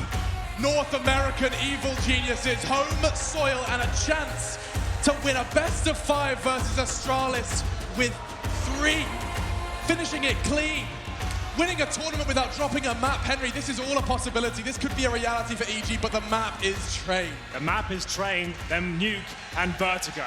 Those are technical maps. Those are difficult to grasp, and Astralis are masters on all of them. This could be the reverse sweep. It's never happened before, but there is every chance with the tenacious Astralis on the server. This could be going down. Either way, it's a CT start for Evil Geniuses here. We'll have a look at the setup for Astralis. They do have outside presence here with Mages trying to open things up. Smokes have been deployed. Bomb to be planted as they make their way out of the main entrance. You're going to see Cirque get the first. Dupree's head rolls, and his stats for Cirque are going to have to really improve if they want to close this in 3. He did find his form at the end of Dust 2, and now it's his chance to start with a bang here on Train. Got the first, and that gets a second opportunity. Magisk falls. 3 remain for the Danes. Bomb down, that's the only advantage they have. They certainly don't have the numbers, and it's extended, the deficit by Stanislaw. Tarek's there as well, it's all on Zipex. They know exactly where he is. A beautiful dance from Breezy gets them that information. He's still alive, and they are on that bomb, and so this will be EG taking the first round of map 3. Right. Excellent work there from Evil Geniuses. You can see a nice outside execution there from Astralis. 2 smokes deployed, flashes over, outside control granted, bomb planted, but at that point it was Cirque coming from old bomb, managing to open things up, and then the pincer coming from across the map here.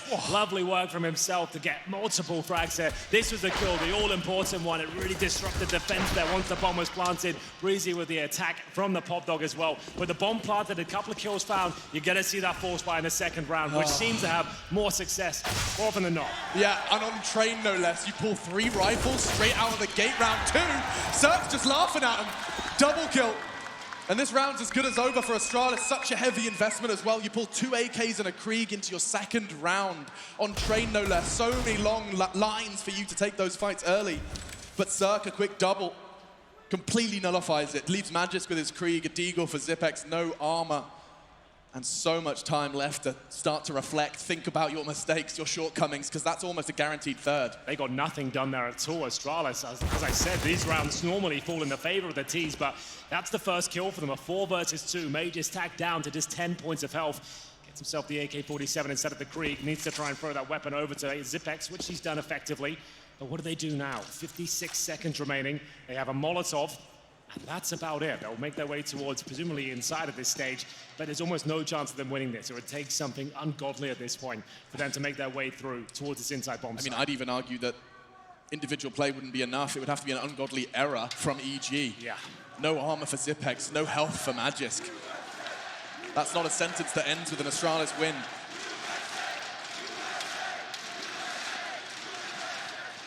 .25. And they won't be alive for much longer. That's Zipex gone. Stanny's burning, but not quite to the crisp. And crisp is exactly what EG have been so far.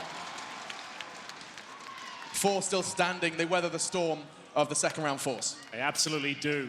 An emphatic start as well. Opening kills from Cirque once again. He was quiet on Dust 2 for about 20 rounds or so, but this is resounding. He manages to get up there with that Silence M4. What's interesting as well, because he's the AWPer, when they need a Silence M4 in center positions, he's dropping that to the likes of Tarek. You see Tarek with that Silence M4 right, he has the M4 himself equipped in his inventory. So it's nice to see they can mix things up, knowing that Cirque can bring that out if they need him.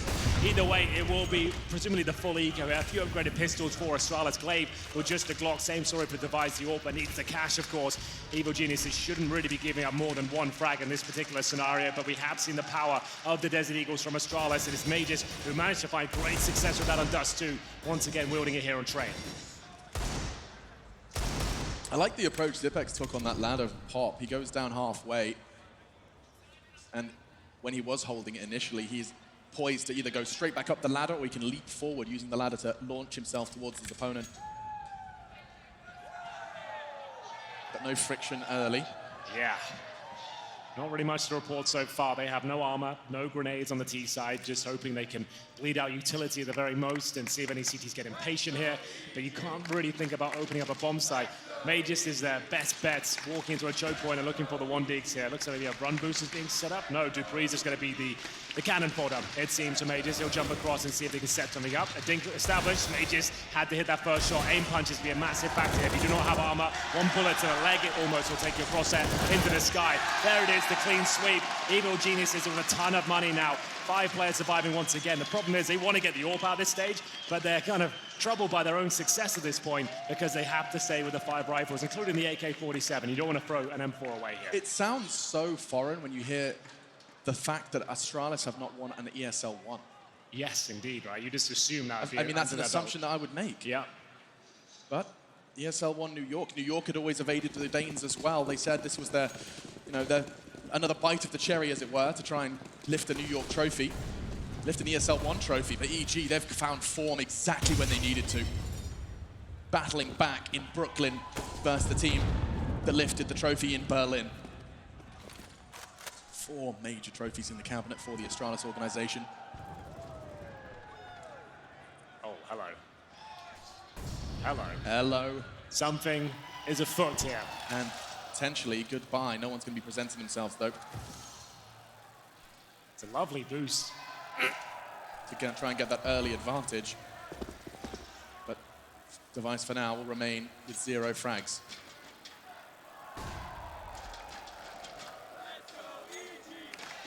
Well, 1 minute remaining. Good news is they've expended most of the CT utility at this stage. There's a couple of incendiaries left and 1 smoke.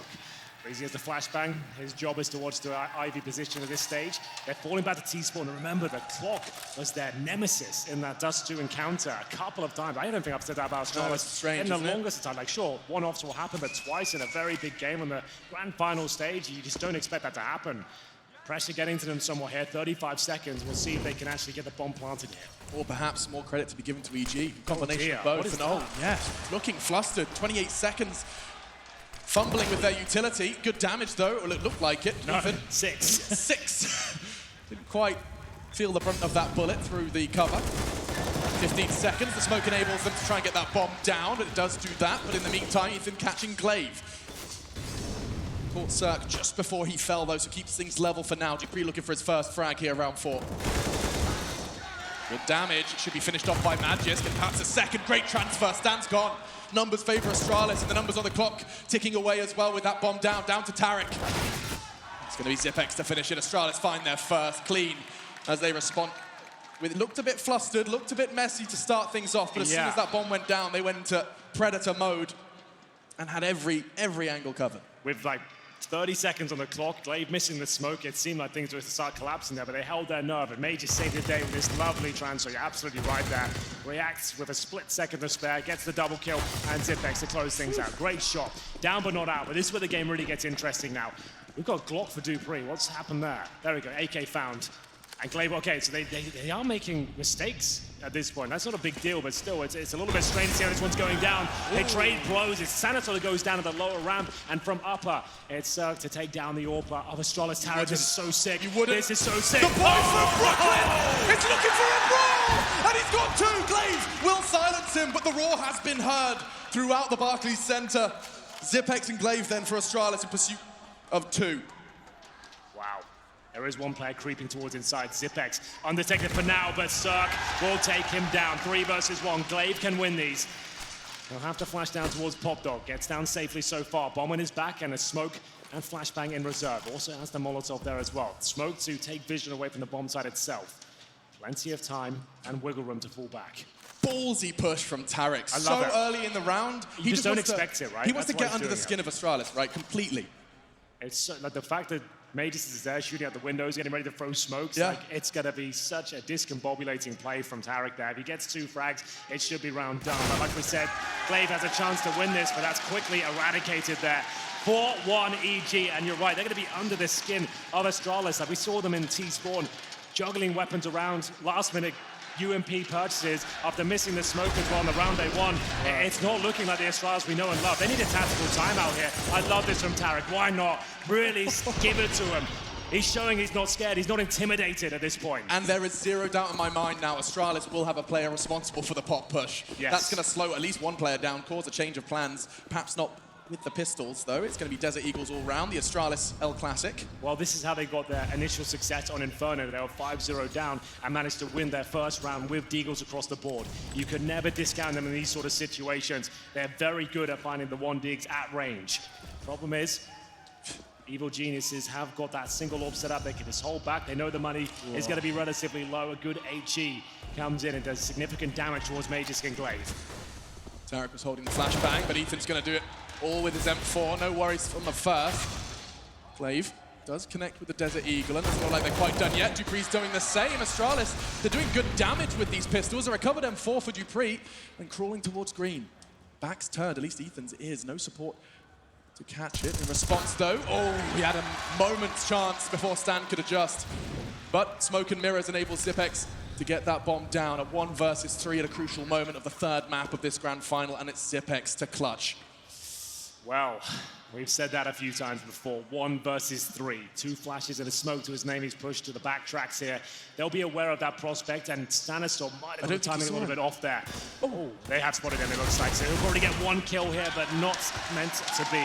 Stanistor to close things out. They'll get rid of the FAMAS and pick up the AWP, Krieg for Breezy, and a pretty comfortable defuse at the end. Their money was at breaking point, Evil Geniuses. And then you give 2 players up there against a partial by Astralis. That's about par for the course, but they got the bomb down there. Astralis will be happy with that. They've got 6K per player now. Device can bring out the AWP. He's 1-5 again. Very early on in this third map, but he hasn't had the resounding performance he had over in Berlin, if you remember that. Absolute star over in Germany.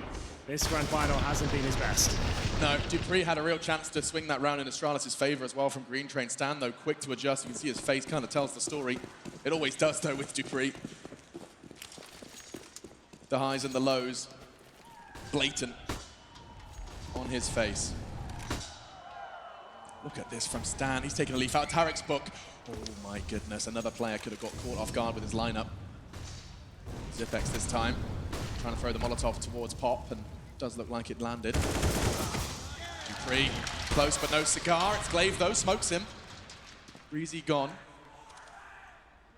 And Stan is the sole man responsible for now for the inner sight. That's the beauty of the AWP. The double AWP, of course, enables Cirque to be holding Ivy close to that bomb train. Well then, in terms of utility, 1 smoke remains on the Astralis side. 1 minute on the clock. Glaive positioned towards Ivy as his teammates get ready towards the Pop Dog train. We'll see where they're heading towards at this stage. They're actually going back towards T-Spawn. That's Magisk at least. Bombs on the back of Device. Not really ideal considering it's the AWP up. Still got plenty of options here, but time is starting to tick away. Like I said, 1 smoke. It'd be difficult for them to find a point of access here against those AWPers especially. Device needs to be given some time to find anything he can. I feel like Glaive is going to try and show what he can towards Ivy and then enable his teammates to have 1 player waiting for them towards inside. But whether he can actually do anything with 1 Molotov is yet to be seen. Here he comes. Serving things up. Great stuff from Glaive as they go down Pop Dog as well. Tarek in a prime position to shut this one down. Looking for the double spray down, but he's fluffed his line somewhat here. Needs to find at least 1 of these kills. Trying to run the clock down as low as he can. That could be enough. Device now has to pull out the pistol. Oh, it's Tarek coming in on top. 1 versus 1. 10 seconds remaining. He can hear Glaive next to him. He knows he has the advantage here. Trying to duck and weave. Who will come out on top? Tarek's trying to use every trick in the book here. It's a fake plant. It's an all-in commitment from Glaive. And it's 1 that works out for him. He holds his nerve. If Tarek hit that point, it's all done. The time would have eluded them once again, but it comes down to the 1 versus 1, and Astralis squeaked past the round. Balls of steel in both sides. Tarek's pushing Pop Dog aggressive early. Glaive is faking on 4 seconds. Wins the 1v1 and brings home a crucial one for the Danes. They need to calm down, and so do I. They call the timeout. Buys themselves 30 seconds. The mic of Sonic will be unmuted, and the coach of Evil Geniuses, I'm a Pet, given a chance to speak up if there is any observations they've made so far here on train. It's unlikely, so early into the game. Oh my goodness. What Tarek, he could have done better with this. The initial double spray down was on a play there. If he gets that cleanly, it's a round done. But he recovered well. It comes down to the 1 versus 1, but Glaive just outplayed him there. It was down to who could hold their nerve, and it's Tarek that blinks first. He takes the bait at the plant. It must have been the full commitment there. It takes 4 seconds to plant the bomb. The fact that Glaive went for a fake plant there, he means it had to kill Tarek. He was hoping he could find Glaive just planting that bomb, but it wasn't the case, and it was a great play from Glaive there. Force buy from EG. This is the access point for Astralis. This could be a few rounds in a row. They win this one, it's going to be full eco for the North Americans. They set themselves up for a pop flash towards the Ivy position. There it is. I have to run through the flames somewhat here, and it will be a very sloppy encounter, but they've come out on top here. They've stolen 2 weapons away. It's a scout of Ethan trying to hold the door here towards the main entrance. Astralis have made their way through towards Ivy, trying to recover this 5-on-3, which is certainly possible here. Possible? Sure. Reed looks to ensure a good start. That's 1. Catches Stan towards backtracks, but they have to be paranoid now. They know the CTs could have relocated. Cirque does make his presence known, gets spotted on the exit from Pop. That's Zipex now into the A site, alongside Dupree.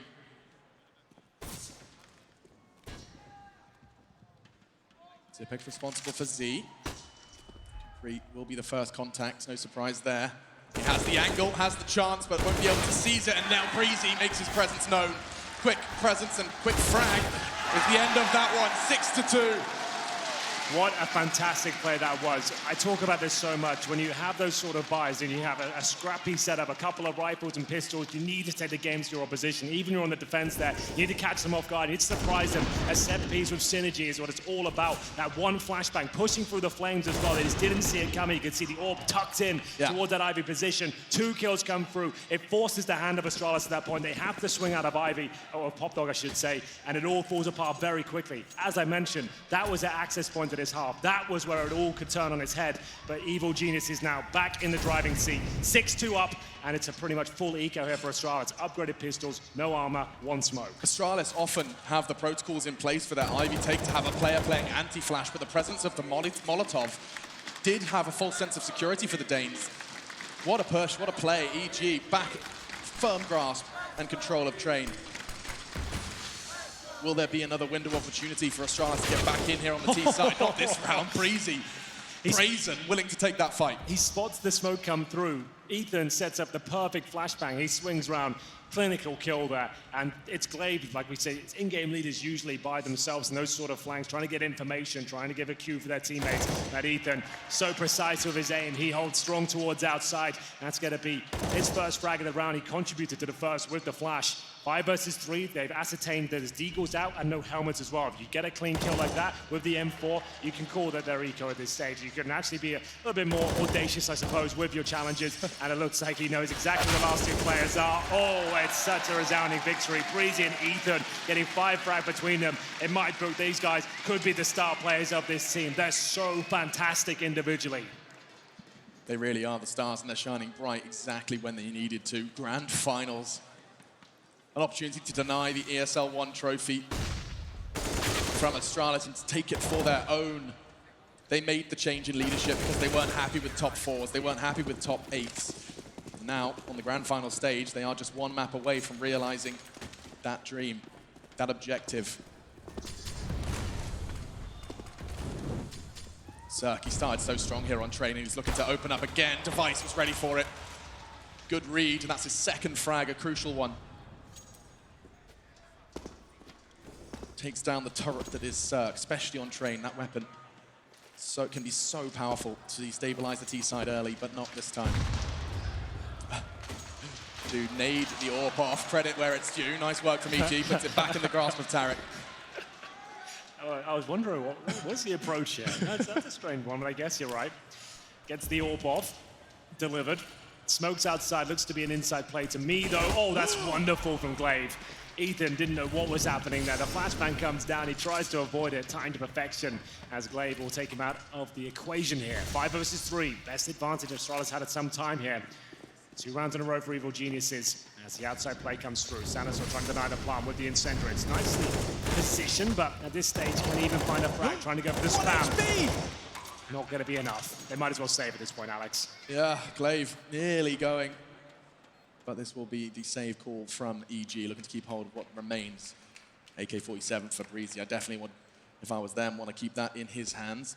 Of course, the T-rifle. Can't be buying that one. And the AWP that Zerk didn't get to use, retrieved by some, I think innovative is a stretch, some utility to retrieve it. And so they'll exit and Astralis find their third. On our third of this grand final. I just find that so hard to believe. Have we seen a team reverse sweep in a best of 5? With the maps, the way they are laid out right now, It's like I set said, to. Train, Nuke, and Vertigo, like, there's a strong chance it could happen. It's not looking great right now for Astralis, but bear in mind, they only need 4 rounds, maybe 5 at the most for a T-side on Train. They are very well versed in this map, and it's their pick as well, so they'll be happy with this. Like, it's a CT-sided affair. Sure, they would have liked a stronger start than this. It hasn't been fantastic. They have been caught off guard and out of position at times, and a few missed smokes here and there, but all that matters is they get 4 or 5 on the board, they know they can pull this one back on their CT side.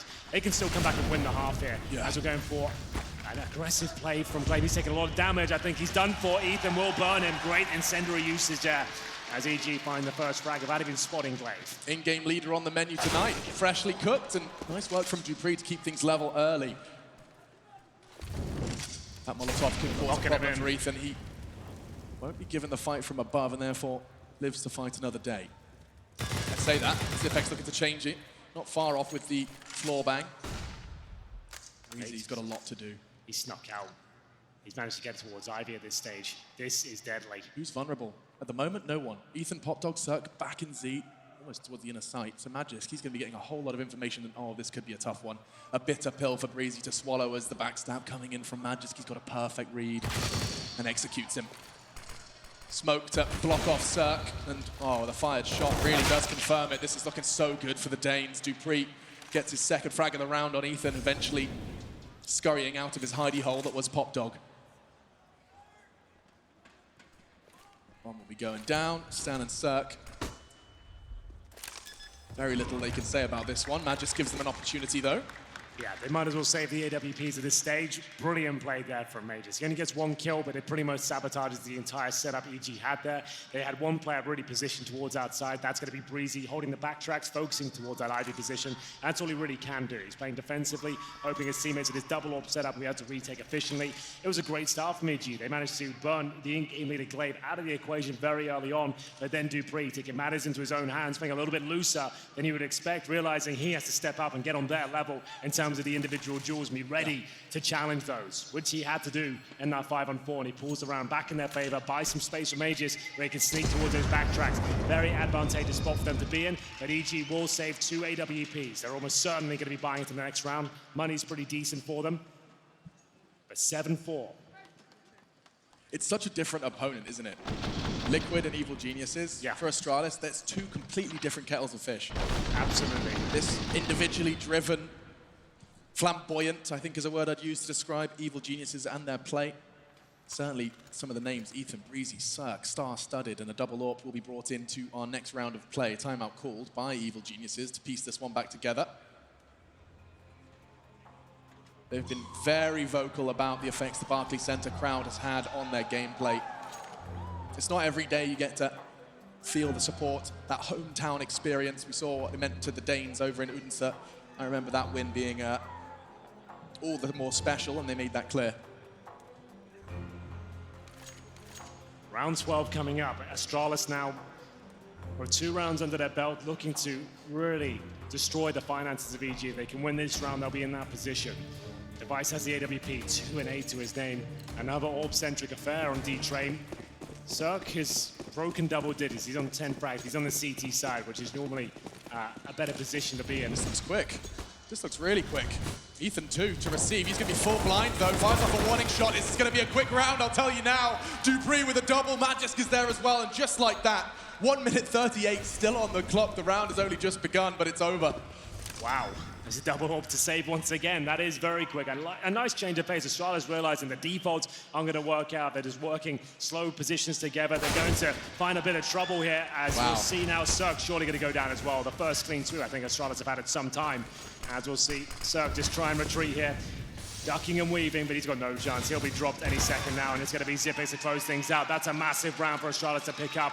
Money broken now. They can still come back and win this half, bear in mind. 7-5 with an almost certain eco coming in. He can't even justify a partial buy here. P250's at the very top end of this purchase. Astralis, I love that. You can see the flashbangs. They were so overwhelming. Dupree getting flashed by them, but he gets his vision just to get to that E-box, and the CT's anything but. These last two rounds, Dupree has charged. Both out of main. He's just had enough, I think. It's like, well, I'm sick of just holding angles and waiting for them. We're going to get to take the game towards them.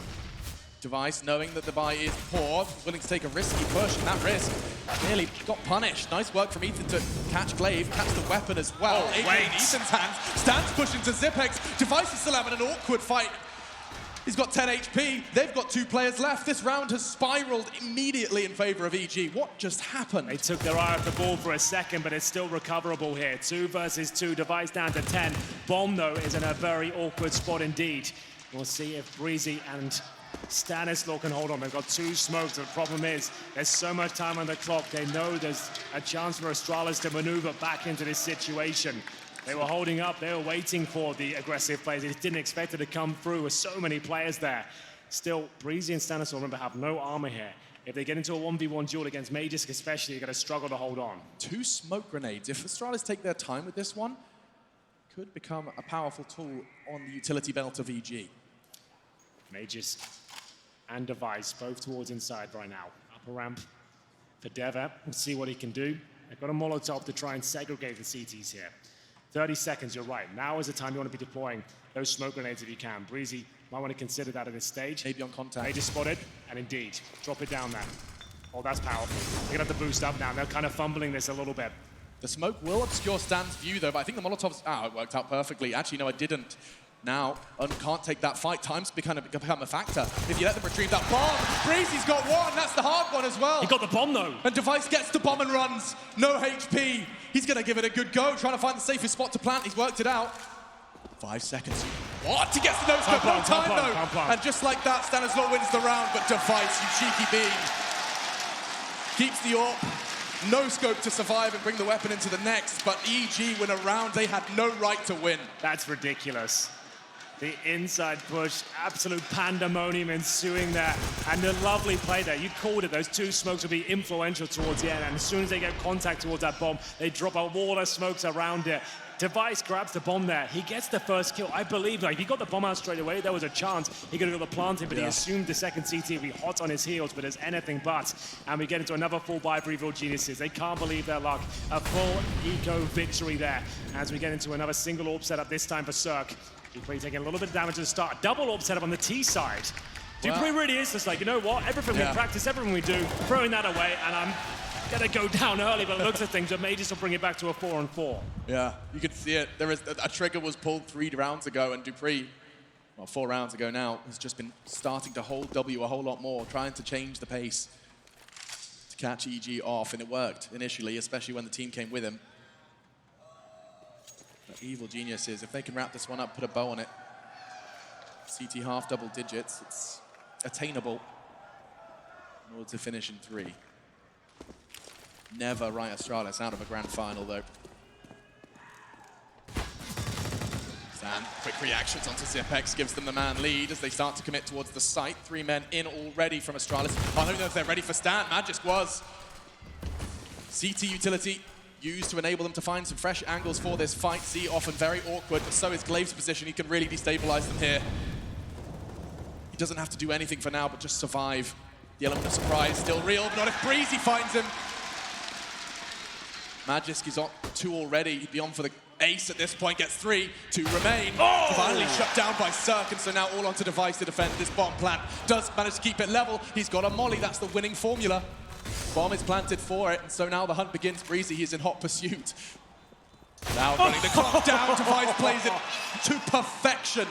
Oh, it's so overwhelming. Astralis having to go the absolute distance in that round. It felt like EG had done enough there. Device dropping the Molotov on top of the bomb, and of course, Breezy runs up the ladder, chasing him down with the USP there. This has been an absolute brawl in the first half here. Astralis holding their nerve there. They managed to win 4 out of the last 5 rounds. And to finish things off here, we have 3 5.7s, an AWP, and a Scout. If EG can do it again with next to nothing, I'll be gobsmacked. Wow, and the reality is that this could be an 8-7 half for Outside Astralis. rush. And they're just charging. It works every single time. Charging into the EG ranks fast and furious. The double kill, Tarek counts. The element of surprise. Dupree will pick the pieces up though, no worries. Ethan the first to break the drought of frags that EG have witnessed here in the last round of the first half. And that's the end of that. Astralis, they keep things as close as they could. EG 8, Astralis 7 on train. That's still very significant, Alex, and still anyone's game. I love what both teams are presenting right now. Astralis are starting to catch on to what Evil Geniuses are doing to them. We'll take a break and be back with the second half. Stay in line, be alright, better play it safe. I walk a different path, nothing can hold me back. I've passed the point of no return, something is calling me. It's in the air that I breathe. Dancing with my fear, burning it inside. We gon' take it to the edge.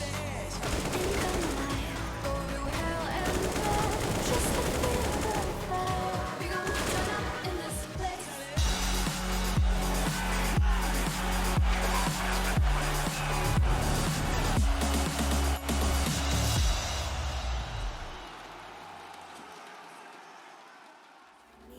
Perfect light fall, and that's when you can see all my flaws.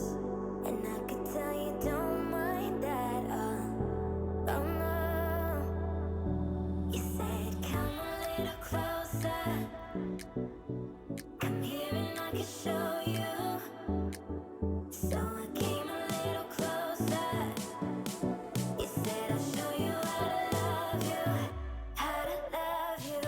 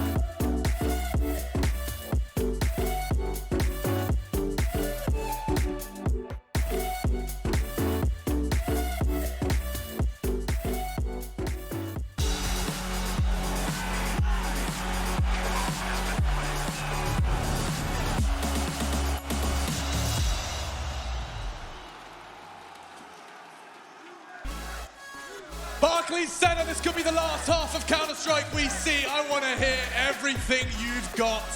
Evil Geniuses, hometown heroes, are poised to have a shot at Astralis, and it is only a shot. 8-7 keeps things very level. I'm Henry, and he's Machine, and we're jumping into our third map. I think that mixed it up. Why not? It did. That certainly caught me off I guard. got you guessing, you know? Yeah, I can't even remember what I was going to say anymore. Sorry what I will about that. say is the fact that that was one of the craziest halves of CSGO you're likely to see this year. Like, nothing made any sense. Astralis weren't sure what to do with it. They started to cotton on towards the end as to what they had to do.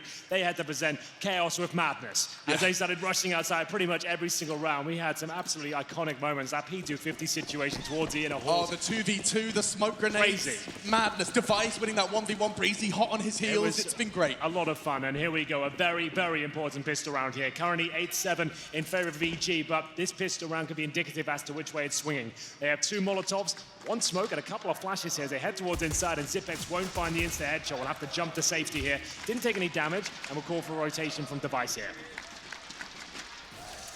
No blood drawn yet, not a point of damage on the board. Start to gather their resources. It's going to be Stan, Ethan throwing out the utility, still a Molotov, starting to throw the flashbangs in to enable the assault, playing anti-flashes Device, and he's looking to hit the shot, so are they though. He's more worse for wear than them. Stan's patience being rewarded, but he doesn't get the shot. And Dupree, that's a gap he can now exploit. Ethan's going to have to react accordingly. Glaive flashed off for a moment, and it's only a moment. Now Cirque's on the board. Finds Dupree to start off this half with a bang. Numbers favouring Evil Geniuses by considerable margins, especially now the bomb's ticking away. He gets the info and can't execute Tarek. He knew exactly where he was, but couldn't find the shot. And Tarek looking to close things out here. I think he might have done it. 4 versus 1. Make it 0. Lovely work from Evil Geniuses there. The smoke execution with the Molotovs towards connector as well. The flashbang was the most important part of that. Once they had the smokes down and the connector control established with the Molotov there, they were able to flash through past the smoke and go through and get towards those backtracks there. Made things very overwhelming for Astralis. Very big pistol round to pick up there. And we're going to see a force fight in response from the Danes here. 3 pistols, 2 scouts, and a chance. Absolutely. We know how strong they are with these pistols, but it's up to Device, who's currently sat on 5 and 9, to really sink his teeth into the second half. It's their chance. Tarek out early. Knows it's not going to be an abundance of utility, but Dupree's Deagle should never be forgotten. Such a powerful weapon in his hands, and he's demonstrating it right here in Brooklyn. Switches to the AK, falls for the damage done. Device's scout found a frag as does Glaive's 5-7, leaves Ethan looking to pick up this chaotic round and start to stabilize. That's a start. Didn't lose too much health for the exchange either. Catches Glaive. The bomb's loose, and actually in Magic's domain. Gets that information, starting to work this one out. Catching him on the cross, that's impossible. AK VMAC 10, a battle of the spray downs. We know who's going to win that one, and Magisk brings home the 8th for Astralis. Yeah, he had the Krieg and the Kevlar helmet combo as well. Mages became a tank in the mid stages of that round, but it's Dupree that's the hero for sure. Yeah, like I said in that Inferno game, he's got one of the best deagles in the entirety of CSGO, and he demonstrates it in emphatic style there.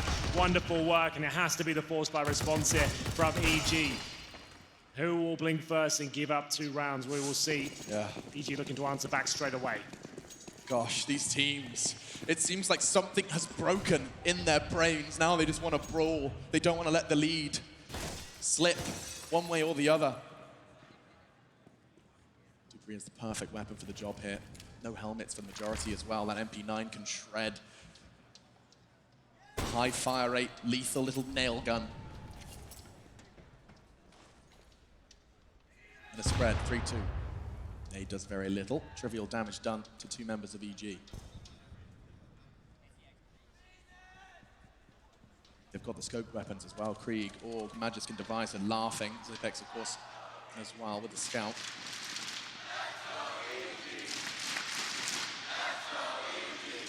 Oh, time ticking away. Couple of smokes here for EG. We have one player in the form of Breezy looking to backstep towards Ivy. He has the option to try and get attention now or go for the flank towards CT spawn once his teammates have the aggro. Looks like it's the latter. Inside they go. Device trying to spray them down here. Needs multiple frags. Can't do it. The run and gun at the Tech 9 prevails, and Breezy now getting in position towards Ivy. It's going to be Stanislaw to go down. It is absolutely crazy here, but there it is. Bomb planted, and now a 3 versus 2 with Tarek on 11 points of health. They shouldn't have a shot, and looks like Dupree's going to try and confirm it. Leaves Cirque alone, and cleans up with the MP9. And so, level, back and forth, will stay 9-9. That is, however, Astralis stringing together 2.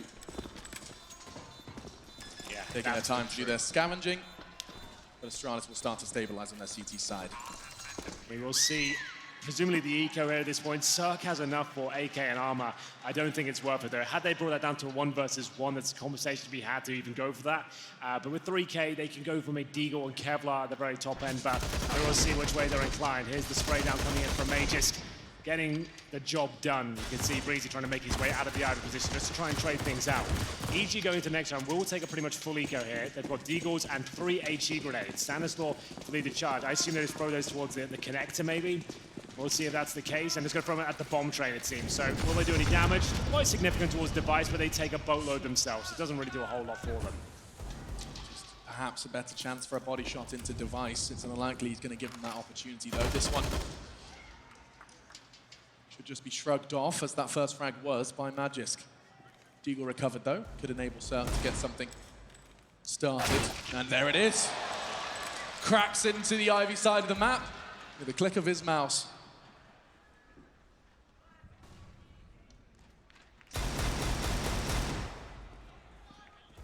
That's just the start of the hard work, though, if they wanted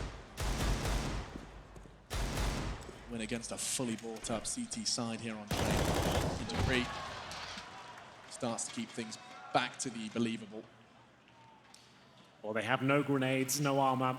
Yes, a nice shot from Cirque to open things up, but overall this looks like Astralis are comfortable and will be the first to get double digits here. 9-9 is the score right now, but EG don't really have anything to work with unless Ethan hits a remarkable shot there towards the bomb site. Not gonna happen. Bombs behind him, and the incendiary will surely take Stan down. He would have been done for regardless. That's the bomb down on the bomb side floor, and at this stage it's going to be a 4 versus 0. Astralis will post around and take the lead here on the CT side. They should be in good stead now to take this third map. EG will have a bye for the first time, though, in round number 5 here going forward. 10-9. Money's starting to stabilize. They'll get the AWP out.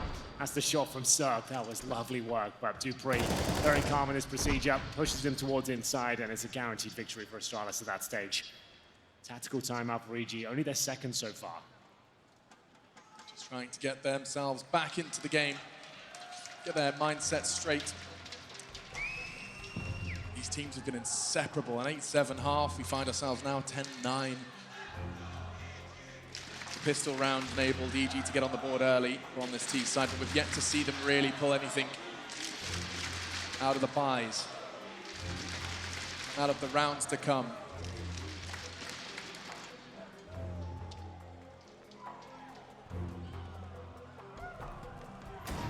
Well, here we go, back into the action. All for Ethan initially. I assume he'll throw it to Cirque as quickly as he can, unless he wants to go for a quick pick on a certain point of the map, and it seems to be the case, maybe towards that main entrance. Similar sort of approach we discussed on Dust 2, trying to get the initial pick towards the E-box cross, but he gets completely flashed off and he's trying to fall back. A little bit awkward, but he gets out of that. Indeed, they'll swap weapons back here. In terms of the CT approach, pretty standard stuff, but a heavy focus towards mid entrance. They're going to be pushing into this one. I like this. Incendiary's down, checking every crevice of the entrance here. Dupree might be pushing a little bit closer. Feeling himself. Yeah. Those spurts of aggression often get rewarded, and Breezy's truly cognizant of that. The fact there were so many flashes, Molotovs, it's gone unchecked. They're all too aware that that's a possibility. However, it's not too much of a threat for now, at least for the majority of EG. They've got other plans, and oh wow, taking a leaf out of Astralis' book. They got Device up here, and now similar call made by EG. Nothing right there. You can catch them just as they climb the ladder. Don't want to linger there too long. 2 to receive, it's Zipex. This is his sight. The flash, however, forces him off. His reaction to swing all the way to the left-hand side enables Device to start taking shots, and he can tuck himself into oil, and they wait for that bomb to go down and their teammates to arrive. They recede and concede the site, the plant. Numbers, however, available for Astralis. Not yet to lose a man, yet to lose a point of health. Tarek pushing up as best he can. He's going to be coordinated. It's time for that preparation to pay off. Everyone should have their flight paths. How do you retake this? How do you clear this? The problem is right now, EG have no utility whatsoever. They can't flash, they can't push through, but Tarek has found an entry point here. A couple of kills coming in. 3, it goes down to the 2 versus 2. Time ticking away on that bomb now. Breezy and Cirque trying to hold on. Good HP for Cirque. Massive frag found, and Mages already got 2 to his name, but now surely can't do anything with it. EG will tie things up on a round that looked like they were a little bit desperate there. Device with the opening kill, a 5-on-4. Bomb does get planted, but they had no grenade to speak of. That's all down to Tarek, sneaking towards those backtracks, negating all of the smokes on his way there. Look at this, he couldn't have played it any better. Fantastic work there. A flurry of frags ensues, and Cirque just had to hit one of those shots to guarantee the round. Astralis do have a buy available, but it will be labored. Device with $1,600, Glaive 39. They might want to take this one on the chin with a partial buy. Mages, Dupree, and Zipex can afford, and Zipex could drop the AWP. He's purchased it. They're going for this. The AWP is coming out in the hands of Device here, so presumably going to give it everything they've got. A very important round. That is the worst trade in all trade deal history. Device swaps a CZ for an AWP. Quite the yeah, he deal. goes, Quite can't the really help you businessman. out here, but here's a pistol. Enjoy yourself. You've got no armor now. Yeah, off Zipex you go. with the no armor CZ. Somewhat of a Sanji in this scenario. Yes, indeed. But if ever there's a man who could make it work, I think Zipex would be up there. There's the Kevlar. Okay, no panic. He did have the extra cash to splash. It's 10-10. And Astralis, they want to try and keep EG honest. An investment. An unpredictable one, perhaps. What? But Stan and Tarek just launched a nuclear strike onto Debris and Device.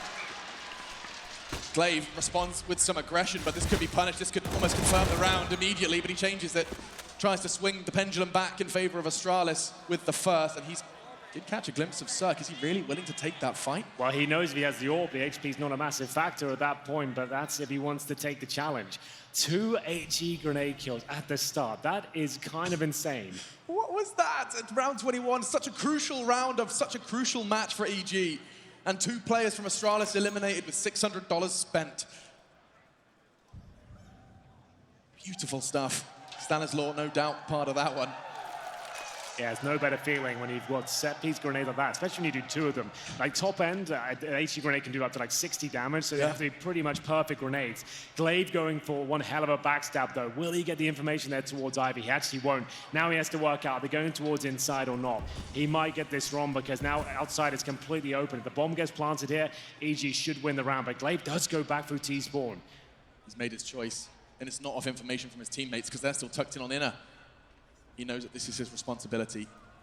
He has the cross to stop her, that's it. 10 HP. 25 seconds. If he can just make things awkward, stop that bomb from crossing. It's on the back of Ethan. They're about to start the cross. He does. Bomb loose, 18 seconds. The rotate's coming in. Magic's gone backtracks. Glaive, he does back up as well. 13 seconds as Breezy's going to pick up that bomb. I'm not sure it can be stopped. It's Magic's the only one with a real possibility, and Cirque ensures survival. EG poised for their 11th. Just Zipex and Glaive to have something to say. They won't finish the job. Glaive low. He's done so much heavy lifting already with the double kill. I think Astralis may have to concede this one. He did absolutely everything they could, but when you start off a round with a double HE kill, what really can you do?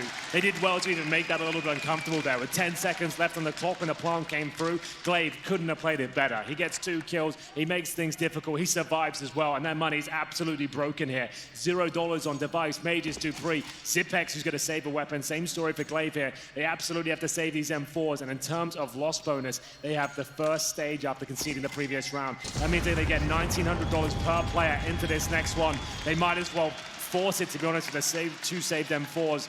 They don't have to, but we'll see which way they are inclined. Maybe a tactical pause to discuss their options here, and they're going to go for it. I think that makes sense. A scout comes through. Yeah, it is. Same nades we saw them throw before. Exactly. Straight over towards the bomb train, right? That's the second time they've tried it, at least that we've observed. And a double kill.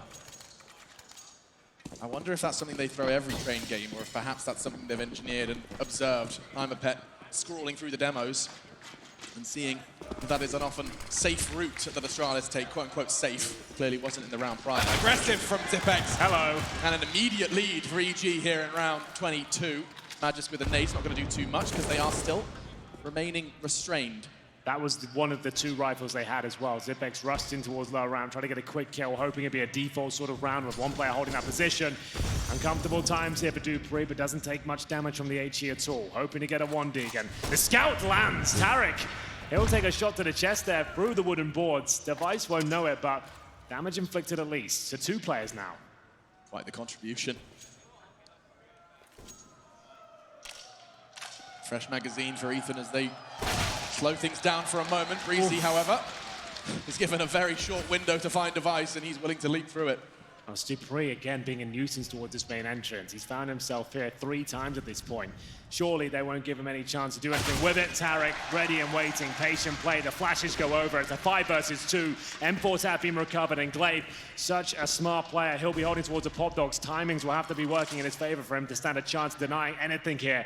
5 on 2. Spotted now. Gets the first, but takes significant damage. Down to 48. Molotovs being deployed, and Astralis might just have to save the M4s once again. Again, how many rounds have we seen this? Astralis trying to keep whatever the tools they have at their disposal, forcing around it, starting to create somewhat of a void, digging themselves deep into a hole. We'll see if they'll be able to climb out of. Cirque, it's worth mentioning, he's at the top of the scoreboard alongside Breezy here, and it was a win condition the analysts outlined, but you had to see the Cirque from the end of Dust 2 carry over into Train. He's there, and he has been in full force. This round, however, was determined by the aggression of Zipex early. Such a quick lead given to EG. There's always a risk and a reward in an early aggression from the CTs. Well, you get to see the negative side, the cons of that list manifest themselves here in New York. 4 rounds from evil geniuses, not only winning ESL One New York, but doing so versus major champions Astralis, and doing so on home soil under the new organization without dropping a map. It just sounds like a fairy tale story. It's the fairy tale of New York, my goodness. Yeah, that is wild. The fact they haven't even dropped a map yet, and they're in touching distance of the trophy now. 12-10, another partial investment here from Astralis. Couple of Deagles and CZs thrown into those 2 M4s. They're going for the inside rush here. Glaive is there with the M4. Backup coming in from, I believe, Zipex from that connector. They'll focus towards the upper position, knowing when the money's low. That's a great place to go, but it hasn't worked out too well so far. It's the mow down from Glaive. He could keep them alive here, as it's now a 4-on-2. Some time board. Zipex still alive, looking to cause damage, and he's done it. Doesn't get the frag, but even down to 15. It looks like that kill's guaranteed. And now Cirque, 2 versus 1. No weapons for these remaining players. Device, USP, Dupree, Deagle, both players without armor, and Cirque tries to get the hell out of there. They're just trying to find whatever they can on the floor at this point. Plenty of weaponry available. Rock in a hard place perhaps for Cirque, makes perhaps the wise decision, knows there's no armor. That Krieg even more powerful. Didn't quite catch the glimpse of the ladder climb for info from Device. Cirque set up for the 13th. Still has to clutch, pressure on. And he knows that time is flexible at this point, 45. However, Astralis have all the information. They know he can't have moved. Dupree has his exit. Device has the other, albeit intermittently. Yeah, they don't have to move too much here, but both players have got armor, remember. He just needs to try and make this a 1 versus 1. He needs a bit of intel. Device is trying to get the information out. That should be enough. And now he can tell Dupree to fall back. He's got a plan to be taken down. Shots from Dupree miss. And now he's got a shot. Gets the 1v1s he was looking for. He takes the fight and wins it. The Dane with the Deag. Sigh of relief for Dupree. He missed the first. That could have been a window for Cirque to win the 1v2. Yeah, put the 13th on the board, but he does manage to save himself, save his team, and keep things as level as they could be. 12-11 the score. Look at Glaive, he won that round for Astralis, albeit Dupree, a messy finish, but that spray down. And that's why you don't necessarily want to be coming in with the fast B approach when you know the money's low. We've said it so many times in the last couple of years. It can be a very problematic call. You don't know what you're running into. And fair play to Glaive. That was a fantastic sequence. He couldn't have been positioned better in that one. As we'll find ourselves with a 12-11 to scoreline. Evil Geniuses now will take the tactical timeout. They're 3rd so far. They have plenty of money, but so does Astralis. That is a resounding victory for themselves. This map will go the full distance now. Cirque with 21 frags, but couldn't get the most important one of them all in that previous round. That would have obliterated the Astralis defense, but overall, 12-11, and the timeout will come to an end. Let's see if we can get those grenades towards outside once again, but they only have the singular HE grenade here. Round 24 commences. Let's have a look how they choose to approach it. Looks like the lineups are going to be coming for some outside smokes. Whether or not they choose to follow up on that, well, remains to be seen. It does seem like they're just joining the party towards main for now. An aggressive stance from the CTs towards Ivy. No one to receive, but should they push or flash for information, then push, they will be able to react accordingly. Dupree setting himself up to keep hold of Olof, and Breezy continuing to dance around, keeps the attention drawn as Stan arrives, and does arrive at the kill feed as well. Good damage from Glaive, able to back away as he brings Ethan down to 7. Yeah, but site control and bomb planted. Very difficult round for Astralis to pick up here. It's down to Glaive. He tries to deny the plant, but it's not going to happen. Device has already been tagged up. He's at the back tracks here.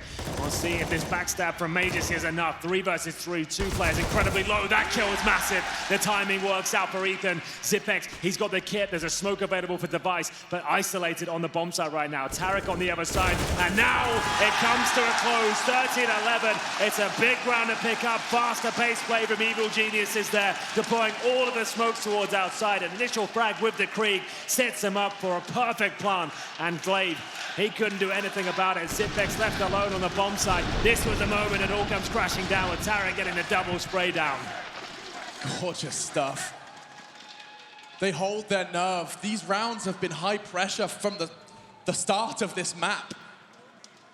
Chaos has ensued. Rushes from Dupree did throw a spanner in the works at some point, but EG on their T side now, 3 rounds away from a trophy lift, and such a significant one at that. Their opponent, the location, the list is endless.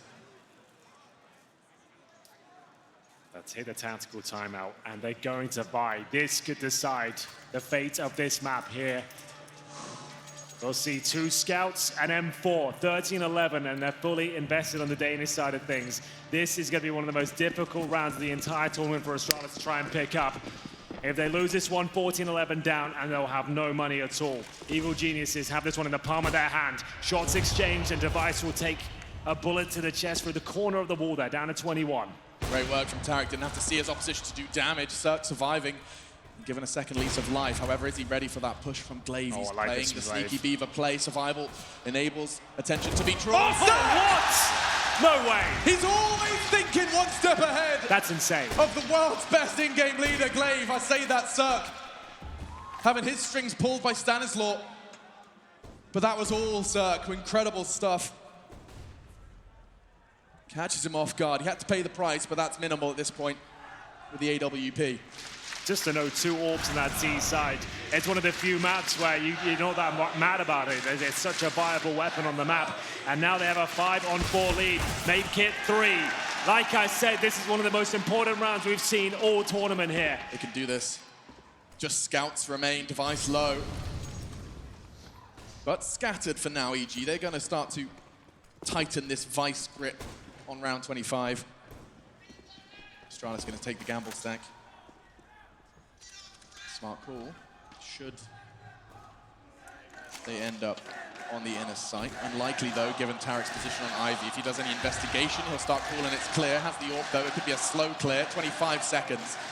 And oh my goodness, they are walking in towards the Lion's Den. Tarek, however, has got the information. No, he's called it. He's called it just in the nick of time. 1 15 second. seconds. That could have been it. It could have all fallen apart if they'd have gone through to the side. He just saved the round there. I think that's enough. Oh, that's definitely enough. That's everything. Device has been removed. 5-on-2. They have no chance of winning this round. It's going to be 14-11. Money is broken. They've got an M4 to save and a scout. That is absolutely it. What a call from Tarek. What a play with the AWP. They were about to go down that ramp, Henry. You're right. 1 second late on that call, or one hesitant belief in the call could have cost them, but instead, EG, that's going to be the 14th. You said this round could determine it. Well, now Astralis, they're up against the ropes. They're battered and bloody. And EG are going to have so many opportunities. Building that lead, opportunities to close this out. It's a perfect round as well. Not a single man goes down. Well, now they're going to get $2,400 for play on the CD side, and Dupree doesn't make it. The M4 goes. That would have been their strongest asset going forward. I will say it again, $2,400 per player on the Astralis side as Evil Geniuses hunt for tournament point here. 14-11 overall. What's the play? Did they take the eco, a partial buy, try and win it with Deagles once again? I would say that has to be the play. 2,400 is not enough, but you're on the CT side of train. Getting 4 rounds in a row isn't outside the realms of possibility. Certainly not. Certainly not on the CT side. They call the timeout. You can understand why. Henry's still trying to work out what they're going to do. I think so are Astralis. I think that has to be the play. They cannot fully invest into this one. 2,400 is not enough. But you can get 4 rounds in a row, take it to overtime. That is possible. They'll get $2,900 on top of their 2K they'll have at the end of this round, considering they'll get maybe PD50s and CZs. That has to be the call. It's not an option to force here in my book, and I don't think they're going to. So just a CZ, a P250, that's about what we expected. You'll take this one on the chin.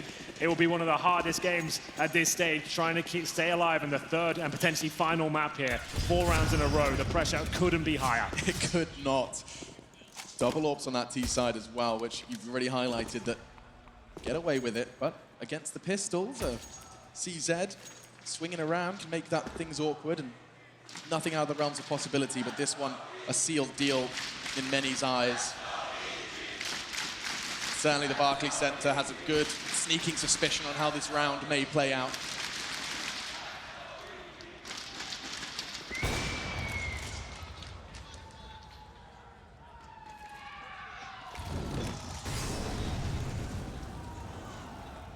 Something we've been praising Evil Geniuses for this entire time has been their restraint. Up against what most consider easy rounds, they will be procedural and hesitant, cautious. Don't want to fall foul to any funny business. Well, that could happen with a double AWP set up on the T side against Pistols. You never know. If one of those players gets caught off guard and gives an AWP away to the likes of Device, it could fall apart, but a strong start from Ethan. Just one pickup found, no HP lost, and that could confirm that inside is clear. Right now, it actually is. Glaive towards a connector. That's about all they've got. Will they commit off it, though? Glaive will have the USP at connector. Really not an ideal situation. Tarek with a bomb towards lower. If they commit off this, they pretty much guarantee the round, and that will be championship point locked in. Just need to get that plant through, and it looks like there's enough. Ethan Sirk in the feed. Yep, this one will be the 15th for Evil Geniuses. It will put them 1 round away from your ESL One New York champions. 1 round away. Astralis, they're going to throw everything they've got at them. Double AWPs for the defense. And it'll be Mages to hold the secondary AWP, and this is what we were expecting here. They have to just go for broke here, 4 rounds in a row. It's not actually that crazy for that to happen. Astralis, they can hold their nerve. They've been in this situation plenty of times before. It'll be a historic comeback when the stakes couldn't be higher. We'll see what they can make of it here. Device and Mages to try and stand tall. 2 AWPs towards outside, and the first kill comes in. Mages with that secondary sniper will open things up. Tarek's aggression did get punished. Let's remove some of their options in this round. Looks like they're going to try it again. Requires 3 players. And as they edge into position, so we'll start the strafe. No one's there. It's a powerful boost, though. Look at that line of sight. Yet to see it rewarded so far. Device, he's been quiet here on train, silenced, suffocated by this T side of EG. New York find their voice. Device finds a frag. Oh, and another one plucks Breezy out of the air, doesn't even let his boots hit the ground. And now Stan, Cirque, both low. 27 will not be where this one ends unless some absurd connections do continue. That's something. Tagged up Device, but Dupree's going to be locking the door behind them. Wow, 5 on 2. It was Tarek that tried to take matters into his own hand with a fast approach towards outside.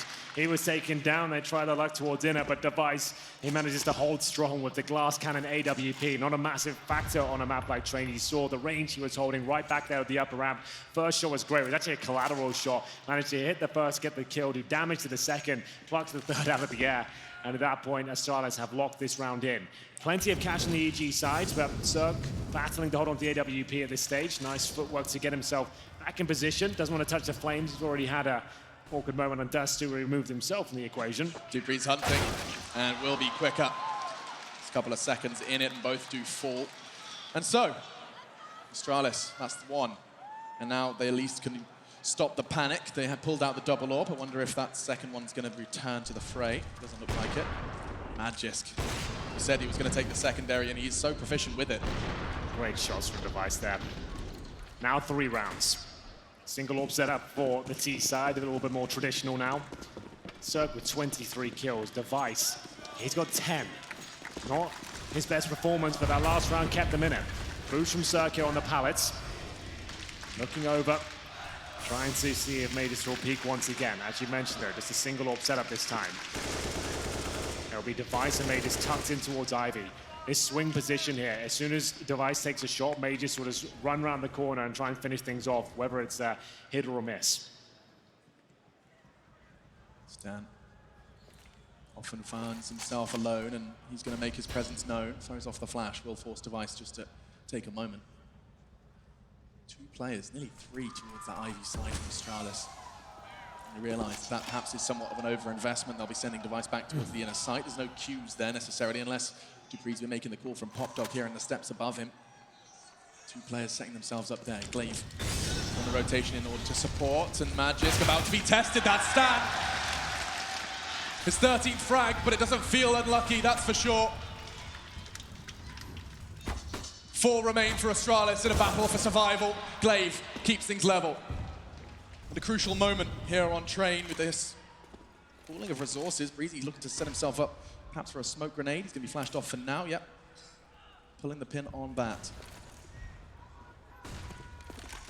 Starts to fly through the air, and actually Device missing a crucial opportunity. Cirque, however, shuts him down. He won't get another chance. 3 versus 3. EG. It's going to be down to Tarek and Cirque. Zipex and Glaive stand against them. They've only got 10 seconds to get that bomb down. North American organization here on home soil, and I don't know if this round is even possible at this point. 6 seconds, it's not. Cirque backing away, and he'll be shut down as well. Astralis, in the face of adversity, remain vigilant. Wow, now that couldn't have been closer. It will be 15-13. Evil Geniuses now have got money to buy into this round, but do they want to? Stanislaw 3,500, Cirque with 32. It would be a mixed bag, and it's Dupree to save the day there. What fantastic form. Also that E-box, that's the kill that really matters there, as the time was running so low. Final timeout for EG. We said it was possible for Astralis to get 4 rounds in a row. They're certainly making a convincing case to do so here. A couple of rounds remaining. Even if Astralis get to the point we want them to, it's still into overtime there, but they will remain on the CT side. Take a moment to cherish this. Cherish seeing Astralis up against the ropes in a best of 5. This year, the end of 2019, everyone had them coined to just take a dominant run, a final sprint to the finish line of the year. And now Resistance presents itself in the biggest way possible. Down 0-2. Up against 4 match points, championship points for Evil Geniuses, and now just 2 remain. They forced buy into this round. They could have played it for round 30 and had all the money they possibly need. Sanastor throws the incendiary towards the Ivy position. It's going to be Glaive making his presence towards the Ivy. Hot Dog, excuse me. We'll see Galil's a UMP. And basic utility available here. Zipex with a strong grenade towards inside. Tarek could feel this one. Doesn't connect.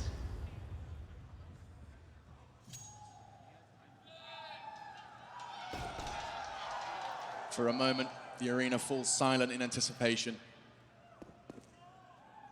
Will this be the final round of play here in the Barclays Center? Astralis, they've strung 2 together. It needs to be 4 for OT. Our 3rd map.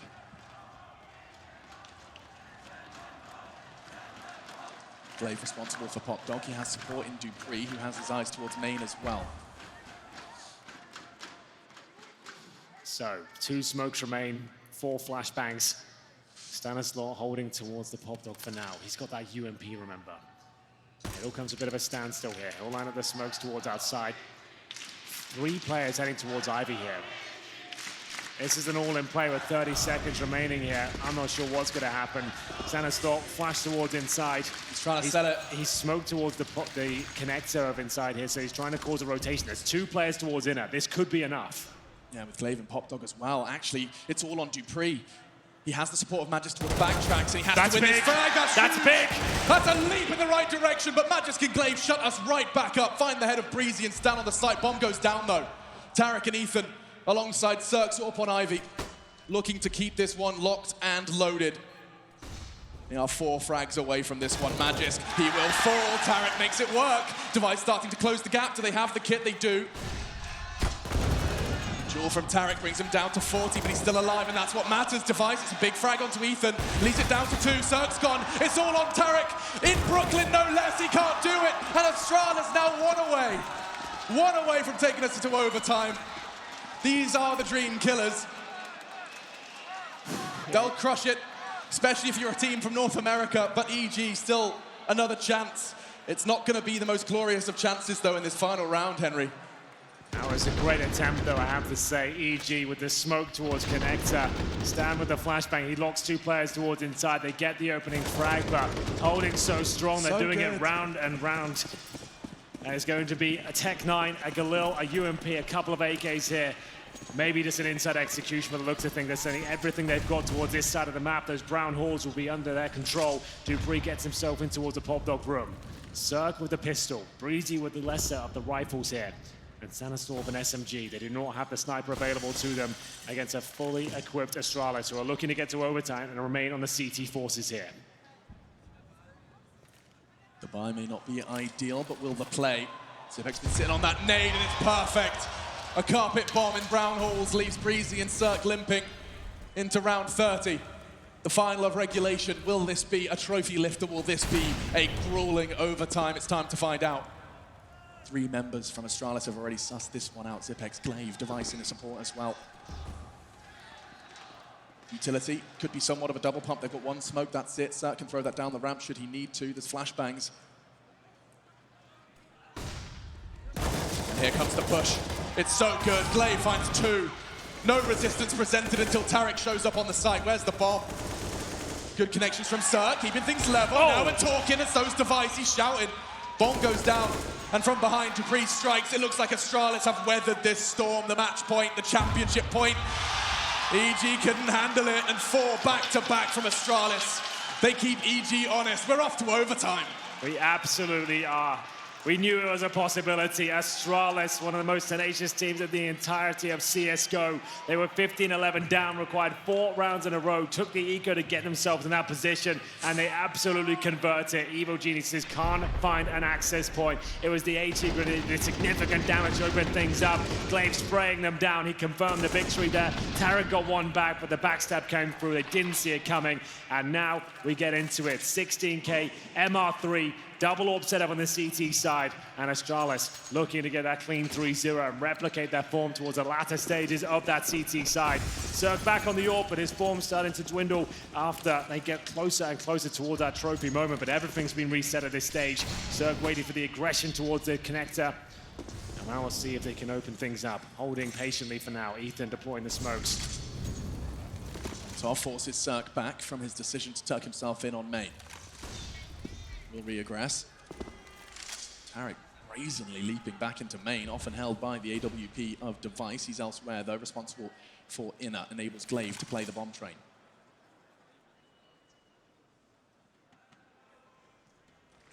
Things fall silent in both the arena and the server.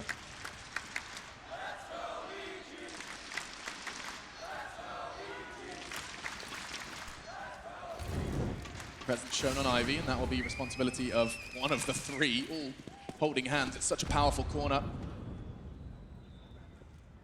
Safe from main, eyes on Ivy, eyes on Pop. That's why they find themselves there. Ethan opens things up, gets the head of Dupree, and Majesty quick response. Tarek just thrusted, and Magis close quarters orbing. Cirque, he did stay poised, took a moment, couldn't quite connect though, and left in a 1 versus 3. He's hunted by Zipex. Astralis, they have found a new level. Yeah, that's actually quite remarkable. Mage is really starting to feel himself now. That secondary orb connecting some absolutely wonderful shots there. The outside execution doesn't lead to much here. It seems like Evil Geniuses have lost that killer instinct and looking quite as sharp, not quite as high-flying at this stage as Astralis will take the lead after a 15-11 deficit. Now find himself up 1-0 in overtime here on their CT side. Money won't be an issue here. The 16K starts, but looking for a clean 3-0 as far as enter the 2nd round here. Mage is still on the AWP, of course, and Ethan working towards inside. It's going to be Device watching the lower ramp, shotgun-style orbing, looking to open things up, and he might get a challenge in this second. Cirque will be with Ethan, so he may just to find the first shot again. He really isn't going down without a fight. He has been the shining light for Astralis here on train. He simply refuses to let EG move off that 15 mark, regardless of regulation or overtime. Of course it goes overtime again. These 2 teams played train. I could have sworn they matched the record. And that's 3 targets. Device stays stable. Oh, and a second. A third pushing towards the oil train. Cirque's going to miss on towards Dupree, and it leaves Tarek all alone. Device isn't going to make a single error in this round. A triple kill from the Danish star Orpa, and that puts them at 17. Astralis, combined with the 4 in regulation, are on quite the spree on their CT side. Evil Geniuses trying everything they can, this time towards inside once more. It's the same position from Device. This time not the collateral shot, but as good as gets himself a couple of frags there. EG really struggling now to really make a dent here. Tarek will get the AK. There's still the single orb setup, looking for at least 1 round here on their T-side campaign. 3-0 looking incredibly likely, though. They just don't seem to have a response for it. They've really slowed down the pace. They're just running default to this point, trying to run execution. When they were looser, when they were running around as a pack, that's when it looked very exciting. And now it's looking rather flat, I have to say. Round 3, looking very good for Astralis. They start to deliver the first bit of damage here. HE towards Ivy. And another very standard setup from EG. Perhaps that flair was lost when the realization set in that they were 1 round away from winning the grand finals of ESL One New York. Suddenly, it's a lot more difficult to have the confidence to go for the same plays we've seen them find so much success with in the initial stages of regulation.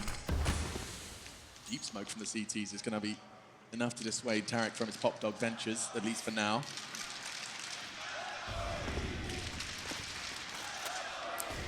Wow. 2 players towards Ivy, bomb towards Pop Dog. They still have 1 smoke remaining. Plenty of flashbangs here, but time is ticking away. We hit the 35-second mark at this stage, and Ethan, will be given the responsibility of finding that first frag from the Pop Dog. Here comes one of the first flashes now. Deploys it, trying to wheel his way out as we'll see the AWP looking very confident here. No challenge, no smokes down, and an absolutely beautiful shot from Magisk. That's great. Breezy does try and keep things level only for a moment. He's not necessarily done. Finds some bullets on towards Magisk, finished by Tarek. They need 1 on this T side, and they're taking good steps in that direction to change that Zipex. Back and forth, Breezy finds himself another. That's his double. Circle finish. And EG finally finds 16. It's not when they wanted it, but it's enough to soften the blow. There was a chance there. There was a world where he manages to hit the planter through the underneath the train. There wasn't any time left, but no. It will be EG getting at least 1, and that's fine. 2-1 in the T-side in overtime. That's about par for the course. Main just did everything he could, though, to keep them in that round. What a fantastic shot. And Cirque will be the one to close things out there. 2-1 as Astralis switch over to their T-side now. They'll be bringing out the AWP, of course, for Device. He seems to be getting warmed up, maybe just in the nick of time here, trying to take us to the 4th map if possible. Stan and Cirque on the double AWPs here. Dupree looking to stay fast-paced with Magis. They're going to be flashed off towards main entrance at the very start. Cirque positioned himself on top of green, just in front of Ivy, where Breezy will be protecting him with the M4. What a world-class talent. 28 frags here on train. Pushing forward. We are going to be seeing this typical utility thrown from the top of the pot. Ethan given a challenge. It's Magisk. He's been opening up every single round here in overtime. It feels like he's not done there. Does get silenced finally. Gag order issued by Cirque. And he's not done either. Taking it in turns. The double kill not far off. Glaive does get it down though. He was right the second time, but Glaive's already escaped. The guise of the smoke enables him to retreat to Pop Dog. Dupree pushed up on green. Device. He catches a bullet, but still breathing. I've got a smoke here, Alex, and Kits, of course. They can smoke on top of the bomb. They're in a great position here, but the time is ticking away. There's the smoke being deployed right now. Stan will set up the flashbang as well. Going to be going for a full defuse here. We'll see if that's going to be possible. Great Molotov. It doesn't look like they can do this. Astralis homing in on map points here. 18 will do it. Breezy fighting back. 13 HP. Surely no time. He'll have to fall back. They're going to have to play with double overtime here as Astralis pick up the first round of their T-side campaign. EG. They could and had the opportunity. And now Astralis with an opportunity to bite back in the best of 5. Yes, indeed. It has to be double overtime at this point. And Magis, you're absolutely right. What an absolutely stunning performance he's had here in the latter stages of train. He finds those opening frags. Cirque did what he could. 2 beautiful shots here. It looked like this could have been enough. But the most important one, to try and deny the bomb inside the smoke. That would have sealed the deal. It wasn't meant to be. EG 1 round away from taking us to the next map here. Astralis. Oh, yeah, you're right. On the T side as well. See how this one plays out. Dupree, no slouch on that AWP, alongside Devet. Your palms are shaking at this point. All this hard work for both teams, and it hangs in the balance now. Astralis, 5 frags away from the first map win in this best of 5.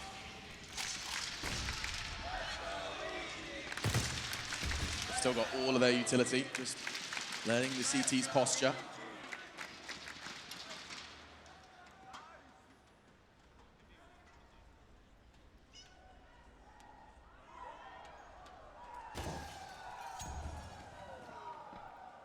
Every step, every sound cue, contributing into the mental picture they're starting to paint of this setup. Tipex, the Molotov combined, is supposed to flush anyone out of Pop Dog, and nobody's home.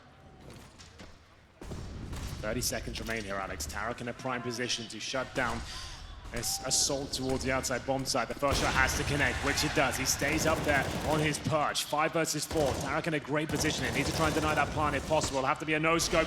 Oh, he goes one better there. It will be a fantastic job here. Oh, wow. It's going to be the clean sweep. The defuse is in there, no problem. Evil Geniuses keep themselves in this overtime. They need 1 round to take us to double.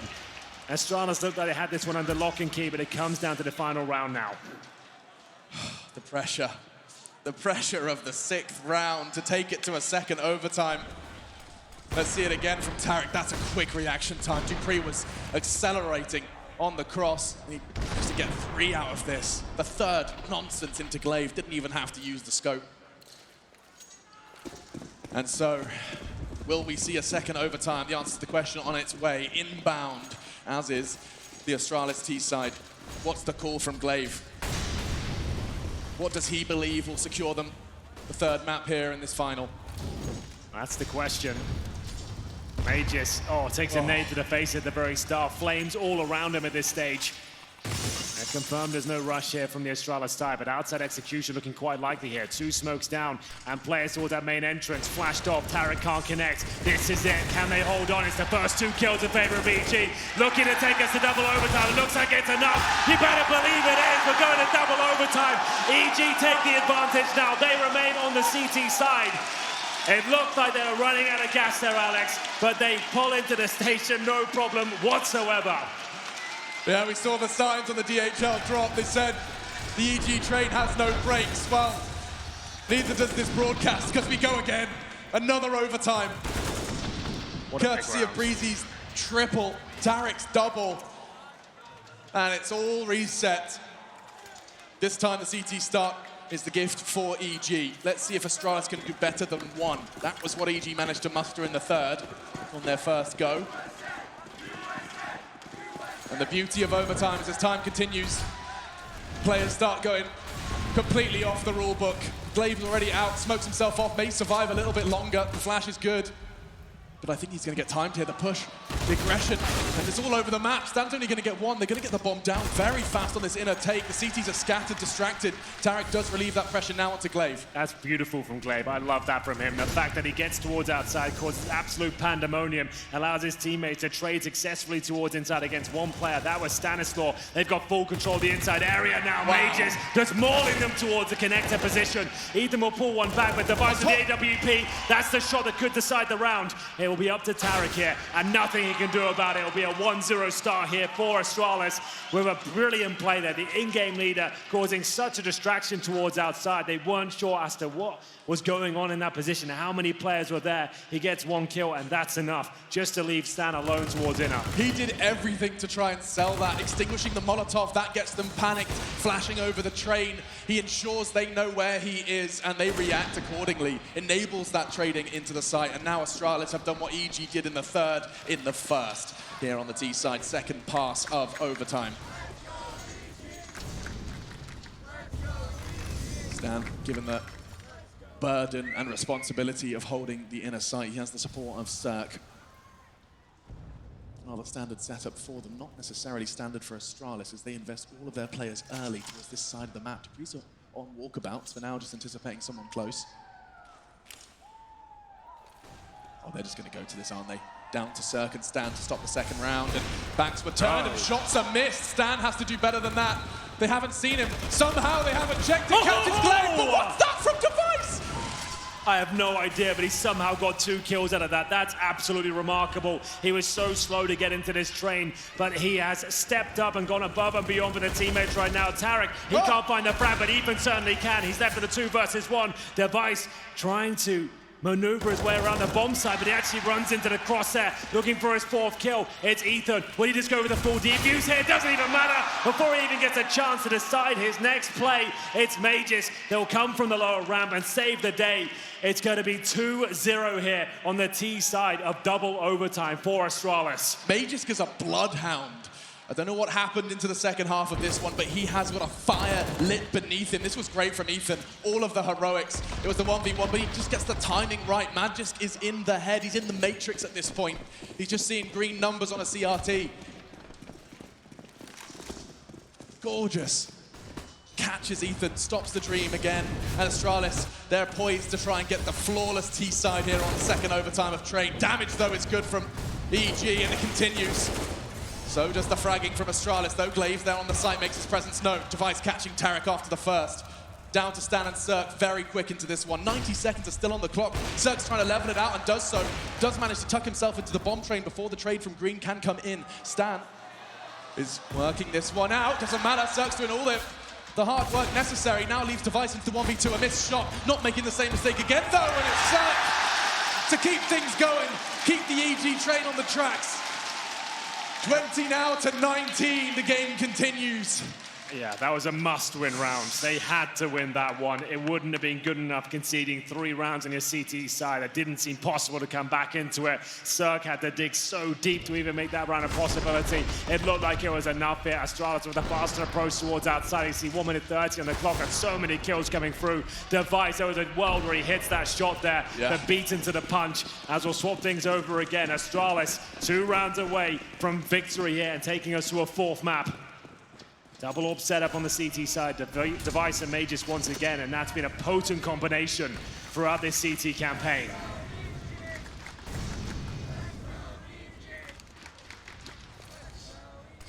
Device, first to be tested, and passes again. Ethan, willing to give him that fight, but now he's forced to watch as his team look to clam up with what they've got remaining. 4 players up against the blue wall that is Astralis, it seems. Standard split.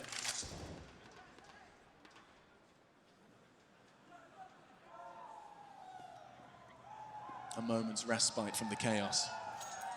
Yeah, well, it's Astralis with the advantage for now. Recovery required here from EG. Astralis 1 round away from map points again, and it's looking very good for them. An inside play looks likely. We do have Breezy alone towards Ivy once again. He's tried this many times before to mixed success. And I can't believe it's the upper ramp they might try once more, and that's where Device has been absolutely destroying them. This could be the best shot yet. Device is on the reposition. Wasn't far off, but smokes will arrive on ramp just in the nick of time. Breezy, he realizes no time like the present with 30 seconds left. Astralis, their utility, it's also perfectly timed. Glaives pushes 2. Dupree holding pop like a hero. Goodness. He's not done! Triple kill from Dupree puts Astralis on map point. Evil Geniuses made to sweat on the 3rd map of this grand final. Yeah, it's absolutely true. 2 rounds now. Evil Geniuses require on their T side. It's not looking good at all.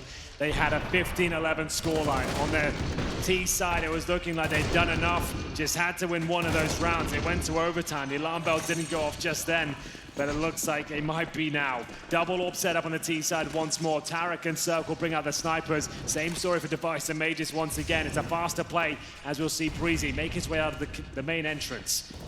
Will this really be the first map EG lose here in New York in the 3rd map of the grand finals? Opportunity presents itself, catches Magic sleeping with the nade in his hand. It's a strange practice, but he does it anyway. Nice push from Breezy as well. 2 early frags puts EG in the driving seat of this round. And Breezy, they know exactly where he is, but Device, comfortable close quarters, and he's not done again, catching Ethan. Looking for the ace clutch to secure the map. Surely an impossible concept. There is the idea that Cirque could push, but actually using the smoke to cower. Device using the CZ now, look up close and personal. There's a player above him, and Stan brings home 20. We're going all the way. Yeah, this is all the rounds at this point. We're into the bonus rounds at this stage. We are going to see Evil Geniuses with another chance to take it to triple overtime. It's such a difficult round to win, but they managed to do it in that previous one with the outside play from Breezy. The fact he gets to that position, Cirque opens up a little bit of space with the orb shot, and then he can go through enemy lines and manage to absolutely rupture the defense. Round 6 of double overtime here. Single orb set up for Device, and still Tarek and Cirque with 2 orbs on the T side here. Even looking to open things up. A chance to get that first frag. Does a little bit of damage towards Glaive. Takes him to 75. Stanislaw inspecting the pop dog position. Magisk is there, but holds a deeper angle.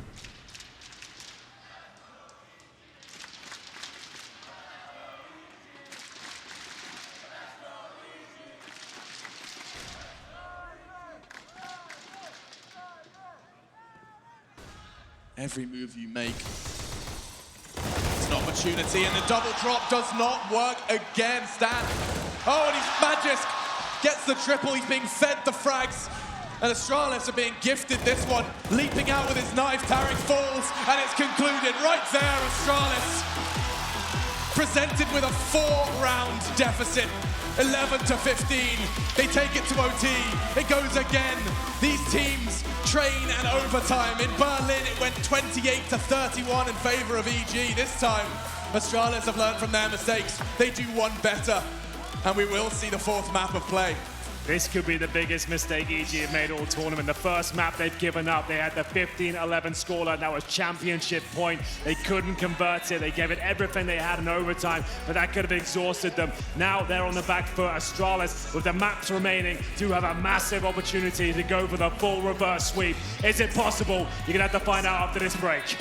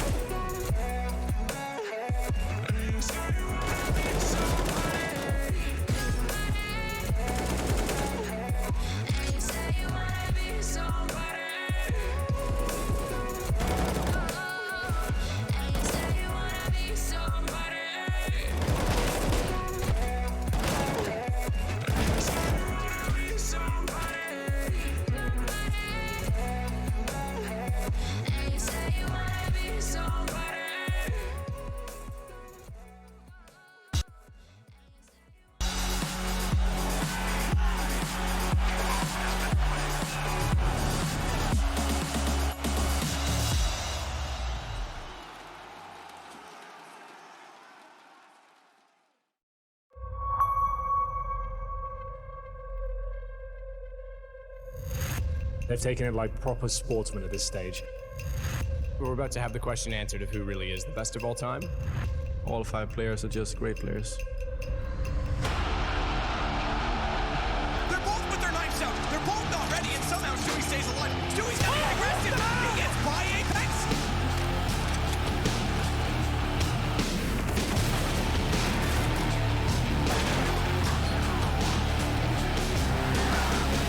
We're here to only win. We don't care who we play. We don't care if it's simple, the best player in the world. We don't care if it's the worst player in the world.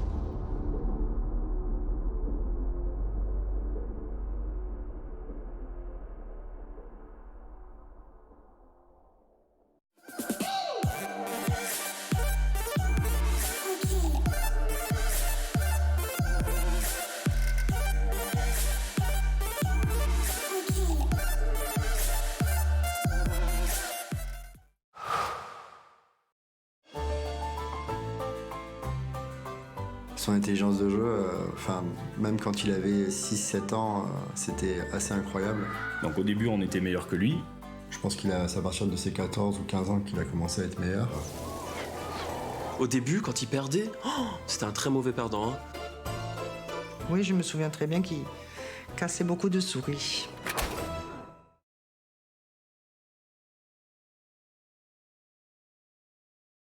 Tell him we're flexible. Don't worry, my Dutch is okay. Just okay? Deze man is erg super. Tell him we need this merger. En hij heeft een knuffel nodig. Knuffel? It's happening. Just okay is not okay, especially when it comes to your network. AT&T is America's best wireless network according to America's biggest test. Now with 5G evolution, the first step to 5G. More for your thing. That's our thing.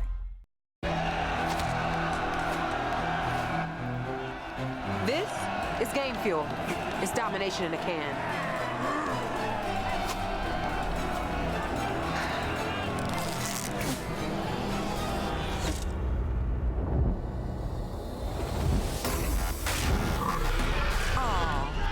tastes like loser tears.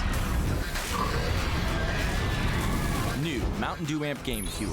Victory in a can. So this is it.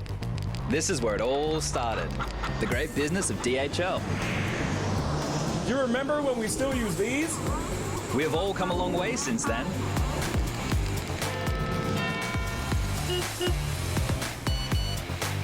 Hey, Effie, my little buddy. I got a special job for you. And this is only the beginning.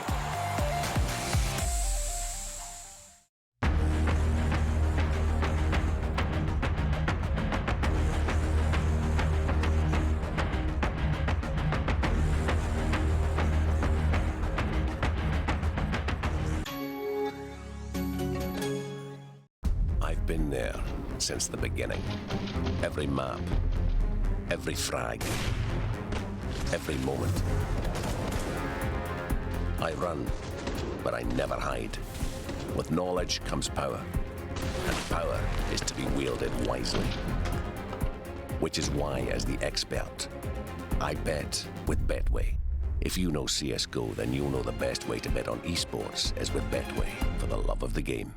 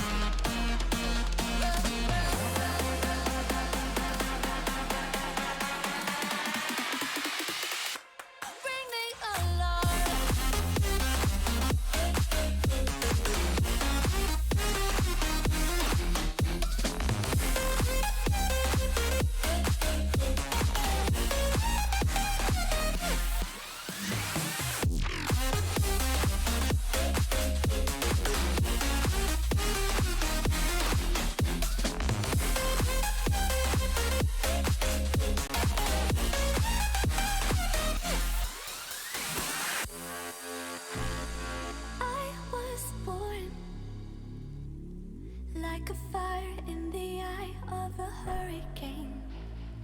Always told, stay in line, be alright, better play it safe. I walk a different path, nothing can hold me back. I've passed the point of no return, something is calling me. It's in the air that I breathe. Bring me back to life again. Dancing with my fear, burning with desire. We gon' take it to the edge and come alive. Go to hell and back just to feel the fire. We gon' turn up in this place and come alive.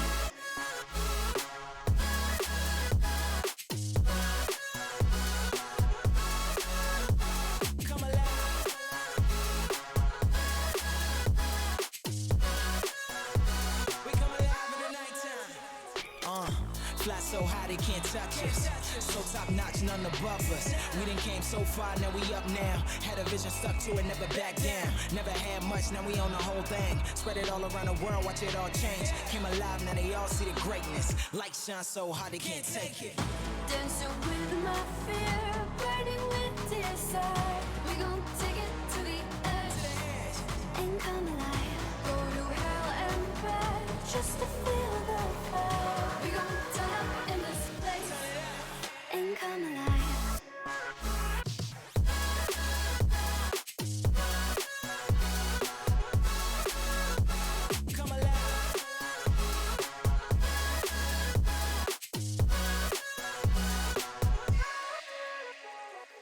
I walk a different path, nothing can ESL One New York is brought to you in part by Intel, AT&T, Mountain Dew Amp Game Fuel, DHL, Asus Republic of Gamers, Betway, MSI, and Pay Safeguard.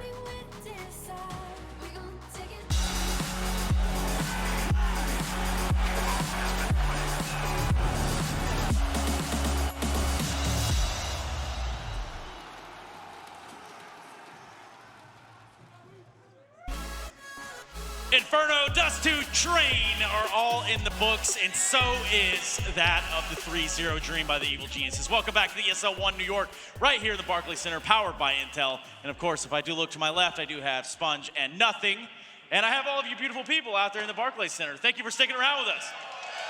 You know what happens now, Trace? You know, after we finish the third map in a best of 5, a lot of people don't know this, but the players get a chance now to fuel up. They go back there, they get the food in them, and we should probably do the same here. Wait a minute, obviously. you mean fuel up? Fuel up. Like actually fuel up. Yeah, with the game fuel. Yeah, because it's going to be a long day. I have a feeling this one could go all 5. Check that, pneumatic sort of thing. All right, didn't really work how I wanted to. I don't even... I lost my lid, but... This is a complicated... That's what we need.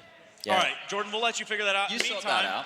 let's figure out why it is that Astralis are able to battle that back. Why could not EG just close it out right here? Well, look, I guess the structure that we always talk about when we have a team like Astralis that comes up trumps. And that for Jordan, you got it? You cool? You're going to leave it to Dad. Let Dad work it out. Let Dad do it. We'll talk about the Counter-Strike. So in this whole situation right here, we were talking just before about these plays being made. And this is similar to what I would always talk about with Stan when you look back at that E-League roster I referenced at the start of the broadcast. With that roster, they had every individual, Rash, Mixwell, they were all able to go for plays. And we were seeing very similar signs here on this train map. They were going for plays all across the board. On the T side, you mentioned it. Why is Tarek hard-lurking connector with an AWP, right? But this is wild. When you have 2 ops on the T side, the game plan's gone out the window, or it's not necessary because you're making all those plays and making impact. Towards the end of regulation, we definitely noticed that, and you saw Astralis just, I don't know if they were a little insecure about Inter playing 2 Inter the whole time, but I felt like EG could have abused it more. I didn't know if they really knew that was happening. But, you know, we saw a lot of structure early on, a lot of great flashes of prep with, you know, the Stanislav famous double bomb trip nade. Like, I actually didn't see if they were trying to head stack or not, but the fact that they got that double nade kill. On a gun round, too. You could tell that, like, he didn't play a lot with complexity before, so it looks like they're really mixing well together on Train. That could have went their way. Well, let's do this. Let's go ahead and hear directly from Astralis. I'm sure they've got a lot to say. They almost got pushed out of the Barclays Center with a vengeance by the Evil Geniuses, but it's going to be Magist to answer some questions. Thank you, Stunna. We are here with what was an incredible comeback, I have to say, from Magisk.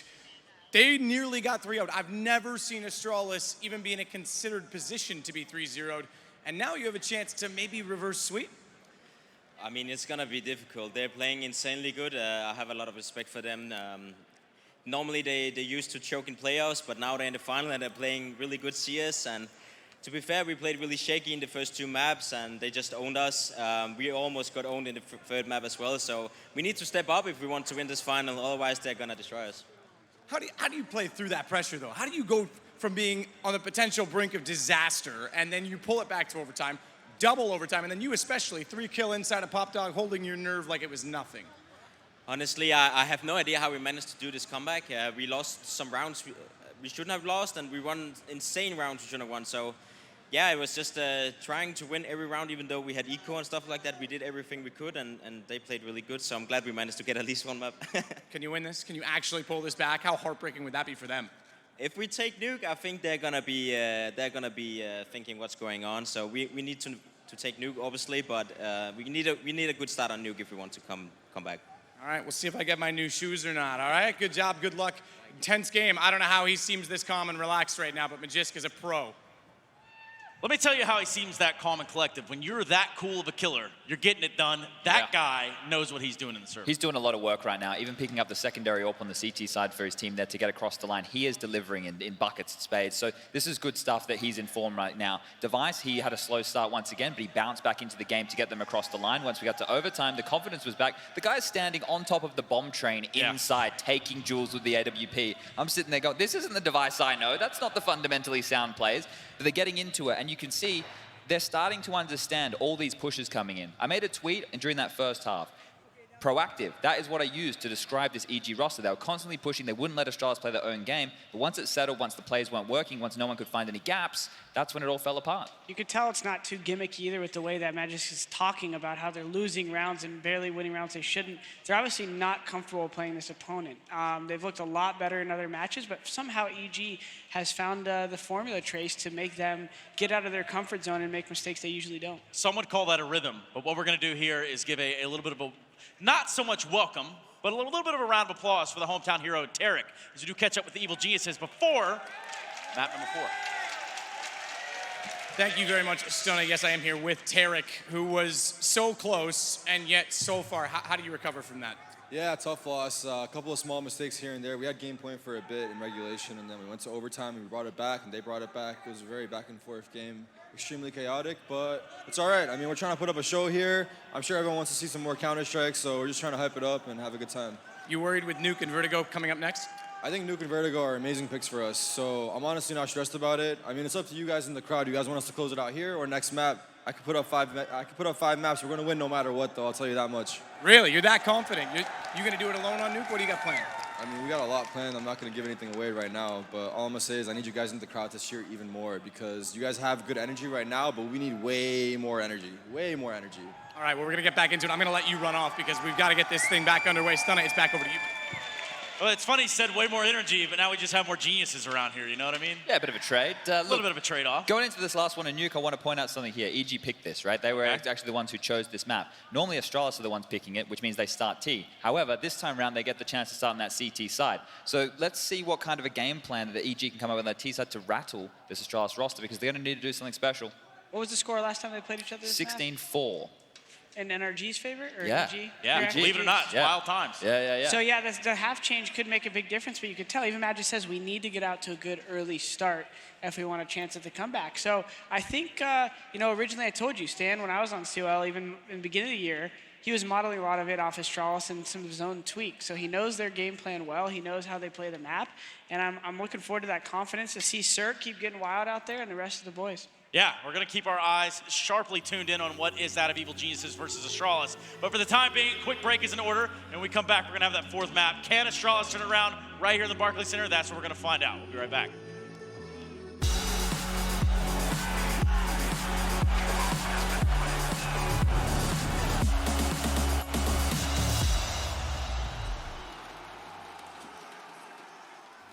Perfect light fall. That's when you can see all my flaws. And I could tell you don't mind at all. Oh no. You said come a little closer. Come here and I can show you. So I came a little closer. You said I'll show you how to love you. How to love you.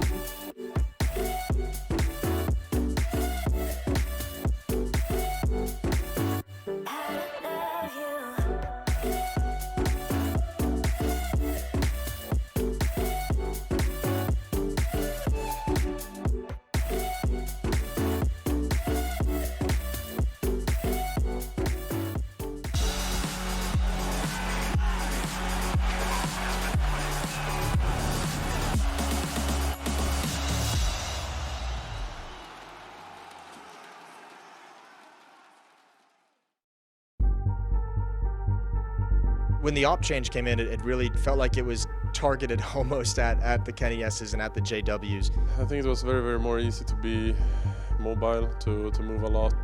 You try to play similar to it, but it's really hard. It's hard to explain why it's hard, because some moves you can still do, but yeah, you just don't do them, and if you do them in a different way.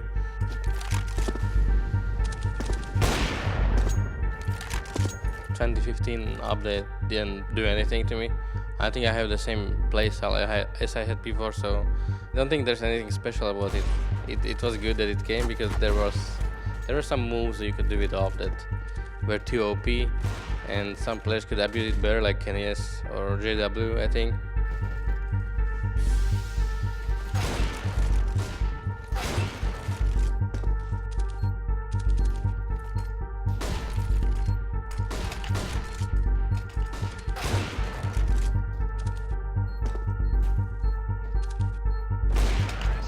The op change really took away the ability for the crazy aggressive plays that we saw a lot of oppers make, and it really changed the way they could play the game. And it really did feel targeted to those two guys, because they were insane with the weapon. They were able to change rounds, even like, you know, they were doing things with an op that people wouldn't do with rifles, jumping out of windows, jumping into ult mid on Inferno, and being able to be extremely mobile with it. And when that was taken away from them, they had to change the style of the game. And it took a long time for them to, I think, adapt to that. I think that's a very difficult thing to incorporate into your game and then have it taken away. Well, first of all, it blew my confidence a lot. 3 to 5 months I got used to it. I also learned that I needed to be more versatile regarding my game style. The previous op was more like purely skill. Now it's still a bit of skill, but also a lot of placement, a lot of flash picks and that kind of stuff.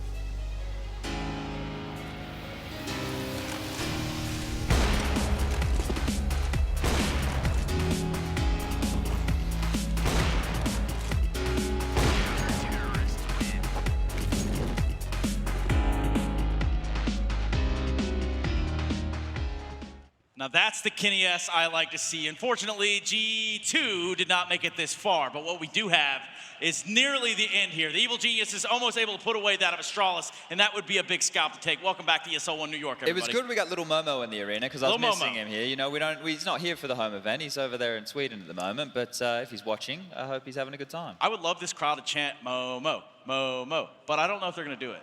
I don't know. Maybe we'll see when the game... I see 3 guys sleeping over there. Do we got a Momo in us?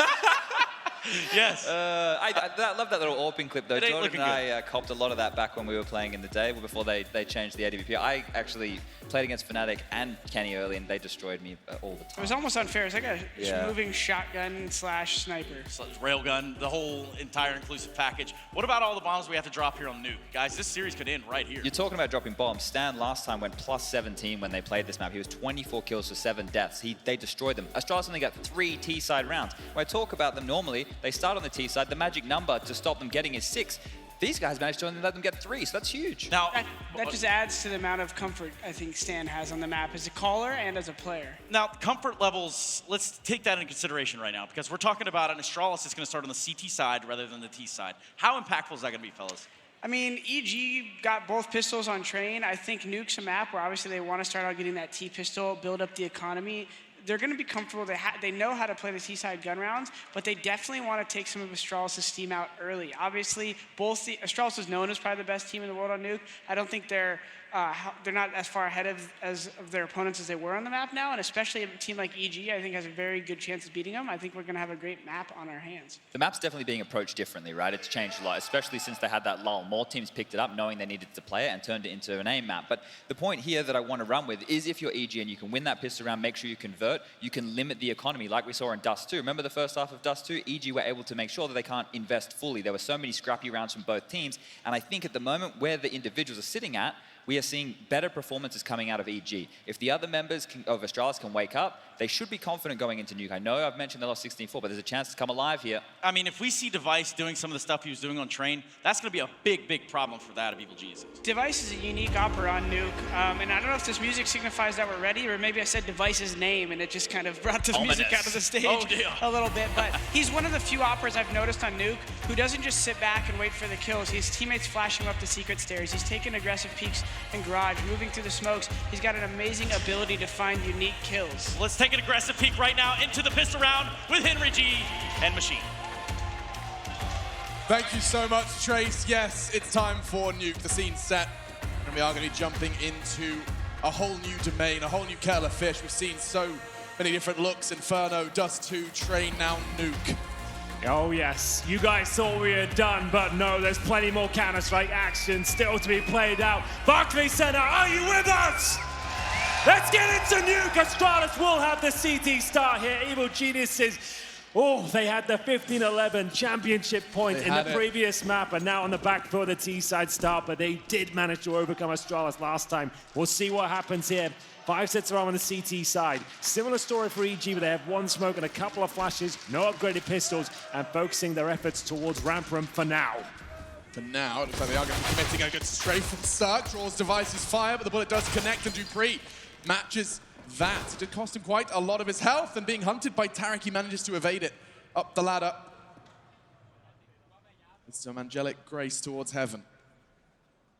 Breezy, Stan, Tarek remain now for EG. The desk highlighted it. This pistol to start on the T side. Yes, they dominated Astralis last time they played this, but the difference is the start. No longer given the gift of a CT start. And Tarek? Oh, he doesn't check that. Oh, they're playing hide and seek. And Denmark, clearly world class at it. That's the bomb down towards heaven as well. Still a minute remaining, and Dupree and Zipex are very, very low indeed. Breezy towards lower. Stanislaw, he'll currently be positioned by the aircon unit. Making his way towards Dupree's position. If he gets one bullet in his general direction, he'll take him down. There it is, and that's a very important kill. Now the bomb is recoverable. Zipex, he wants to get the info, but he doesn't really have the health for the fight. Opts for main. Stan with 30 seconds left. He'll flash out, and looks like he's perhaps going to join Breezy after his investigations towards ramp. Re-aggressing now. 20 seconds. 2 versus 2, and Zipex, that 5 HP could come back to haunt him. Plays the headshot angle as best he can, gets the info. Rotate will come in from his teammate Glaive.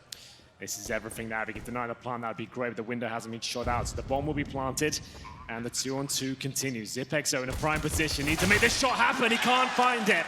And Glaive with no kit. Remember, 5 sets of Kevlar coming into this one. There's nothing to be found here. He needs 2 very quick kills. He'll have to tap the bomb and see if he can bait them out of this stage. Another one comes through. Sanister trying to stay alive the best he can. It looks like it might be possible for Glaive, but no. Breezy manages to take him down. It was a very back and forth round. Evil Geniuses coming out on top. A much needed T-side pistol picked up. There will be a force fire response almost certainly here. I have seen a scout purchase 2 of them actually on the CT side for Astralis. So they're coming in all guns blazing into this next round. Good trades from Evil Geniuses there. It looked like it was going to fall apart, Alex, when the bomb got dropped, courtesy of Tarek not checking the corner, but they managed to bring it right back, and that was a crucial moment. Zipex had the shot in front of him. Had he just been a little bit more precise, that could have been all tied up at that stage. But a chance here now as they focus towards outside. Device tries to fire off some shots, and he won't connect just yet, but Ethan certainly will. Damage done, perhaps trivial though, into the second round. Those scouts, Deagles in support. Any damage you do connect with the scout does make that Deagle all the more deadly. In case anyone watching at home had forgotten which country we're in, the crowd has the info. Proud now. Certainly. North America and Counter-Strike, what an evolution it's witnessed over the last couple of years. Both in events and teams.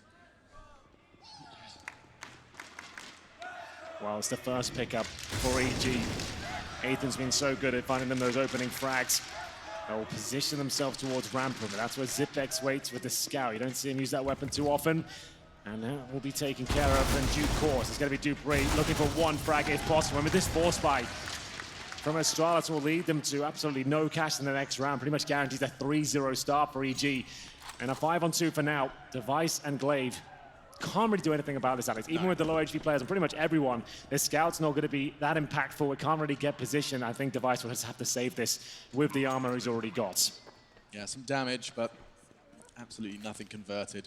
Enables EG to get that strong start the analysts requested. You've said it, the third should just be a formality, admittedly. If they save this Deagle, Glaive will be able to throw that to a teammate. The scout, perhaps, alternatively, one of them will end up in someone else's hands. Well, there we go. A very common position to save weaponry towards CT spawn. 2 scouts with USPs in the next round isn't going to be the most exciting setup. Glaive has got a Deagle in his back pocket to drop to a teammate, so it won't be impossible for them to win the next round, but it will be very unlikely. When you know those safe scouts as well, might just be worth just throwing in an upper rush into the next round with the 2 MAC 10s you have. Maybe just a vent dive to get some intel. I would suggest a faster round will come through. But there it is. It will be Evil Geniuses fending off the force buy for now, but not completely out of the woods just yet. We didn't talk about it ourselves, but Tarek's interview. Sure. He's had four match points, 4 championship points, 4 opportunities to lift the ESL One New York trophy and not lose a map. And he comes back off the back of a loss, the losers, quote-unquote, losers interview after that map, and he says, we're going to win regardless. I don't care if it's on the 4th or the 5th. That's kind of his thing now, though, isn't it? That's definitely his thing, but so far he's kept good to his promises. Yeah, that's fair enough. He definitely believes in the project so far. It's their first map defeat, and that's a nice nade sequence toward the main entrance there. Glaive gets completely blown out the water. Courtesy of Stanislaw, the follow-up bullets. Molotov now deployed towards main entrance. You see Debris just trying to get the weapon towards Zipex here. It's a clean line of sight. Got to be challenging towards the squeaky door here. Not the most ideal weapon at close range. Yeah, not the dream weapon to be knocked in your direction, just the scout for Zipex.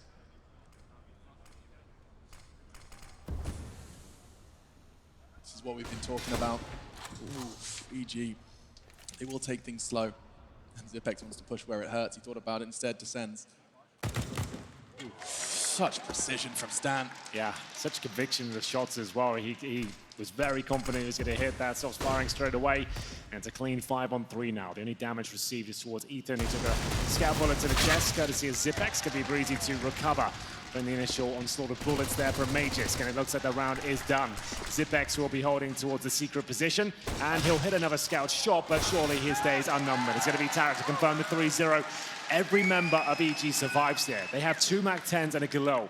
Do not be surprised if you see something absolutely crazy this round. Maybe there's the Venn dive with the MAC 10s and upper rush straight away. You don't really want to run a default here, considering your weaponry is so unique, I suppose is the correct word for it.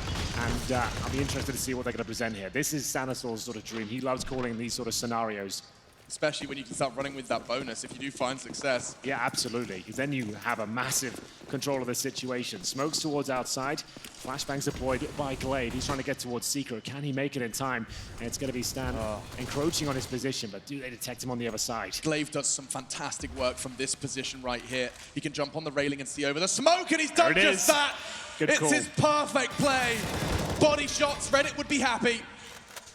Just Tarek and Ethan remain. This round's been ripped from them. Glaive, it's his prime position. One flash and some quick moves with his knife out gets him to the position. It's actually the positioning itself on the railing that seals the deal, and this will be Astralis' first fast. Yeah, just looking over it, they didn't see it coming. It's 2 clean kills coming through, and Dupree, oh, he's just having fun at that point. On towards that silo, it's a clean sweep, but it's a bit of an anomaly that round. Remember, they had a Galil, 2 MAC 10s. They're going to be fine with that. It wasn't a disastrous round, but in that context, as we'll see the first gun round come out here, but a great start for Astralis as the gun rounds come through. You're going to see Glaive. Here's a replay. You can see exactly how Alex described it there on the railing, just about sees the head and sprays them down as they commit towards the secret area. And we go to round number 5 now. So it brings out the AWP, and this is where the battle really begins here. Astralis need to start stringing rounds together here, start building up their own economy, and that's certainly possible on a map like Nuke. There is Stan off to quite fast towards Red Container, and he catches him. You're not getting away with that one. Fool me once, but fool me twice. Not going to be the case. Instead, Stan's going to have a HE, but Glaive willing to hold the line all the same. This can't come as a surprise to EG. Certainly not with such a prep-heavy driven team.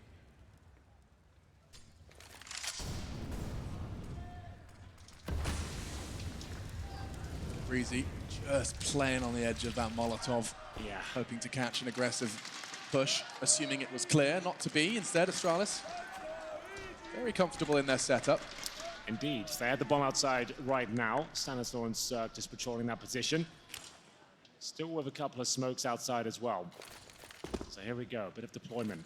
Smokes thrown outside, and Stanislaw will be going out by himself. Similar approach we discussed with Glaive. He'll just be going to get information, look for cues, and give information to his teammates when they should commit here. As Zipex will be ducking and weaving around the smokes. Device looking to see if there's any gaps available. Heavy damage towards Stan, but still alive and kicking for now. Circle open things up. First round with the AWP and a successful first blood drawn. Stan looks to match it and double up. Huge work just the Stan and Cirque show in round 5 of map 4 of our grand final. Glaive got spotted early, and now just the last man standing. Playing ring around a Rosie. And if Stan gets caught, I think his cheeks would be a little rosy. Yeah, I think you might be right there. It's going to be Ethan to go down. Glaive trying to hold onto his weapon. Not going to happen there. Really nice approach there. Stanistor, 3 kills in total. That Krieg just an absolute nuisance for Astralis at that point. Their money's okay on the Danish side, but overall, that was a lovely little play. Stanistor getting set up by his teammates, getting all the attention towards Upper as he uses the smokes to his advantage. Round towards main entrance. You can see him coming through. The player on top of the hut didn't stand a chance. The precision shines bright as he holds strong towards the main entrance there. Fantastic round to pick up. A flying star here for the North Americans. 4-1 on their T-side campaign here on Nuke. Device will limp into the round of a glass cannon AWP. They have next to no utility. And Glaive to be challenged once again. He's watching from the main entrance for the cross. Device currently positioned towards lower, making his way towards Secret. What smokes am I looking at him? One must have come from the CTs. Still 3 smokes in play for the T side.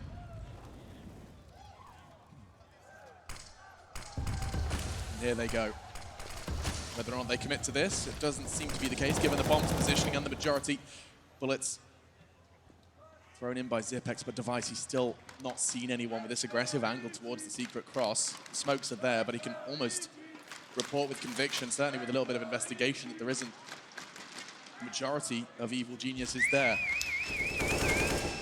Tarek does arrive on main, pulls Dupree out of the round. And that's enough for them to slow things down. And once again, Glaive is going to get hunted down. There's 2 of them on the outside yard area. And Tarek does enough. Costs him a lot. And oh, Device misses.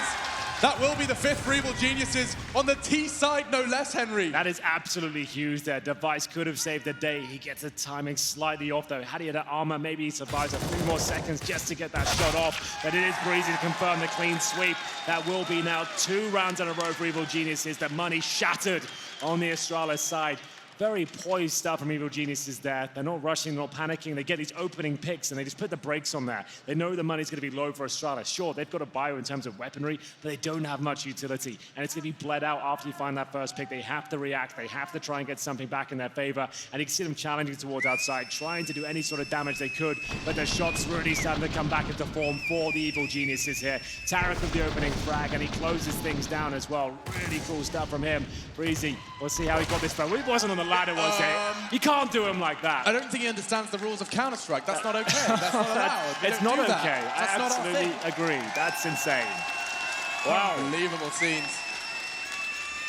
We'll see a partial buy here at best for Astralis. Their loss bonus knocking on the door of maximum here. Deagles, CZs, and 2 sets of Kevlar for Magus and Dupree, but they've had some absolutely shocking Deagle moments here that have got them back into, especially maps like Train. Yeah, interesting, albeit slightly irrelevant statistics on the screen there between the 2 underperforming players. Magisk and Zipex, neither have got a frag, but Zipex still has 65 ADR. Yeah, so he's doing damage and he's trying to pepper them down the best he can, but the shots aren't quite finishing things off here. But still, damage inflicted here in buckets, as you'll see. Breezy, Tarek, and Cirque go down low, but Stanistor towards the secret steps will find Dupree once again. And now we'll see if they want to apply the same methodology here. Do they slow things right down? Do they wait for the reaction plays here? Presumably 1 player towards the lobby, and that's going to be Breezy. Yeah, Magisk was the one investigating. You called it. They have to do something, and the patience does not get rewarded. Instead, Breezy's going to be forced off. Forgoes some of the control device. Oh, burned just slightly, but forced to moonwalk into Cirque's aim. Glaive, he's playing a smart position here, but they seem to be cognizant of it. How are they ready for it? Good reads, good understanding, good frags as well. Yeah, absolutely. They got that 1 frag again. They're so good at finding that opening kill and just waiting for Astralis to play themselves. That's such a key fact there. They're keeping 5 players alive. Their money is getting out of control on the T side here. Breezy, fully invested in terms of utility. He's got $10,000 with a Krieg in hand. Cirque, same story with the Orb and all the utility required here. It's going to be 6-1. This is a monstrous task now for Astralis to get back into this one. We talk about their slow starts, but this couldn't be a worse scenario. If they're on the T side, sure, it happens. But the fact they're on the CT forces here, on a map, you remember they had the 32-0 streak. It doesn't look like that'll be replicated in terms of that form. They still have a chance to wake up here. As long as they have a chance to come back and win the half, they're fine, but time is ticking away. 32 nuke games in a row. This one proving to be a very turbulent start for Astralis. Familiar territory, sure, but not necessarily a familiar opponent, not successfully. Astralis falling in the best of 3 earlier in this tournament to the Evil Geniuses. Now, Glaive falling early, courtesy of Ethan, and Zipex still can't find a frag. Stan ensures this round's not the one. Damn, this is brutal. This is the confidence from Tarek, but it's manifesting itself in the server. They're going back towards upper now. What an insane call that is. They've actually rotated 2 players on the CT side down towards lower. Ethan's patrolling the vent, but it might not be enough here. A window of opportunity now. Astralis do have 2 players towards upper. 55 seconds, but the pincer maneuver is coming. Breezy can go towards that heaven position and shut them down as Mages burrows himself in towards the hut. 3 players still alive and kicking on the CT side, but Dupree only has 6 points of health. Depending on the pace from Evil Geniuses and Stanislaw's positioning, they could get caught out. Dupree, he's so low, but he's such a crucial position as well. Stan can find his back turned here. Perfect. That's the site going to be wide open. Magisk, however, unannounced for now. They've checked Hut, and now he's really feeling the heat. He doesn't have teammate support. Still catching Stan with 20 seconds left, the bomb going down, and so is Magisk. Catches him on the overextension with the HE. Oh! No! Oh, he hit him and he's created! That's like something out of the comic books! Oh my goodness, so he hits the leg shot and sends him to the grave. He's backing up, takes the new line and takes the shot into the calf. I mean, sure, it's just style points at this one. Yeah, but 10 out of 10. Yeah, for sure. 10 points to Gryffindor. Sure. My goodness, it will be Device trying to hold on to the AWP at this stage, but can he do it? It's another question altogether. They're assuming he's towards CT spawn right now. He's still in towards the garage position. Cirque's going to go down first, and Device, if he holds the AWP, there's still a chance they can do something with the next round. He absolutely will. So it's a resounding victory in terms of the round for Evil Geniuses. 7-1 up now, but still, that one is a bitter pill to swallow at the end. The fact that Device just styles them like that, saves the AWP, and they have enough to justify an investment around that at the maximum loss bonus. Wow. That's some great shots here. Yeah, that opener from Ethan, you rarely see successful stuff from the T side on that silo. It's just gorgeous to look at. Yeah. Breezy, yeah, a smile on his face. He's still at the round 1. And a huge lead on the T side of Nuke. Need I reiterate just how monumental this is? EG, not shaken by the loss on Train, have come into the 4th here in New York and making such a strong statement. This is the T side of Nuke. For those unfamiliar, often low expectations. It was Chad who kind of labeled Astralis' T side limitations. He said you have to keep Astralis' T side under 6. That was his way. But well, now, what's the rules for Evil Geniuses' T sides? Probably keep them beneath 7 would have been the start. Let's say that. Let's say you've got to keep him beneath 7, and we'll see what happens. Either way, it's going to be Device with the AWP. He needs to be the hero of this round. They need a bit of luck going in their favor. They need something like this to work out for them. It's never too late to turn up. They can still come back and win this half. Device on the AWP, a partial buy with 5-7s, CZs, and Deagles. It is enough to win a round here on Nuke. But Device, he'll have to be the protagonist. He has to step up. He'll be waiting for any jumping players here, boosting up. See if he can find anything at all. They are going to smoke him out momentarily. He'll see the trajectory of those smokes. Can reposition. There's the jump he was looking for, but can't quite pull the trigger in time. He's getting the info. He's got a shot, yeah. 3 flicks. Flickers of players. It's a collateral tag. No body bag yet. Flash to try and slow them down on the cross towards Secret as he chooses to reposition. He realizes that's a whole lot of pressure he can't quite handle on his own. They forgo control. Outside is now Evil Geniuses. Tarek and Ethan, though, let's not forget they will be limping for the rest of this one. Hamstrung by a collateral bullet from the AWP of Device. Well, that's almost enough. We normally talk about scouts finding damage like that. Sure, he's got the AWP, but that's just as effective. Now the 5-7s can do some real work if they're correctly positioned. Towards lower will go, but the CT's arriving a little bit late to the scene. They're just rotating through ramp now. They might be there just in time here. Glaive knows a couple are low. He's going to open this door and see what's available to him. This could be a very important frag. He won't get it, but Zipex will. That's his first of this half so far. 4 versus 3. Device still alive and well. With 15 seconds here, he knows he needs to find a frag right here, right now. Deny everything. There it is. They said we had to win this round. Mages are trying to keep them in it. Towards the vent they go. Is there a plant coming through? Yes, there is. Ethan, it can't be contested in time. Magisk is just a little late to the party. And now Cirque, he's the one with the party poppers. Not going to connect either. Dupree tagging up 1 on towards the site. There is low HP on Ethan. He has a real shot at this one, but it's unlikely he's going to be ready for Ethan's push, and that's it. Another round for EG. Oh, God, that's the closest we've seen from Astralis in some time, and with limited weaponry. Close doesn't help them out at this point, unfortunately. The money's out of control. Unless you get in the round of the board there, it means absolutely nothing in terms of knock-on effect. It doesn't remove any money. They've still got $10,000 with the reinvestment here from Ethan. Well, there it is. It was close. It was dangerous, but still they win the round 8-1. They've won the half now on the T side of Nuke, and there's still a lot of rounds to be played. If you told them they'd get 8 at the start of this map on the T side, they would have bit your hand off. They would have taken it all day long. They're well on track to get double digits here on their T side. This is absurd. It's Astralis Nuke, it's grand finals, and they are down 1-8. Device looking to change things. That's a big connection. Aggressive this time, I think catching Tarek on Squeaky gives them the early man lead. It was a Squeaky, yeah.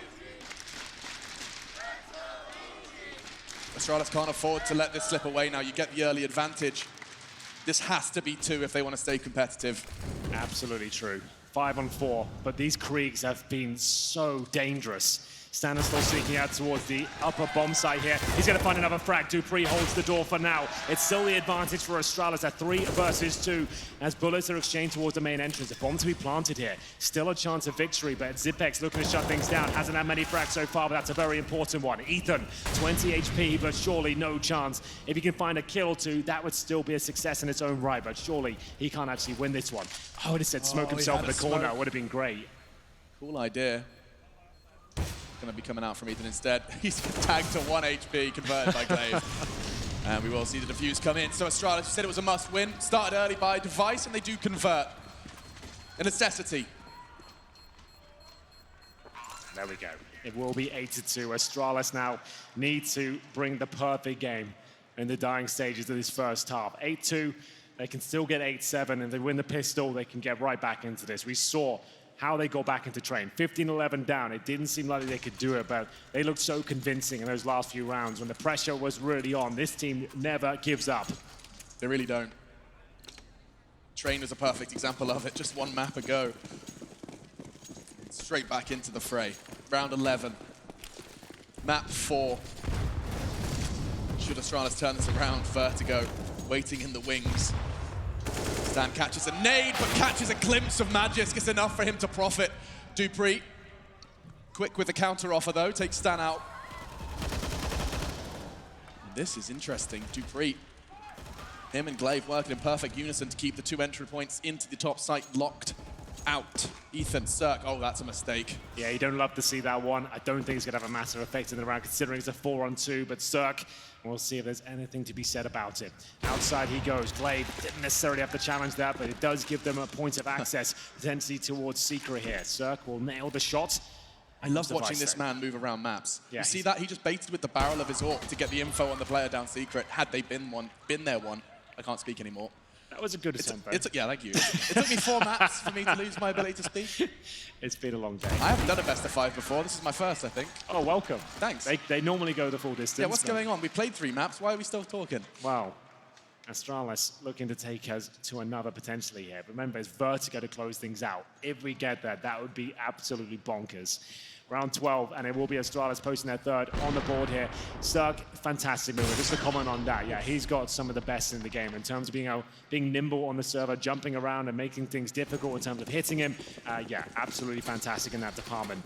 3 Kriegs enter round number 12 here on the T side. They have got this final buy before they are broken. They haven't had to take an eco so far.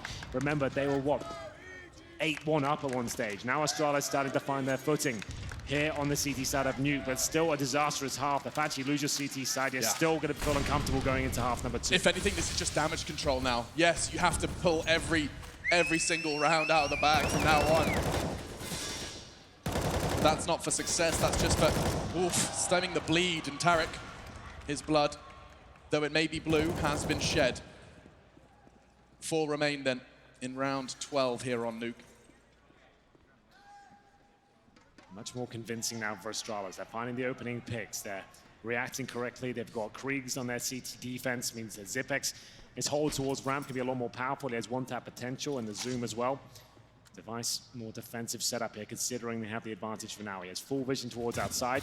Ethan trying to take some of that away, though. The smoke towards main entrance. Will the shot come through? He does a boatload of damage towards Dupree, takes him down to 3, but it wasn't quite enough. He'll come out on top on the duel.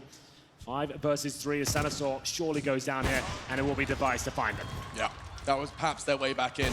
Had he been able to get under the skin of Device and the player in heaven. Instead, it's just Cirque. Familiar scenario. Left in a 2 versus 4. Should be impossible. That's the moves, trying to draw out fire, get the information for free. Well, let's exchange. Cirque tagged and eliminated, and it's just going to be Breezy. Looking to go 1 versus 4, gets the first 2. If Zipex wasn't there, he had a real shot. He was cognizant of the fact that players were going towards main entrance as well. He had 10 HP. There was a chance he pulls that one off, but it's not meant to be. As I said, they're homing in on breaking the economy of EG here. They're almost there. There's 4K on 4 players, though. Ethan with 3,100. That would mean they could get 4 rifles out here. They could even go with 5 if Ethan just want to get Galil and armor. But maybe just want to take an eco at this stage. Stanislaw will invest with the Galil. They're going back towards spawn here. This is a little bit scrappy. It doesn't really matter on Nuke. It's not like it's a spawn-based map in general. But they have invested here. Cirque, the Orpa will stay on Glock. And he goes back to get Kevlar and a Tech 9. So buying in the nick of time here. It's really not ideal, but just absolutely fine. It just makes you chuckle to see T's running out of spawn, turning around as if they've changed their mind. Glaive looking to change the flow of this game. Aggression outside. Haven't seen much from it from the Danes, and it's rewarded. Double kill early. Device, perfect connection onto the leg of Cirque. It's enough to convert. And another one presents itself. Ethan gone. I think it's taken more time for EG to decide if they want to buy or not than it's taken for Device to win the round. If you're out of spawn, it's normally not advised you run back and buy. I would say that much. It's very difficult and discombobulated to the team to go back and then try and reposition to what are your strategies there. And you could see with that time given away, Glaive gets himself into one of his calling card positions. In fact, he can get right up to that T box, and that's where he does such fantastic work. We've seen it so many times from him. He loves these sort of plays, throwing it in a couple of times a half. They overlook it initially, and he didn't have the firepower to take him down once he made himself known. The Device is backing him up, making sure he stays alive at that point. Coming to the bookend of this first half, and the thing is, if Astralis managed to get 7 rounds in a row or something like that, they're going to be absolutely fine in terms of momentum, and their morale will be lifted up instead of it being a back and forth and being drained money. If they come alive and get that many rounds in a row, win the pistol, they'll be believing they can take us to a 5th. I mean, knowing the Danes, they likely have that belief regardless of the scoreline. Magisk, so hot on train, has cooled off dramatically. On the CT side, it's often where he does some of his best work as well. To be fair, though, his T side on train was something out of mythology. Well, round 14, let's jump into it. Yes, indeed. The loss bonus getting to almost the maximum points here. One more round will do it. They've gone for Galil's UMPs and an aggressive play from Dupree. Starting to get a spring in his step now, Alex, as he pushes towards the squeaky door position. He will be taking down Cirque. They're starting to get a little bit frustrated now. You can see the wind being taken out of their sails as Zipex will have full control of the ramp from for now. Uses the incendiary, and once again, that man advantage. It was EG that was so good at getting that initially. And now they're the ones receiving it almost every single time. And Devices holds back in CT spawn and waits for them to make mistakes. And an opportunity for him to find multiple frags. There's going to be a 5-on-3 situation. We said Zipex has had a quiet game so far. If he can get out of this ramp room now, he's done absolutely everything he has to. 1 kill, full back, that's enough for a ramp player. Evil Geniuses, they had the recipe for success, but it seems that Astralis have changed the ingredients. It's going to be their 5th in a row now. Hello, Treacle. $1,500 in the pocket. Stan will not get any more. And it will be 8-6. One final round to be played before EG are given their chance to defend. Well, they bought everything they could in that previous round. Now they do have maximum loss bonus. They actually haven't had a plant in the last 4 rounds. They haven't really got close to it. It's going to be those opening picks from Astralis time and time again. Device falls back, mauls them with the AWP. Stanislaw did get his own back. Doesn't mean too much. Quite literally in the back. Yeah. Mac 10s, Galils, and 1 Krieg. Actually helps him out. The fact he gets $1,500, he does get a stronger rifle here as they pick up the pace. Looking to get towards main entrance by the look of things, but Glaive is such a prime spot to shut them down. It could not be better for Glaive. Just starts the spray. Him and Dupree working in tandem, but a flurry of frags in response. Leaves Zipex and Device then. Bomb's already going down, they're both on Heaven. But it certainly isn't Heavenly. Breeze still breathing.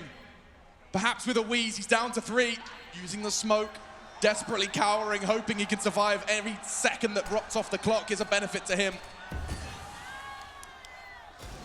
4 frags from Zipex. He's just playing the waiting game. No, Who you can will see blink him. first? There it is. Smoke starts to dissipate, and now it's time for Zipex's zone to come into play towards main. Will lock out 1. Stands there as well. Zerk, he's going to have to be aggressive, and he knows it. The time's running away. They're not on the bomb. It's down to Stan.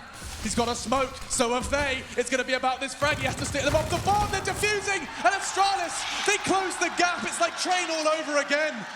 Great T-side from EG. Beautiful work from Astralis, though. They've got themselves right back in this game. Sure, it was a rough start, and Evil Geniuses have a boatload of rounds there, but Astralis will be feeling it. That was a great finish with fantastic teamwork. They can win the pistol. They can bring this right back. We have got an exciting second half coming up for you. Do not go anywhere.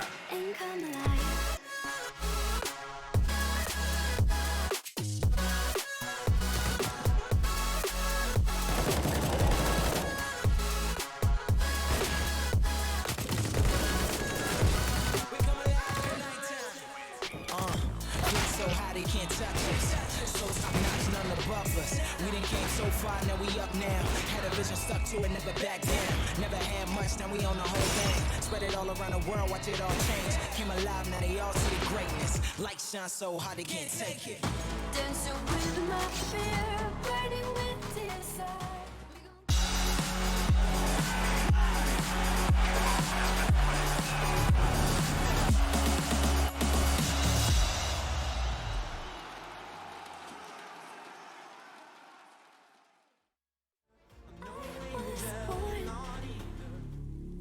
Like a fire in the eye of a hurricane.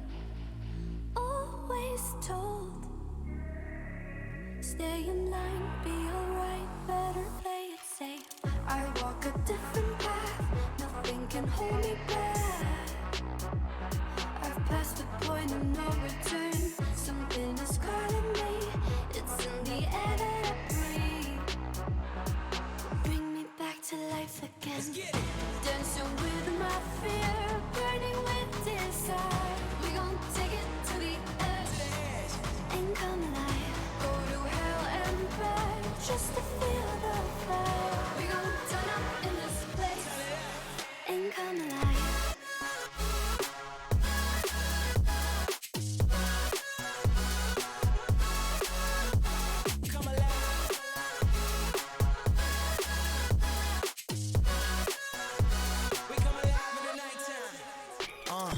Fly so high they can't touch us. So top notch, none above us. We done came so far, now we up now. Had a vision, stuck to it, never back down. Never had much, now we on the whole thing. Spread it all around the world, watch it all change. Came alive, now they all see the greatness. Light shine so hard they can't take it.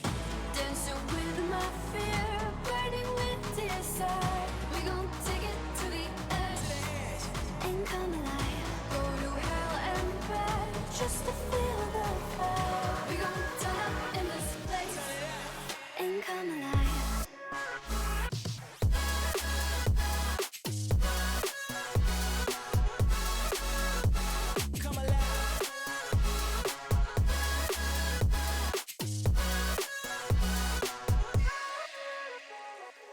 I walk a different path, nothing can hold me back. I've passed the point of no return, something is calling me. It's in the air that I breathe. Bring me back to life again. Dancing with my fear, burning with desire. We gon' take it to the edge and come alive. Go to hell and back just to feel the fire. We gon' turn up in this place and come alive.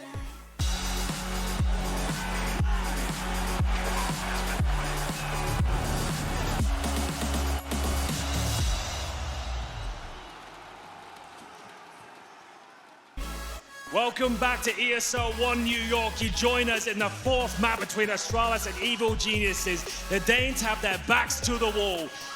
8 rounds picked up on the T side here for Evil Geniuses, Alex. That's a fabled start here. You don't see that every day, but they did start the drop-off towards the end. And Astralis, we know they don't go down about a fight here. Yeah, this T side is going to be so telling. Let's see how it opens up, because Evil Geniuses, yes, it was a ridiculous T side. The start, it looked like Astralis didn't have any answers, but they did start to mix it up with that unpredictable early aggression on their CT side. I'm going to be very interested to see how shaken that has made Evil Geniuses. Looks like we're about to jump into the second half. We are going a little bit quiet out there, guys. I need you with us. Just build the energy back up. This could be the final half of Counter-Strike. Let's go, louder.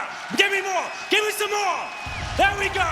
Into the pistol round. It's going to be a fast start from Astralis here. Down towards the bed and freezing to open things up. The bomb gets dropped. This is a massive pistol. I can't stress that enough. If EG pick this up and find the conversion as well, it is absolutely massive. Freezy's positioned himself on top of the bomb. It was Zipex. He got caught off. I think it was because of the flash. He tried to tuck himself into the vents, but he overextended. And now they're paying the price. Ethan draws blood again. 3 remain, 2 remain. Evil Geniuses are flying through this pistol. Every fight they take, they connect. Now Dupree, very late arrival to the fray, finds the first, but 4 more training their sights towards his exit. It'll be Ethan to find his second, and Evil Geniuses to find their 9th. Now, bear in mind, that's now both pistols going in favor of the North Americans here. No bomb planted suggests it will be the eco for the AKs in their third here. Double digits should be confirmed here. I'd be very surprised if Astralis forces this with Deagles on nuke. It's not exactly that sort of map. You want to get the rifles, you want to have some utility, you want to have a chance of long-range duels here. Deagles are fine, but I wouldn't recommend it, and Astralis are that way inclined too. They've gone for 5 Glocks, no armor, full eco here, not a single dollar invested as EG look to rack up the cash here with 3 MP9s. Yeah, not a dollar invested, but a whole lot of dollars to be gained with these MP9s. 3 of them in play, UMP for Stan. Keeping the M4 on Breezy. If ever there was a player to put the M4 on, it's certainly been him, given the form he's displayed over the course of 2019. Zerk finds himself $600, makes it 1,200, and I can't do the maths. 1,800. Zipex, last man standing, just his Glock, and it will be caught by Stan. So everyone popped in their fair share of change, and Evil Geniuses, they change it from 9 to 10. Now, we are going to see the response from Astralis. The reason the full eco came out is displaying itself right now. And it's actually a pretty decent buy overall. You're going to get yourself an AK armor reach, a couple of smokes, flashbangs as well. It's certainly enough to work with when you know you're up against the SMGs as well. But I've got a sneaking suspicion that EG might be trying to force the issue. You can push towards Ram, trying to go for that first pick. You have got Cirque on the AWP as well. He'll head towards outside, focusing towards main entrance at the very start, patrolling that squeaky door. There won't be a fast approach just yet. It makes sense. Astralis want to use the range to their advantage. They know what they're up against here, as Dupree will take first contact down to 41 points of health. Cirque still scouting towards outside, trying to work out if he can get a player towards that silo position.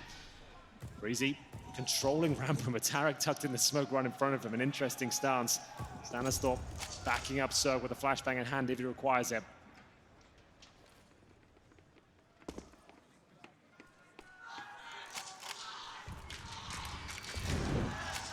Just does throw the bottles towards Secret Stairs. Aggression from both of them. Look at this. They want to close the gap, make the MP9 even more viable. Breezy does push, and he gets 2. I'm not sure they're going to be ready for this now, because Tarek, he's going to be right back from where they first found the frag. It's going to be a fallback procedure here from EG. Tarek throws the smoke, gets enough. That's fine. Not ideal, but he takes 1 down with him. 3 versus 1, and EG win an absolutely mammoth round there with MP9s against a fully equipped Astralis with 5 rifles. That lovely push there, the crunch towards the lobby from the ramp, they didn't see it coming, and it's advised you keep 1 player patrolling that position for this exact reason.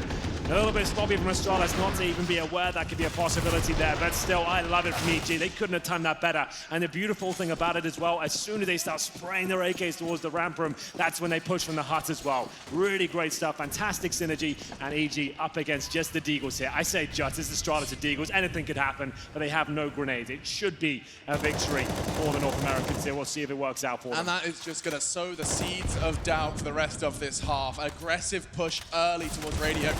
Oh, hang on, Tarek, he's going to be under scrutiny. Magisk hunting him down. He does have the Kevlar for that, but that's going to do nothing against the AWP. Device in the meantime, already down towards Secret, gets Stan. Smokes arrive towards that squeaky now. Firm advantage. Ethan extends it. Great shot. Takes Zipex down.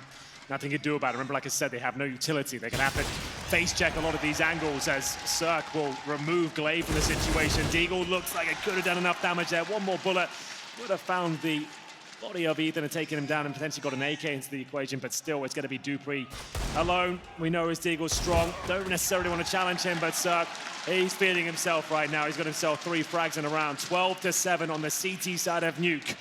Homing in on the trophy once again, but they had a similar situation on their train. It was 15-11 in their favor. Couldn't post that final round. Need to focus. Need to make sure that they hold their nerve this time. Round 20 coming in, another full buy from Astralis. Great shots from Cirque towards that ramp room. Doesn't give them anything at all. No AWP for device, not a big deal on the T side of Nuke. Don't necessarily need that weapon. Yeah, the way, how fast he adjusts. It almost looks like they've cut out some frames for the frag movie. So fast to find the body. He's doing it again. This time he's brought Cirque along to play, and that trade, not even necessary. It's all on Tarek. Pokes his head out to say hello, and now he's gone back down below. Stan, you can see EG have got that killer instinct back now. They're pushing every angle. They're presenting the unexpected moves. Like, you're just holding in your default, trying to work the map, and then you've got 2 CTs pushing ramp again after they did it 2 rounds before. Zipex the one to go down. Quiet performance from him on Nuke so far. Tarek goes back to a more default position towards his ramp room. Ideally, he also wants to take one and drop down. If he feels uncomfortable, can just leave as well. It's fine. Ramp room's on a bomb site, and Circle rotate over. Fantastic shot. That's enough with the bomb going down as well. It's a dream for Tarek. The bomb in his grasp, and they're not going to be necessarily ready. Good damage, but not enough in order to cut the Astralis numbers down anymore. Still operating with 3. Dupree down to 9, though. Ethan, he might even try to challenge this, at least just with the door. Opens it up, fires off some shots. That door will be open once the smoke dissipates. He'll be able to work with that. Oh, wow. Millimeters, it's all Breezy needs. Finds the head of Device, puts Magisk and Dupree into dire straits. Yeah, and this looks like 13. It has to be made instead of delivers here. He's got 100 HP. Dupree can't really do much about it. Significant damage, but they know exactly where he is now. 3 versus 1. He's been painted into the corner, and it is going to be another impressive victory there for Evil Geniuses. They get the initial frags with the ramp push there, baiting them to come challenge that position. Cirque is ready and waiting. He manages to pluck one out the air. Tarek could have finished the round off with a 3-man spray down. He gets the ding. They still win the round of 3 players surviving as they go up 13-7 now. Bomb plants does enable Astralis to buy into this next round. We've talked about the maximum loss bonus on the T side. The bomb being planted does get you a nice full buy going forward, but they are running out of time here. 13-7 down. We know they're a strong team. We know they're the masters of the comeback, but this has got to be one of the most difficult procedures to pull off, Alex. Not just masters of the comeback. Astralis are masters of Counter-Strike, Nuke, yes, indeed. comebacks. You're so right. It's everything. This is what they do. But Evil Geniuses, they are proving just how good they can be. Really ramping up to end 2019 on the highest of highs. Already, their name has been thrown into the conversation for world's best from Device himself, now in the server against them, and he's feeling the heat. Well, here we go, round 21. EG have presented a pretty much perfect game so far in the second half. 5-0. Once again, 5 rifles. As Astralis try to mix up the pace here. The flashbangs are decent. Stanislav can't find the first frag, but there it is. He's already done damage towards Zipex. This is getting uncomfortable now for Astralis. It's the HE grenade. It's down to Glaive to try and pull this one back. Another 3 versus 1. Device has the bomb. He'll drop down towards lower. Can he even get a plant at this point? Remember, if he gets a plant, they still have a chance to buy in the next round. That looks like it'll be successful, but still, the round victory looks so likely for EG. And there it is. Astralis trying to pick things up and go fast towards that main entrance, but they're so ready for it. That garage position from Stan, it shut things right down. They couldn't commit towards the push towards the upper bomb side. They had to turn around and deal with him, and he takes 1.5 players with him. Wow. EG, they couldn't break 15 on train. Certainly not in regulation, of course. Here we go. Feeling it again. Has a request. It's not a simple request, but the crowd has one anyway. They ask EG to win 2 rounds. That's what they request. They want to see the Danes toppled on Nuke. Evil Geniuses poised to strike the final blow, and that's the final timeout for Astralis. No chance to catch their breath should this have some more longevity.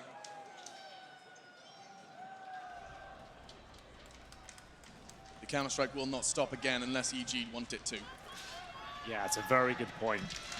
1 round away from championship point once again. This could be the moment where they find it.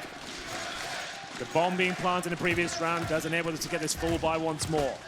Molotov thrown it towards the main entrance. A faster approach from Device once again. So much pressure on his shoulders, and he doesn't live up to expectations. Stanislaw has just been a thorn in their side towards outside time and time again. Opening frag found, and that's when you start to fall back. Not before you throw a grenade down their throat. Zipex and Glaive down to 60 HP. Softens him up for the Orgs on the hip, but Dupree does open up and relieve some of the pressure. Frags out Stan on main. Smoked off for now. He sees him, just a glimpse, gap in the smoke, but he knows one's descended. That was Glaive.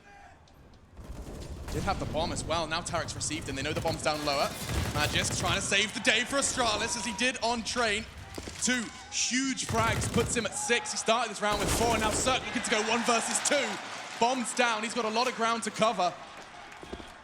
He'll make no secret of his descent into the vent. And now it's a frag he has to hit! Magisk for Astralis! 3 when it matters. He came into the round with 4. He leaves with 7, and those 3 hold so much weight in the grand scheme. That happens so many times on Train. Majors boy saving the day every single time. 3 kills required there, and he delivers. Cirque had his number as well. He knew exactly where he'd be positioned, even had a pre-fire going on, but couldn't find the killing blow there.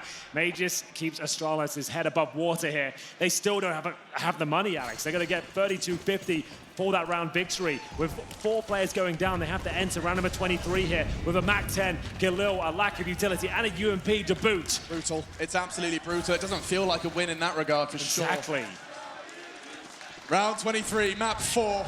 The ESL One New York Grand Finals in the Barclays Center. There's still plenty of bums in seats. They're here for the marathon of Counter-Strike, and Astralis, ever resilient, tend to deliver. So does Stan. It was nearly 2. Had he not burned to a crisp from Device's molly, he might have had a little more life to play with. It was up against the UMP. Instead, it's an upgrade for Glaive. I love the approach there from Stan. He wanted to take matters into his own hands and destroy them there, even if it took sitting in the flames there. The double spray down would have been worth it.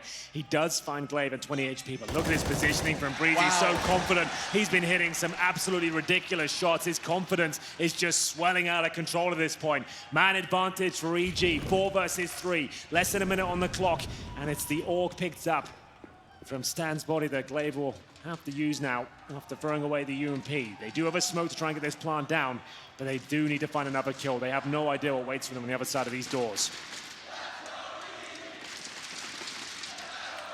EG haven't quite got the information they need to commit towards the site just yet. Some shots from Decon might be enough to persuade Tarek to commit. As the doors open, it confirms it. Glaive doing everything he can to try and keep eyes on him, enables Dupree to take the first. Tarek gone quick from Cirque. Bomb down. Bomb not quite within reach. It will be scooped up now by Glaive, and Zipex keeps him safe. 10 seconds on the clock as they extend it. And now a 2 versus 2, a crucial one. Ethan and Breezy can put them on championship point. All they've got to do is find frags, but Glaive finds his second with just 20 HP. Oh, and Zipex couldn't be in a better spot. They've got the crossfire. That's good for Ethan! And he's done it! 2 huge frags. It couldn't mean more. It puts them within arm's reach. The trophy, they can almost get it. Sits in the center of the stage, and Ethan pulls them 1 step closer. So calm, so calculated. He knew exactly where they were. He knows their tendencies. He takes that first player down. He knew there'd be a crossfire set up there. It was such a great performance for the Astralis to even get that close to winning the round, but they can't take down the king of North America. It's Ethan who holds his nerve in the 2 versus 1. 15-8 now. This was the number that betrayed them. The belief that they were within grasp of the trophy, it, combined with Astralis' brilliance, was a recipe for success, a recipe for their first map loss in New York on Train. They need 7 rounds in a row on the T side of New. That doesn't sound real. It doesn't sound possible. It sounds like an impossible task. EG need 1. They've strung together 7. I mean, it was a burst of 6, 7 in total. And they just have to do that one more time. Yeah. One more time. The way they've been playing so far. And it looks like it's an open shut case here. Incendiary thrown towards outside to deny access towards Secret. Glaive realizes he can't push any further here. He's alone outside as well. Those smokes are designed to take vision away from the CTs and force rotations towards the lower bomb site. Glaive finally gets down, but are they taking the bait here? They're going to send multiple players down towards lower. Stanistor will position himself in towards the lower bomb site for now. Cirque watching the cross.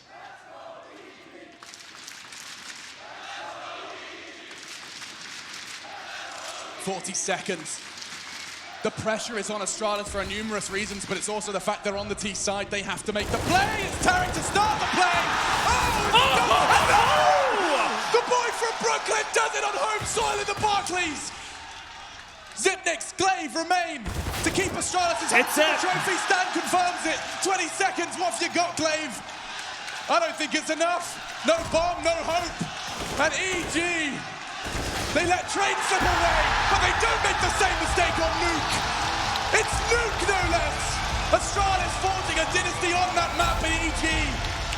They've done it here in New York. They drop a single map on that road to glory here. We knew they were a dangerous team. At NRG, they were turning heads, but a rejuvenated squad under the EG banner looked absolutely unstoppable. Brilliant performance throughout this. I can't express enough how impressed I am with the individual skill, the synergy, the preparation. It was a beautiful package all around, and Astralis are stunned by that performance on Nuke. Berlin, Astralis made a statement. That was how we phrased it. And now right back, EG finds their voice. Breezy, Cirque, Stanislaw, Ethan and Tarek. Remember the names because it's a potent mix as they do take Astralis down a peg. Ladies and gentlemen of New York, put your hands together. The kings of Counter-Strike, dethroned by an evil genius. North American Counter-Strike is here to stay. Your New York champions. It's evil geniuses.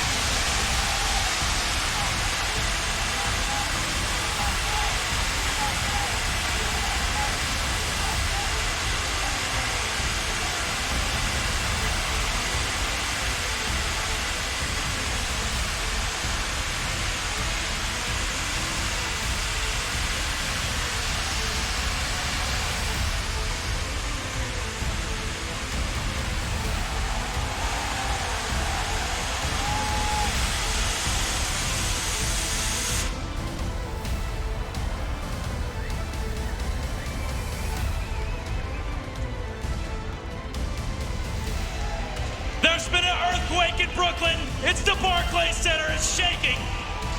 The energy in this arena has been beyond all of our wildest expectation. And boy, is it because of the boys in blue.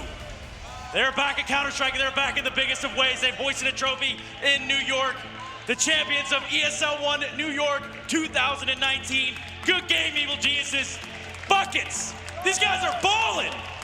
They came in here. They made some absolutely phenomenal plays in this grand final. They believed in themselves. They did believe in themselves, and one man will stand here in New York at the end of the day with the trophy in his hand right next to OJ Borg. Big old smile on his face. He has the biggest smile on his face, but it's a smile that says, I knew what was going to happen. Tarek, you've been Evil Geniuses for one tournament.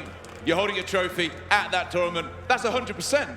What a way to start our careers on EG. Oh my God, it was amazing. I want to thank everyone in the crowd. You guys are amazing. This is the best crowd in Counter-Strike, right here in the Barclays. It's you guys.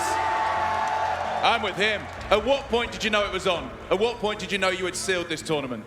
Honestly, after the first map, I already knew we were feeling it. Our confidence was through the roof, and everyone was playing amazing. Everyone had brilliance throughout the whole series, so shout out to all my teammates. I'm really proud of everyone, and this is only the beginning for us. It's only the beginning. There's a lot more to come. You basically Astralis to Astralis. Yeah, I mean, Astralis is a great team. They pushed us to the edge, and I want to give credit to them as well. They're obviously a really good team, and I wish we could have done it at the major, but you know, this is just as good here in New York, hometown event, and with this crowd, it's amazing. We've seen eras of dominance. We saw Astralis have that era. We saw Liquid. Astralis looked like they were getting it back. Let's talk about Intel Grand Slams. This is the start. You win 3 more tournaments, it's $1 million. Do you believe this team has what it takes? I absolutely believe it. I think this is one of the best teams I've ever played on, and these guys are amazing. We're not even close to our peak. We have a lot of potential, and like I said before, this is only the beginning. There must have been doubt.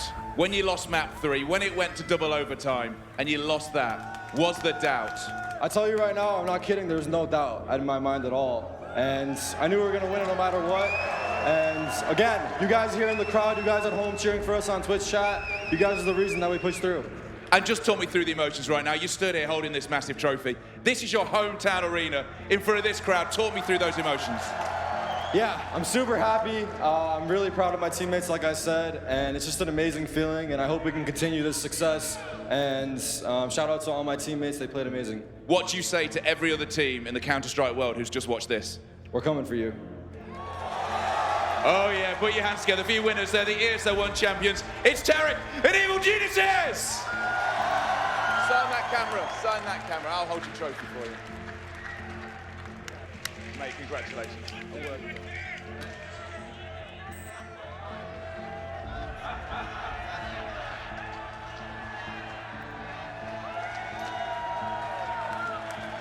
Cheers, buddy.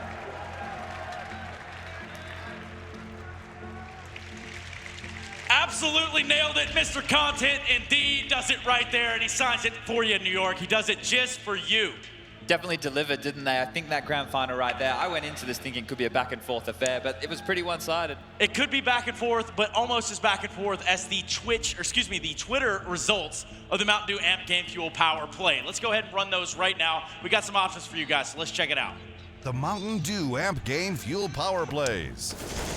First play is going to be Breeze, balcony play on Inferno. This was a 16-3 stomping that I don't think anyone saw coming, and those rounds definitely contributed to that. Cirque whipping out the big green here on Dust 2, letting him know he is a brick wall when he has space. Yeah, and you know what? Device had something to say about it too. A 1v2 clutch on Train. This very well could have changed the tide of this entire series. Tarek standing tall on the boost here. This is a big round to keep them in the match to force the second overtime, or almost a second overtime. Yeah, almost. Make sure you head over to @ESLCS Twitter and get your vote in right now. That's where those votes are going to be counted up for the Mountain Dew Amp Game Fuel Power Play. Guys, we have a new champion in town, but more importantly, this is one that looks like they're going to be trying to take the throne from Liquid for NA. But this is good, right? This is what we're looking for. We want a competitive era of Counter-Strike. We don't want what we had in 2018 again. We want teams to be able to go back and forth, and the fact that EG can rock up in this fashion, showing depth over set. The fact they can go into a grand final and decide they want to ban Overpass because that's been one of the strengths for Astralis in recent history, that's a fantastic thing to have in your back pocket. It's great for Tier 1 CS. Obviously, time will tell how they're going to dig their claws in really to the top level, top epsilon of the rest of the teams. But this is a great sign from them. They didn't, flinch very little throughout the whole series and stood tall. Not just the fraggers we expected, but everything from the calling all the way to Ethan bringing up the big clutches. All 5 of them are showing they could stay at this level. Now, the interesting part is this. OJ kind of touched on it. We have a Grand Slam notch on the belt now for EG. And this is a team that very seriously looks like they could contend for it at this rate. So I think, to be quite honest, this meme has to go home. This meme is done for. What do you think, guys? I agree with that. I think that's been done for some time, right? North American Counter-Strike is extremely competitive. There's no doubt about that. We had the Liquid run. We've got EG here, and they're looking hot to stay. So, yeah, North American Counter-Strike, it's as good as European Counter-Strike, that's for sure. How good does it feel, Jordan, coming up here, you see EG, you see the old lineage. Talk to me about some of your emotions. Yeah, there's a lot of nostalgia out here. It's great to see. I feel like, we were all talking about, Jason tweeted, to see them behind this brand, to have something that we feel they deserve, to the skill they're bringing to the table, to have a brand to be able to support them like that. It's awesome. Obviously, playing back in the day on EG was one of the greatest organizations around, so I'm looking forward to them redeeming themselves. Yeah, redemption was on the cards. Also was on the cards was the results of our Mountain Dew Amp Game Fuel Power Play. Now let's see what they withheld. This looks like a Tarek Pistol 3K. Does that sound about right to you, Jordan? Yeah, something Alabama like that. math, so yeah, like sometimes 42% I think is better than the other ones. Yes, that number's greater. Actually, we're gonna have Chad Burchill break it down. Math's not really a strong suit of mine either, Trace, but we've got the power play here right for you on the screen, and it's going to be Tarek with the AWP. Now, look, this was in vain, but he's the hometown hero, so we're going to get him on the screen regardless, because, look, to win in front of your fans in your hometown must be an absolutely amazing feeling, and he played phenomenal throughout. Secondary opening, getting it done, and he definitely lifts the team's spirits, Trace, so that's the power play.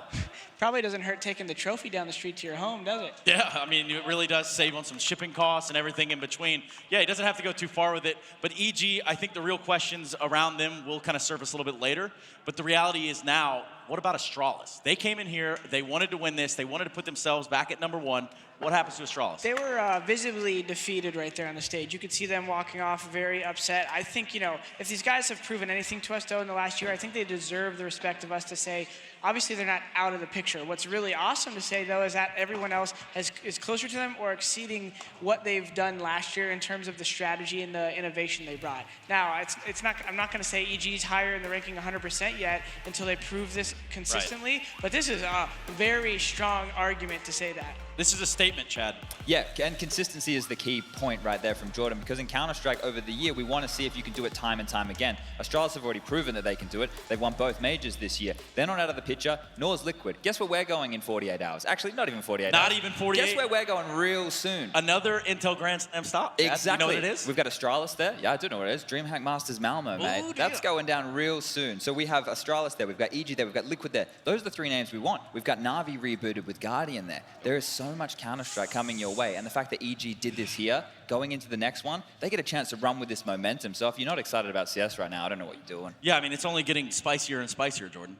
It is, and like we said, top echelon CS right now is getting revitalized by this win by EG. So I'm looking forward to these coming months of what we're going to see out of the other teams, Navi's, G2 with their reformed team, and etc., of what they're going to do to face off against this top tier. Well, guys, we do have a flight to catch. Actually, both of us, Chad and I do. And Jordan, the teams, actually. Yeah, the team's got, we all have somewhere to go. We all have somewhere to be. I want to thank everyone still standing here in attendance at the Barclays Center for joining us. This has been an amazing experience and nothing short of incredible. And I'm glad to have enjoyed it with all of you.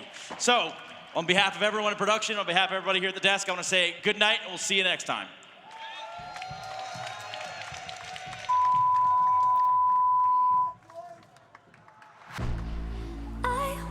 Born like a fire in the eye of a hurricane. Always told, stay in line, be alright, better play it safe. I walk a different path, nothing can hold me back. I've passed the point of no return, something is calling me, it's in the air that I breathe. Bring me back to life again. Dancing with my fear, burning with desire. We gon' take it to the edge and come alive. Go to hell and back just to feel the fire. We gon' turn up in this place and come alive.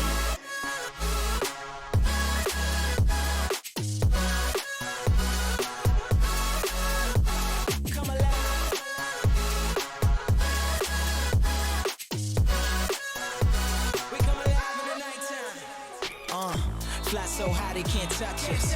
So top notch, none above us. We done came so far, now we up now. Had a vision, stuck to it, never back down. Never had much, now we own the whole thing. Spread it all around the world, watch it all change. Came alive, now they all see the greatness. Light shine so hard they can't take it. Dancing with my fear, burning with desire. We gon' take it to the edge and come alive. Go to hell and back just to feel the fire. We gon' turn up in this place and come alive.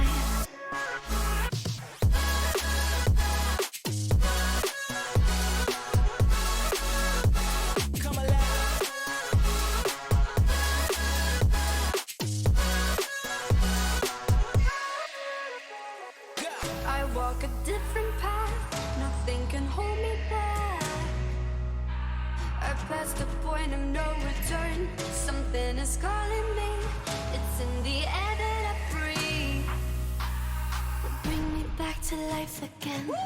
Dancing with my fear, burning with desire. We gon' take it to the edge and come alive. Go to hell and back just to feel the fire. We gon' come alive.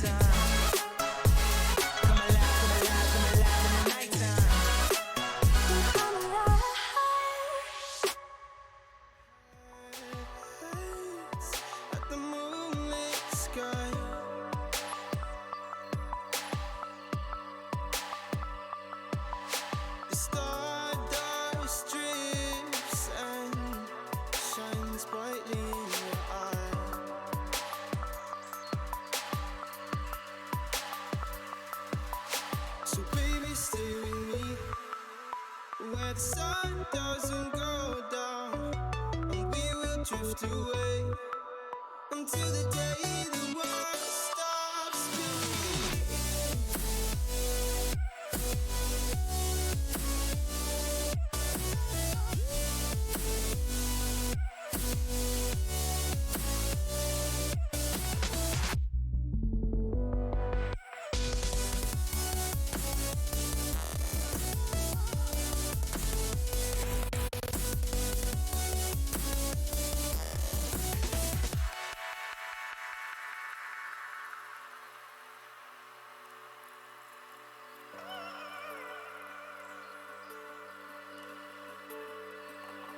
Oh, baby.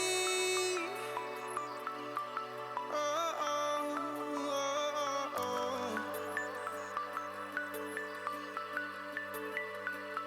Oh, oh, oh, oh, oh.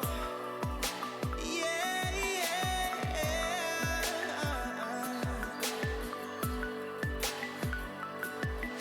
The stars falls around us, entwining us. So baby, stay with me where the sun doesn't go down, and we will drift away until the day the world stops spinning, spinning, spinning, until the day the world stops spinning.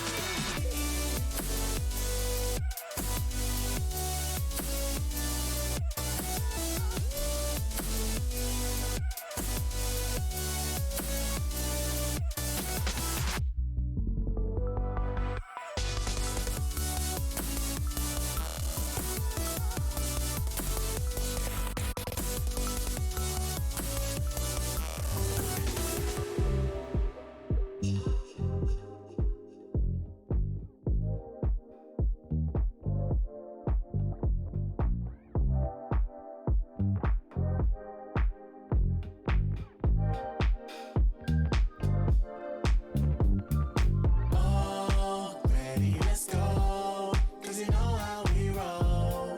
Let's take it round the world and back again. Ready, let's go, 'cause you know like I know, we'll take it round and round. You know Mark, South Stuff, types that never let you double cross them. Moving through the city like it's Gotham. They told me get one, so I got one. Stop saying you're a boss when you not one. You ain't sacrificed, nah, you ain't lost none. All over the gram like you got a bag. You ain't big dog, we ain't hear none of that. I'm in the gym looking like a running back. And you know the flow got him coming back.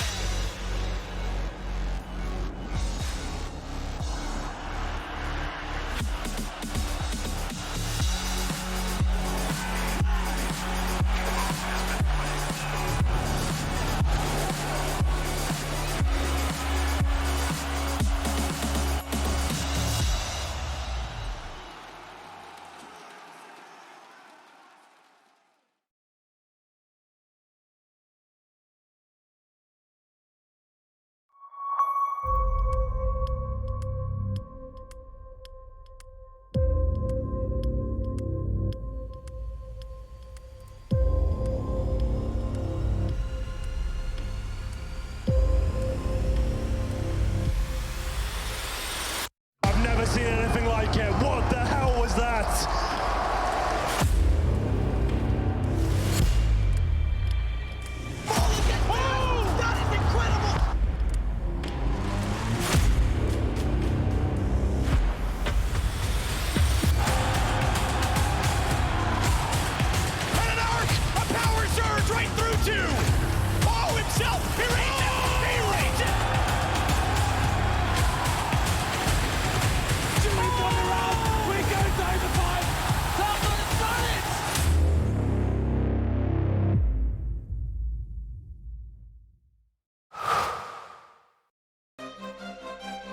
At the highest level of play, there can be no compromises.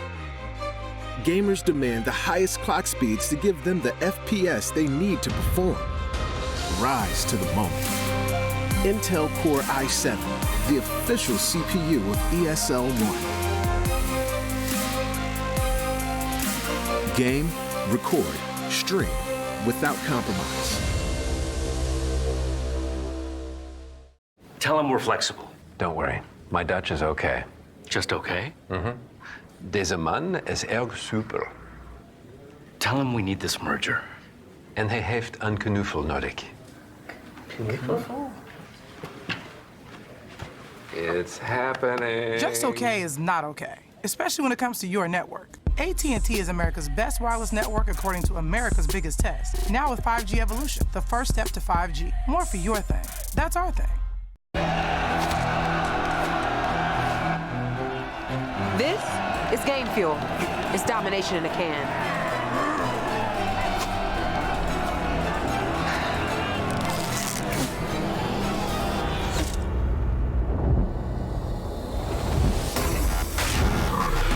Aw, tastes like loser tears. New Mountain Dew Amp Game Fuel. Victory in a can.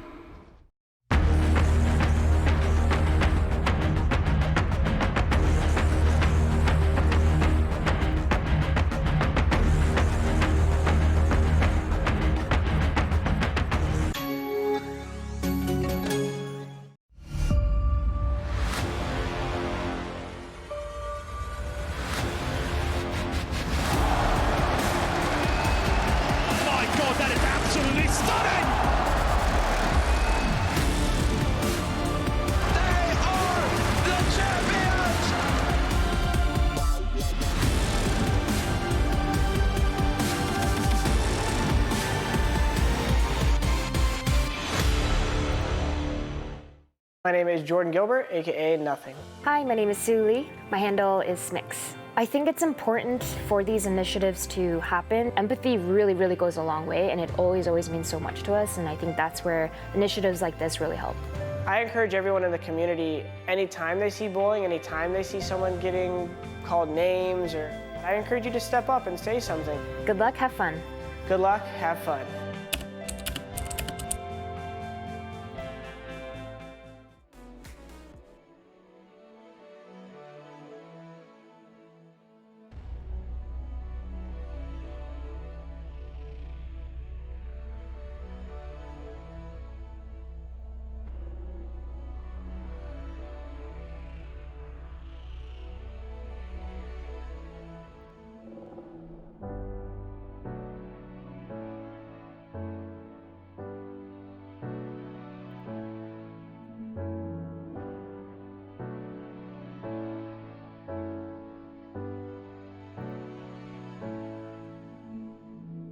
Seems like I can't get away from the hot sun.